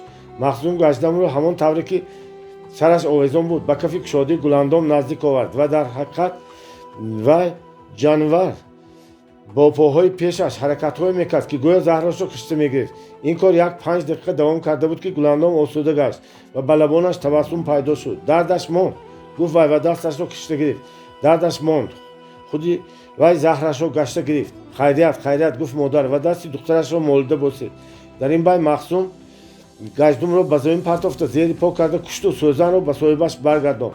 وقتی که زنها از حالت وهم و هراس و پریشانی به خود آمدند مخصوم در آنجا نبود. واقعا این کی بود؟ گفت مادر گلاندام. مخصوم بود مگر؟ ها مخصوم بود، گفت زن سرکار. آدمی دانا و چقام بوده است. همین ما رو سرلوچ و پالوش دید. گفت تبسم کرده مادر. وهم بیاید هوش میرفته است. نفهمیده ماندم که این مرده که بیگانه آمده دست گلاندام رو گرفت و دوا کرد. از طبیب رو پناه کردن نشد. گفت گلاندام خیریت که مخصوم بوده است. نباشد من چیکار میکردم؟ و یک بلا بود و یک اجدم نبود. گفت مادرش هم کرپه ها رو دین آفتاب داده بودم. گفت زنی سرکار از کجا این پیدا شده باشد؟ از بین رشته های نم. گفتم آن دخترک. پس از این جا و جاگه را در روی حولی برداشته و شبگاهی بالاخانه برآوردند و در آنجا نم نیست و گزنده هم نمی شود. باب 17 کسی که به ملک جهان می ارزد. دیگر خوابی گلاندام نبود ولی چنان وانمود کرد که گویا خوابیده است. آرامانه نفس میکشید و حرکتی نمیکرد. مادرش در اضطراب بود. هر زمان از بالش سر برداشته به سویش مینگریست. میترسید که پس از این قدر تشویش و درد دست گلاندام خواب پر میشود. نه دید که دخترش به خوابی راحت خوابیده است، نمینالد و آسوده است. پس خود به خود گفت که شاید اکنون خوب رود. شاید مقداری اندکی به خون گذشته زهر فایده هم رساند. آخر میگویند که زهر آلو اصل هم دارو بوده است. به همین خیال ها خوابیده ماندن خودش را ندانسته ماند. شباده فارم شبگه، بوی گل و گیاهای باغ و ماندگی روزانه شرایط به وجود آوردند که زنک براحت و سخت خوابید. حتی کم کم خوراک هم کشید. گلاندام بیدار بود. هرچند میکرد خوابش نمی بود. هر زمان کفی دستی راستش را بو میکرد و به گمان داشت که در آنجا از مخصوم، از لبهای گرم و تصفان و از زبان نرم او چیزی آثار باقی مانده باشد. کفی دستش را هنوز هم اندک درد میکرد. مخصوم مهربان از کفی دستی او زهر را مکیده گرفته بود. اگر وی در سری وقتش رسیده آمده نمی رسید شاید حالا وی هم ناله فغان میکرد. مخصوم دانا و بندی دستی وی سخت فشرده سخت زهر را از بدن کشید. به گمان بسیاری همه زهر برآمده رفت. الهی برکه یابد. الهی به مراد و مقصدش رسد. الهی درد نماند و مخصوم مهربانی از این زیاده نمی شود. از خواب شیرین بیدار شده همه چیز را فراموش کرده نیم شب با یک خس خود را به سر وی رساند. زهر را مکید. زهر را گمان نکرد که او را کاهش میکنند. از وی میگریزند. وی نامحرم است. ما همه این را چیز را فراموش کردیم. بیگانه بودن مخصوم، نامحرم بودن وی را درک نکرده ایم. اما مخصوم جوان زیبا بود است. یا به نظر وی مثل فرشته نجات مینمود. در تنش یک قبط کوته ازاری صوفی سفید، در سرش تاقی، دستانش پرزور، پیشانه‌اش وسیع. عجب نه که گلاندام مدهوشانه همه این را دیده در خاطر نگاه داشته است. بعد آخر پیشتر هم گلاندام مخصوم را از آغ در دیده بود. مخصوم به وی بیگانه نه. هر روز 2-3 بار از پس در گپ زده میگرفت. آواز مخصوم، گپ زدن‌های وی، مهربانی‌های وی به گلاندام بیگانه نه. امشب دست به دست گرفتند. حتی وی کفی دستی او را به دهانش گرفته زهر را گرفت. کاری کرد که شوهران به زنهای خود روا نمی‌بینند. شوهران مهربان حتی آهسته خوابیدن مانده خود را نفهمیده ماند. در خوابش دید که با مخصوم دست به گردن دست گرفته در چهارباغ دویده میگردند. نه پرواز میکنند. به بالای گلزار رسیده گل میچینند. گلهای بسیاری را بغل کرده به سوی حوض میبرند. از درون حوض یک دستی سیاه بلند شده او را گلاندام را از مخصوم جدا کرده گرفتن میخواهد. لیکن مخصوم اون دست را کنده میپرتاید و لبانش را به کف دست گلاندام چسبانده میبوسد. از بوسیدن‌های مخصوم به تن وی به هستی وی یک حرارت فوران و حلاوت بخش جاری شده میرود. گلاندام حضور کرده قد میزند و بیدار میشود. سحری دلربا، معطر و جانبخش چهارباغ سر شده بود. در شاخ درختان گنجشکان بسیاری چریق میکردند. از هر طرف قشلاق خروس‌ها جیغ زده مردم مهنتی را به کار دعوت میکردند. از کجای خرید دور و دراز هنگاش زده ماند. چیرچیرک‌های شبانه خاموش شده باشند هم هنوز یک چیرچیرکی تنها از درون بالاخانه ار میکرد. و گمان میکرد که حالا شب است. همه جا مثل درون بالاخانه تاریک است. و نمیدانست که در طرف شرق آسمان روشن شده است و در آسمان ستاره ها نمایان گشتند. اما ماه پرره در طرف غربی آسمان چهارباغ هنوز مثل لعل بلورین نقرفام خودنمایی کرده می ایستاد. چرا در این هنگام هوا اینقدر فارام، اینقدر معطر و اینقدر مست کننده می شود؟ شاید مخچه های بسیاری کشاده می شوند. شاید گل های رنگارنگ گلزارها در یک دم زود زود نفس می گیرند و هوا سحر و جادو کرده می فرستند تا که بلبل زار اگر به آن قریبی ها باشد بیاید و نغمه سرایی کند. این را دیدن سنجیدن لازم. و این قرار گلندام آهسته از جا برخاست، پورته و از بالای آن کمزلچه بی آستین مخملین خود را در بر کرد و کفشهایش را به دست گرفته پایلوچ از زین پایه ها فرامد و در پایان نیز اندکی ایستاده گوش کرد که مبادا مادرش بیدار شده باشد. نه، مادرش به فراغت می خوابید. پس از این کفش را پوشید و آهسته آهسته قدم گذاشته به کنار گلزار رفت. دید که مخچه های گل صدبرگ الکی کشاده شدند و از این دهان لطیف آنها نفس معطرشان برآمده به هوا می پیچد. توپ توپ گل های نازبو، رعنا و نمازشان کشا نیز هوا را معطر می کردند و از گل های نفشکفته دودانه کند و گرد آن را با رعنا و نازبو پیچانده گرفت. بعد به سوی حوض روان شد. می رفت و خواب دیده‌اش را به یاد می آورد و دلش اندکی می رمید. در اطراف حوض دامان شب تمام گنداشته نشده بود. هنوز آنجا نیم تاریک بود. بنابر آن گلندام به نزدیک شدن به حوض جرأت نکرد و در قریبی آن ایستاده ماند و با دقت به حوض نگاه نظر میکرد که از طرف چپ از دور از پایان دیواری باغ صدای خزین خزین سرود خواندن مرد به گوشش رسید. آواز به او شناس نمود. بنابراین به طرف چپ برگشت و از بین تالار وسیع انگور به سوی دیوار باغ روان گشت. وقتی که به دیوار باغ نزدیک شد سرود را بر علا شنید که سراینده در آن قریب ایستاده می سرود. گلندام حتی سخنهای سرود را فهمید که درباره غریبی بود. چون تو در غربت نافتادی چی دانی حال ما؟ مهنت غربت نداند هیچ کس الا غریب.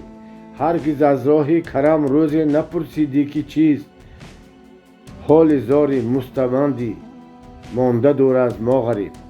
در این قریبی در دیوار رخنه بود. گلندام بی صدا قدم مانده به آنجا رخنه بیرون برآمده دید که مخصوم بروی کنده درخت نشسته پشتش به دیوار روزناور سرود غریبی را میخواند. سرود آنچنان به گلندام تاثیر بخشید که آنچنان او را به هیجان آورد که به اختیار از چشمانش اشک روان شدند، خصوصا آخرین مصرع غزل را که میگفت.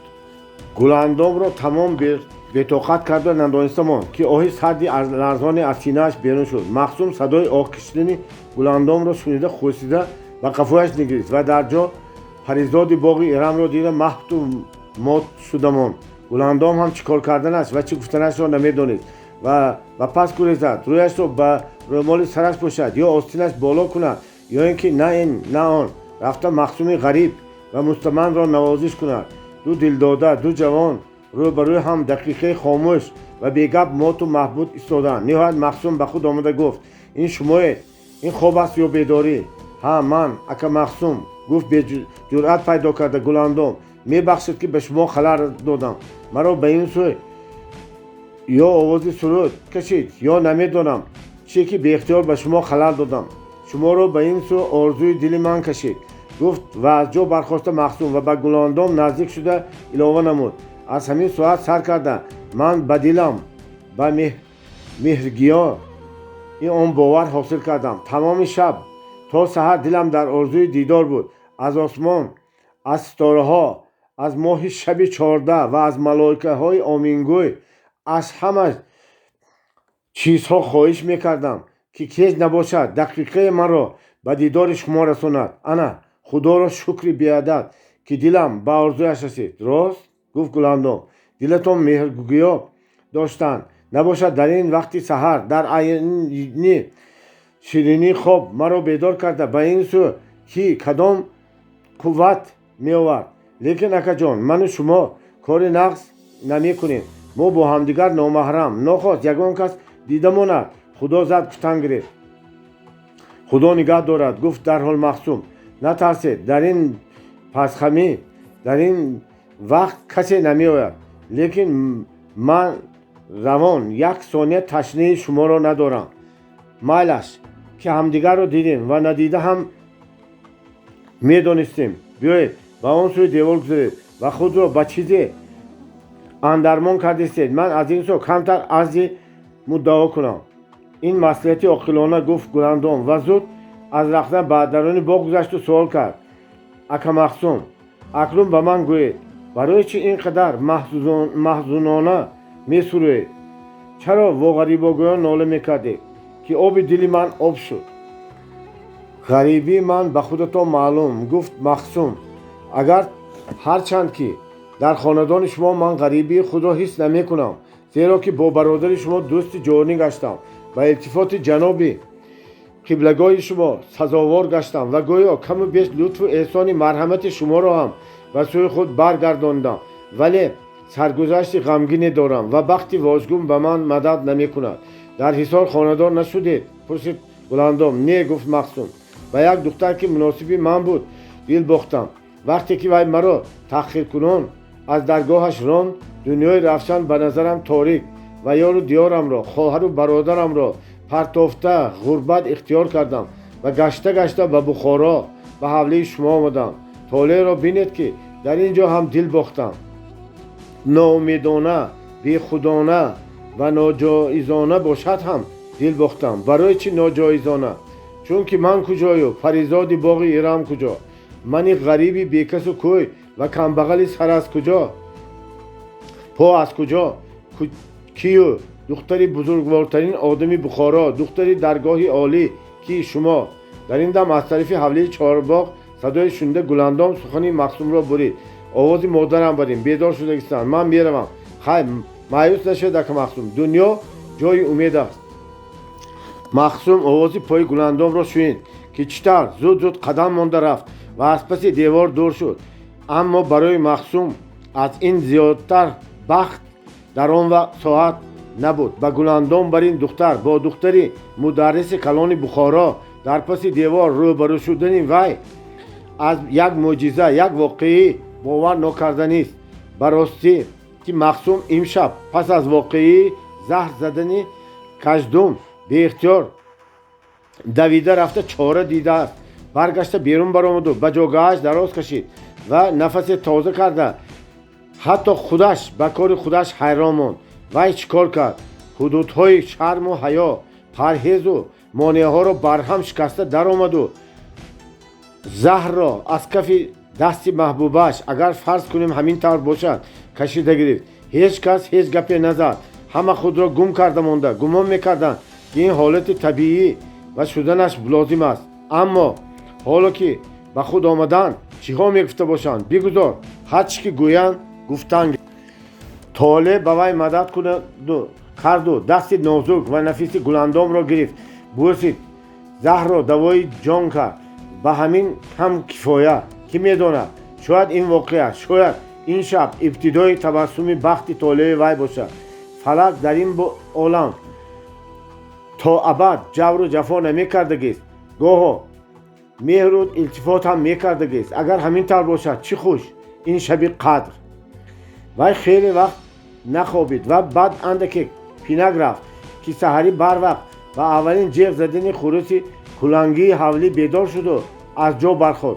دروازه را گشوده از آب سرد جوی کوچه دست روی شستن خورد که گرد چهارباغ و اطراف آن را از نظر گذارم تماشا کند. با این مقصد قد دیواری باغ به طرف جنوب رفته بعد در طرف غرب برگشت. در آن طرف پالوز وسیع خربوزه و تربوز پهن شده بود. مخصوم از بوی خوش پالوز بهره‌مند گشته آهسته آهسته پیش رفتن گرفت و نهایت دیوار باغ کمی به سوی شمال تاب خورد و در آن سو علف یونسقه و جواری کشته بودند. در بین علفزار بیدانه ها پیچ گویان می سرودند. مخصوم از خردی خانش بیدانه را دوست می داشت. بنابراین در آنجا به بالای کنده درختی پشت به دیوار کرده نشست و باز به خیال فرو رفت و نهایت از درون دلش суруд ҷӯш зада баромад ва ба хондани суруди ғарибонааш сар кард. акнун ки ба гуландон бевосита рӯ ба рӯ шуда дарди дил кард, вай дигар худро ғариб не дигар ҳис намекард. акнун вай ҳис медорад, акнун вай касб дорад, касе ки ба мулки ҷаҳон меарзад. боби 18. Илмиддин ош мепазад. Илмиддин дар таи айвони ҳавлии берун ба рӯи гилемча нишаста сабзию пиёз майда мекард. мударрис набуд. дар ду ҳавли як худи Илмиддин монда буд. бинобар он дар он ҷо менишаст ки ҳам аз дарвоза бохабар бошад ва ҳам корашро кунад. аз дирӯз ин ҷониб масъулияти хӯрокпазиро асосан вай ба гардан гирифта буд. намегузошт ки падари пираш ба сари дегу табақ равад. лекин мударрис чӣ тавре ки худаш мегуфт чандон оҷиз набуд. метавонист худаш ва писарашро сер нигаҳ дорад. имрӯз ҳам мехост ки дасту остин барзада ба кор сар кунад. аз қозихона одам омада ба таври таъҷилӣ гирифта буд ва кори ошпазӣ ба Илмиддин гузашт. ҳаво гарм, офтоб оҳиста оҳиста то ба нимаи рӯи ҳавлӣ омада буд. лекин азбаски Илмиддин рӯи ҳавлӣ таи айвон ва роҳравро рӯфта хуб об зада буд, шаҳди гармӣ мешикаст. баъд Илмиддин умуман аз гармӣ наметарсид. ҷавонӣ, тавоноӣ ва сиҳати тани ӯ ҳар мушкилиро ба ӯ осон менамуд. бале Илмиддин ҷавони тавоноӣ буд. дасту бозуи пурзӯр, дили қавӣ ва ақли расоӣ дошт. сину солаш кайҳо муносиби домодӣ, муносиби зану фарзанд доштан бошад ҳам бо сабабҳои гуногун то ба имрӯз муҷаррад мегашт. рӯзҳои охир чӣ шуда буд ки муҷаррадӣ ба ҷонаш расид ва хоҳиши хонадор шудан, хоҳиши зан гирифтан ӯро ноором карда буд. ҷӯраҳояш, ҳамсолонаш аллакай зандору бачадор шуда буданд. вай аз онҳо чӣ камӣ дорад? дар ин бора ба модараш суҳбат карда буд. модараш ҳам дар орзуи келиндор шудан, дар орзуи набирадор шудан будааст. аммо дар ин бора ба падараш лаб накушода буд, шарм мекард. Илмиддин сабзиҳоро наргисӣ карда шуда буд ки аз паси дарвозаи кӯчаро кушода даромада омад. вай Мирзо Баҳриддин буд. Илмиддинро танҳо дар ҳавлии берун дида хурсанд шуд. о додари азизи мо, ҳунари ошпазиро ҳам медонистааст ку? гуфт хурсандона. ҳай ҳай, чӣ тавр наст? салому алайкум. онҳо гарму ҷӯшон вохӯрӣ ва пурсипос намуданд. қиблагоҳ дар ҳавлии дарунанд? пурсид меҳмон. не, гуфт Илмиддин. чошгоҳӣ буд ки нохост маҳрами худи ҷаноби қозӣ омада, қозикалон омада, мулло Зариф омаданд. ба падар хеле муомилаҳои нағз карда хоҳиши эшонро расонданд ки агар бемалол бошад як сари қадам ба қозихона ташриф биёранд. қиблагоҳ аввал ҳайрон шуданд, баъд боз чӣ воқеа рӯй дода бошад ки худи ҷаноби қозии калон он касро ба ҳузурашон даъват мекунанд. лекин мулло Зариф фаҳмонда дод ки ба кадом як маҳзар ё ки фатво мӯҳр мондани қиблагоҳ шарт будааст. бинобар ин саллаи ҷома карда ҳамроҳи мулло Зариф ба қозихона рафтанд ва то ҳол даракашон нест. омода мемонанд, гуфт Илмиддин осуда кардани шуда Мирзо Баҳриддин. модом ки мулло Зариф фиристоданд, маълум ки муомилаҳо дигаргун шудааст. аҷабо кадом эҳтиёт маҷбур карда бошад ки ҷаноби қозии калон ба ҷаноби мударриси мо муҳтоҷӣ карданд, муроҷиат карданд. хай мефаҳмем. корҳо чӣ тавр? пурсид Илмиддин. хабарҳои нав доред?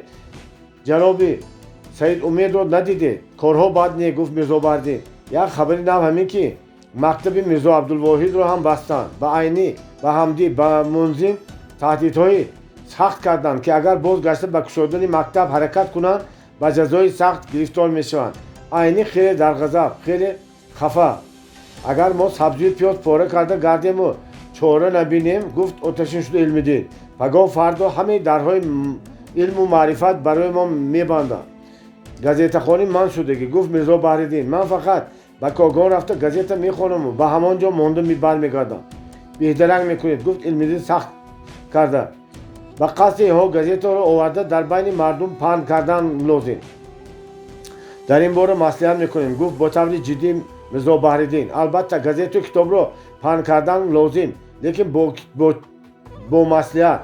ба ин ҷо омадани ман ҳам барои он ки туро ба ягон ҷо барои машварат даъват кунам. ба куҷо? ба Когон. аҷоиб, ба назди ки? дар Когон одамҳои бамаънӣ ҳастанд, гуфт Мирзо Баҳриддин овозашро паст карда. ба назди онҳо рафта баъзе чизҳоро гирифтан ва маслиҳат кардан лозим. Ту ба ман ба овардани он чизҳои орӣ мерасонӣ. хуб ба ҷонам, гуфт бо мамнуият Илмиддин. лекин аз қиблагоҳ иҷозат пурсидан лозим. кай меравем? Пагоҳ. бо поезди пагоҳӣ. майлаш, ман розӣ. пас аз қадри суҳбат карда нишастани онҳо мударрис аз қодихона баргашт. ба як фатвои аҷиб даст монда мӯҳр зер карда омадам. гуфт вай пас аз салому алейк ба фармони қозии калон чандин муфтӣ фатво навиштанд ки ҳазрати амири Бухоро рӯза нагирад ҳам мешавад, зеро ки амир сояи худост, сарвари мусулмонон аст. вазифае ки амир он аст ки фуқарои ба фарзи айн хиёнат мекунанд ба фатво муфтиҳои калон бо сардори муфтии аскар мӯҳр мемонанд. ба ман ҳам тахлиф карданд ки ба ин фатво мӯҳр монам. барои чӣ ба шумо? пурсид Мирзо Баҳриддин. чунки ба ҳамин даҳони ҷадидҳоро мунаққидони боргоҳи амирро гӯё баста мехоҳанд. агар касе аз мушрикон даҳон боз кунад, ҷавоб тайёр. ба ин фатво фалонӣ ҳам ки мӯътақиди шумост мӯҳр мондааст. инро дониста истода, гуфт Илмиддин. шумо ҳам мӯҳр мондед? бале, мӯҳр мондам, гуфт хандида мударрис. чунки ҳеҷ кас ба рӯза гирифтан ё нагирифтани амир коре надорад. ин на ҷадидон ва на дигар касон намедонанд ки амир рӯза мегирад ё намегирад. ин як. баъд ман ба он фатво мӯҳр монам ё намонам? амиру қозии калон медонистагии худашонро кардан мегиранд. беҳтар ҳамин ки мӯҳр мондаму як балоро аз сари худам ва оилаам дур кардам. қозии калон ба ман илтифот карда пурсид ки чаро дарс намедиҳам, чаро рӯзҳои ҷумъа ба оши шӯроӣ намеравам ва ғайра ва ҳоказо. пас ба дарс хондани шумо иҷозат шуд? хурсандона гуфт Мирзо Баҳриддин. гӯё иҷозат шуд. бисёр нағз, бисёр нағз. ин ба рафтуҳои мо ба муносибати мо имконияти калон мекушояд. пас агар ман аз шумо иҷозат пурсам ки пагоҳ ҳамроҳи Илмиддин ба Когон рафта баргардам ва додарам камтар саёҳат кунаду боз як кори маъмулии ман ёрӣ расонад, мешудагист? майлаш, ба шумо равад иҷозат, гуфт мударрис. ташаккур, гуфт Мирзо Баҳриддин. набошад, ман меравам. пагоҳ саҳар меоям. пас аз рафтани Мирзо Баҳриддин мударрис диққат карда дид ки Илмиддин аз ошхона корду тахтача лаганчаҳоро оварда дар ҳавлии берун сабзиро майда кардааст. дар ошхона шинам тақтақи дарро намешунавам. гуфт Илмиддин. ин ба қори раҳмат гуфта аз куҷо ба ҳавлии дарун зангола кашидан лозим? зангола мекашем, гуфт мударрис. ин кори осон, лекин сари туро дуто кардан ҳам шарт аст ки он андак тараддуду кор мехоҳад. Илмиддин кордо қайроқ зада истода чизе нагуфт. баъд гуфт мударрис. андешаи худро ба забон оварда баъд бахти хоҳаратро ҳам кушодан, ӯро ҳам ба шавҳар додан лозим буд. намедонам чӣ кунам. ҳеҷ кас набаромада истодааст, гуфт Илмиддин, магар ки ягон миёнаравро ёфта ба кор андозем. ман ҳеҷ вақт ба ин шармандагӣ намеравам, гуфт ба таври қатъӣ мударрис. гуландомро ба ҳар кас, ана масалан ба ҳамон ҷӯрии ту Сафар Мақсум никоҳ карда медиҳаму ба худам домод намеҷоям. ин сухани мударрис ба Илмиддин ҷуръат бахшид ва ӯ андешаи дарсар дербоз дар дил парваридаи худро гуфт. хайр чи Сафар Мақсумро аз кӣ камӣ дорад? ниҳоят ҳамин ки муллозода, эҳсонзода ва қозизода нест, аммо аз қозизодаҳои ахмақ ҳазор бор доно ва сазовори домодии шуморо дорад. бекасу кӯй, хизматгор, дилҷӯ ва ҳунарманд аст. ҳар кор аз дасташ меояд. мударрис гап назаду ба андеша фурӯ рафтамонд ва пас аз фурсате аз ҷо бархоста гуфт. биё рафта ошпазиро сар кунем. боби 19. лухтакҳои Махсум. Сафар Махсум духтарча ва писарчаи саркорро ҷиғзда фармуд ки аз хона ҳар хел латтачаҳои ранга, ресмон, ширеч, сим, қайчӣ و کارد گرفته بیارم. چی میسازید؟ پرسید پسرچه که نامش عباد بود. لختک میسازم. گفت مخصوم خنده. برای لختک اینقدر چیز در کار نیکو. گفت دخترچه که نامش فاطمه بود. لختک های ما باید راه گردن، باید گپ زنن، باید بازی کنند. گفت مخصوم این شب در پیش ایوان شبگاه تماشای کلام می شود. دویتان چیزهای من گفتگی را بیارید. بچه ها دویده رفتند. سرکار با کتفش کلان از بیرون اومد.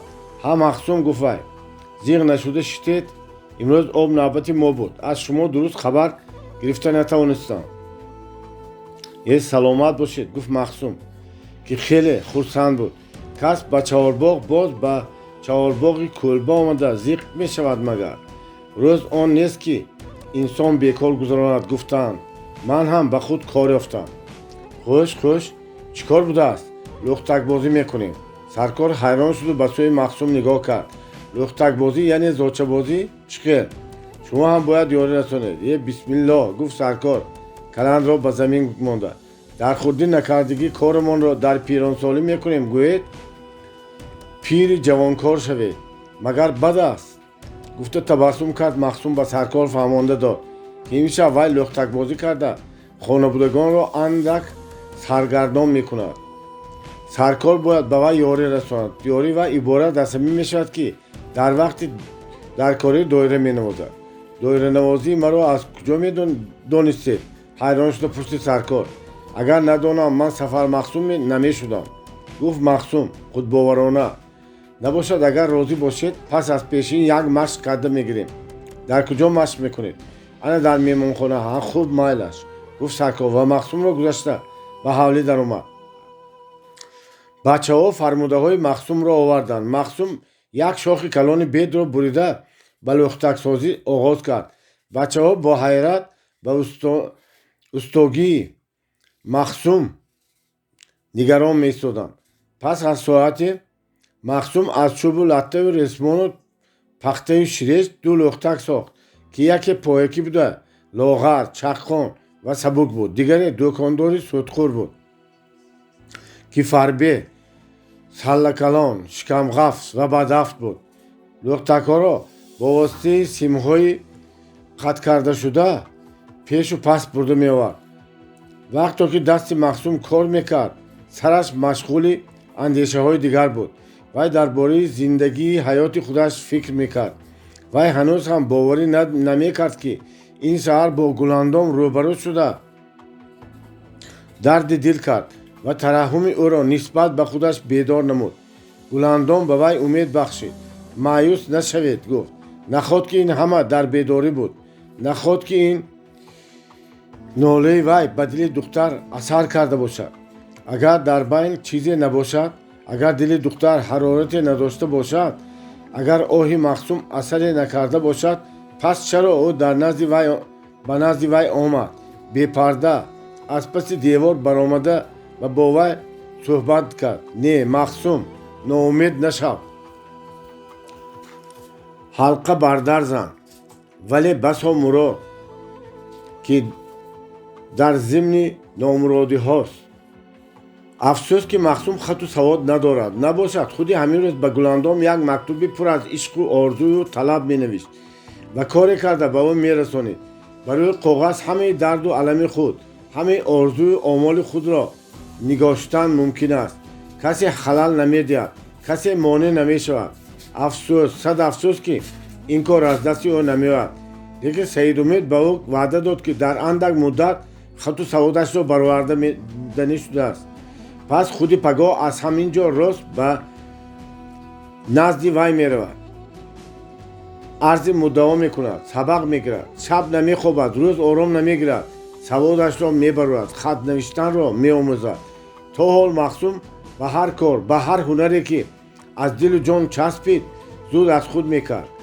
اما درباره خط و سواد فکری هم نداشت. اکنون که احتیاج کلام پیدا شد، مخصوم باور دارد که در یک ماه 2 ماه خط و سواد می برآورد. البته سرکار از حولی درون چای و دسترخوان گرفته برآمد. بعد کباب آمد. گرمی هوا اشتهای مخصوم را بند نکرده بود. آنها با اشتها خوراک خورده شدند و برای مشق به مهمانخانه درآمدند. بچه‌ها چون شاگردان چقان در پهلوی مقسوم بودند و گفته‌های او را زود به جا می‌آوردند. سرکار هم در وقت درکاری دایره چرت می‌کرد و دانسته می‌گرفت که در کجا کدام ضرب را زدن لازم. دوبار مشق کردند. مقسوم قانع شد که دیگر کارها به جا می‌شود. پس تا بگاه به خادمان تئاتر لختک رخصت داد. آن روز پس از پیشین آیین‌ها را خواهرزاده سرکار که شوهرش دهقانی به خودش تینج و یکی از معتبران قشلاق بود به مهمانی خبر کرده گرفته بود. گلاندام و مادرش در باغ و حوله آن زن خوب ضیافت خوردند، خوب صحبت و چخچخ کردند. سیر پالیز نمود و خربزه خوری و شیرینک بازی ها کردند و خرسند شدند. لیکن گلاندام باید و شاید شده نمی شد. اکثرا خاموش بود. خیالش به چیزی بند شده می نمود. این از چشم مادر پنهان نماند. و تو چی شد؟ گفت نهایت فرصت یافته. مادر خیالات پراکنده برین، یا کم تا خوابیده یا یگان جای درد میکنه. نه گفت زورم خدا خرسند و بیغم نشان داده گلاندام. خیالم در جایش، هیچ گپ نشده است بیبی جان. یا که واقعی دختری یک زنک تو را خفه کرد. احتمال دختری بیچاره. واقعی دختری صاحب خانه همین طور شده بود. دختری جوان و زیبا و پسری همسایه دل داده عاشق شده است. پسرک هم بغل بی پدر بوده است. خواهر و دادران بسیاری داشته است. با وجود آن مادر پسر به خانه آنها خواستگار شده می آید. اما از بس که پدر دختر از احوال بیچارگی آن عائله باخبر بوده است، نخواست است که دخترش یک عمر در خاندان قشاق از بینوایی زندگی کند. بنابراین طلب همسایه را رد کرده دخترش را به بالای 3 زن به یک ایشان کلان که خودش به او دستی بیعت داده مورد شده بوده است به زنی می دهد. دخترک از غم و غصه و صلابت ایشان پیر بیمار شده از عقد بیگانه می گردد.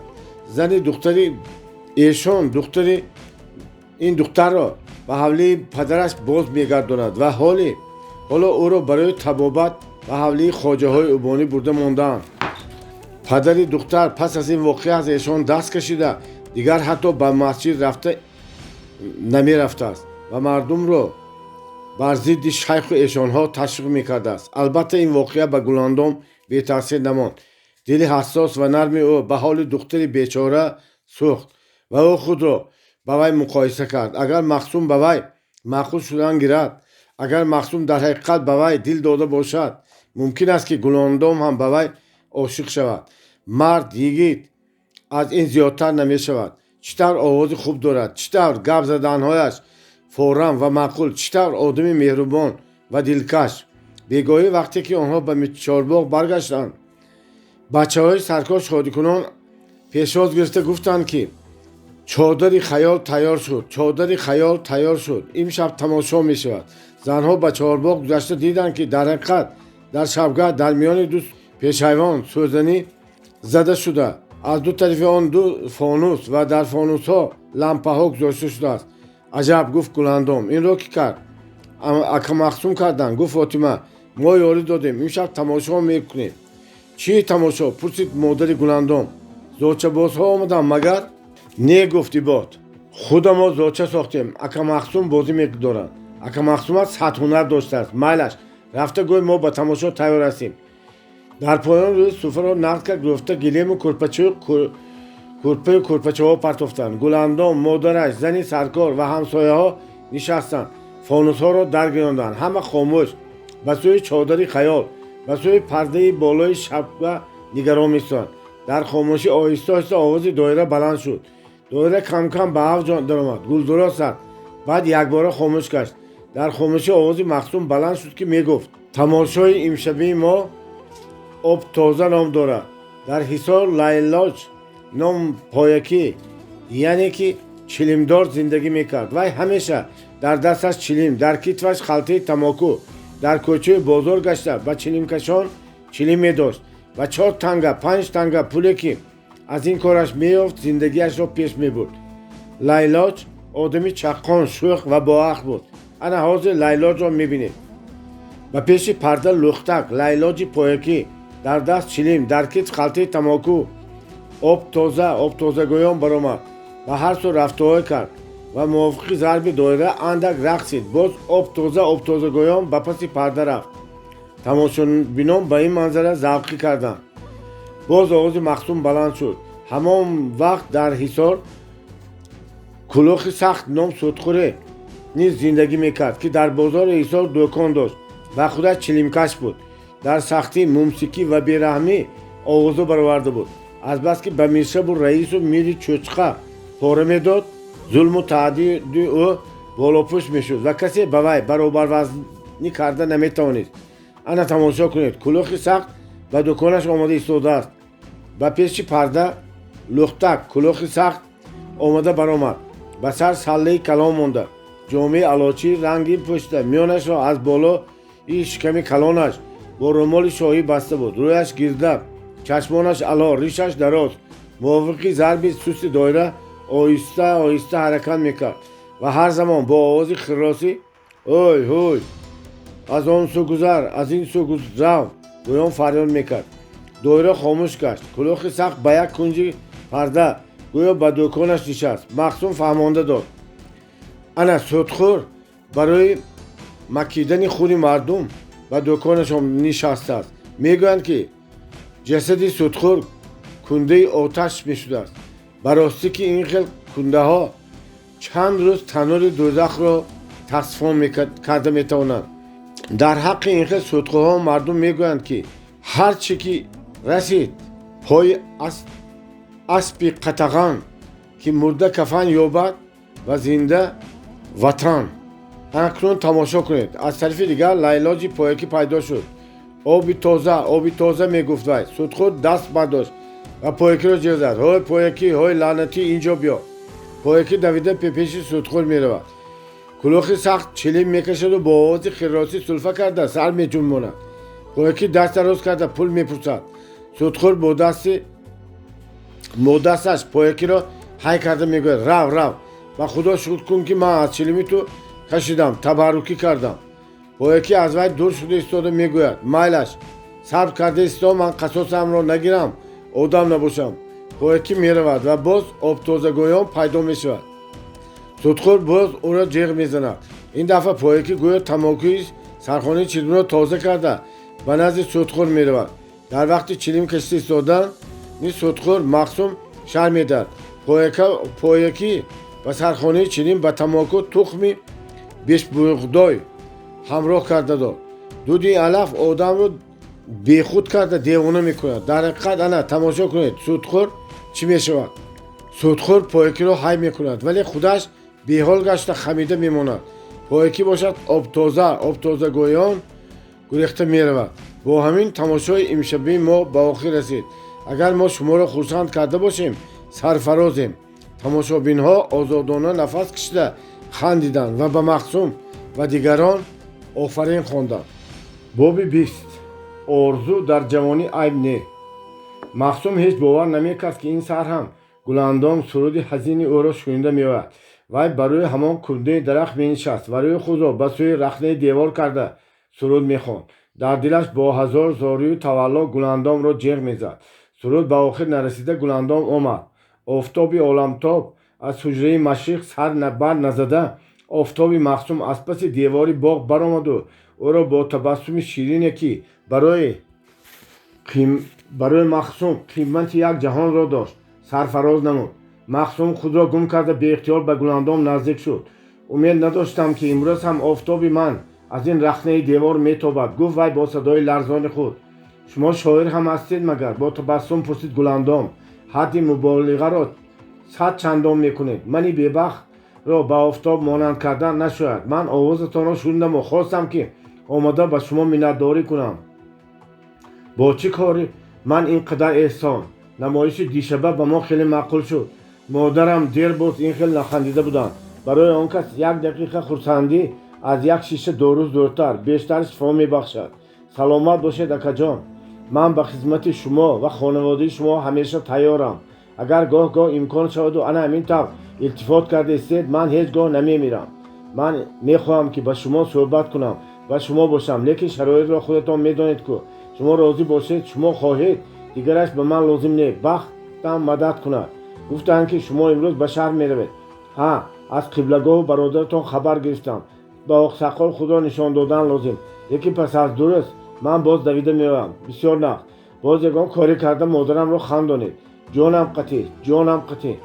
لیکن هر پگاه پیش از برآمدن آفتاب جهان را اگر آفتاب روی شما را بینم، باز مبالغه، خیر من رفتم، صحت سلامت رفته بیایید، سایه دولتتان را از سر من کم نکنید.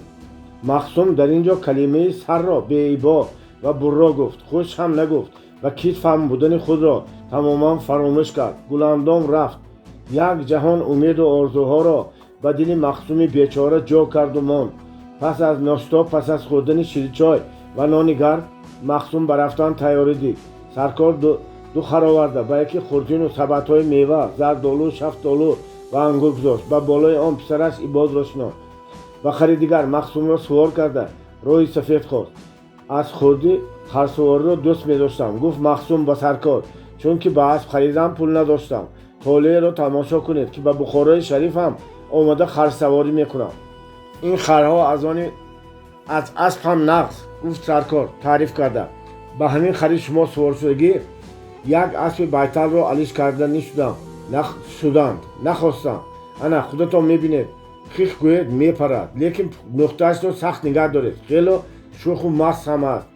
نباشد عین مدعا بودست که خیر سلامت بمانید، اویم ها زیغ نشوند. من 2-3 روز بعد نصیب باشد آمده خبر میگیرم. خرها برابر آمدند، هر دو خر برابر راه میگشتند. این را پی برده مخصوم به عباد گفت، خر از خر ماند گوشش را میبریده است. گفتنی مقال هست، میدانی خرهای ما را بین، از یکدیگر خفا نمیمانند. خری من فقیر هنگینی. گفت عباد، یکه خودش باشد اینقدر تیز هم راه نمیرود، لیکن خری شما خری من زور. گفت مخصوم، لیکن در حصار یک خر داشتم بسیار باعقل بود، از مشرب حصار هم داناتر بود. بعد به وی چی شده است؟ پرسید عباد. هیچ چیز نشده است. گفت مخصوم، در حقیقت خرش را یاد کرده، در خانه به دادرم خدمت کرده گشته است. اگر مثل ما دست و پنجه می داشت به من هر روز خط نوشته میفرستاد. عباد خندید. خر اگر خط نوشته میتونسته باشد چی ها می نوشت؟ می نوشت که حصار در جایش ایستاده است، میری چوسقه باز هم پرخورتر شده است. هر روز یک گوسفند را دیدم نمیگوید. بازارها کساد، آدم ها پول ندارند که چیز خرند، اما علف بسیار. در زمین ها به جای گندم و جواری و پخته علف می روید. بنابر آن دماغ من چاق و مانند همین گپا را می نوشت. عباد می دانست که مخصوم شوخی می کند، بنابر آن گپ را به دیگر سو تافته سوال داد. حصار شهر کلان است. شهر کلان ارک دارد، مدرسه ها دارد، بازار کلان دارد. کوه نزدیک است. کوه چندان نزدیک نباشد هم نموده می ایستد. تو در عمرت کوه و کوهستان را دیده ای؟ من کوه را از کجا می بینم؟ فقط شنیدگی. کوه چی بودنی، بلندی و قدر آن را به آن کس نشان می دهد. گفت مخصوم، کوه از دو دیوار آسمان رس، قلعه سر به فلک کشیدگی بر این می نماید، لیکن نزدیکی رفتید می بینید که یک لخت نبوده است. کوتل ها، تیغه ها، دره ها، شاخ ها داشته است. کس اول به دامن آن می براید، سبز و خرم، گل و گلبته ها پر، چشمه ها روان. تو چی بودن چشمه را هم نمی دانی؟ چی بعد چشمه ایوب را دیدگی؟ گفت عباد، من دانمی کردم. یک بار در وقت سید سال نو آنیم خطی رفته بودم، یکی خود بودم. یک گنبد کلان درونش نیم تاریک، در پیشگاه چشمه آبش شور، زنها از لایش یره هایشان را دوا میکردند. مخصوم خندید. چشمه ایوب شما یک چلچیقی بوی گرفتگی. چشمه های کوهستانی ما آبش زلال، خنک و شیرین، همیشه جوشیده از زیر سنگ میبرد و به پایان میشورد. گاه از چشمه ها دریاها پیدا میشوند. بالاتر میبرید، از طی درختان چهارمغز چنار گذشته میروید و پیشتزارها به میوه‌زارها میرسی. باز بالاتر میبرید، پیراهای کوهها پیچتاب میخورد، نفست میگردد، ولی دل میخواهد که باز بلندتر برایی. با یک قله کوه که رسیدی میبینی که در پیش باز قله بلندتر دیگر ایستاده است. اگر قوه داشته باشی باز بالا میبری، بوسهای کوهی، آهوها، خیسها را میبینی. و پایان نگاه میکنی، سرت میگردد. از منار هم بلند؟ میپرسد عباد. این منار باشد 60-70 گز. ана 100 газ, кӯҳҳо 1000, 3000, 5000 газ мешаванд. дар қуллаҳои баланди кӯҳҳо барф ҳеҷ об намешаванд. тобистону зимистон саф сафед. ҳизори мо кӯҳистон набошад ҳам баландию пастиҳо, кӯталҳо, чашмаҳо, дарёҳо дорад. васеъ ва барҳаво, сабзу хуррам. лекин афсӯс, ки ҳама ҷоҳои нағзро одамҳои бад зер карда гирифтагӣ, ба камбағалҳо рӯз нест. махсум оҳи сарде кашиду хомӯш монд. одамҳои бадро зада ҳай кардан лозим, гуфт Ибод. зӯрамон намерасад, гуфт маъюсона махсум. онҳо милтиқу шамшер доранд, онҳо аскару сарбоз доранд, онҳо зиндону дор доранд. набошад амири Бухоро бар ин будандия? Гуфт Ибод ман донам. амир ҳам ҳами чаҳорбоғҳои нағз, ҳавлиҳои нағз, арку кӯшкҳои нағзро соҳибӣ карда шудааст. ба он ҷоҳо моро роҳ нест. бале бале, гуфт махсум. ҳамаи онҳо амиру амирбача, ҳокиму ҳокимзода ҳастанд. мо фуқаро, тобеъ, фармонбардор ва мутеъи дасти онҳо ҳастем. дунё ҳамин хел сохта шудагӣ. Ибод чанд гоҳи хомӯш монду, баъд гуфт. шунидагӣ ҳастам, ки мурғи давлат ном мурғе аст. ҳамон мурғ ба кифри ҳар кас шинад, вай подшоҳ мешудааст. кошки авон мурғ ягон рӯз дар вақти дар саҳро кор карда гаштанам, ба кифри ман омада менишинад. агар фалохмонқатӣ мурғакони бегуноҳро зада нафтонӣ, агар ба онҳо дон дода истӣ, аҷаб не, ки рӯзе мурғи давлат ба кифри ту шинад. гуфт ба таври ҷиддӣ махсум. рафту подшоҳ шуда монӣ, ба ман чӣ медиҳӣ? шуморо ба худам вазир мекунам, гуфт дарҳол Ибод. миршабу амлокдорҳоро нест мекунам. ҳар кас кор карда, меҳнат карда, ҳар чӣ ёбад аз худаш мегӯям. эшони мударрисамонро қозии калом мекунам. офарин, офарин, гуфт махсум. ситораи моҳи хоса албатта аз они худат мешавад. хай ҷавҳорбоғи ширбаданро ба кӣ медиҳӣ? майла ширбадан аз они шумо. кӯшки когон чӣ? ҳар кас ба пои суол шуда рафтанӣ бошад, ба ҳамон кӯшк даромада дам гирифта хӯрок хӯрда, баъд равад мегӯям. ту ба пои суол шудаӣ? ҳа, дусе бор дадам қити ба когон рафта омадем. агар ту амир шавӣ, гуфт ба таври ҷиддӣ махсум, фармон барор, ки ба тарафи ҳисор ҳам оташароба барам. он вақт мардуми кӯҳистон бемалолак ба Бухоро, ба Самарқанд, ба Хуҷанду Тошканд рафту омад мекунанд. дар кӯҳистони мо ҳам зиндагӣ равнақ меёбад. мардум либосҳои нав мепӯшанд. мулло ва босаводҳо бисёр мешаванд. кӯҳистон ки обод шуд, Бухоро гул мекунад. чунки оби Бухоро ва Самарқанд аз кӯҳистон меояд. об бисёр шавад, мулк обод мегардад. мулк обод шавад, одамо хушбахт мегарданд ва ҳама амири одил Ибодуллохонро дуо мекунанд. дар ин дам онҳо ба хамгашти ситораи моҳи хоса наздик шуданд. якбора аз рӯбарӯяшон як даста аспакиҳо тозон омаданду ба онҳо қамчин бод карда истед гуфтанд. махсум ва Ибод харфҳояшонро доштанд. одамҳои дигар ҳам, ки дар аспу аробаҳо буданд, таваққуф намуданд. худаш чӣ гап? пурсид махсум ҳайрон шуда. амир, гуфт Ибод. эҳтимол амир гузашта равад. аспакиҳо, ки аксарашон бабар ҷомаҳои фохира доштанд, саф кашида роҳи калони вовканро банд карда истоданд. пас аз замоне боз як даста сарбозҳои аспакӣ асп тозонда омаданд. дар хамгашти роҳи ситораи моса хоса саф кашиданд. пас аз фурсате боз як даста аскарҳо ё ки саркардии аскарҳои аспакӣ. фақат пас аз ҳамин як фойтуни калон намоён шуд, ки як ҷуфт аспҳои сиёҳи америкоӣ, аспҳои калони зоти махсусро, ки аз Россия ё мамлакатҳои дигар меомаданд, ҳамин тавр меномуданд, баста шуда буданд ва фойтунчи ришкалоне дар либосҳои махсус ҳай карда гузашт, ки дар рӯи он амир нишаста буд. махсум дуруст дида натавонист. фойтун тез гузашт. фақат суроби амирро дид, ки дар тан либоси ҳарбии наботиранг дошт. дар сар саллаи сафед ва ришти сиёҳаш кулота буда бисёрии қисми рӯи мудавварашро гирифта буд. дар паҳлӯи амир боз як шахсе менишаст, ки гӯё дар сар телпаки баррагӣ ва дар тан либоси ҳарбии хокистарранг ва дар чашм айнаки бурранг дошт. аз паси фойтуни амир ҳам як даста қаровулони милтиқдор асп ронда гузаштанд ва баъд аз ин сарбозҳо ва саркардаҳои роҳро банд карда истодагӣ низ ба сӯи ситораи моҳи хоса асп ронданд ва роҳро барои рафтуои мардум боз карданд. худоро шукр, гуфт махсум. амир Олимхон Баҳодур Султон ҳам ро дидем. як урус қатӣ буд, гуфт Ибод. дуруст надида мондам, гуфт махсум. урус буд ё англис буд, афғон буд ё турк буд, ба ҳар ҳол одами мо набуд. одами моро амир дар паҳлӯяш ҷо намедиҳад, гуфт мандонамӣ карда Ибод. одамҳои мо гирду атрофи амирро гирифта мегарданд. одамҳои мо муҳофиза мекунанд. биёед зудтар равем, ки дер шуд. ман дар шаҳр бозор карда гашта омаданам лозим. آنها خرها را خلق کردند. چنگ راه را خیزانده به سوی بخارا تاختند. به سوی حوله رسیده دیدند که دروازه از درون بسته شدگی. هرچند تق تق زدند کسی نگشاد. حیران شده ایستاده بودند که پسرچی همسایه برآمده گفت تق تق فایده ندارد، زنگ زنید. چطور زنگ زدیم؟ پرسید با. انا به بیدینگری دسته دارد. مخصوم دقت کرد دید که دقیقا مثل دسته اوغرچه چوب از سوراخی بیدینگداری برآمده است. مخصوم آن را داشته کشید. باز رها کرد. باز کشته رها کرد. گویا در حوله درون زنگوله صدا کرد. پس از زمان مدرس برآمده دروازه را گشاد. اوه مهمانهای عزیز، مرحمت گویان وی آمدگان را پیشواز گرفت. آمدگان دو خط شده سلام دادند و خورجین را از بالای خر گرفته به درون دراندند. همه صحت سلامت؟ پرسید مخصوم.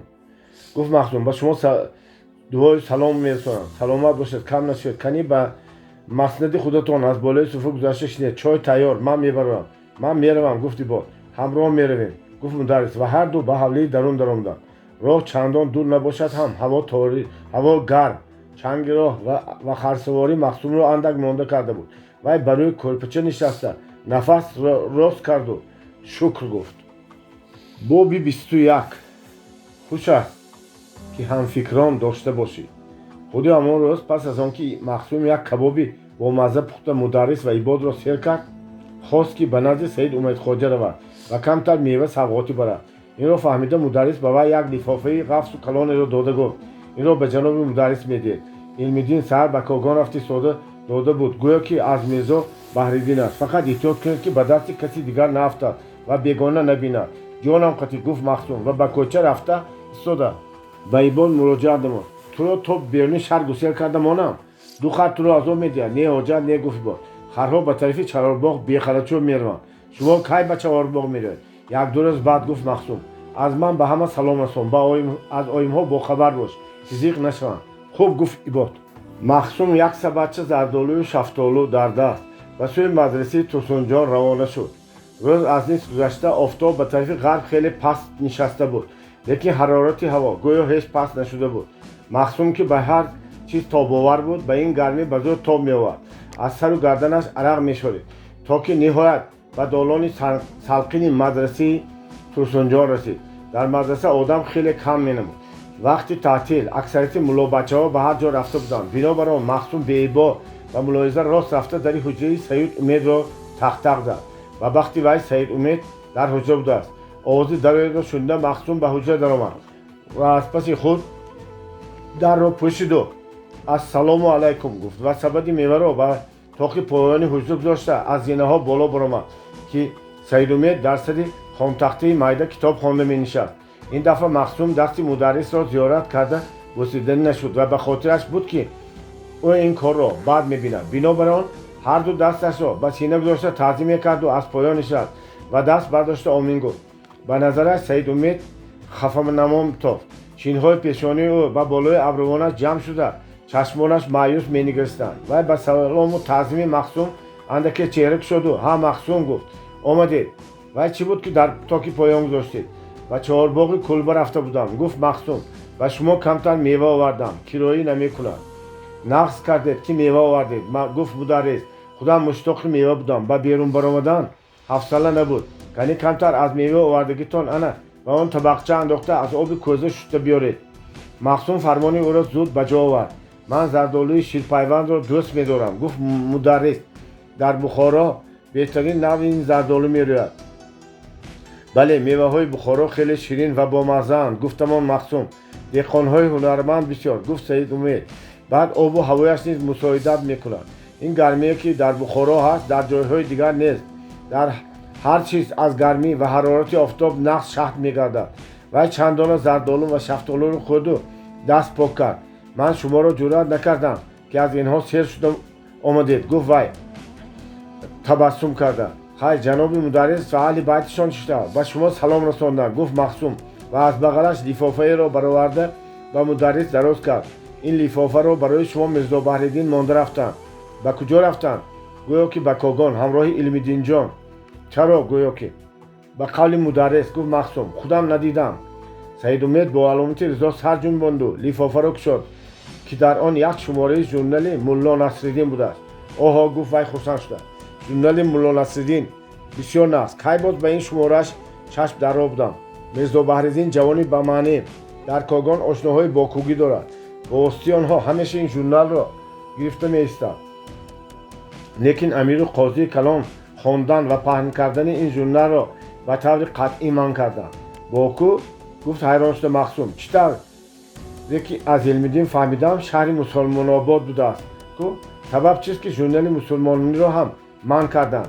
این ژورنال هر زمان امیر و ساخت دولتی او را سخت تنقید و مسخره کرده می‌استد. گفت سید امید به صحیفه های ژورنال دقت کرده. انا به این رسم نگاه کنید. در پایان رسم نوشته است از صدارت کور رفت و کار به جای او نشست. در بخارای شریف این کار بالای دیگر است. بای دیگر شرح و بیان لازم نیست. این به تعیین شدن عثمان بی قشبگی و بیکار شدن آستانقل قشبگی اشاره میکند. آفرین به گوینده این. در حقیقت هر دوی اینها کور و کرند. بخارا از دست اینها به کربلا مبدل شده است. مخصوم از دست سید امید ژورنال را گرفته سینچه کرد که صورت ارک بخارا کشیده شده است. قشبگی کور در دست عصا از ارک برآمده رفته ایستاده است و در بالای ارک دامنهایش را پهن کرده یک مرد فربه و بدنمای دیگر نشسته است که عثمان بیک است. صورت در حقیقت خنده‌آور بود. افسوس که چشم خط ندارم و از همه این نعمت دانش محروم هستم. گفت مخصوم آه کشیده و ژورنال را به مدرس برگردانده داد. این همین یک صورت و یک بیت به ساخت دولت امیری یک نوع ضربه میزند. گفت سید امید با هیجان آمده بی‌درک نیست که خواندن این ژورنال را منع کردند. در حقیقت افسوس که شما خط و سواد ندارید. لیکن اگر خواهید من به شما تعلیم میدهم. شما آدمی با غیرت مینمایید. در اندک مدت خط و سواددان میشوید. کاش که گفت مخصوم من خاکی پای شما میشوم. من هیچ چیز شدنتان لازم نیست. گفت مدرس سخن او را بریده حرکت کنید و خط و سواد برآورید. خود همین به من مکافات میشود. انا این قلم انا این دفتر از آن شما بیایید از خود درس را سر میکنیم. سید امید و صحیفه اول دفتر و یک سوی سطر حرف الف را یک چند بار نوشت و آن را در سطر دوم و سوم هم تکرار کرد. بعد در سطر چهارم همان الف را نوشت و به بالایش علامت گذاشت. این الف یعنی ا باشد اینش او گفت. همینطور 3 سطر از ا و 3 سطر از او نوشته گردید تا به آخر صحیفه. من ژورنال میبینم. مخصوم اولین بار در عمر خود قلم به دست گرفت و با هیجان و اضطراب دل به نوشتن و مشق کردن سر کرد. حرفهای اول عیناً به نوشته مدرس مانند نباشند هم لیکن حرفهای ثانی او مانند شدن گشتند. مخصوم خرسندانه با شوق و ذوق می نوشت. دلش از امید و عملها پر از شوق و ذوق می نوشت. دلش از امید و عملها پر گشته بود. وی می نوشت و گمان میکرد که در روبرویش استاد سید امید معلم سید امید خواجه نه اولیا آدمی مقدس آدمی معجزه‌کار و نجات بخش شخص است. وی خود به خود فکر میکرد که در حضور چنین آدم در صحبت چنین شخصی تبرک و در روبروی چنین اولیای زمانه نشسته است و از او تعلیم میگیرد. مخصوم ملاهای دیگر مدرس‌های دیگر را به یادش آورده با سید امید مقایسه میکرد. آنها به مخصوم سواد آموختن آن طرف ایستاد سلامش را علیک نمیگفتند و حالان که در دانش و علم هیچ یکی آنها به پای سید امید برابر شده نمیتوانستند.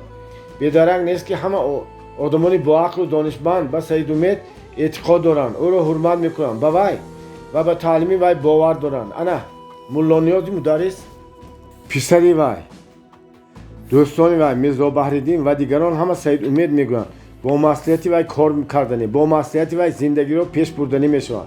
ولی مخصوم خود را اکنون بدبخت و بی طالب نگوید هم میشود. بخت و طالع داشته است که با چنین کسانی عجایب با چنین اولیاها و مردمی تبرک دچار آمد. سید امید ژورنال دیده ایستاده درباره مخصوم فکر میکرد. در بین خلق این طور جوانها چقدر بسیار همه قدرت و لیاقت دارند. همه صاحب استعداد و زیرک و دانایند. اما از نبودن شرایط از کمبغلی از نادارمی بی‌سواد از دنیا بیخبر شده میمانند. عمرشان در خدمت دیگران در ادا کردن کارهای دیگران میگذرد. افسوس خیلی افسوس. وظیفه مقدس ما منورفکران وظیفه اساسی ما باسوادان همین که خلق را باسواد کنیم، خلق را از گرداب غفلت و جهالت رهانیم. امروز مکتب ما را بسته باشند، پگاه دیگرش را شدن لازم. اگر لازم باید با منورفکران روس، با کارگران پیشقدم دپوی کارگان، دانای کاغان مراجعت کردن، از آنها مصلحت و یاری پرسیدن در کار است. در حجره خاموشی و غیر از قطار نوشتن‌های مخصوم گاه شقرات زده برگردانده شدن صحیفه ژورنال دیگر آواز نمی‌برآمد. در همین اسنا در حجره را از بیرون کسی تق زد. مخصوم قلم را گذاشته به سوی سید امید نگاه کرد. سید امید به سوی در نگریسته کیست؟ درآیید گفت. در را گشاده یک مرد قد بلند که در تن از بالای کمزور چسوچی نباتی رنگش جامه ابره‌استری سبک علاچه پوشیده به سر سلچه سفید زیبایی گذاشته بود در آمد. روی درازش ابروان سرما و سیاه، چشمان کلانی مهربانانه او را دیده سید امید خرسند شد. بیایید شریک، بیایید گفت. خوب منتظر کردید. گمان کردم که امروز به جنوب عینی بیگانجا سفر کردید. شخصی آمده محمد جان مخصوم شکری بود.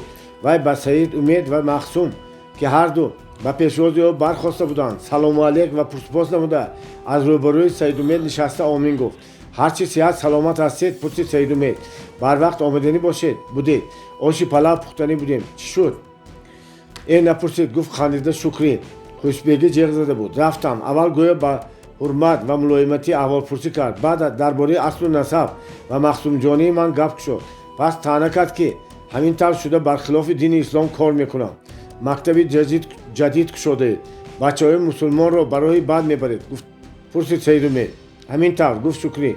لیکن من گفتم که پروگرام مکتبی ما رو میدونید. چی خواندن و چی آموختن ما رو خودی بچه ها پدران آنها میدونن. نخواد که ما برخلاف دین اسلام حرف زنیم. برای چی؟ خوشبگی به سوال من جواب نداد و گپ رو به دیگر طرف بود. نخواد که شما به 3-4 تنگ مزد معلمی احتیاج دارید. گفت. من گفتم که ما بیپول کار میکنیم. باور نکرد. به هر حال تاکید کرد که علمای بخارا بر ضد مکتب جدیدی فتوا دادند. هر کی به این کار مشغول شد او را گناهکار میشمرند. بنابراین پس از این هوشیار باشم. و آقا من گام نزد خستم و آمادن گرفتم.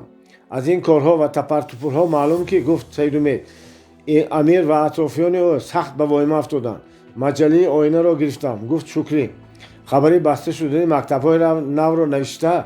در آخر قید شده است که نماینده و حکومتداران روسیه دیده ایستاده میمانند که امیر خواستگی خود را کند و برای فقرای بخارا در این معرفت و معارف را بندد. شلوک خون شلوک را نمی‌مکد. میگویند گفت سید امید امیر هر قدر اتجاه‌تر گردد، هر قدر ظلمش را افزاید، روسیه همان قدر آسوده‌تر می‌گردد. درد کم، درد سر کم میگوید. از تشنگی مردمی بیدارگشته این بخارا خلاص میشود. آب از بالا لای است گوید. گفت شکری. در آن صورت کار کردن ما خیلی مشکل میشود. امیدی برگشت و شدن مکتب‌ها نمیماند. ناامید نشوید مخصوم. گفت سید امید کارهای کلان در پیش است. تشکیلات ما باید از حساب مهنتکشان بخارا، از حساب خلق ظلم دیده وسیع شود. افزاید از همین را سر کرده و دوستانمان تاکید کنید که به تومنه به قشلاق برایم تا از دستشان آید به دیخانان بینوا یاری رسانند. حسن توجه آنها را به خود جلب کنند و آهسته آهسته وضعیت مملکت و سیاست را فهمانند. این مصلحت خوب است. گفتم شکری. مخصوم به این مصلحت شما چی میگوید؟ پرسید سید امید. من چی میگفتم؟ گفت مخصوم خوش است که هم فکران داشته باشی. گفتن هرچند که خودت فکر نداشته باشی. این طور نگوید. گفت تبسم کرده سید امید. شما آدمی زیرک هستید. فکر درست از شما میبره.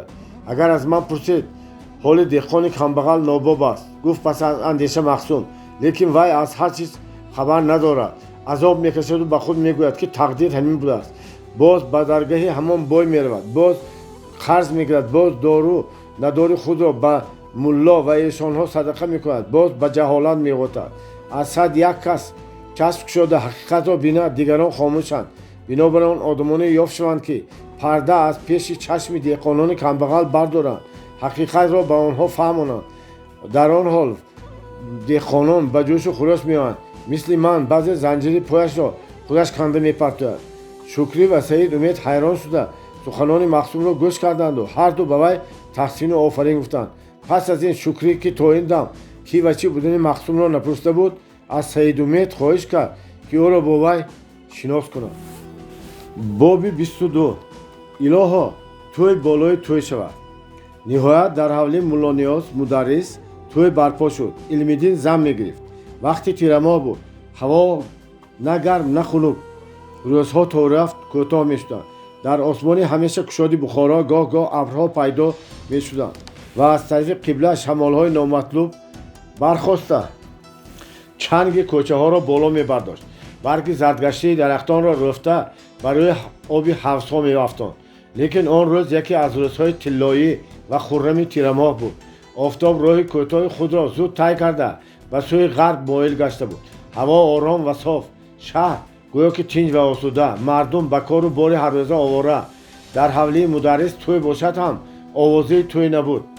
در دم دروازه رفتگی، آب زدگی، در پیش دروازه و راه رو نیمکت ها مانده شدگی و به سوی آنها کرپه و کمپل ها پرتافته شدگی. اما آدم مهمان نمی نمود. مخصوم تردد کرده میگشت. مدرس عصبیانه در آمده میبرامد. یک دو سه نفر از جوراهای علمدین، لطفالله قربان و نوردین و آشپز یاری داده و مهمانخانه دسترخوان ترتیب میدادند. سماور میجوشاندند. دیگر کسی نبود و حالان که علمدین، مخصوم و خود اقساقال گذر خیلی آدم را خبر کرده بودند. علما و منصبداران گذری بازار گل و گذری مولانا شریف که اکثریت همانها تشکیل میکردند به حوله مدرس مرتد و حوله مدرس جدید و آمدن ابا میکردند. مبادا آنها را در حوله مولا نیاز دیده مانده به بالا خبر برند، مبادا از لطیفه و من مسندشان محروم شوند. قریب نماز عصر اقساقال آمده از سر دیگ خبر گرفت. خانه ایوان را دید و برگشت و براه را برآمد و بس روی نیمکت نشست. آدم کم کو گفت وی به مدرس خطاب کرده. من همه آدم های شما گفتگی را خبر کردم. من حیران، گفت مدرس که خیلی غمگین مینمود. آمده میمون دکستم. دامادبری چی میشه؟ گفت باز اقساقال با 5-6 کس دامادبری کنیم نقض نمیشدگی. مخصوم که در این دم از نزد آنها میگذشت به گپ همراه شد. گفت از دامادبری بی‌پروا باشید، چنان دامادبری شود که بخورا در عمرش ندیده باشد. اقساقال گم نزد و از پس وی نگاه کرده ایستاده و مدرس خطاب کرد. از این مردک باخبر باشید، هر کار از دستش میآید. میگویند که به گلاخیان رفت آمد دارد. گلاخیان هم بنده خدا، گفتمان مدرس و از جا برخاست. در این دم احمدی نقارچی و کوری شریف در دم دروازه پیدا شدند. به حوله در آمده دن همانا آواز سرنه نقار را بلند کردند. در روی حوله خانه یکباره یک روح تازه، روح تویانه و خرمی در آمد. از پس آنها نار گلخی، فاضل گیجبول، جوری سیس، چپک زنان، خرسک زنان در آمدند. تیمور پایلوچی پایکی باشد در دو دستش خیراق شرق شرق رقص میکرد. بچه های بسیاری این هنگامه را شنیده به دم دروازه و درون دروازه دویده آمدند. اقساقال که از این هنگامه حیران و گرنگ شده بود و مخصوم خطاب کرد. آخر بزم گلخیاتون رو برپا کردید یا حالا صرف کردید؟ بعد در پیش گفت مخصوم. میرزا بحرالدین و 3-4 نفر یار جوریش آمد.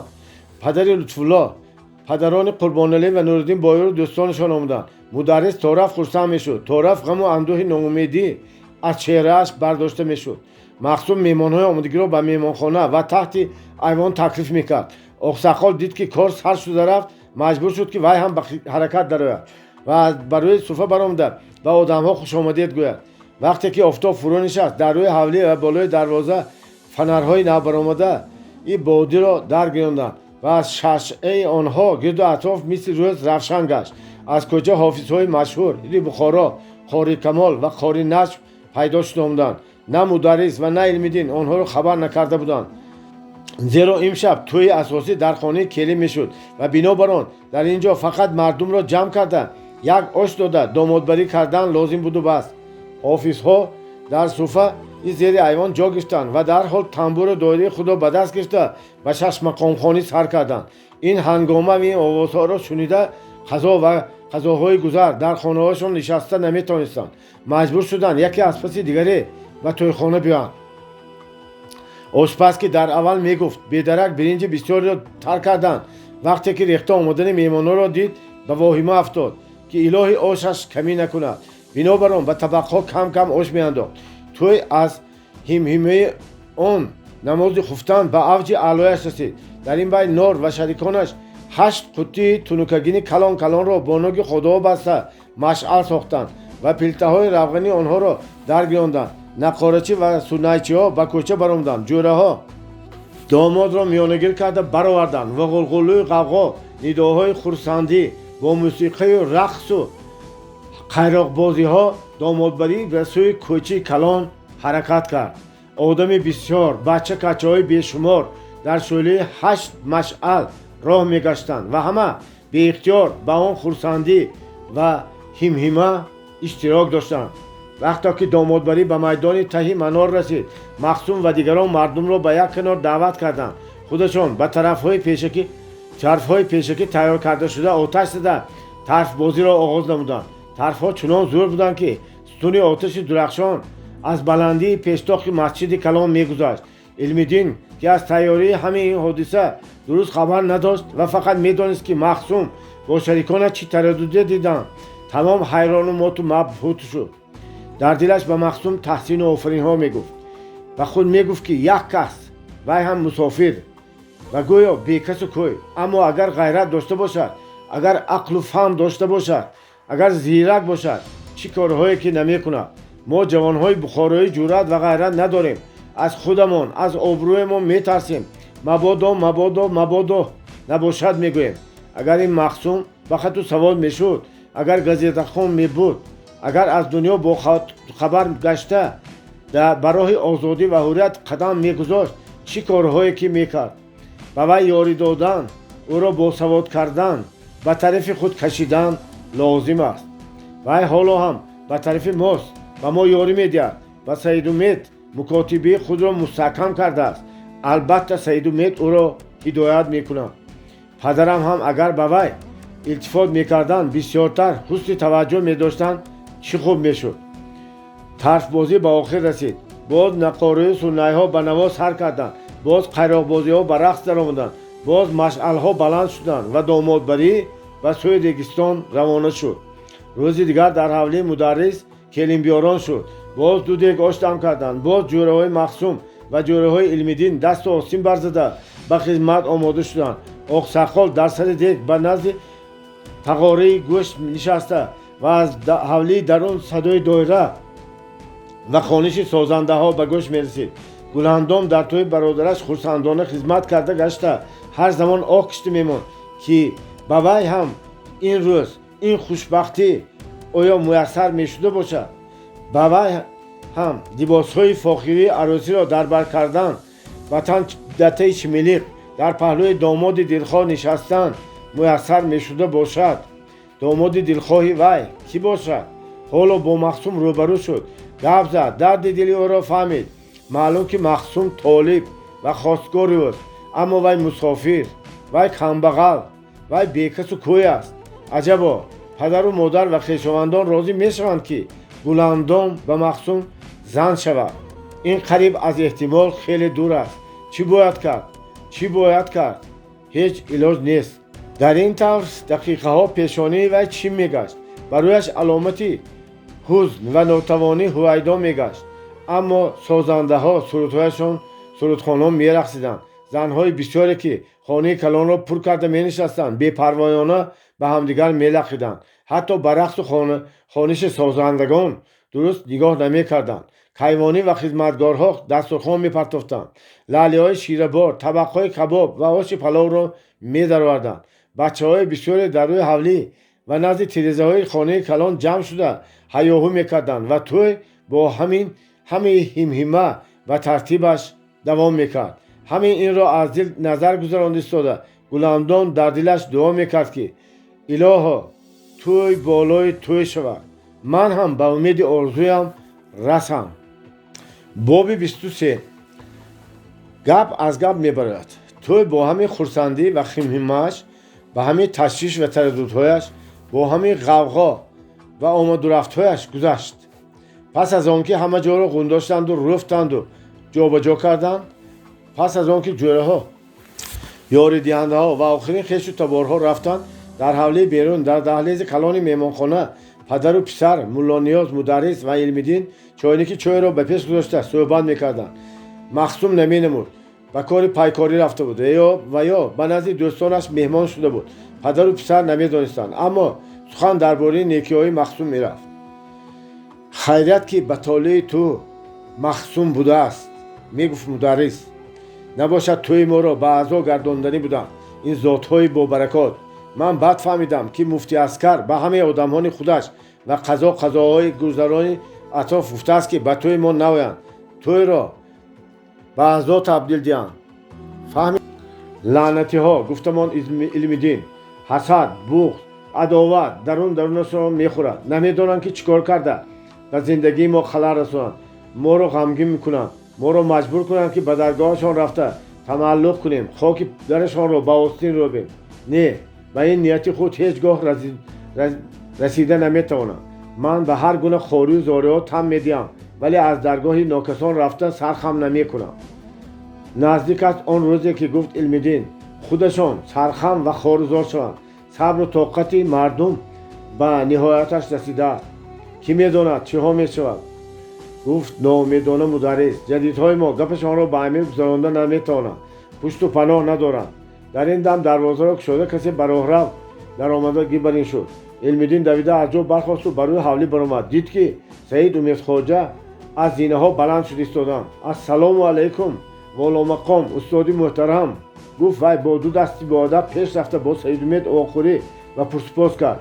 дар ин бай овози писараш вай Саид Умедро шунида мударрис ҳам аз daҳлез баромад ва бо ӯ салому алейк пурсос намуда ба хона даъват намуд. Саид Умед дар назди тирезаи миёна нишаста омин гуфт ва баъд ба мударрис муроҷиат карда гуфт, шунидам ки тӯй кардед, сари мавлозодаро дуто кардед, бисёр нав, муборак бошад, саломат бошад шарик. гуфт мударрис, тақдиру насиби ҳамин муддатҳоро муайян карда будааст. ба ҷанобашон кас фиристодем, наёфта омаданд. ҳа ман набудам, гуфт Саид Умед пиёларо баргардонда дода. ягон ҳафта дар тумани Ғиҷдувон ба қишлоқамон рафта бародар ва хешу таборамонро дида омадам. фаҳмидам ки Махсум чандин бор ба ҳуҷра рафта маро наёфта баргаштааст. ҳайрон шудам ки чӣ кори зарур баромада бошад. лекин баъд аз роҳрави ҳуҷра мактуби худи Махсумро гирифта хондаму донистам ки ҳамроҳи Илмиддинҷон ба хабари тӯй омада будааст. Махдум магар хат навишта метавонад? ҳайрон шуда пурсид мударрис. ҳа, гуфт Саид Умед, одами хеле зирак дар андак муддат навиштану хонданро омӯхт. албатта ҳоло мулло нашудааст, лекин мақсади худашро ғалат бошад ҳам навишта мефаҳмонад. дар бадали 1-2 моҳ одами калонсол. Махсум калонсол не, гуфт сухани мударрисро бурида Саид Умед. Махсум ҷавони 22-23 сола, боз алал хусус ки дар соҳибати шумо ва дар хонадони ба файзи шумо мебошад. бале аз ин тавр камбағал бачаҳои хушзин одамони дуруст ва машҳур баромаданаш мумкин аст.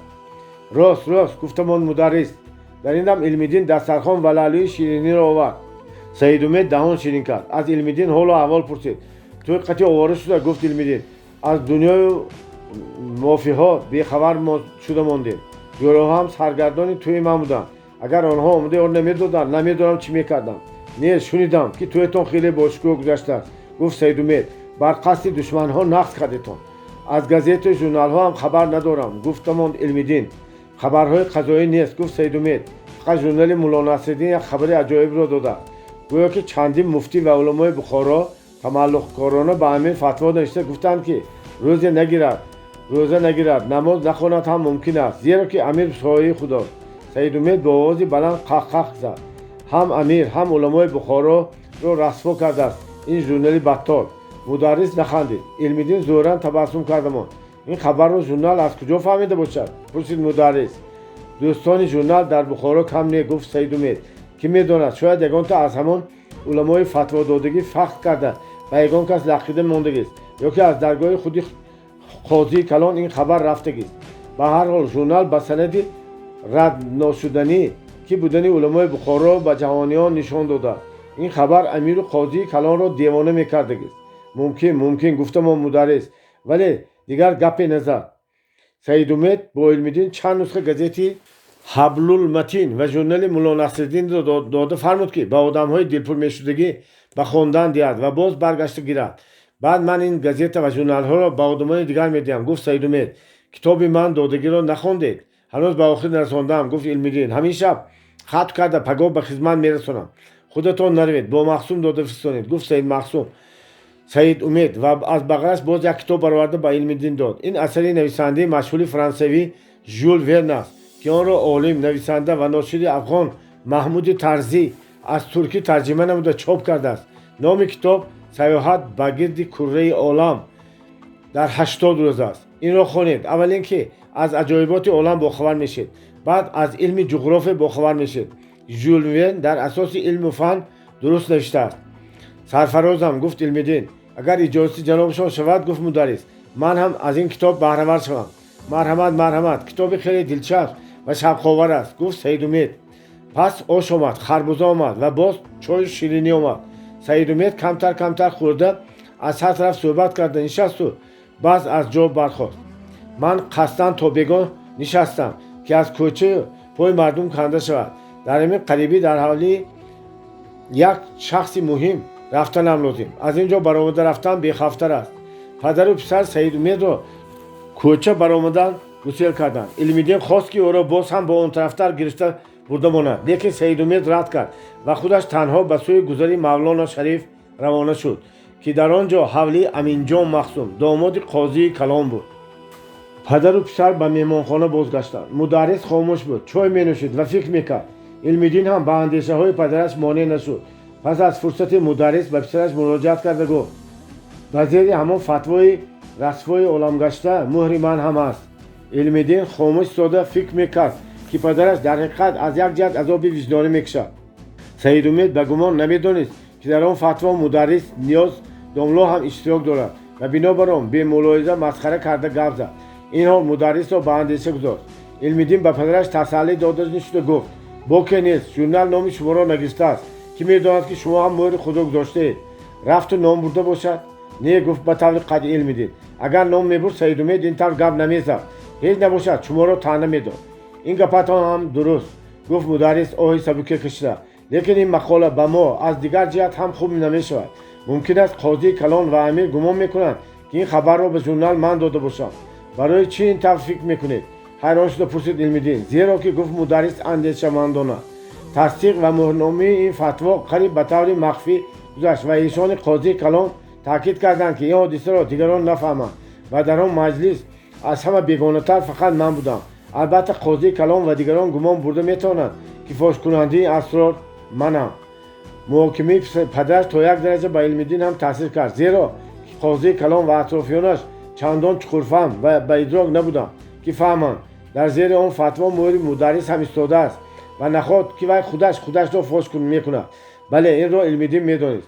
خوب گفت وی، فرض کردیم که آنها این کار را از شما میدانستند، چطور اثبات میکنم؟ شما میتوانید گویید که به زوری زیر آن فتوا مهر شما هم هست کو. گپ در سر آن نه، گفت مدرس. شبهه نیست که هیچ کس روی راست به من این تهمت را زده نمیتواند و به این جرأت هم نمیکند. لیکن اگر به همین عقیده آیند و بهانه‌های دیگر روز ما را تلخ کرده میتوانند. گپ انا در سر همین. علم‌الدین دانست که پدرش خیلی چقور اندیشه میکرده است و درست محاکمه میکند. بنابر آن گپ نزده منتظر قرارداد آخرین وی شد. من اکنون از تو خاطرم جمع، گفت پس از کمی مدرس. تو را زندار کردم، به آرزویم تا یک درجه رسیدم که الین شکر موافق طبع هممون. لیکن تقدیر خواهرت چی میشود نمیدانم. شبهه نیست که باز بر ضد عائله ما اوضاع بد پهن کنند. هر چی که به زمانشان رسد گفتن میگیرند و این را شونده یک تا دو تاها به سوی ما پا میکشند. خواهرت پیردختر شده میماند و گمانم، گفت علم‌الدین. حالا به آوازی زیادتی هم مردم جرأتی به ما نزدیک شدن ندارند. مردم گفته من طبقه بالایی و ملاها را میگم. این حال در توی ما عیان شد. اگر مخصوم و رفیقانم نمیشدند توی هم نمیشد. انا گپ در سر همین. گفت با مقصدی خدای صرفم رفتنی پسرش را دانسته، گفت مدرس. مردم از ما رمیدگی و ما باز هم بدتر میشود. رمیدن گیرم. اگر به من مانید من همین سفر مخصوم را به خودم دامان میکردم. این را گفت و علم‌الدین با هراس برای پدرش نگرید. مدرس یک به سوی پسرش با حیرت و تعجب نگاه کرد و خاموش ماند. سفر مخصوم، گفت گپش را تاکید کرده علم‌الدین، از 100 مخصوم جان و احسانزاده ها اولاتر است. وی به شما داماد حقیقی، پسر دویم خدمتگار می شود. گلاندام را با سرش برداشته می گردد. مردم چی می گویند؟ باز مردم به ما کار ندارند. ما با مردم کار نداریم. با مردمی که شما تصور میکنید این چیز به گفتن آسان. بعد گلندام چی میگوید؟ از ما خفه نمیشود. به گمان من گلندام راضی. باز خودتان میدونید اگر جای موافقتر برایت باز بهتر.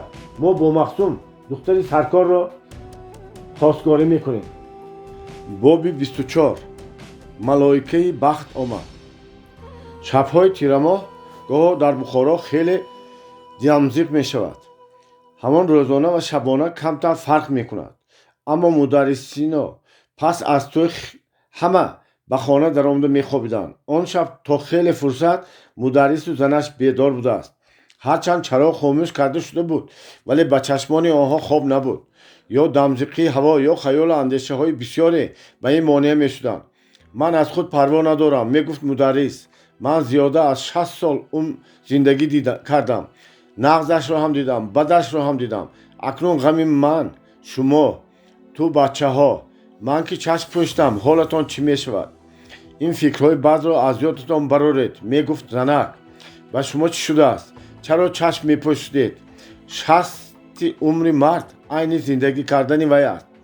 ای تو نمی فهمی. می گفت مولانیاز دخترمان در روی خانه هنوز یگان خواستگار نآمده است. خواهی چی کار میکنید؟ شوهرش را آسوده میکرد زنک. بختش همین طور بودگیست. بنده خدا از تقدیر گریخته نمیتواند. و بخت جنبان در کار. گفتند من تو بخت جنبانی دخترمان را نیافته ایستادیم. امروز پسرت میگوید که گلندام را به همین سفر مخصوم نگاه کرده دیم. شما چی گفتید؟ من چی میگفتم؟ گلندام چی بود که من به هر کسی راست آمدگی برآورده دادن گیرم؟ و گمانم دل دخترتان کشال. گفت نبرده نآورده زنک. اینها به همدیگر واخوردگی، با همدیگر راز گفتگی. هم تویا حیران شده ماند مدرس. حالا کار تا همین درجه رسید است گوی توبه. زنک از لقیده ماندنش پشیمان شد و فرصتی چی گفتنش را ندانسته ماند. البته پخته نمیدانم که گفت وی تاثیر سخنش را ملایم کردنی شده. لیکن همین طور گمان دارم. چندین بار مخصوم را به من تعریف کرد. من پرسیدم که تو از کجا میدانی که وی آدمی نغز؟ میگوید که از گفتگو و از رفتارش میدانم. گلندام دختری زیرک. گفت مدرس وی از روی عقل و ادراک میداند. بچه های این سال و زمانه از ما هوشیارترند. شاید در چهارباغ واخورده باشند. ندانم گفتم آن زنک. و حالا این پخته میدانست دخترش با مخصوم واخوردگی و دل دادگی. خدا نکرده واخورده باشند و این را یگان کس دیده باشد آبروی عزت ما چی می شود؟ خدا نکند. گفت درها زنک دخترمان همون قدر بیعقل همین قدر نادان شد چی؟ که در سر کوچه با مردی که نامحرم صحبت کند. بعد مخصوم در چهارباغ یک دو روز بود. نه هیچ گم نشده است.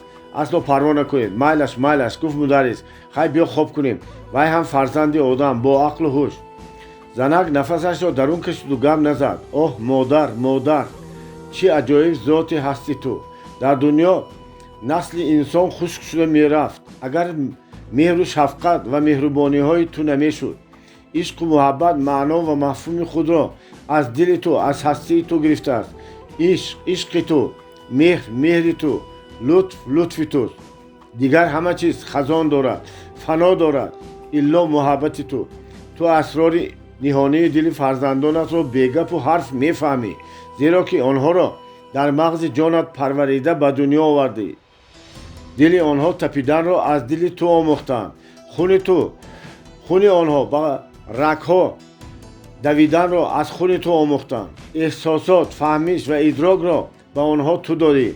پس چطور می شود که مادر گلندام از حالت دل یگانه دخترش بیخبر باشد؟ نور گلخی یا که علاوالدین یا که اولاو نوکه کارش را تمام کرده برای کت خود 11 خواب میکرد که مخصوم تلپنگ و بی پشت دوید آمد. علاو جان گفت مرا مبارکباد کن و خودش را بیبا به بالای نور گلخی پرتافته او را به آغوش کشید و بوسید. نور هم حیران شد و هم گرم. خوش گفت و مخصوم را آزاد از بالای خود برداشته به زمین گذاشت. چی واقعه؟ چی خرسندی؟ من به آرزویم به مرادم میرسیدگی برین. گفت خرسندانه مخصوم. ملائکه بخت به سوی من رو تافت. من نصیب باشد داماد ملا نیاز مدرس میشوم.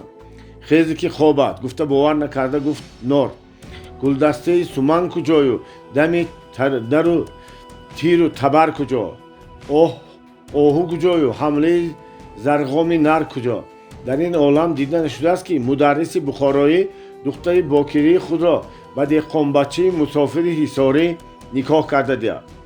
باور نمیکنی؟ از علم‌دین پرس. گفت مخصوم خود باورانه دادرکم خرسندانه به من خبر داد که در همین قریبی همه اهل بیت مشورت کرده قرار کردند که گلاندام را با دلخواهش بدهند و هر کس باشد دلخواه گلاندام فقط منم. تو از کجا میدانی؟ شاید دلخواهش من باشم. خندید نور. دل را به دل راه است در این گنبد سپهر از روی کینه و از روی مهر گفتند. گفت مخصوم دل پر از مهر و محبت من به دل حساس دختر بی تاثیر نمانده است. ما راضی دل کردیم.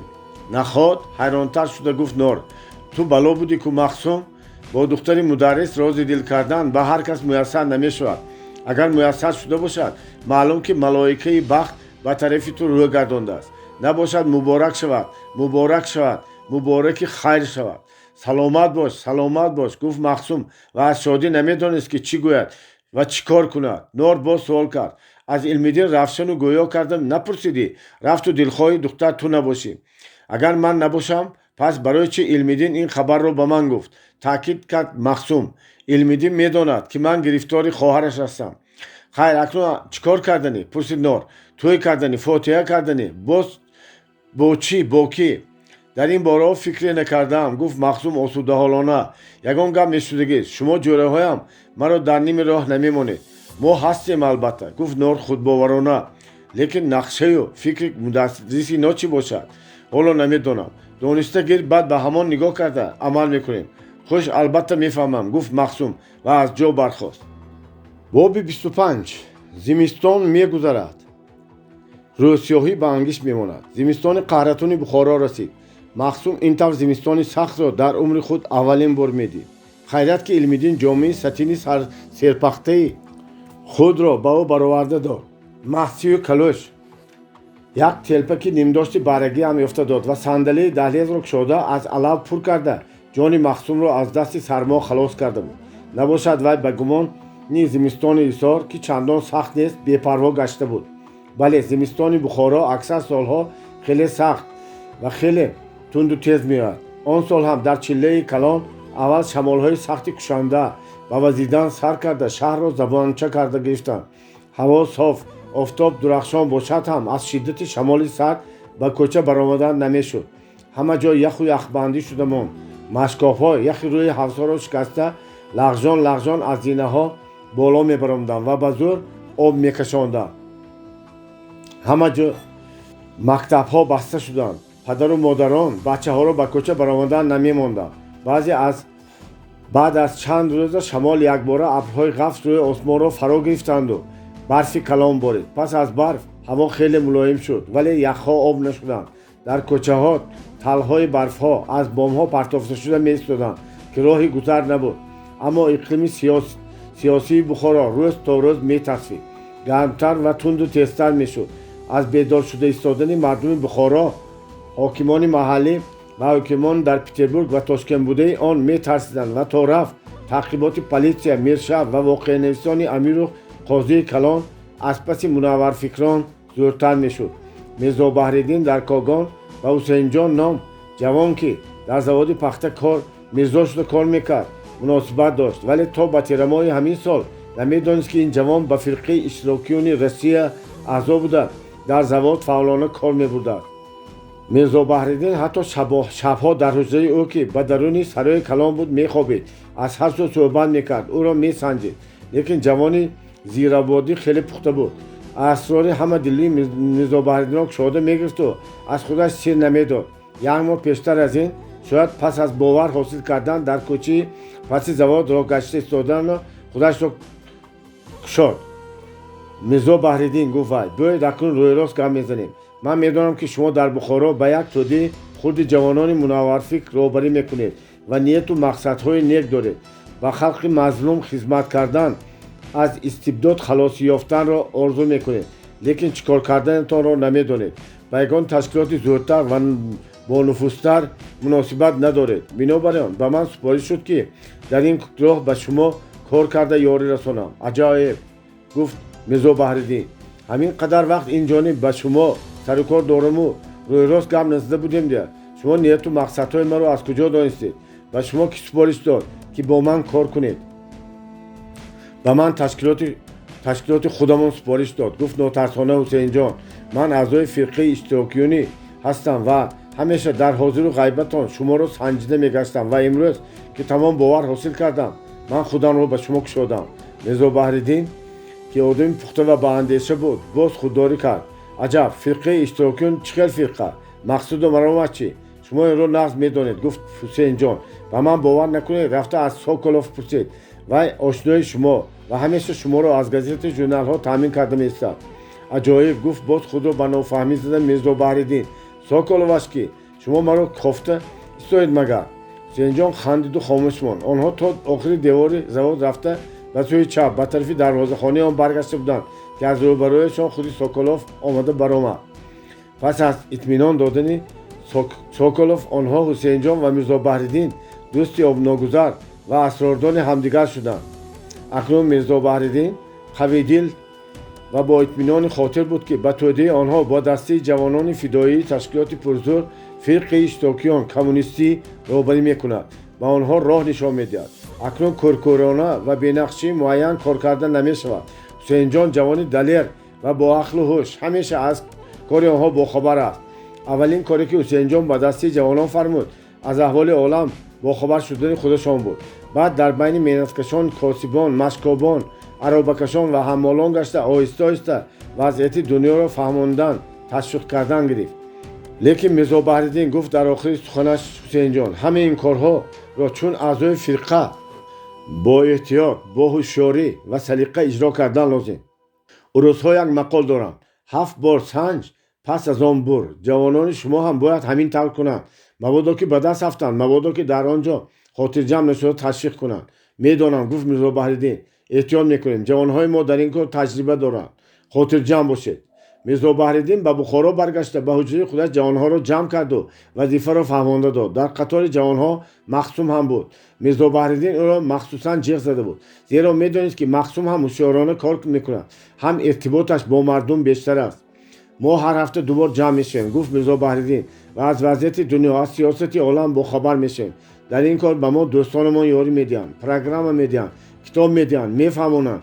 من به شما گفته‌های آنها را میرسانم.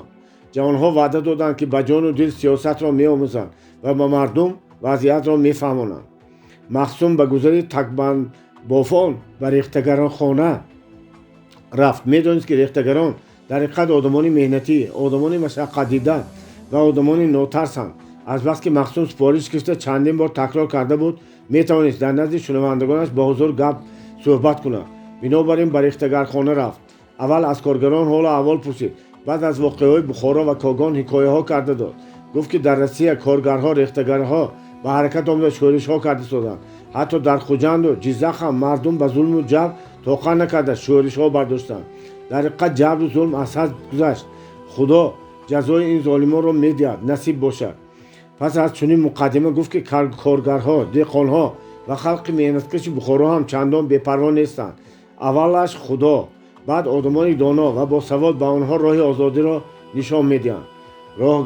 ریختگرها دم کارشان را مانده با حیرت و مراق به سخنان مخصوم گوش دادند. خدا خیری این آدم‌های دانا را دهد، گفته ماندن آنها. کاش که ما هم اندک روز میدیدیم. در عین صحبت آنها خودی شیخ ریختگر هشتادم در آمده با مخصوم خطاب کرد: ها، تو کی میشوی؟ و اینجا چرا آمدی؟ این کارگریزها را بدتر از کار میمانانی.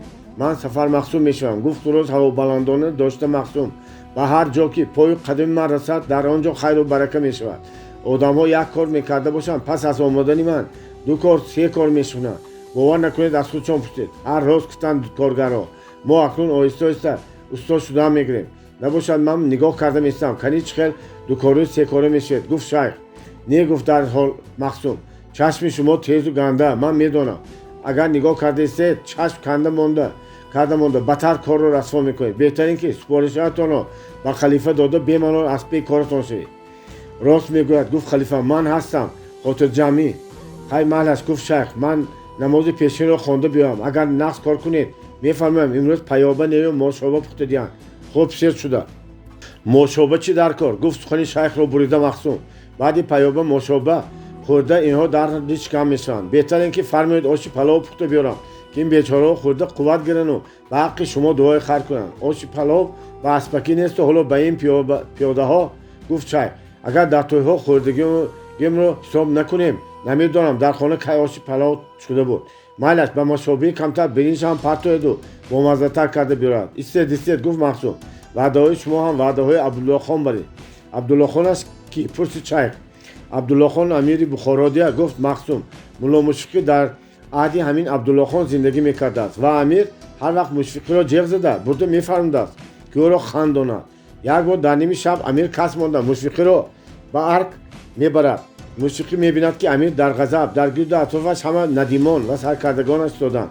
мулло мушфиқӣ мегӯяд абдуллохон хитоб карда, шумо одами зирак ҳастед.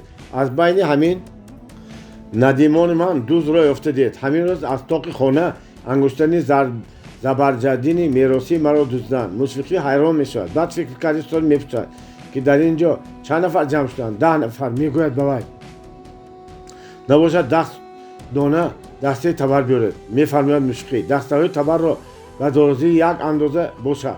дарҳол фармодаи ӯро ба ҷо меорам.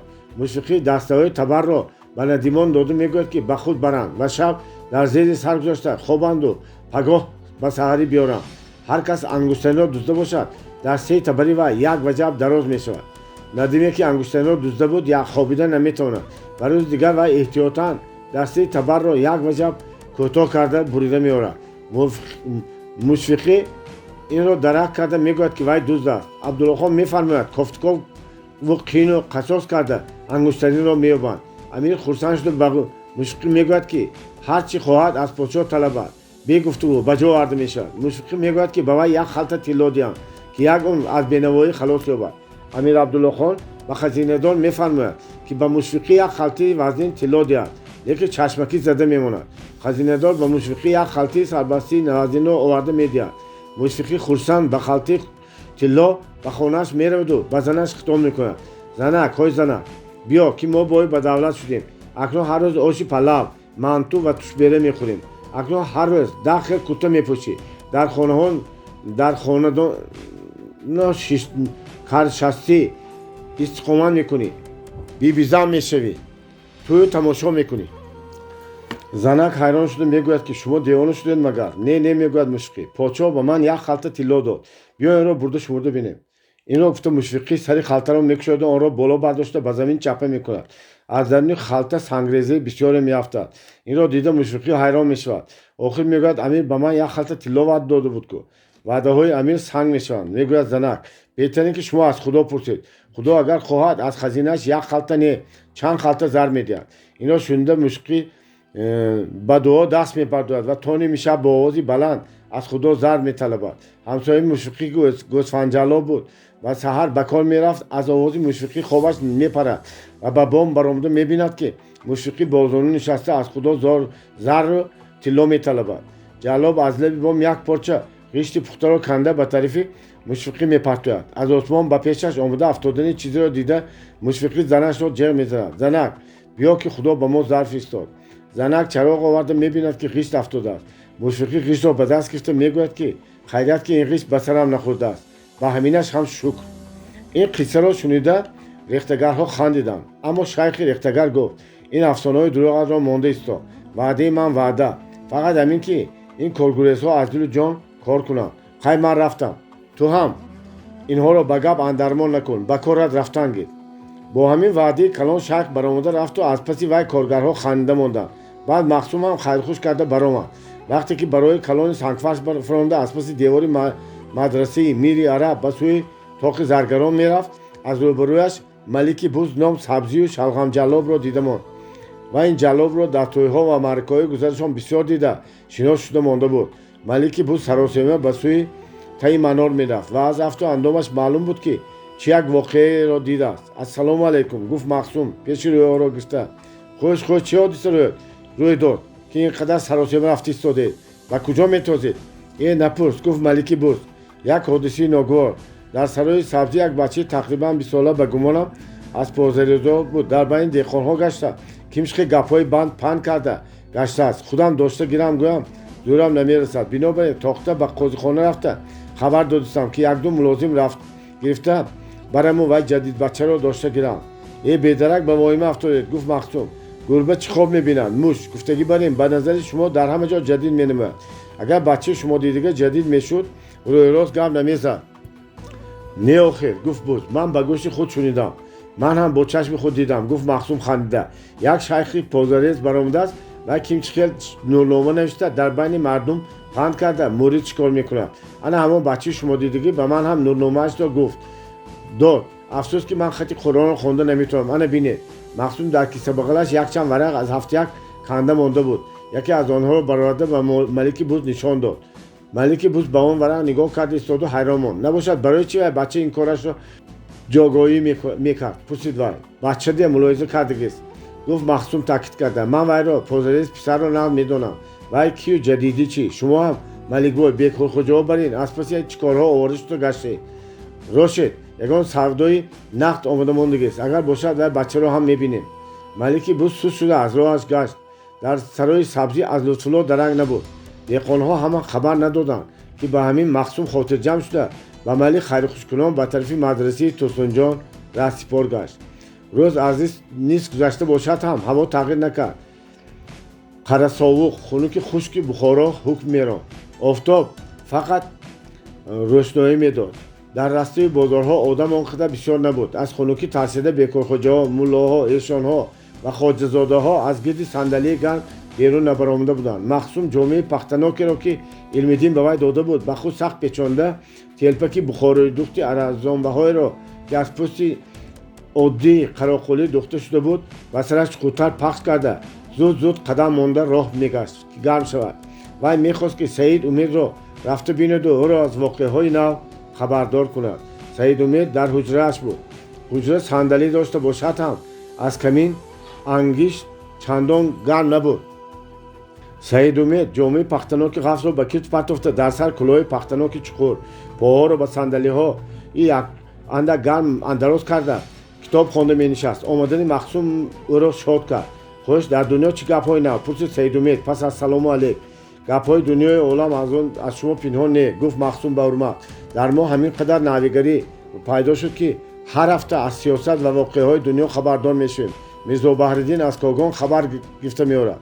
خیلی بسیار نه. گفت سعید امید این کاری سره. میرزا بحرالدین درباره کدام یک اصلاحات هم گپ زده بود. ها گفت سعید امید حاضر درباره اصلاحات گپ بسیار است. جوانها از امیر طلب دارند که به کار دولت اصلاحات دارد. گویا که امیر هم وعده داده است. لیکن به فریب و نیرنگ وعده‌های دروغ امیر و حکمان وی باور نکنید. احتمال است که یک امیر یک منفعت است یعنی اصلاحات اعلان کند. همین خیلی خبرها پنج شده وقتی که به یارو دوستانتون خبر میرسونید همین معنی را هم فهمونید که اگر امیر اصلاحات اعلان کند هم بر دروغ است. مخصوم پس از شرح سعید امید دانست که اصلاحات چه معنی داشته است و به مخصوم کتابی را داد که در آن کاغذهای میدی تعلیمی چاپ شده بود و نامش هم خالده یا که احمد بود. این را با دقت خوانید و کاغذ را رونویس کنید. گفت مدرس بعد از شما یک التماس مرحمت جانم قطعی. التماس همین که گفت سعید امید یک به حوالی امینجان مخصوم روید. میدانید چی اگر خودشان باشند این کتاب را به این مکتوب میسپارید. اگر نباشند به آدمشان فقط کتاب را داده میفهمید که کی میآیند. پس در وقت آمدنشان باز یک بار دیگر رفته مکتوب را میسپارید و جوابش را گرفته به من میآورید. جانم قطعی به باورتون تصدق. گفته مخصوم حتی کتاب را گرفته به بغلش احتیاط کرد. خاطر جمع باشید که همه گفته‌هایتان را بیکم و کاس به جا آورده میشود. سعید امید ممنونانه تبسم کردم. مخصوم از جا خسته پایان فرامد. کتابی که گفتیم حوالی امینجان مخصوم در گذر دیگریز بود. مخصوم به دروازه کلان حوالی نزدیک شد تله داد که از درون بسته بود. تق زد. صدای نم برآمد. باز تق زد. پس از فرصتی کسی برآمده دروازه را گشود. این خدمتگار امینجان مخصوم عبدالله بود. ها گفت مخصوم رو دید و نشناخته. با چی کار دارید؟ حولی همینجا مخصوم همین پرسید مخصوم ها گفت عبدالله چه خدمت به خودشان کار داشتم مرا مدرس سید امید خواجه فرستادن نام مدرس رو شونده وجاهتی عبدالله دیگرگونو ملایمتر شده گفت ایشان نیستن و نمیشوند اگر سفارش باشد و من گوید انا همین کتاب رو به اون کس میدادید اگر وقتی آمدنشون رو میگفتید من باز به خدمت هستم چیزی از خودشون میپرسیدم افسوس که در این قریبی شما و من اون کس رو دیده نمیتونیم گفت عبدالله غمگینانه همینجا مخصوم رو همراه عثمان جان مخصوم ناخود به چارجوی به نزد قاضی اکرام خان فرستادن با مدرس رفته همین خبر رو رسونید مخصوم درست نفهمیدیم باز گشته پرسید خیر از چارجوی میامد کسکن معلوم نیه کی آمدنشون معلوم نیه گفت عبدالله و آوازش رو پستر کرده ایلاوه کرد جنجال کلان برین ایشانی قاضی کلان در تشویش بودن بنابراین این کتاب رو هم برگشته به خودی مدرس ده مخصوم از وجاهت عبدالله دانست که گپ درباره همین تمام شد بنابراین خیر و معذور کرده به قفا برگشت و از کوچه دیگر به سوی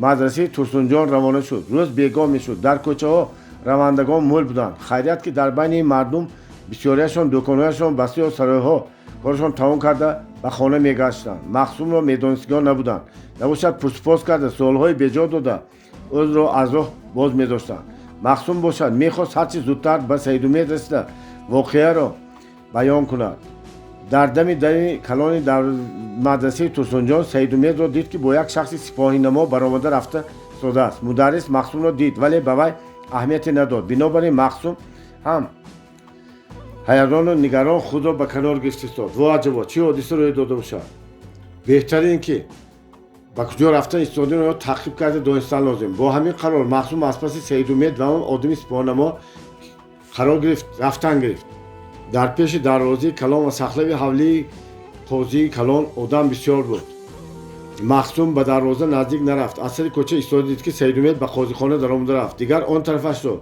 ما به شما میگوییم آدم قاضی کلان همان ملا ظریف بود که در قاضی خانه مرتبه و اعتبار داشت قاضی کلان به وی کارهای مهم را فرموده و نزد آدمان نامدار و با حرمت او را یا که برادر کلانی وی ملا میرزا را میفرستاد سید امید با وقار و دلیرانه قدم مانده به قاضی خانه درآمد و راست به دهلیز خانه کلان که از آنجا جای نشست و از پرسی قاضی کلان رفته درآمد محرم قاضی کلان ملا اکرم دویده از جایش برخاست و به سید امید با تواضع سلام داد و گفت حاضر درآمده عرض میکنم از تشریف آوردن جنابشان ایشان را خبردار میکنم سید امید با سرش علامت رضا نشان داد و کفش را از پا برآورده در دهلیز منتظر شد ملا اکرم زود از مهمانخانه برآمد دری درآمد را گشوده ماند و سید امید را به درون تکلیف کرد از همه این گیرودارها سید امید پی بود که قاضی کلان به وی یگان سفارش دارد یا مصلحت پرسیده نیست بنابراین بی‌پروا به درون خانه درآمد دست پیش کرده به قاضی سلام داد قاضی کلان که با ملا میرزا در گرد صندلی صحبت کرده می‌نشست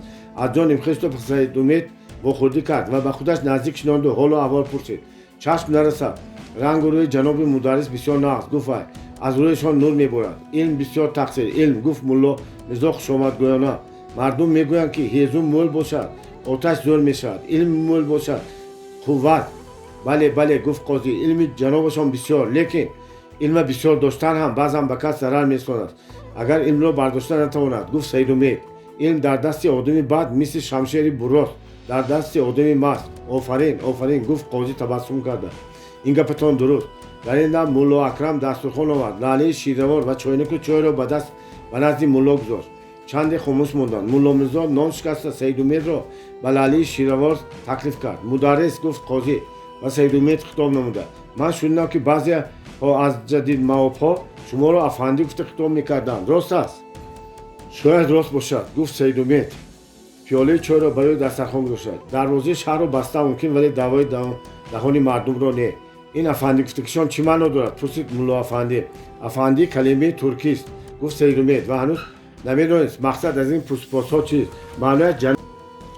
معنایش یعنی جناب تقصیر حضرت برین زمانه بد شدمان مدرس گفت قاضی این افندی ها این جدید ها این نوپرست ها در بین مردم بلوا خیزانده شدند زندگی تنج و آسوده خلق بخارا را در هم برهم کرده شدند در فرو نشاندن این بلواها شما برای مدرس های پردان شما برای پشت و پناه دین و دیانت اسلام کوشش سعی و غیرت کردنتان جایز بود بیاری شما بیاری مولای مدرس ها ما کار کردن نمیتونیم اما افسوس که قاضی کلان پیاله چای را بالا برده یک کوب کشیده نوشید و کمی خاموش مانده به سوی سید امید با دقت نظر کرد. تو پاک باشی، از کس مدار باک. گفتند تقصیر. گفت سید امید از بس که این کمینه غلامتان در خدمت خلق و ملت. پاک هستم، از کسی باکی ندارم. بنابراین به هیچ اندیشه فکر و ملاحظه‌تان را گفتن گیرید. گوشم به شما. این بیباکی سید امید قاضی را تا اندازه آتشین کرده باشد هم خودداری نمود و گفت شما مدرس، شما استاد هستید. هم به رفتار خود هم به کردار خود به دیگران باید نمونه شوید. لیکن برعکس شاگردان شما نظر به شنودی ما برای بد رفت ایستادند. کدام شاگردم چیکار کرده؟ شما به داماد ما امینجان مخصوم و به پسر او بهاودین جان چه تعلیم دادید؟ به داماد شما امینجان من هیچ یک تعلیم ندادم. مناسبت من و امینجان مخصوم فقط دوستی و برادری است. اگر به پسر آن کس بهاودین جان درس منطق و شعریت را گذاشتم عیب نیست می که مدرس شده به من دروغ میگوید. سید امید هم در غضب شده به این سرزنش قاضی جوابی نداد. من در دستم سند دارم. گفت بازخونش دوام داده قاضی و برای میز کلانی که در نزدش بود از درون جزگیر کاغذ رفته نشان داد. این مکتوبی امینجان مخصوم به شما کار شد و این به دست ما افتاد. از این مکتوب معلوم میشد که شما به خود امینجان مخصوم هم درس و تعلیم داده. بعضی یک کتاب‌های خواندنش ناجایز را به خواندنش خواندن میدید. اول اینکه به یگان کس کتاب ندادن یا کتابی را تفسیر دادن کار درس دادن نیست. ثانی اینکه به کسی کتاب دادن یکی از خصلت‌های نیک انسانی است که دیگری را به سوی علم و معرفت میکشد. کتاب از کتاب فرق میکند. گفت قاضی آوازش را بلند کرده. شما فقه کیهانی را میدانید. شما تفسیر کلام شریف را میدادید. لااقل مثلا متکین را میدادید هیچ گپی نبود. شما با وی چی حالی؟ کتاب محمود طرزی لقمه پرتاب میزا ها کتاب کدام یک محمود طرزی افغانی را دادید که میدواند در آن کتاب چی سیر و اسرار ها باشد. شما تقصیر همان کتابی را مندادگی را با چشم خود دیده مطالعه کردید. پرسید سید امید کتاب کنی کتاب در دست امینجان لیکن من میفهمم آن را آورده به من میسپرم. گپ در سر آن نیست. گپ در سر آن است که واقع نویس‌ها و خوشبگی و جناب عالی از بالای شما از بالای امینجان خبرهای بد نوشته بودند. بنابراین ما تا پس شدن این جنگجویان امینجان را و پیش دادنمان فرستادیم که از غوغا دورتر باشد. لیکن در همانجا هم آرام نایستاده به شما که مشکل ناخطا نوشته فرستاده و ناخلاف. من شما را چون یک برادر خودم دانسته جیغ که با خبر باشید. سید امید زیر لب تبسم کرده به خود میگفت عجب برادری داشتم که اگر از دستش شاید برای یک دقیقه زنده نمیاد. خب سلامت باشه تقصیر. گفت سید امید نباشد اگر اجازه دهید تمام مکتوب را من خودم خوانده بینم کنی باعث شما چه اینقدر و تشویش انداختن آن در چی باشد. قاضی کلام به مولا میرزا نگاه کرد. مولا میرزا با علامت رضا اشاره کرد مگر که قاضی مکتوب را به سید امید دراز کرد. سید امید مکتوب را گرفته چشم دماند و در آن چنین نوشته بود: استاد ولادجا سید امید خواجی افندی اصل و اعدادی بر نمیماند. اولا سلام و حرمتی مرا قبول فرمایید. بنده در نزد شما گناهکارم که خبر ندادن ناخواست سفر چارجوی کردم و به این کار بعضی یک سبب‌های معلوم است. البته کتابی از هر دهن سخنی و از هر چمن سومنی را به شما نسپرده آمدم که معذورم. کتاب را خواندم. شبهه نیست که عجایبات بسیاری دارد. خصوصا درباره مکتب‌ها درباره تعلیم خبرها دارد که خودتان می‌دانید. محمود طرزی نویسنده پرزور و دانشمند بوده است. بی‌درنگ نیست که هر دو شاهزاده افغان شاگرد و دامادهای او میباشند. این شاهزاده‌ها در افغانستان خیلی نوگری‌ها می‌آورند. البته حکایه نو پرستان و حکایه سروپای نو هم بد نیست. افسوس که این نو پرستان پند پیر دانا را درست گوش نمی‌کنند. در حکایه سروپای نو ایده سروپای نو پشت خرسند می‌شود که گپ در سروپای نو نبوده است. گپی در اساس زندگی بوده است. احوال کمینه خوب است. چارجوی شهری بد نبوده است. شهر نوش را چارجوی نو یا اینکه دیوانه باغ مینامدند. ظاهرا نام قدیمی محل است. با دیوانه باغ رفتن به ما منع شده است. در آنجا برای ما برای کسان که سیر و سیاحت اندک خطرناک بوده است. اگر من اختیار می داشتم به خوف و خطر اهمیت نداده می رفتم، زیرا که خدا مرا همین طور کنجکاو و سیاحت دوست خلق کرده است. دلم می خواهد که شهرهای نو، محلهای نو، مملکت‌های نو را بینم، سیاحت کنم. خیر، به خدمت که رسیدم از سفر ناگهانی خود نقدها خواهم کرد. واقعی سلام و احترام. ادعای محمد امین. سید امید خط را برگشته به قاضی دراز کرد و به فکر و اندیشه ماند. معلوم که خط رمزی است. امینجان مخصوم به هر احتمال با رمز نوشته است که در بخارا وضعیت ناباب شده ماند. در این باره به شما خبر داده نتونستیم. مکتب‌ها رو می‌بندند، لیکن جوان‌ها ناویگری می‌آورند. افسوس که جدیدها به گپ گوش نمی‌کنند. خوش گفت قاضی مکتوب رو به جزگیر مانده. جزگیر رو به درون قوطی میزی در نزدش ایستاده گذاشته قلف کرد و کلیدش رو به کیسه بغلی جامه‌اش ماند. خوش مکتوب رو خونده مزه کردید. اگر این مکتوب در دست یگان ناخلاف میافتاد چی میشد؟ شما هم جزای سخت میدید، هم شاگردتان و این ناخلاف. حد مبالغه صد چندان میگویند. راست از تقصیر گفت سعید محمد با تبسمی زهرآگین. زیرا که من در این مکتوب یگان کلمه غیر شرعی، یگان معنی فاسد ندیدم. اگر مکتوب به قول جنابشون به دست یگان ناخلاف میافتادم هیچ غم نبود. جناب مدرس گفت با صدای لرزان خود ملا میرزا در نزد فضیلت مآب جناب قاضی یلقاضات ما غلامان جانثارشان جرأت نمیکنیم که به مثل شما بحث و مناظره کنیم. وقتی که از مکتوب تمام معنی فاسدش معلوم و هویداست شما. بله گفتم آن قاضی. من اندیشه خودم را عرض کردم. گفت سعید امید سخت کرده، دیگرش رو شما میدونید. ما چه کردن ما رو میدونیم. گفت قاضی حاضر به شما جواب، لیکن اگر آبروی عزت خواهید، اگر از جانتان سیر نشده باشید به نزدیکان ما سر و کار نمیدارید. پس از این در بین شما و همینجا مخصوم مناسبت رفته‌های خط و خبری نباید شود. هیچ چیز از نظر همه‌بین جناب ایشان پنهان نمیماند. گفتم آن میرزا. سعید امید همه این تهدیدها را میفهمید و میدانست که قاضی برای حفظ جان خود و اولاد خود، برای آبروی اعتبار خود و از هیچ چیز، هیچ یک ایلوی نیرنگ، از هیچ یک مکر و فریب، از هیچ یک جنایت روی نمیتابد. حاضر سعید امید را جیغ زده صحبت کردن او هم برای فهمانده ماندن همین معنی است. یکی دانسته باش ما هستیم و کارمان را میدانیم. اما سعید امید هم از آن خیلی شخصانه نبود که از تهدید و پوپیس‌ها ترسد و تیار بود که نه فقط به استخناق قاضی کلان جواب‌های رد ناپذیر بدهد، بلکه به خوشبگی امیر هم حقانیت خود را اثبات کرده سخت گپ زند. بنابراین وی از جا برخاست و به ملا میرزا نگاه کرده گفت پروا نکنید تقصیر. زمستان میگذرد و روی سیاهی به انگشت میماند و به قفایش نگاه نکرده به دهلیز برآمد و زود کفش خود را یافته پوشید و به سوی دروازه قاضی خانه رفت. باب 26 فال مخصوم نیک میبرد. مخصوم از قفای سعید امید و ملا ظریف تعقیب کرده آمد و در دم کوچه سیرادم سرغوغای قاضی خانه ایستاده ماند. سعید امید به قاضی خانه در آمده رفت و غایب شد. دل مخصوم را گرگان تله میکردند. به مدرس چی شد؟ او را چیکار کردند؟ چی باید کرد؟ علاج یافته از یگان ملازم قاضی کلام پرسیدن لازم. ملازم ها که به قاضی خانه در آمده میبرند باید از واقعه خبردار باشند.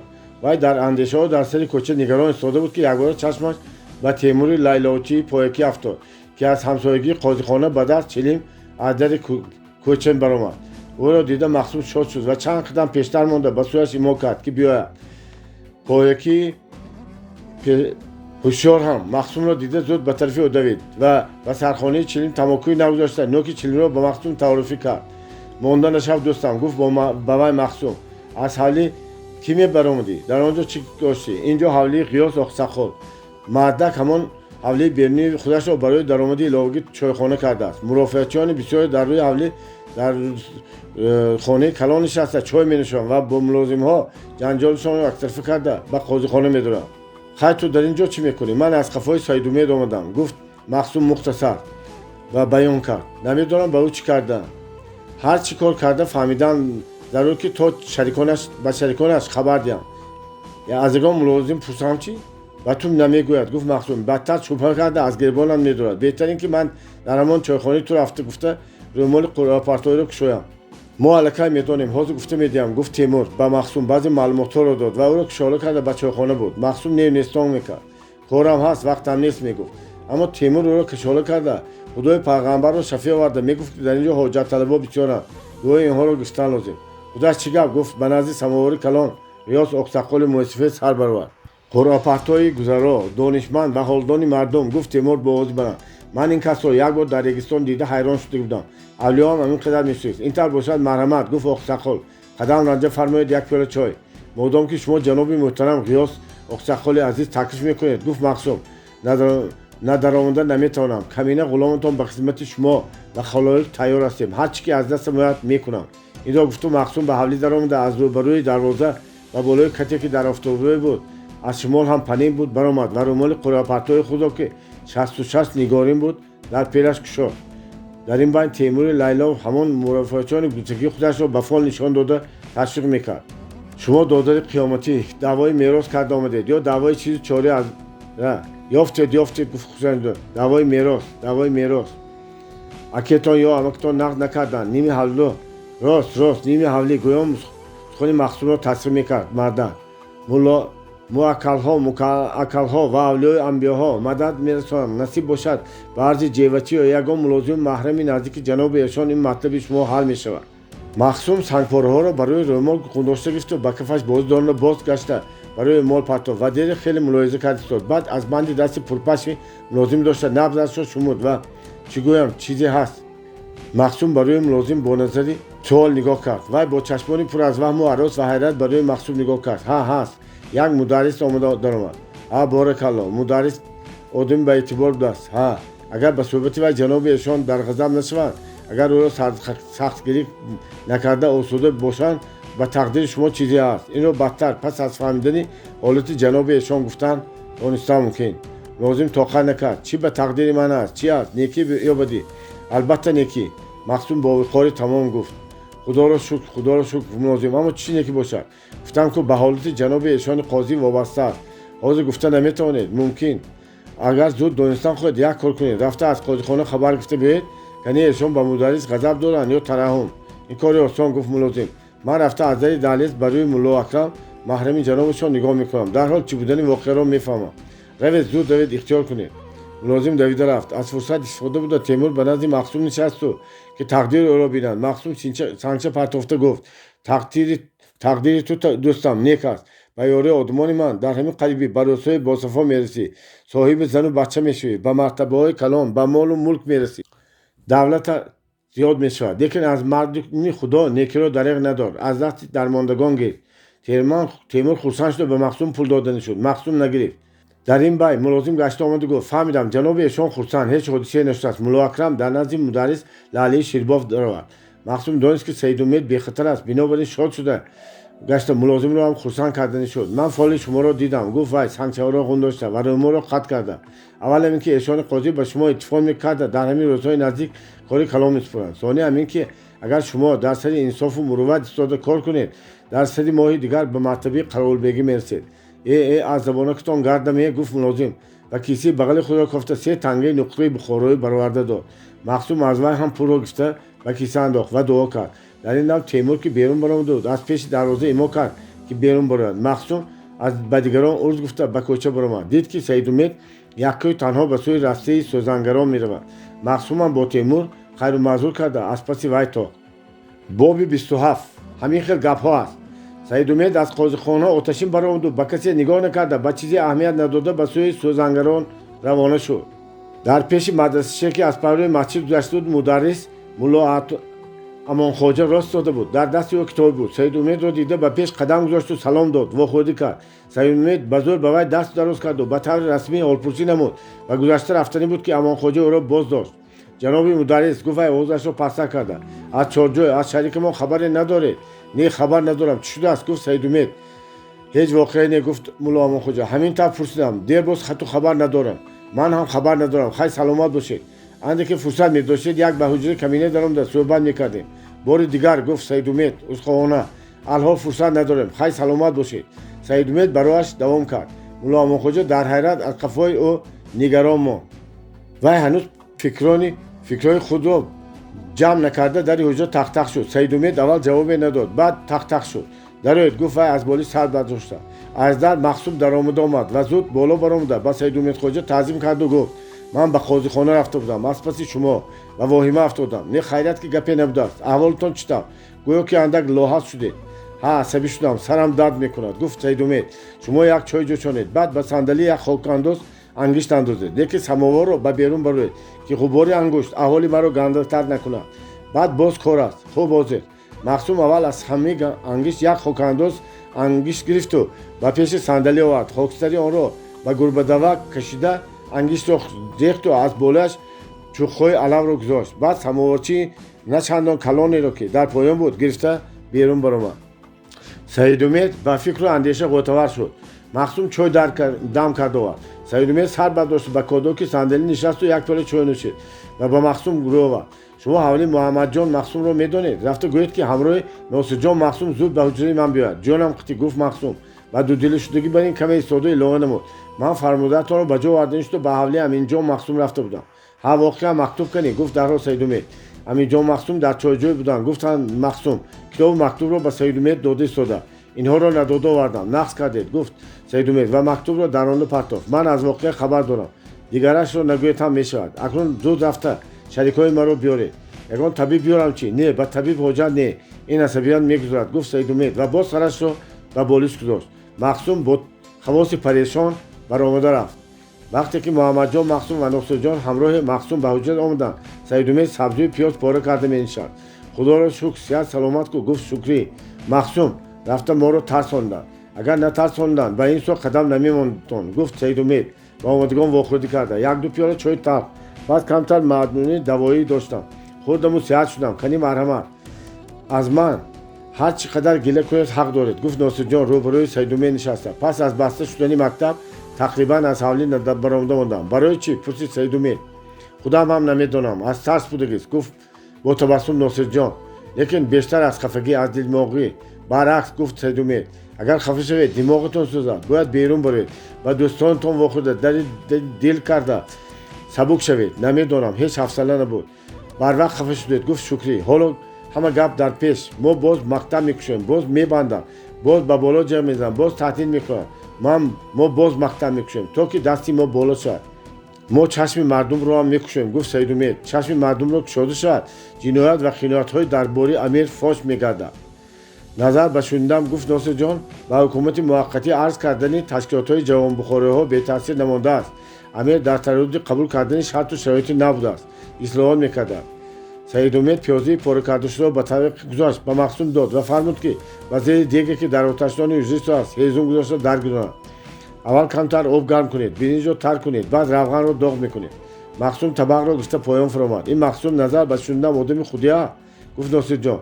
پس از گفتن همه گپ ها میپرسید. گفت خندیده سید امید. پروا نکنید. از من شما درستتر و فعالتر است. خوش امیر در تردید نو شدن بوده است. گوید همین طور خیلی گپ ها است. من فهمیدم. گفت شکری. گویا که میلر سردار نمایندگی روسیه از امیر و حکومت موقتی تلگرام گرفته است. این راست است. گفت سید امید. مضمون تلگرام رو با من مختصر گفتند اما امیر چی میکند هنوز معلوم نیست. امیر چیکار میکرد؟ گفت ناصر جان اصلاحات نداده هیچ علاج ندارد. باید منیفست اعلام کند و طلب ما را قانع گرداند.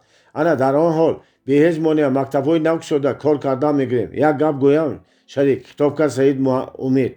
من نه به اصلاحات نه به منیفست امیر باوری ندارم. همه این فریب و نیرنگ است و بس.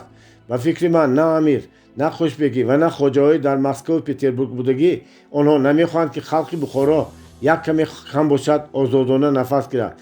این نمیشدگی گپ. اصلاحات طلب کرده جوان بخاری ها چندان مرکب و مشکل نیکو. گفت ناصر جان شما ساده. گفت سید امید. همین اصلاحات اگر حقیقتا اعلان شود هم به عمل جاری کردن نه این یک انقلاب میشود. انقلاب اول از پس خود انقلاب دوم و سوم را میآورد. اینها اینو بولونگی ها نقض میدانند. برای همین هم میترسند. مخصوم بالا برآمده گفت که آب جوشید. برنج را تازه کند یا نه. باب 28. احمد نقارچی بابا شده است. سرمای خنک خشک و سرمای تر مبدل شد. آفتاب بچه کشک در پس ابرهای غفل پنهان گشت و اول باران بعد برف تر بارید. کوچه ها لای و کس ناگذر گشتند. لیکن پس از ساعت هوا خیلی ملایم گشته بارش قطع شد و حتی آفتاب اندکی نمایان شد. چله و چهل الوان. گفت مخصوم به علم پگاهی هوا چی بود؟ حاضر چی؟ آنها در دهلیز مهمانخانه صندلی شده در گرد آن می نشستند و صحبت داشتند. از روزی که پدر و مادر علم به داماد کردن مخصوم قریب رازگی دادند و او را به خود خویش و اقربا می دانست. بله مخصوم همین طور آدم دلیاب دلچسب و مهربان بود. علم اکثر وقتی بیکاری خود را در صحبت مخصوم می گذراند. از وی می آموخت. کتاب های خوشخط چاپی بیات های نقض یافته می آورد و به مخصوم می داد که خواند و به خواندن او یاری داده جاهای ندانستگیش را فهمانده می داد. اون روز در گرد صندلی نشسته علم برای مخصوم رمز پرتافته ماند. در پیش بهار. گفت وی غم بهار را در زمستان خوردن لازم بوده است. راست گفت مخصوم و به مقصد علم پی نبرده خصوصا دهقان اگر در زمستان تیار نبیند در بهار دل میشود. چی باز یگان کاری مهم برآمد چی؟ یک کاری مهم در اویله ما خانه‌دار شدن من بود که شد. گفت علمیدین مقصد خود را کشاده. اکنون غم دیگری خاندان ما گلاندام را برآوردن، سرش را جفت کردن است. پدر و مادر در همین باره شب و روز فکر میکنند.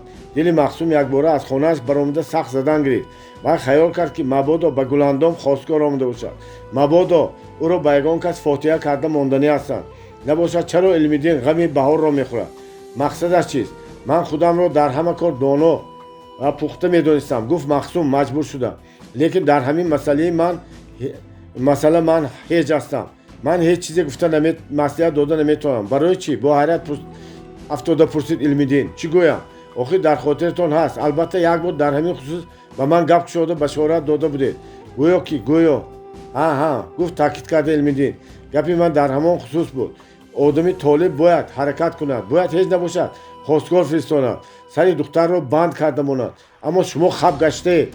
در اینجا معصوم خطا کردن خود، دلوسیع گشتن خود را فهمید و دانست که بشارت اوله را شنیده همه غم و غصه را فراموش کرده به امید چی یک دلخوشی گشته بوده است. باید شرم و حیا را یک سو گذاشتن لازم بوده است. لااق در این باره از نور و از مصلحتی هم نپرسیده است. نادان من گناهکار هستم. گفت با آواز لرزان و با هیجان معصوم.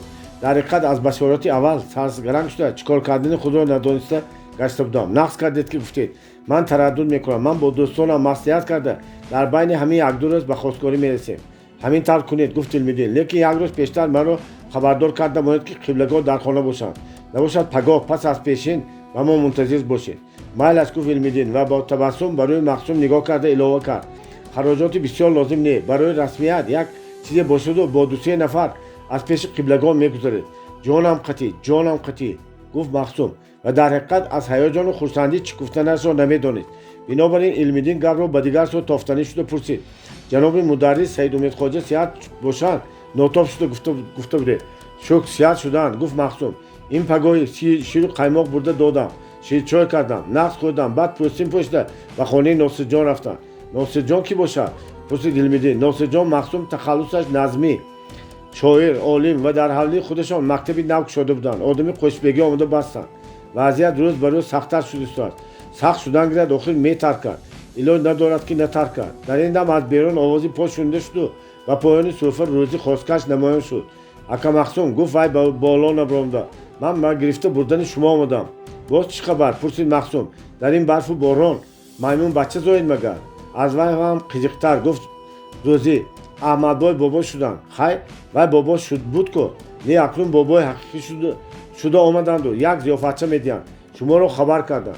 عجایب. گفت معصوم. احمدبای بابایی رو قبول کرده باشند کار کلان شده است. البته رفته مبارکباد کردن لازم. معصوم درباره احمد نقارچی از کلمه بابا قیمت بودن وی و علمیدین خبر داد و از جا برخاست. رفتن لازم. در اینجا از دو سر من لخ کرده و دست در تیار کردنی شما خلل میدیم. بعد اون مسیحیت ها هم دیدم لازم. خیر رفته خسندی کنید. گفت علمیدین. معصوم جامعه پختناکی را که از پول پایکاری خود خریده بود در بر کرده به سر تلپکی بخاری دوخت. هدیه مدرس را گذاشته بیرون برآمد. در خانه نار همه جوره ها جمع بودند. دسترخوان پهن شده بود. در روی آن نان بسیاری، سمبوسه تشبای، گوشت بره، مویز، چهارمغز شکستگی، قند و قندلات و غیره ناز و نعمت ها ریخته بودند. نار پیشگاه نشین. در پهلوی او احمد نقارچی، در پهلوی او شریف سنایچی، جوری سعیس و دیگران از پایان بالا نشسته بودند. معصوم را هم به بالا قد برآوردند. بابا شدن مبارک باشد. گفت معصوم به احمدبای. از این بهتر و از این خوشتر از این مبارکتر روز و ساعت نمی شود. بابا شدن بختی آدم است و شما قیماب شده گشتید. اگر قیماب نمی شدم نبیره نمی شده. گفته خندید احمدبای. از کدام فرزندتان گفته پرسید؟ گفته معصوم به معصوم فاضل. براستی که از کدامش پرسید معصوم. یک تا دختر داشتم دی از کدامش میشد؟ گفت احمدبای. اینها به کس تهمت زده گپ‌های بیهوده میگویند. باور نکنید. یک تا زن دارم و یک تا دختر. یک تا نبیره شد. پسر یا دختر؟ پسر. گفت با خسندی احمد. پسر شد که ضیافت شد دی. دختر میشد کرایه نمیکرد. خیر آمین مبارک و خیر شود. گفت نار. موضوع را به پایان رسید و با چایnik چای کشیده گیرید این را نوشید. به سلامتی نبیره احمد جان. махсум аз дасти нор пиёларо гирифту дарҳол фаҳмид ки май аст. Бинобар ин ҳайрон ба рӯи нор нигоҳ карда истоду ин чойтон унзайлин ку ман ҳеҷ нахӯрдаам. бовар намекунам, гуфт нор. махсум шуда истода, боз ҳам махсуми сафар шуда истода май нанӯшта бошед. то ба имрӯз чӣ кор карда омадед? ҳая, гуфта мондам дӯстон. ғалатигии кор дар ҳамин ҷо ки нанӯшидам, гуфт махсум. лекин дар ин рӯзи хурсандӣ, дар ин давраи дӯстони беҳтарин аз ҷон ҳар чӣ шавад ҳам менӯшам. хайр, ба саломатии набири аҳмадбой. махсум пиёларо ба сар кашид. майи дастии бомазза ва гуворо якбора ба танаш ҳарорати форамӣ паҳн намуд ва чашмонаш барқ пошиданд. бай, гуфт вай. хуб нодон будем ки ҳамин тавр шароби биҳиштиро то ҳол нанӯшидем. канӣ газак гиред, гуфт аҳмад ба махсум. ин самбосаи тешабои дар рӯи олам нест. ана ин гӯшти барра, роҳати ҷон. махсум як дона самбоса ва камтар гӯшту равған гирифта хӯрд. нор боз ба пиёла май кашида гуфт. дӯстон, бародарон, аз имрӯза нишастамон ман беҳад хурсанд ҳастам. ман худамро хеле хуб ҳис мекунам. дар ҳақиқат ману шумо нигаҳбони мулку давлат нестем. подшоҳу ҳокиму вазир нестем. дар ҳақиқат агар гӯед гадо ҳастем. лекин ба қавли шайх саъдӣ нигаҳбони мулку давлат балост. гадо подшоҳ асту номаш гадост. мо ҳама имрӯз подшоҳ ҳастем. шароб дорем, нон дорем, хона дорем, гармӣ дорем. аз ҳама беҳтар, аълотар дӯстҳои беғараз, дӯстҳои ҷонӣ дорем. бо чӣ дар кор? мо подшоҳем. ба саломатии подшоҳони дар ин ҷо нишастагӣ. вай пиёларо ба сар кашид. сухани аҷоиби нор ба махсум аз май зиёдтар таъсир бахшиданд. вай беибо ба ӯ муроҷиат кард. норҷон, алавҷон, аловиддинҷон, гуфт махсум, ба сухани ман гӯш кун. дар ғарибию фироқи ғами дил пир шудам. соғари май зи кафи тозаҷавоне ба ман ор. о, гуфт аҳмад. саломат бош махсум. ҷонам қити, гуфт нор ва махсум ба пиёла май кашида дод. махсум пиёларо ба даст гирифту гуфт. ман бесавод, кӯру нодон будам. ба бухорои шариф омада чашмам кушода шуд. саводам баромад. китобхон, ғазалхон шудам. одаму оламро шинохтам. ҳамаи ин ба туфайли шумо ва шумо бар ин дӯстони беғараз, ба туфайли он бузургоне ки дар бухоро ҳастанд, ба туфайли он олимон ва мударрисони доно ки номи бухороро шариф карданд. ман ба саломатии шумо менӯшам. ба саломатии устодони худам менӯшам. ба бузургӣ ва заковати умари хайём менӯшам ки гуфтааст. май хӯрдану шод будан оини ман аст. фориғ будан зи куфру дин дини ман аст.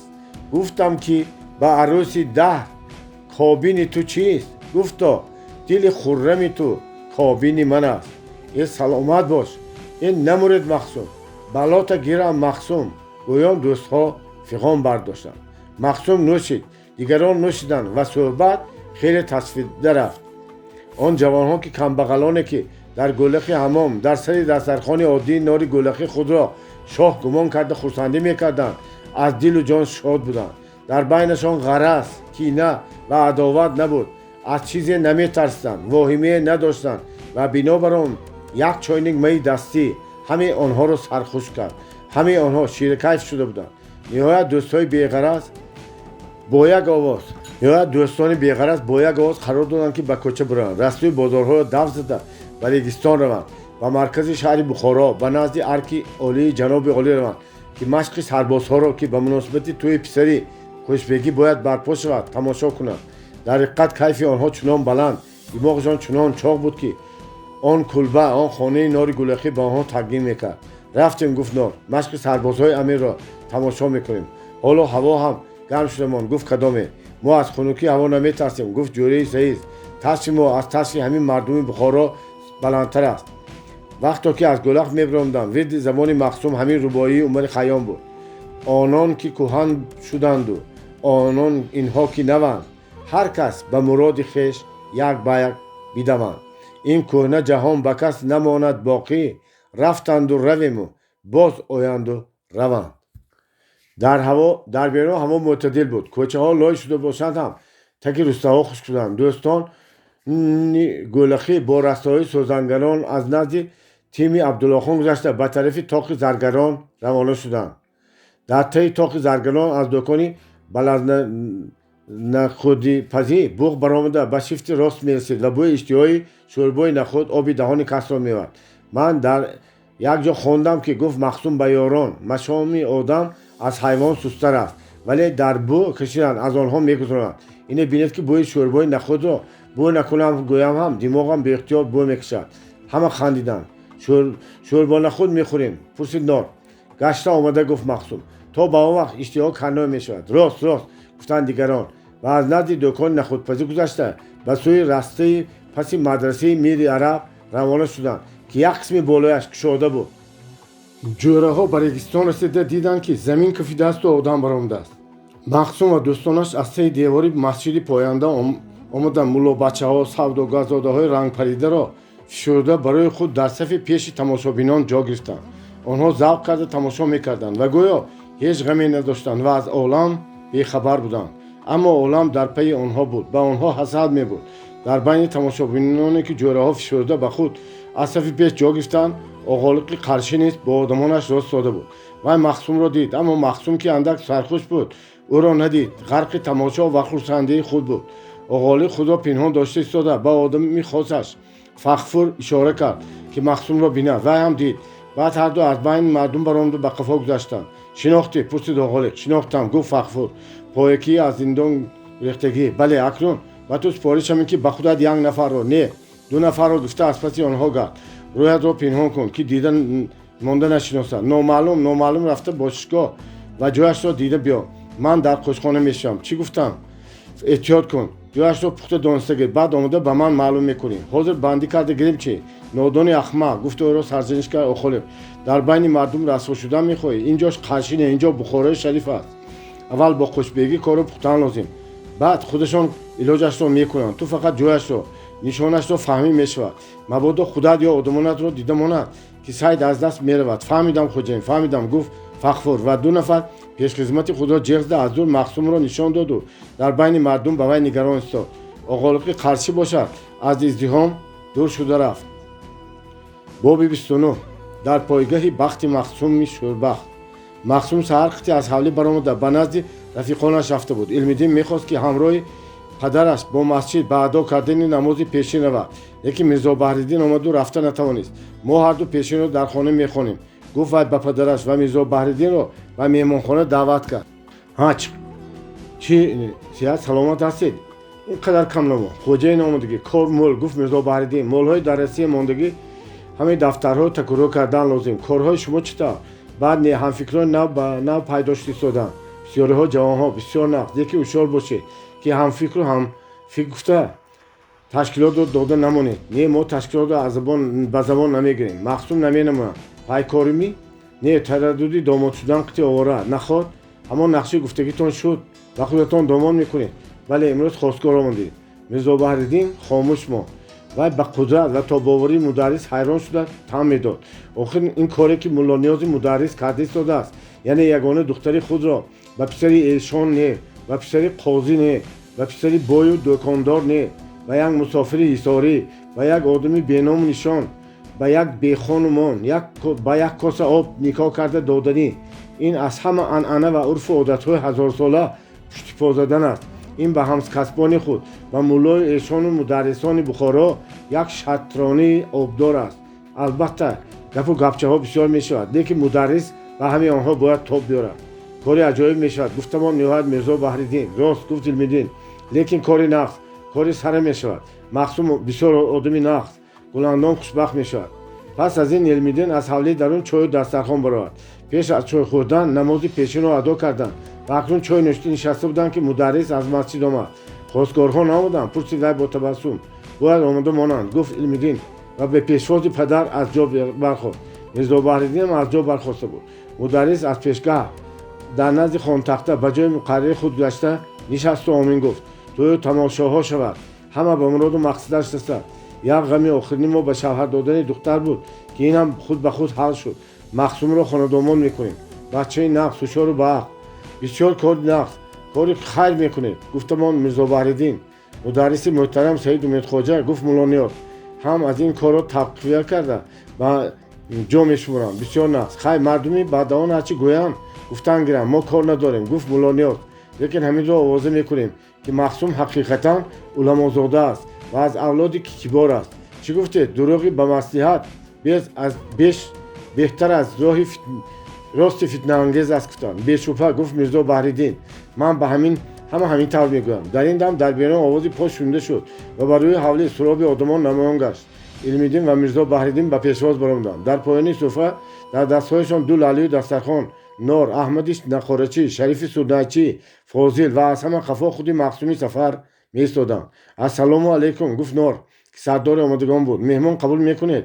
مرحمت گفت علمیدین. تاج سر بالای دیده. آمدگان بالا برآمدند. علمیدین و میرزا بحریدین از دست آنها لاله و دسترخوانها را گرفته درآورده در دهلیز ماندند و خودهاشان را به خانه دعوت کردند. نور و دیگران به خانه درآمده به مدرس و به پیشواز آنها از جا برخاسته بود. تعظیم کرده سلام دادند و از پایان خانه دوره نشستند. خود مقسوم در دهلیز ماند. آمین گفت مدرس دست برداشت. قدمهایتان حسنات، خوش آمدید. سلامت باشید تقصیرم گفت نور. سایه دولتتان از سر ما فقیران کم نشود.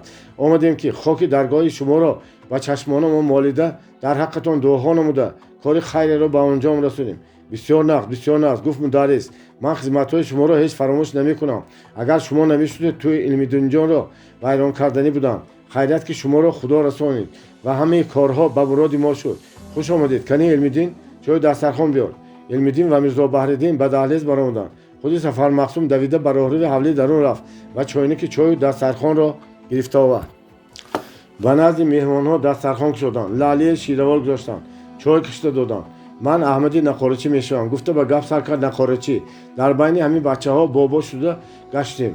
همین قدر عمرم گذشت و یکمین بار سفر مقسوم بار این جوان عجیب را دیده شدم. پس از به دوره ما در آمدنی وای همین ما به دنیا از زندگی دیگه خیلی نگاه میکردگی شدیم.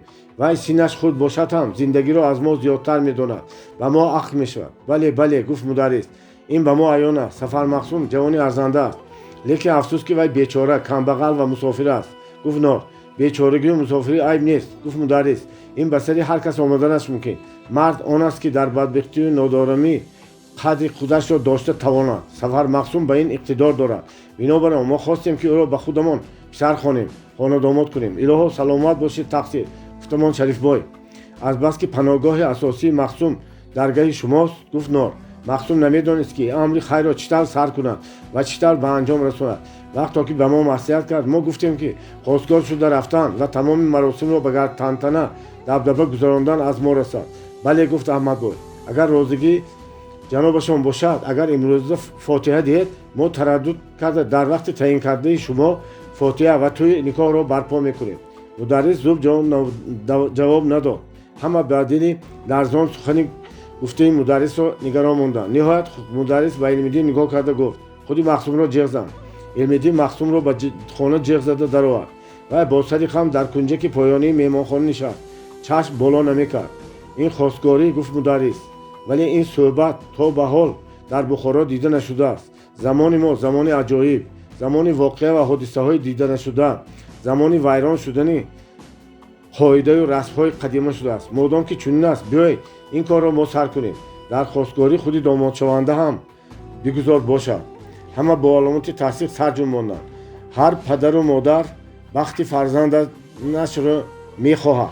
و سخنش دوام کرد مدرس. لیکن بسیاری وقت بنابر تقاضای زمان، تقاضای عرف و عادت از مجبوریت‌های دیگر پدر و مادر به مقصد رسیده نمیتواند. فرزندانش را به غیر اختیار به جاهای نادرست میدهد و بدبخت میکند. خدا را شکر که ما خوشبختانه از این ورطه نجات یافتیم. علمیدین جان را خوشبخت کردیم. اکنون عاجزه امان را خانه مدرس ناتمام ماند. از راهرو آوازهای دغلانی آدمان بیگانه به گوش رسید و بر روی حوله چندین نفر پیدا شده ماندند و بی پشت و بی با زده به خانه درآمدند. پیش آنها آقالق قرشی، از پس او فخفور و 3 نفر آدمان خوشبگی بودند. کنی و مرتد گریزه و جنایتکار گویان فریاد کرد آقالق و برای نشستگان نظر کرده مقسوم را دید. انا در اینجا بوده است گیره دارد. مدرس و دیگران دویده از جا برخاستند. نور و دوستانی و پیش راه آقالق و آدمان او را از مقسوم پناه کردند و تیار بودند که همه آدمگان را زده از خانه بیرون کنند. اما مدرس آنها را بازداشت. صبر کنید گفت مدرس با آوازی بلند. خودش چیگه؟ اینجا خرخانه می بی پشت آماده خش میزنید. خود شما کی مقصدتون چیست؟ در اینجا آدمی خوشبگی که به سر سله سپاهی در تن جامعه الاچه و در میان کمربند نقطه داشت پیش گذشته با مدرس تعظیم کرد. عذر میخوام جناب مدرس، گفت وای این که از اوغالق قرشی در رگستان مخصوم سفر نام شخص را که از قرشی گریخته بوده است یافتند و به جناب خوشبگی عرض کردند. جناب خوشبگی فرمان دادند که در هر کجا آن گریزه باشد یافته به ارک عالی برسانیم. پیگیرها ما را به اینجا آوردند. اوغالق هم دعواش گران را یافتند. بنابراین ما همین شخص را میگیریم و دیگران کاری نداریم. اما ما گفت نور آتششون دوست خدا ما رو به دست شما نمیدیم. اولا ما رو به همین جا تمام میکنید، بعد به وی دست میزنید. کنی بچه‌ها میخواستند که به آمدگان هجوم کنند. خودی مخصوم پیش گذشت و آنها را باز داشت. حاجت نگفت وی آسوده حالانه من با اینها میروم، از من خاطر جمع باشید، من گناهی ندارم، من در نزد خلایق و در پیش خدا صاف و پاک هستم. فقط همین قدر کردم که به مکر و فریب این ظالم گردن نفروردم و بیگناهان را تهمت زده به دست او نسپردم. این جدید، این کافر، گفت اوغالق، این باعث شده دشمنان جناب عالی را ما داشته نتوانستیم. گیردارا در آبخانه و کنخانه ارکخانه نشسته شریکانش را گفته میدهد. به دیوار خشک لای نمیچسبد. گفت مخصوم هر چی گویی گفتنگه، لیکن من صاف و بیغش هستم. خیلی جوره ها این هم میگذرد، ما باز به هم وا میخوریم. این عمر این ظالم ها کم ماند. مخصوم به مدرس تعظیم کرد. مرا معذور میدارید تقصیر، گفت وی سخن ناتمام شما را پس از چند روز دیگر میشنوم. وی همه را در حیرت مانند به دهلیز برآمد. اوغالق و آدمان خوشبگی از پس او برآمدند و مخصوم را احاطه کردند. سیوم باب سیوم آبخانه بی آب. وقتی که از رگستان با واسطه تختپل گذشته از دروازه‌خانه ارگ و دالان نیمتاریکی آن بالا میشوید، در دست چپتان درهای خودی سه چهار حجره مینماید که این آبخانه و کنخانه نامیده میشود. مخصوم را با آبخانه اولین پرتافته بودند. مخصوم به اطرافیانش نظر کرده گفت من آدمی نظر کرده هستم. من گفتم باور کنید کشایش میشود، در قریبی کشایش کلام میشود، هممون آزاد میشیم. نصیب باشد این برف و تیرگی های هوای زمستان آخرین باشد. روزی بدبختی ما هم به آخر رسیده است. بهار نزدیک است، پگاه فردا نوروز، بعد همه حمل میشود، همه جا سبز و خرم میشود، گل صدبرگ گشاده میشود، مخچه امیدی ما نیست میشود. کاشکی گفتند چند نفر همراهانی که سخنهای امید بخش مخصوم را میشوندند.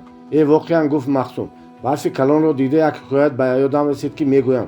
گفته فراموش کردیم. کنی گوید وای چی حکایت بوده است؟ گفت موسفید دی همراهش حکایت تو به کس خیلی تسلی میدهد. مخصوم دقتی همه را به خود جلب کرده به حکایتگویی سر کرد. یک سال در همین ماهی خود در یکی از قشلاق‌های بلندکوی خودمان مهمان شده رفته بودم. اما روز در قشلاق همسایه توی شد و ما را خبر کردند. جمله ما می‌دهد که معلم جوان‌ها بود، نیز با یک گروه جوان‌ها همراه شده به توی رفت. شب توی بسیار نغز گذشت. دوملو خوب آش پلو زد. شکمش قبری صغیره شد. بی وقت خوابیدیم. روز دیگر بر وقت بیدار شدم که برف کلانی بارده است. در کوهستان برف بارد، کمش تا زانوی کس میرسد. برف را دیده حیران شدیم، چون که به قشلاق برگشتن ضرور بود. من به شریکایم گفتم که پروا نکنید، دوملو به ما راه گشاده میدهد. چخیر پرسیدند آنها. انا تماشا کنید. وقتی که از قشلاق برآمدیم من دوملو را پیش انداختم. تقصیر کنی مرحمت پیش گذاری. گفتم چرا من پیش میگذاشتم؟ خودت پیش در روی راه شو. گفتند دوملو نه تقصیر. گفتم ما شاگردهایتان حد نداریم که از شما پیش گذاریم. نه آخر، گفت دوملو، در این برفی چطور من پیش میگذاشتم؟ ما حد نداریم. میگفتند دیگران نیست. دوملو مجبور شد تا زانو به برف خود ده و ما راه میکشد و ما حرمت دوملو را به جا آورده از پس وی پیش نگذاشته با راه کشاده وی به حضور راه گشته به قشلاق رسیدیم. تو بلا بودی. گفت شکایت مخصوم را شنیده مصفی دوملو را باف کردی. نه، گفت مخصوم، ما حد نداشتیم که از دوملویمون پیش گذاریم. مصفی کمی خندید و مخصوم را دعا کرد. خصوصیت عجایب مخصوم در همین بود که ناامیدی، غم و دلتنگی را به خود راه نمیداد. در زندان هم به خود شغل یافت، خود را سرگردان میکرد و دام اندیشه های محزونانه نمیافتاد. بسیار وقت از سوراخی رگستان را تماشا کرده با آبخانه بودگی چیزهای نو را گفته میداد. خصوصا در روزهای مشق سربازها شریکان روز سیاهش را به نزد سوراخی دعوت کرده نشان میداد و ترجمان ترکستان واقعه‌های شده ایستاده را شرح و بیان میداد یا حکایت و واقعه‌های میدانستگی خود را گفته شنوندگان را ساقط میکرد یا خوراکی از بیرون از طرف نزدیکان بعضی حامی آمدگی را تقسیم کرده میداد و ها خزار. همین طور گذشت. حمل در آمد. یعنی که ماه اپریل شد. ماه اپریل چطوره که طبیعت زنده شده به حرکت و نمو می‌دارد. آن سال حرکت و رفت در دالان ارک و ریگستان بخارا هم خیلی زیاد شده بود. هر روز به حجره‌های آنها و حجره‌های دیگر آدمانی نو می‌آوردند. مهمترین خبرها مانیفست اعلان شدن امیر بود. من از این گپ‌ها خبر دارم. گفت مخصوم همه را حیران کرده. هنوز من در آزادی بودم که آوازه این اصلاحات در بین مردم پخش شده بود. لیکن آدمان پردان و با حق میگفتند که همه این گپ‌ها دروغ است. امیر برای فریب دادن خاموش کردن مردم این اصلاحات را می‌برد. نه میگفت یکی از آنها. من خودم با چشم خود دیدم. مانیفست امیر را خوانده دیدم. بسیار نقص خیلی سبکی میدیم گفته و نوشتند. یک سبکی دادگاهش همین که گفت مخصوم خودی شما رو داشتن. مردک خاموش ماند و جوابی نداد. باب 31 ندای آزادی. ماه اپریل بهترین روزهای بهار است. هوا نه گرم نه خنک. زمین سبزپوش، گلپوش، درختان مخچک شده. چمنها چمن شکفتند.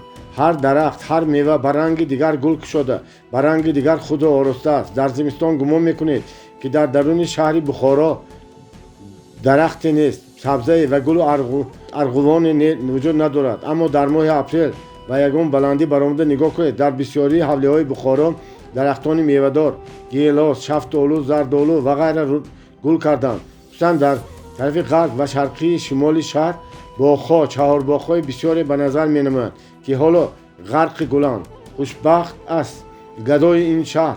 شب بارد و روز آفتاب کند. میگویند در روسیه حالا در بخارا همین طور. هر شبگاه و شبانه ها باران‌های جانبخش باریده. صبح آفتاب زرین تاب ششعه میپاشد و در برگ گل‌های درختان هزاران الماس پاره ها را می‌درخشاند. از همه دلکش و فرح آورش نسیم خوشبوی بهاری است که بوی گل و ریحان معطر گشته است. هر سال در این وقت در این فصل مردم بخارا زن و مرد به سیل‌های چندین روزه گل سرخ تیاری می‌دادند. به بیرون شهر به باغ‌ها و چمنزارها می‌براندند. به سر مزارها و قبرستان‌ها و زیارتگاه خواجه بهاوالدین و چشمه ایوب می‌رفتند. اما این سال لطافت ماه اپریل را آدمان بخارا تقریبا نمی‌دیدند و کم آدمی یافت می‌شد که به سیر گل سرخ برآمدنی باشد. ماه اپریل سال 1917 برای مردم بخارا بدبختی‌های بسیاری آورد. شرح و قصه آن را تاریخ هیچگاه فراموش نمی‌کند. سفر مخصوم ایساری قهرمان اساسی قصه ما که از لطافت و خوبی‌های بهار لاله‌زار، از لطافت و خرمی‌های ماه اپریل محروم شده بود، در حقیقت گویا کرامات کرد. جبر از ظلم از حد زیاد امیر و حکومت او را شنیده اسکران انقلابی از سمرقند با دعوت شوروی انقلابی کاگان به یاری رسیدند. آنها در بیرون دروازه قواله صف کشیده به امیر و کوشبگی ندا دادند که دست از مظلومان کشد. ساعت 4 روز دوستی ما مخصومی ما دوستی عزیزش ترکمن از سوراخی به ریگستان نگاه کرده ایستاد. یک باره با شادی فریاد زد. سولدات ها آمدند، ما را خلاص میکنند. این ندا، این خبر خوش گویا چراغ روشنی بود که چشم همه آنها را در غمخانه نشستگان را روشن گرداند. بسیاری ها به سوی سوراخ دویده رفتند. اما مخصوم به موسفیدی خطاب کرده گفت پدر عزیز، من نگفتم که آزاد میشیم. انا سولدات ها آمدند، ما را آزاد میکردند. تو شوخی میکنی مخصوم. گفت موسفید سولدات ها از کجا میآیند؟ حدشان هست که از دروازه بخارا به درون دارند. حدشان هست پدر. میگفت مخصوم خسندانه. اکنون زمانه دیگر شد. 7 سال پیش دیدگی های شما را آب برد. سخن مخصوم در دهانش بود که از پیش در آواز بلند شد و قلف در چرخ شروع کرد. در گشاده شد و یک سولدات روس که در دست ملتیق داشت سر خود را به درون آورد. اول با زبان روسی بعد با زبان ازبکی روسی آمیخته برایتان شمایان را رولوسی روسیه آزاد کرد گفت. این ندا به ندای آزادی یکمین بار در تاریخ در اینجا صدا میداد. رولوسیا آزادی برای آنجا نشستگان معنای حیات، زندگی، معنای بهشت و جنت را میداد. همه یک باره از جا برخاستند. به چیز چاره‌هایشان اهمیت نداده خود را به بیرون زدند. حتی موسفید پیرانسال که بیحال بود از کجا قوت و توان پیدا کرده با یاری مخصوم به پا خیست و خود را از آنجا به بیرون به دالان ارک پرتافت. اسکران انقلابی روس با جرأت و توانایی تمام در همه آبخانه و کنخانه را گشوده آدم‌ها را آزاد کردند. عملداران امیر از دستش کاری نمی آمد. در تی دیوار به چشمانی پر از غضب به این حادثه ها نگران می‌شدند. дар поёни арк дар регистон сардори аскарони рус ба ҳама муроҷиат карда гуфт: бародарон, дӯстони ҷафодида, акнун шумо озодед, метавонед ба ҳар ҷо ки хоҳед равед, ҳар коре ки хоҳед кунед, дигар дасти золим ба шумо намерасад. махсум аз хурсандӣ чӣ кор карданашро намедонист.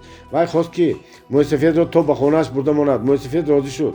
ҳавлии ман аз ин ҷо дур не, гуфт мӯйсафед. дар паси ҳамин арк махсум мӯйсафедро аз бағалаш дошта оҳиста оҳиста роҳ гашт ва ба дари ҳавлияш бурда монд. мӯйсафед ҳар қадар хост ки махсумро дароварда зиёфат кунад, лекин вай урз гуфта аз ӯ ҷудо шуду ба роҳ даромад. акнун вай боз гашта озод шуд, боз гашта ба ихтиёри худ шуд. касе набояд ба вай дахл кунад, чунки вай ба касе дахл накардааст. вай одами ҳур ва мустақил аст. дар кӯчаҳои шаҳр гӯё тинҷӣ ва амонӣ буд. даводавии муллобачаҳо ва аспдозии сарбозҳо дида намешуд. вай гӯё аввалин бор кӯчаҳои бухорро медида бошад. бо ҳирсу ҳаросат ба атроф нигоҳ мекард, барои роҳгузарон синча мекард. аз байни онҳо шиносе чеҳрае кушода ва нигоҳи дӯстонаро меҷуст, вале одамҳо ба вай эътибор надода гузашта мерафтанд. азбаски рӯз торик шуда меомад, мардум зудтар ба хонаҳояшон рафтан мехостанд. махсуми роҳ гашта истода ҳис намуд ки бо вуҷуди сафармахсуми рӯздида ва ҷафокашида буданаш, дилаш андаке ба хавфу ҳарос, ба воҳима одат карда мондагӣ бар ин. ҳар сарбоз, ҳар одами амир, ҳар амардоре ки мегузашт ӯро андак мекӯбонд. ба дили ӯ каме воҳима меандохт. во аҷабо, ин чӣ бошад? наход ки наршереро буздил карда мемонад. вай рост ба гӯлахи ҳамоми бозори кор ва бошишгоҳи дӯстонаш рафт. аввал оҳиста оҳиста қадам монда ба дамгаҳи даромади хонаи нор расид ва гӯш карда истод. дар поён дар хонаи нор теймур, фозил, аҳмад ва ҷӯрабой бо нор суҳбат карда нишастанд. суҳбат дар бораи воқеаи имрӯза, дар бораи ба шаҳр даромадани солдатҳо ва озод шудан буд. махсуми мо ҳам чудо бошад, гуфт нор. агар озод мешуд кайҳо меомад? солдатҳо дар вокзалча ваъзгӯӣ карданд. ё махсумро ба коргон бурданд? пурсид аҳмад. махсум ба мо хабар надода намеравад, гуфт фозил. қаровулбегии саҳлав будагӣ ҳам беному нишон шуд, гуфт нор. вай аз дасти мо гурехта наметавонад, гуфт ба ҷавоб фозил. ман ҳавлию ҷояшро медонам. хай илоҳи ба махсуми мо офат нарасида халос шуда бошад, гуфтамон аҳмад. махсум дигар тоқат накарда як сулфа карда монду ба дарун даромад. махсуми мо омад. гӯён пеш аз ҳама теймур фарёд кашид. дигарон ҳам нидои шодиро баланд карда аз ҷо ҷаҳиданд. ҳама навбат ба навбат махсумро дар оғӯш кашида бусиданд, муборакбод карданд. ман гуфтам ку, гуфт аҳмад. махсум коргон рафта бошад ҳам ба дидани мо меояд. ҳамин мо медонистем ки махсум меояд, гуфт нор. мо боварӣ доштем ки шумо озод мешавед. агар озод накунанд, гуфт теймур, худамон озод мекардем. бале гуфт, мо қаровулбегии амирро ба даст гирифтем. чӣ хел? ҳайрон шуда гуфт махсум. пора додетон? пора надодем ку, гуфт. лекин ба пора додан ҳам розӣ будем. не хайрат шуд. худо хайри аскарҳои русро диҳад. ҳамаро озод карданд. мегӯянд рост аст. ҳама озод карданд. айнӣ ҳам ба когон рафт? пурсид нор. ҳа, айнӣ ва мирзо назрулло ҳам ба когон рафтанд. мо хабар дорем ҳайдушон ҳам 75 чӯбӣ хӯрданд. ёди ҷонашон ба хайр. бале, ёди ҷонашон ба хайр, гуфт махсум. ҳамин даҳшат дар пеши назари ман шуда гузашт. хонумонаш сӯзад ин золимҳои бединро, гуфт аҳмад. вақти маргашон расидааст ки худашон ба ҳар тараф мезананд, гуфт махсум. хун рехта ба по рост додан мехоҳанд. бухоро қиёмат шуд, гуфт фозил. дар кӯчаҳо одам намонд. ҳамаро кашида ба боло бурдан гирифтанд. гуфтагӣ барем. мирзо баҳрӣ, илмиддин ва мударриси ман чӣ шуданд? пурсид махсум. аз онҳо хабар доретон? илмиддин пинҳон шудагӣ, гуфт ҷӯрабой. мударрис ҳастанд, лекин аз мирзо баҳрӣ хабар надорам. набошад, ман рафта аз онҳо хабар гирам. не, гуфт махсумро дошта нор. ҳозир камтар хӯрок мехӯрем, чой менӯшем, дам мегиред. баъд кӯчаҳо аз паи мардум ки холӣ шуд равед беҳтар. ин маслиҳатро махсум қабул карду ба роҳат нишаста гирифт. боби 32. мурғи бахт ё рӯзи сахт. 3 рӯз пеш аз ин ҳодисаҳо, яъне 6 моҳи апрел ки фармони ислоҳот муайян шуд, мирзо баҳриддин аввали рӯз ба ҳавлии муллониёз омад. бо падару писар салом алейку пурсипос намуда ба меҳмонхона даромаданд ва пас аз омин гуфтан мирзо баҳриддин ба мударрис муроҷиат кард. маъзур медоред ки саҳарӣ барвақт омада шуморо дар ташвиш мондам. агар зарурат намешуд, намеомадам. марҳамат, гуфт мударрис. омадани шумо наход ки моро дар ташвиш монад. баръакс мо шод мешавем. гап ҳамин ки, гуфт мирзо баҳриддин бевосита ба сари мақсад гузашта ва бо овози паст. амир ҳамин рӯз ё пагоҳ ислоҳоти дурӯғи худро эълон мекунад.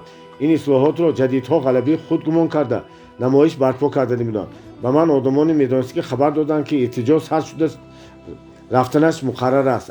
амир бо баҳонаи зер кардани намоиш ҳамаи ҷадидҳо ва душманони худашро дошта нест кардани. бинобар он маслиҳат ҳамин ки ба ин тосуқ قواها اهمیت نداده علمیدین جان خودی امروز با کاگان با نزد رفیقمان حسین باید رود و تا پسنده شده جنگجال ها در آنجا باشد و جناب سید امید خواجه هم این مصلحت مأخوذ شد. امروز آن کس هم و پیشگو به نزد یک آشنایشان میروند. علمیدین و مدرس حیران شده ماندند. مدرس پس از اندک تحمل پرسید علمیدین به نمایش نباید اشتراک کند و به جدیدها چندان سر و کار ندارد که این را من میدانم. گفت میرزا بحرالدین علمیدین به جدیدها سر و کار ندارد، لیکن این را ما میگوییم وقتی که احتجاج سر شود دشمنان شما که بهانه کافته گشتند و علمیدین قصد نکنند گفته میترسیم. من به دیگر بچه‌ها و دوستانم هم این خبر را رسانده آگاهاندنیم. این گپ‌هایتان جان دارد. گفتم مدرس و کاگان رفته چیکار میکنم؟ پرسید علمیدین.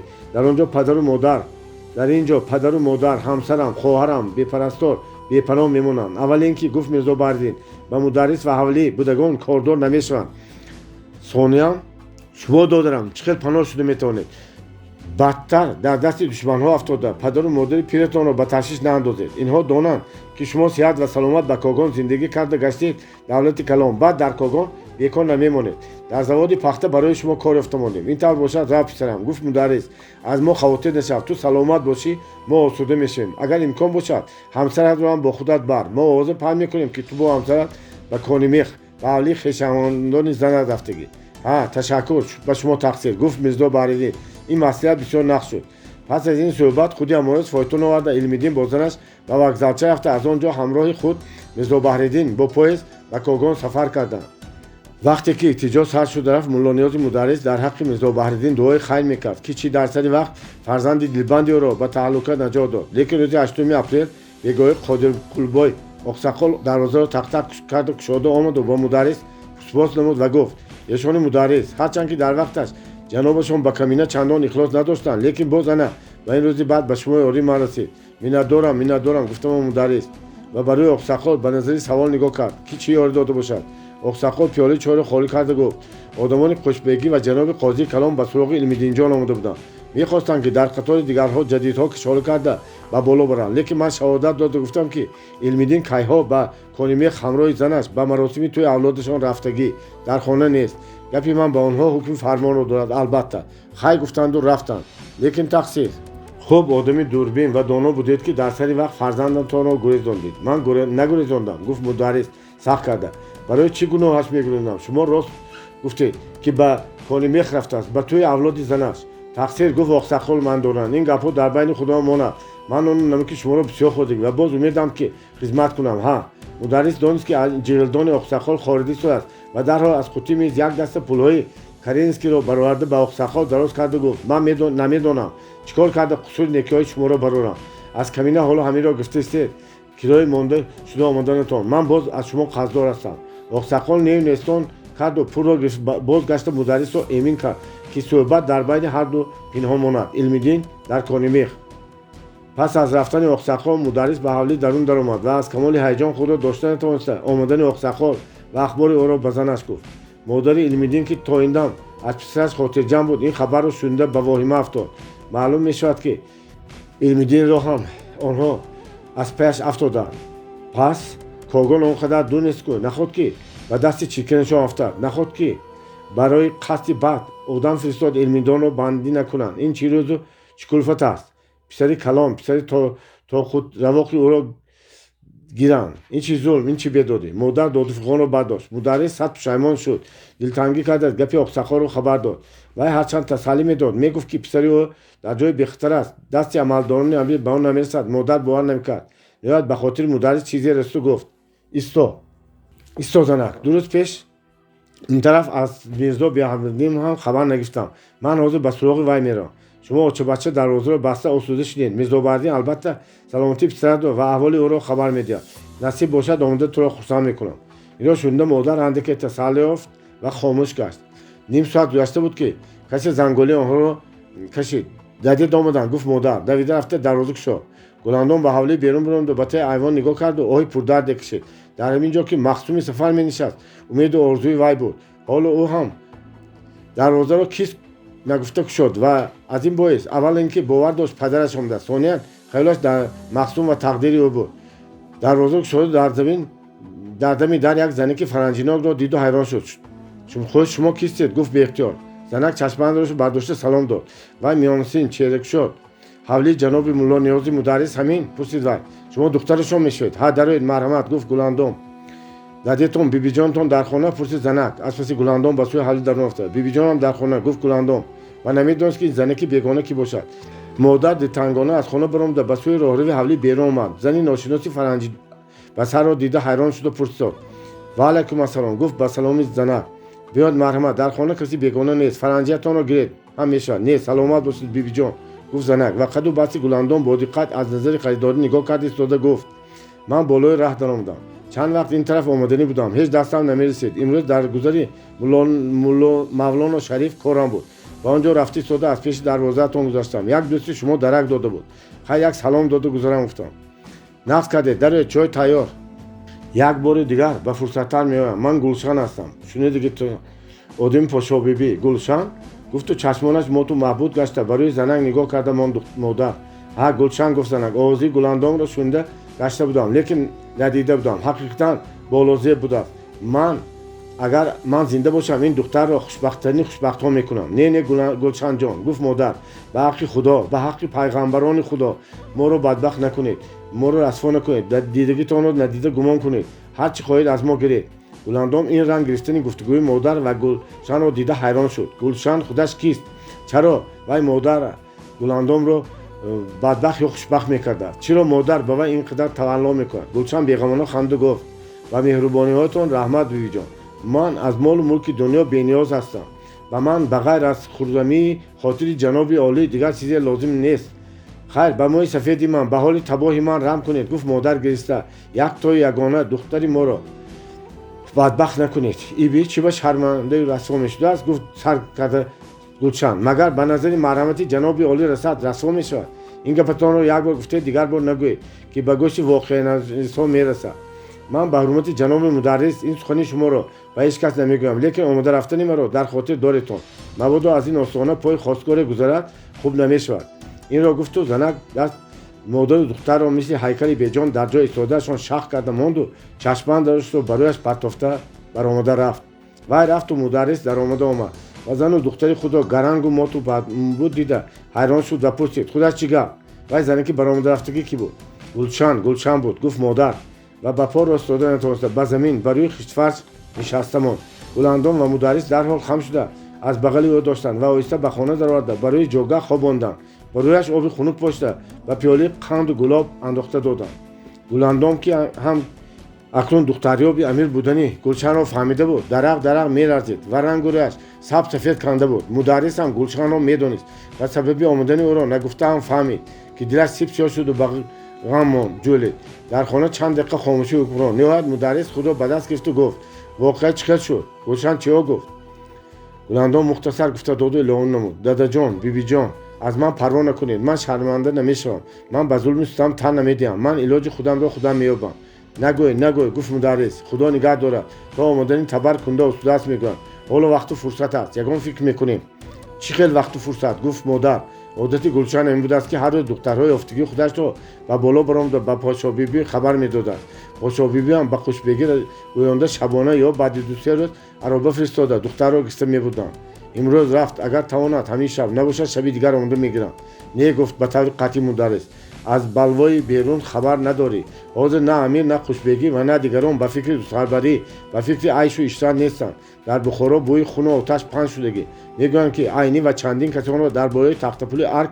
75 چوب زدند پرتافتند این را شنیده سولدات‌های روس به بیرونی دروازه قواله آمده چتمه پرتافتند در چنین فرصتی مضرب دست آنها به دیگر کارها نمیرود ما باشیم به مصلحت دیگران کار میکنیم چیکار میکنیم پرسید مادر از دست ما چی میاد پرسید گلاندام هیچ نباشد گلاندام را میگریزانیم گفت مدرس بعد ما رو چیکار میکنن مایلش هر چی کنن کردن گیرن گفت مدرس اونی که دخترمان رو عذاب دادنی است ما نمیمونیم آنها پدر و مادر و دختر خور و خواب را فراموش کردند فکر و اندیشه میکردند و راه خلاصی میجستند و ندانسته ماندند که روز به آخر است هوا تاریک شده مانده است ناخواست کشیده شدنی زنگوله در آنها را به خود آورد و هر سه باز به تلواس افتادند نخواست که آماده باشند نخواد که دیگر هیچ علاجی نیست. دروازه رو کشان یا نکشان.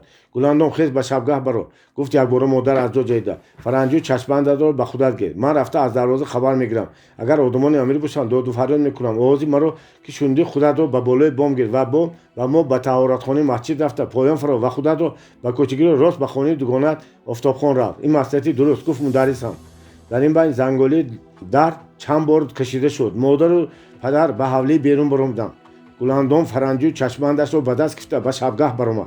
مدرس و زنش به قریبی دروازه بیرون رفته به کوچه گوش دادند که چی گپ عربه اسباب باشند در حال معلوم می شود. لیکن در کوچه عربه اسب نبود. فقط سلفیده ماندن یک شخصی آشنا به گوش رسید. مدرس دلیرتر شده آواز برآورد. کیست؟ من سفر مقسوم. گفت از بیرون. زن و شوهر دو با آهی سبک کشیدند و به تنشان جان برگشته آمد. با اشارت مدرس زنک زود خود را به حوله درون گرفت. مدرس دروازه را گشوده مقسوم را فرزندوار در آغوش کشید و از رویش بوسید و حتی در چشمانش اشک حلقه زد. خیریت دیده به دیدار رسید میگفت مدرس و شادی میکرد. مقسوم که از این خیل پیشواز گرفتن مدرس در خود نبود نیز از شادی میگریست. شکر بیادت که همدیگر را باز دیدیم. گفت وی و دروازه را از درون محکم بسته. هرچی همه صحت سلامت آسودگی تینج هستیتان؟ شکر حالا همه صحت سلامت. گفت مدرس و به دهلیز میهمانخانه درآمده لامپا را درگیرم. کنی من به شما درستتر نگاه کنم؟ درستتر اون قدر بد نه. البته کاری مشقت هست. چی بود و چی شد که آزادی به شما را به آزادی سر دادم؟ مقسوم واقعه را مختصر بیان کرد و از علم دین پرسید.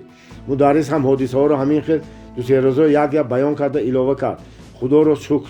خدا شما را به سری وقتی ما رساند. خیر ما از این تا یک درجه خاطرجم لیکن اومدن گلشن ما را به تشویش انداختگی. مقسوم هم به فکر و اندیشه فرو رفت زیرا که وی حکایه دختر بیاری های امیر را شنیده بود.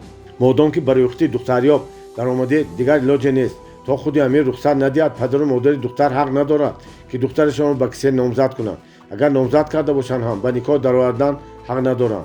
هر دو پایش شکسته بود. گفت مقسوم دختریابی امیر آماده است خوب نشده است لیکن در دنیا کاری نیست که تدبیرش نباشد. گلاندام جان را خلاص کردن آسان به شرطی که خود شما و والده از خطر امین باشید. چطور خلاص میکنید؟ پرسید مدرس. البته ما را به جوابگویی میکشند. نه شما هم به کاغان بر اینجا رفته پنهان شده نمیتوانید. مدرس فکر کرد ایستاد و گفت به کاغان رفتن ما نمیشود. این به همان مانند است که شاعر گفته است بر سر مناره اشتر رود و فغان بردارد که این نهان شده است. در اینجا مکنیدم آشکار. لیکن به گمانم شافرکام رفته در قشلاق یک خویشمان پنهان شده گشتن ما ممکن نباشد. این طور میکنیم. گفت مقسوم دیرک بهتر است که اول به چهارباغ کلبه رویتان بعد از آنجا سرکار شبانه شما را به شافرکام برده رساند و این کار را بغیر از سرکار کسی دیگری نداند. خیر همین طور هم کردن ممکن. پس به مصلحت من گوش کنید. گفت مقسوم آوازش را پس کرده. گلشن بر روی خط گرفته باشد هم حتی به بالا برآمده خبر داده باشد هم امروزها دست خوشبگی و امیر به این کارها نمیرسد. مغلشان جنجالشان کلان. بنابراین یک روز دو روز یک هفته دو هفته خاطرجم لیکن ما خاطرجم نمیشه. خودی پگاه همین کارها را میکنیم. مقسوم یک پلن و نقشه عجایبی را گفته داد و مدرس نقشه و خیلی معقول شد و جاهای کمبودی و نارسی آن را خودش گفته پوره کرد و اعلام نمود.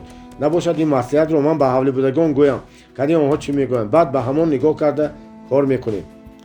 مدرس به حوله درون مصلحت کرده برآمد. مصلحت پخت گفت همین طور میکنیم. آفرین پسرم.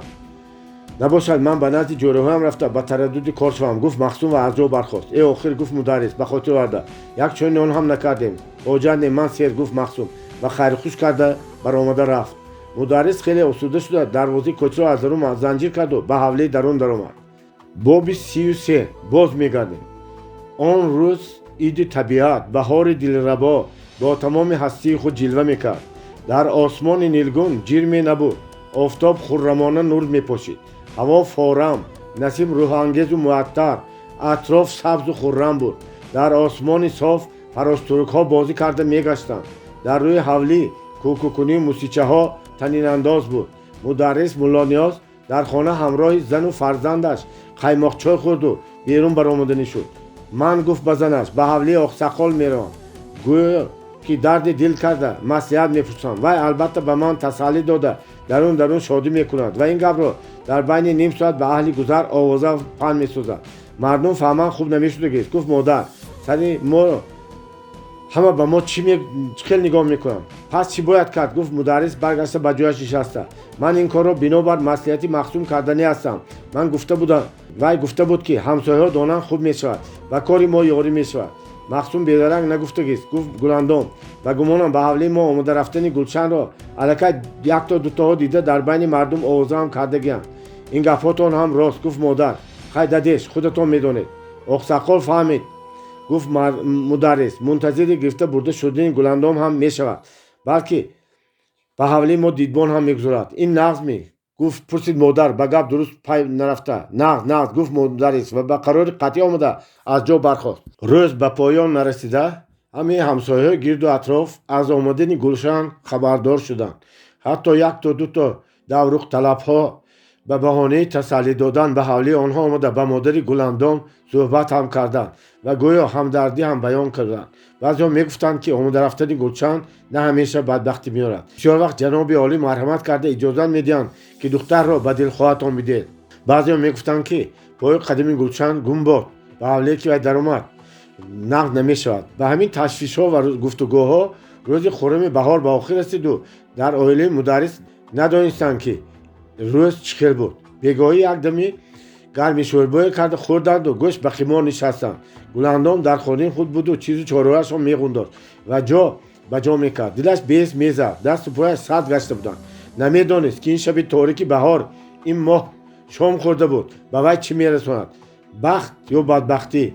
ساعت و دقیقه ها خیلی آهسته میگذشتند. صوفی مسجد گویا فراموش کرده بود که از آن نماز خفتن را گوید. مدرس تورات کرده به صلای جمعه کرده منتظر بنشست که به مسجد رفته نماز خفتن را ادا کند و زود به خانه برگردد. نهایت ساعت دیواری 9 بار زنگ زد و از طرف مسجد هم آواز صوفی بلند شد. خیر من به مسجد رفتم. گفت مدرس بزن است. تو از دخترت خبر گیر، چیزهای در کاریش را فراموش نکند، پول و تلوارایش را البته گیرد. خودت هم چیزهای قیمت بها را گرفته به یگان صندوق انداخته تیار کرده بان. به من هم سر و لباس مولتر گیر. خیر حالت آنها چنین بود که هر دقیقه دیدار همدیگر را غنیمت می‌شمردند. حتی به مسجد که از حوالی آنها چندان دور نبود رفته ایستاده به زنش خیرخوش میکرد. مدرس شوهرش به مسجد رفت و زنک در اجرای گفته‌های وی پرداخت. عوض از گلندام خبر گرفت. وی بطن از روی کرتی اطلس رنگی زیبا کمزولی بخملی دراز پوشیده و سرش رومال ابریشمی شلشله‌دار بسته بود. در دستش هم یک بخچه کلام بود. تلوارات ها هم گرفتم. این پول ها را به کیسه بام در کار میشود. شما از شما بیخبر نمانیم. گفت گلندام به مادرش تولا میکردگی بری. نمیدانم برای چی دلم به هراس و خواطر. مادر که از وی 10 مرتبه زیادتر در هراس و هیجان بود زورم خودداری کرد و گفت چیکار میکنی بچه کم؟ به سرمان همین خیلی روز آمده. صبر و طاقت کنیم هم چاره جوییم. و ما بغیر از مخصوم دیگر کسی دیگر یاری میدادگی نیست. مخصوم آدمی زیرک، آدمی دوراندیش است. کاری را بیاندیشه نمی کند. آسوده باش دخترم. مدرس از مسجد برگشت آمد. همراه زنش به چیزخوانداری مشغول شد. آنها میدانستند که پس از برآمده رفتن آنها هیچ کس نباید هم خود اقساقال کس مانده چیز کالاهایشان به اغما بردنش ممکن. بنابراین هر چی که توانستند چیزهای قیمتبهای خود را به بخچه و صندوق‌های چرمین گذاشته به خود بردنی شدند. نتوانستگیشان به جاهای نظرناگیر و کنج بخیل‌ها جز کردند. کار قریب تمام شده بود که زنگوله دروازه را سخت کشیدند. مدرس برآمده دروازه را گشود. در کوچه عربی کوخنی بالا پوشیده در زیرش فانوس می‌ایستاد. 3-4 نفر اسبکی و عربی را احتکاک می‌کردند. یکی از آنها با آواز بلند فرمان داد: ما با فرمان جناب عالی آمدیم. سبب آمدن ما به شما معلوم باید باشد. یعنی زود باشید. دخترک را گشته برای تو به عربه بار کنید. مدرس گوینده را نشناخت، زیرا که نار در تن جامه‌های سپاهی در سر تلپک برگی را زیر کرده پوشیده به میانش شمشیر آویخته بود. یکی عربه کش که در بالای زین نه با تخته پیش رو می‌نشست آواز برآورده گفت: یعنی زود باشید، تقصیر ما را معطل نکنید. این خودی مخصوم بود و آوازش را تغییر داده گپ زده باشد هم مدرس شناخت و به حوالی در آمده گلندام را در فرنجی گشته برآمد. مادرش از پس او داد و فغان میکرد: دخترم مرا نکشید، جانم رو گیرید و نبرید میگفت. لیکن آمدگان به داد و فریاد زنک اهمیت نداده گلندام رو برابر گرفته بردند. گلیم بالای عروبه رو پشتند و دو اسپکی از پیش، دو اسپکی از قفا برآوردند. فانوس زیر علابی قوقدی و مشاهده کنندگان آنها را دیده هیچکس گمان نمی‌برد که مخصوم و دوستانش نیویند. عروبه از سپاهیان راست به تک دروازه سمرقند رفتند. به دروازه‌بان بانگ زدند که دروازه را گشاید. دروازه‌بانان آن تنتنه و دبدبه را دیده باور کرد که ارده امیر به استعاره ماه خواسته می‌رود. بنابر آن یک گپ و حرف دروازه را گشاده به آنها راه سفید خواستند. پس از برآمدن سپاهیان باز دروازه را بست. عروبه کمتر برای کلان رفت و بعد برای زیر قلعه برگشت و برای سوی دروازه مزار و کاغان روانه شد. در آن شب تاریک هیچ کس در آن اطراف نبود. و عروبه مشاهده کنندگان آن بی‌ملال برای کاغان در آمدند.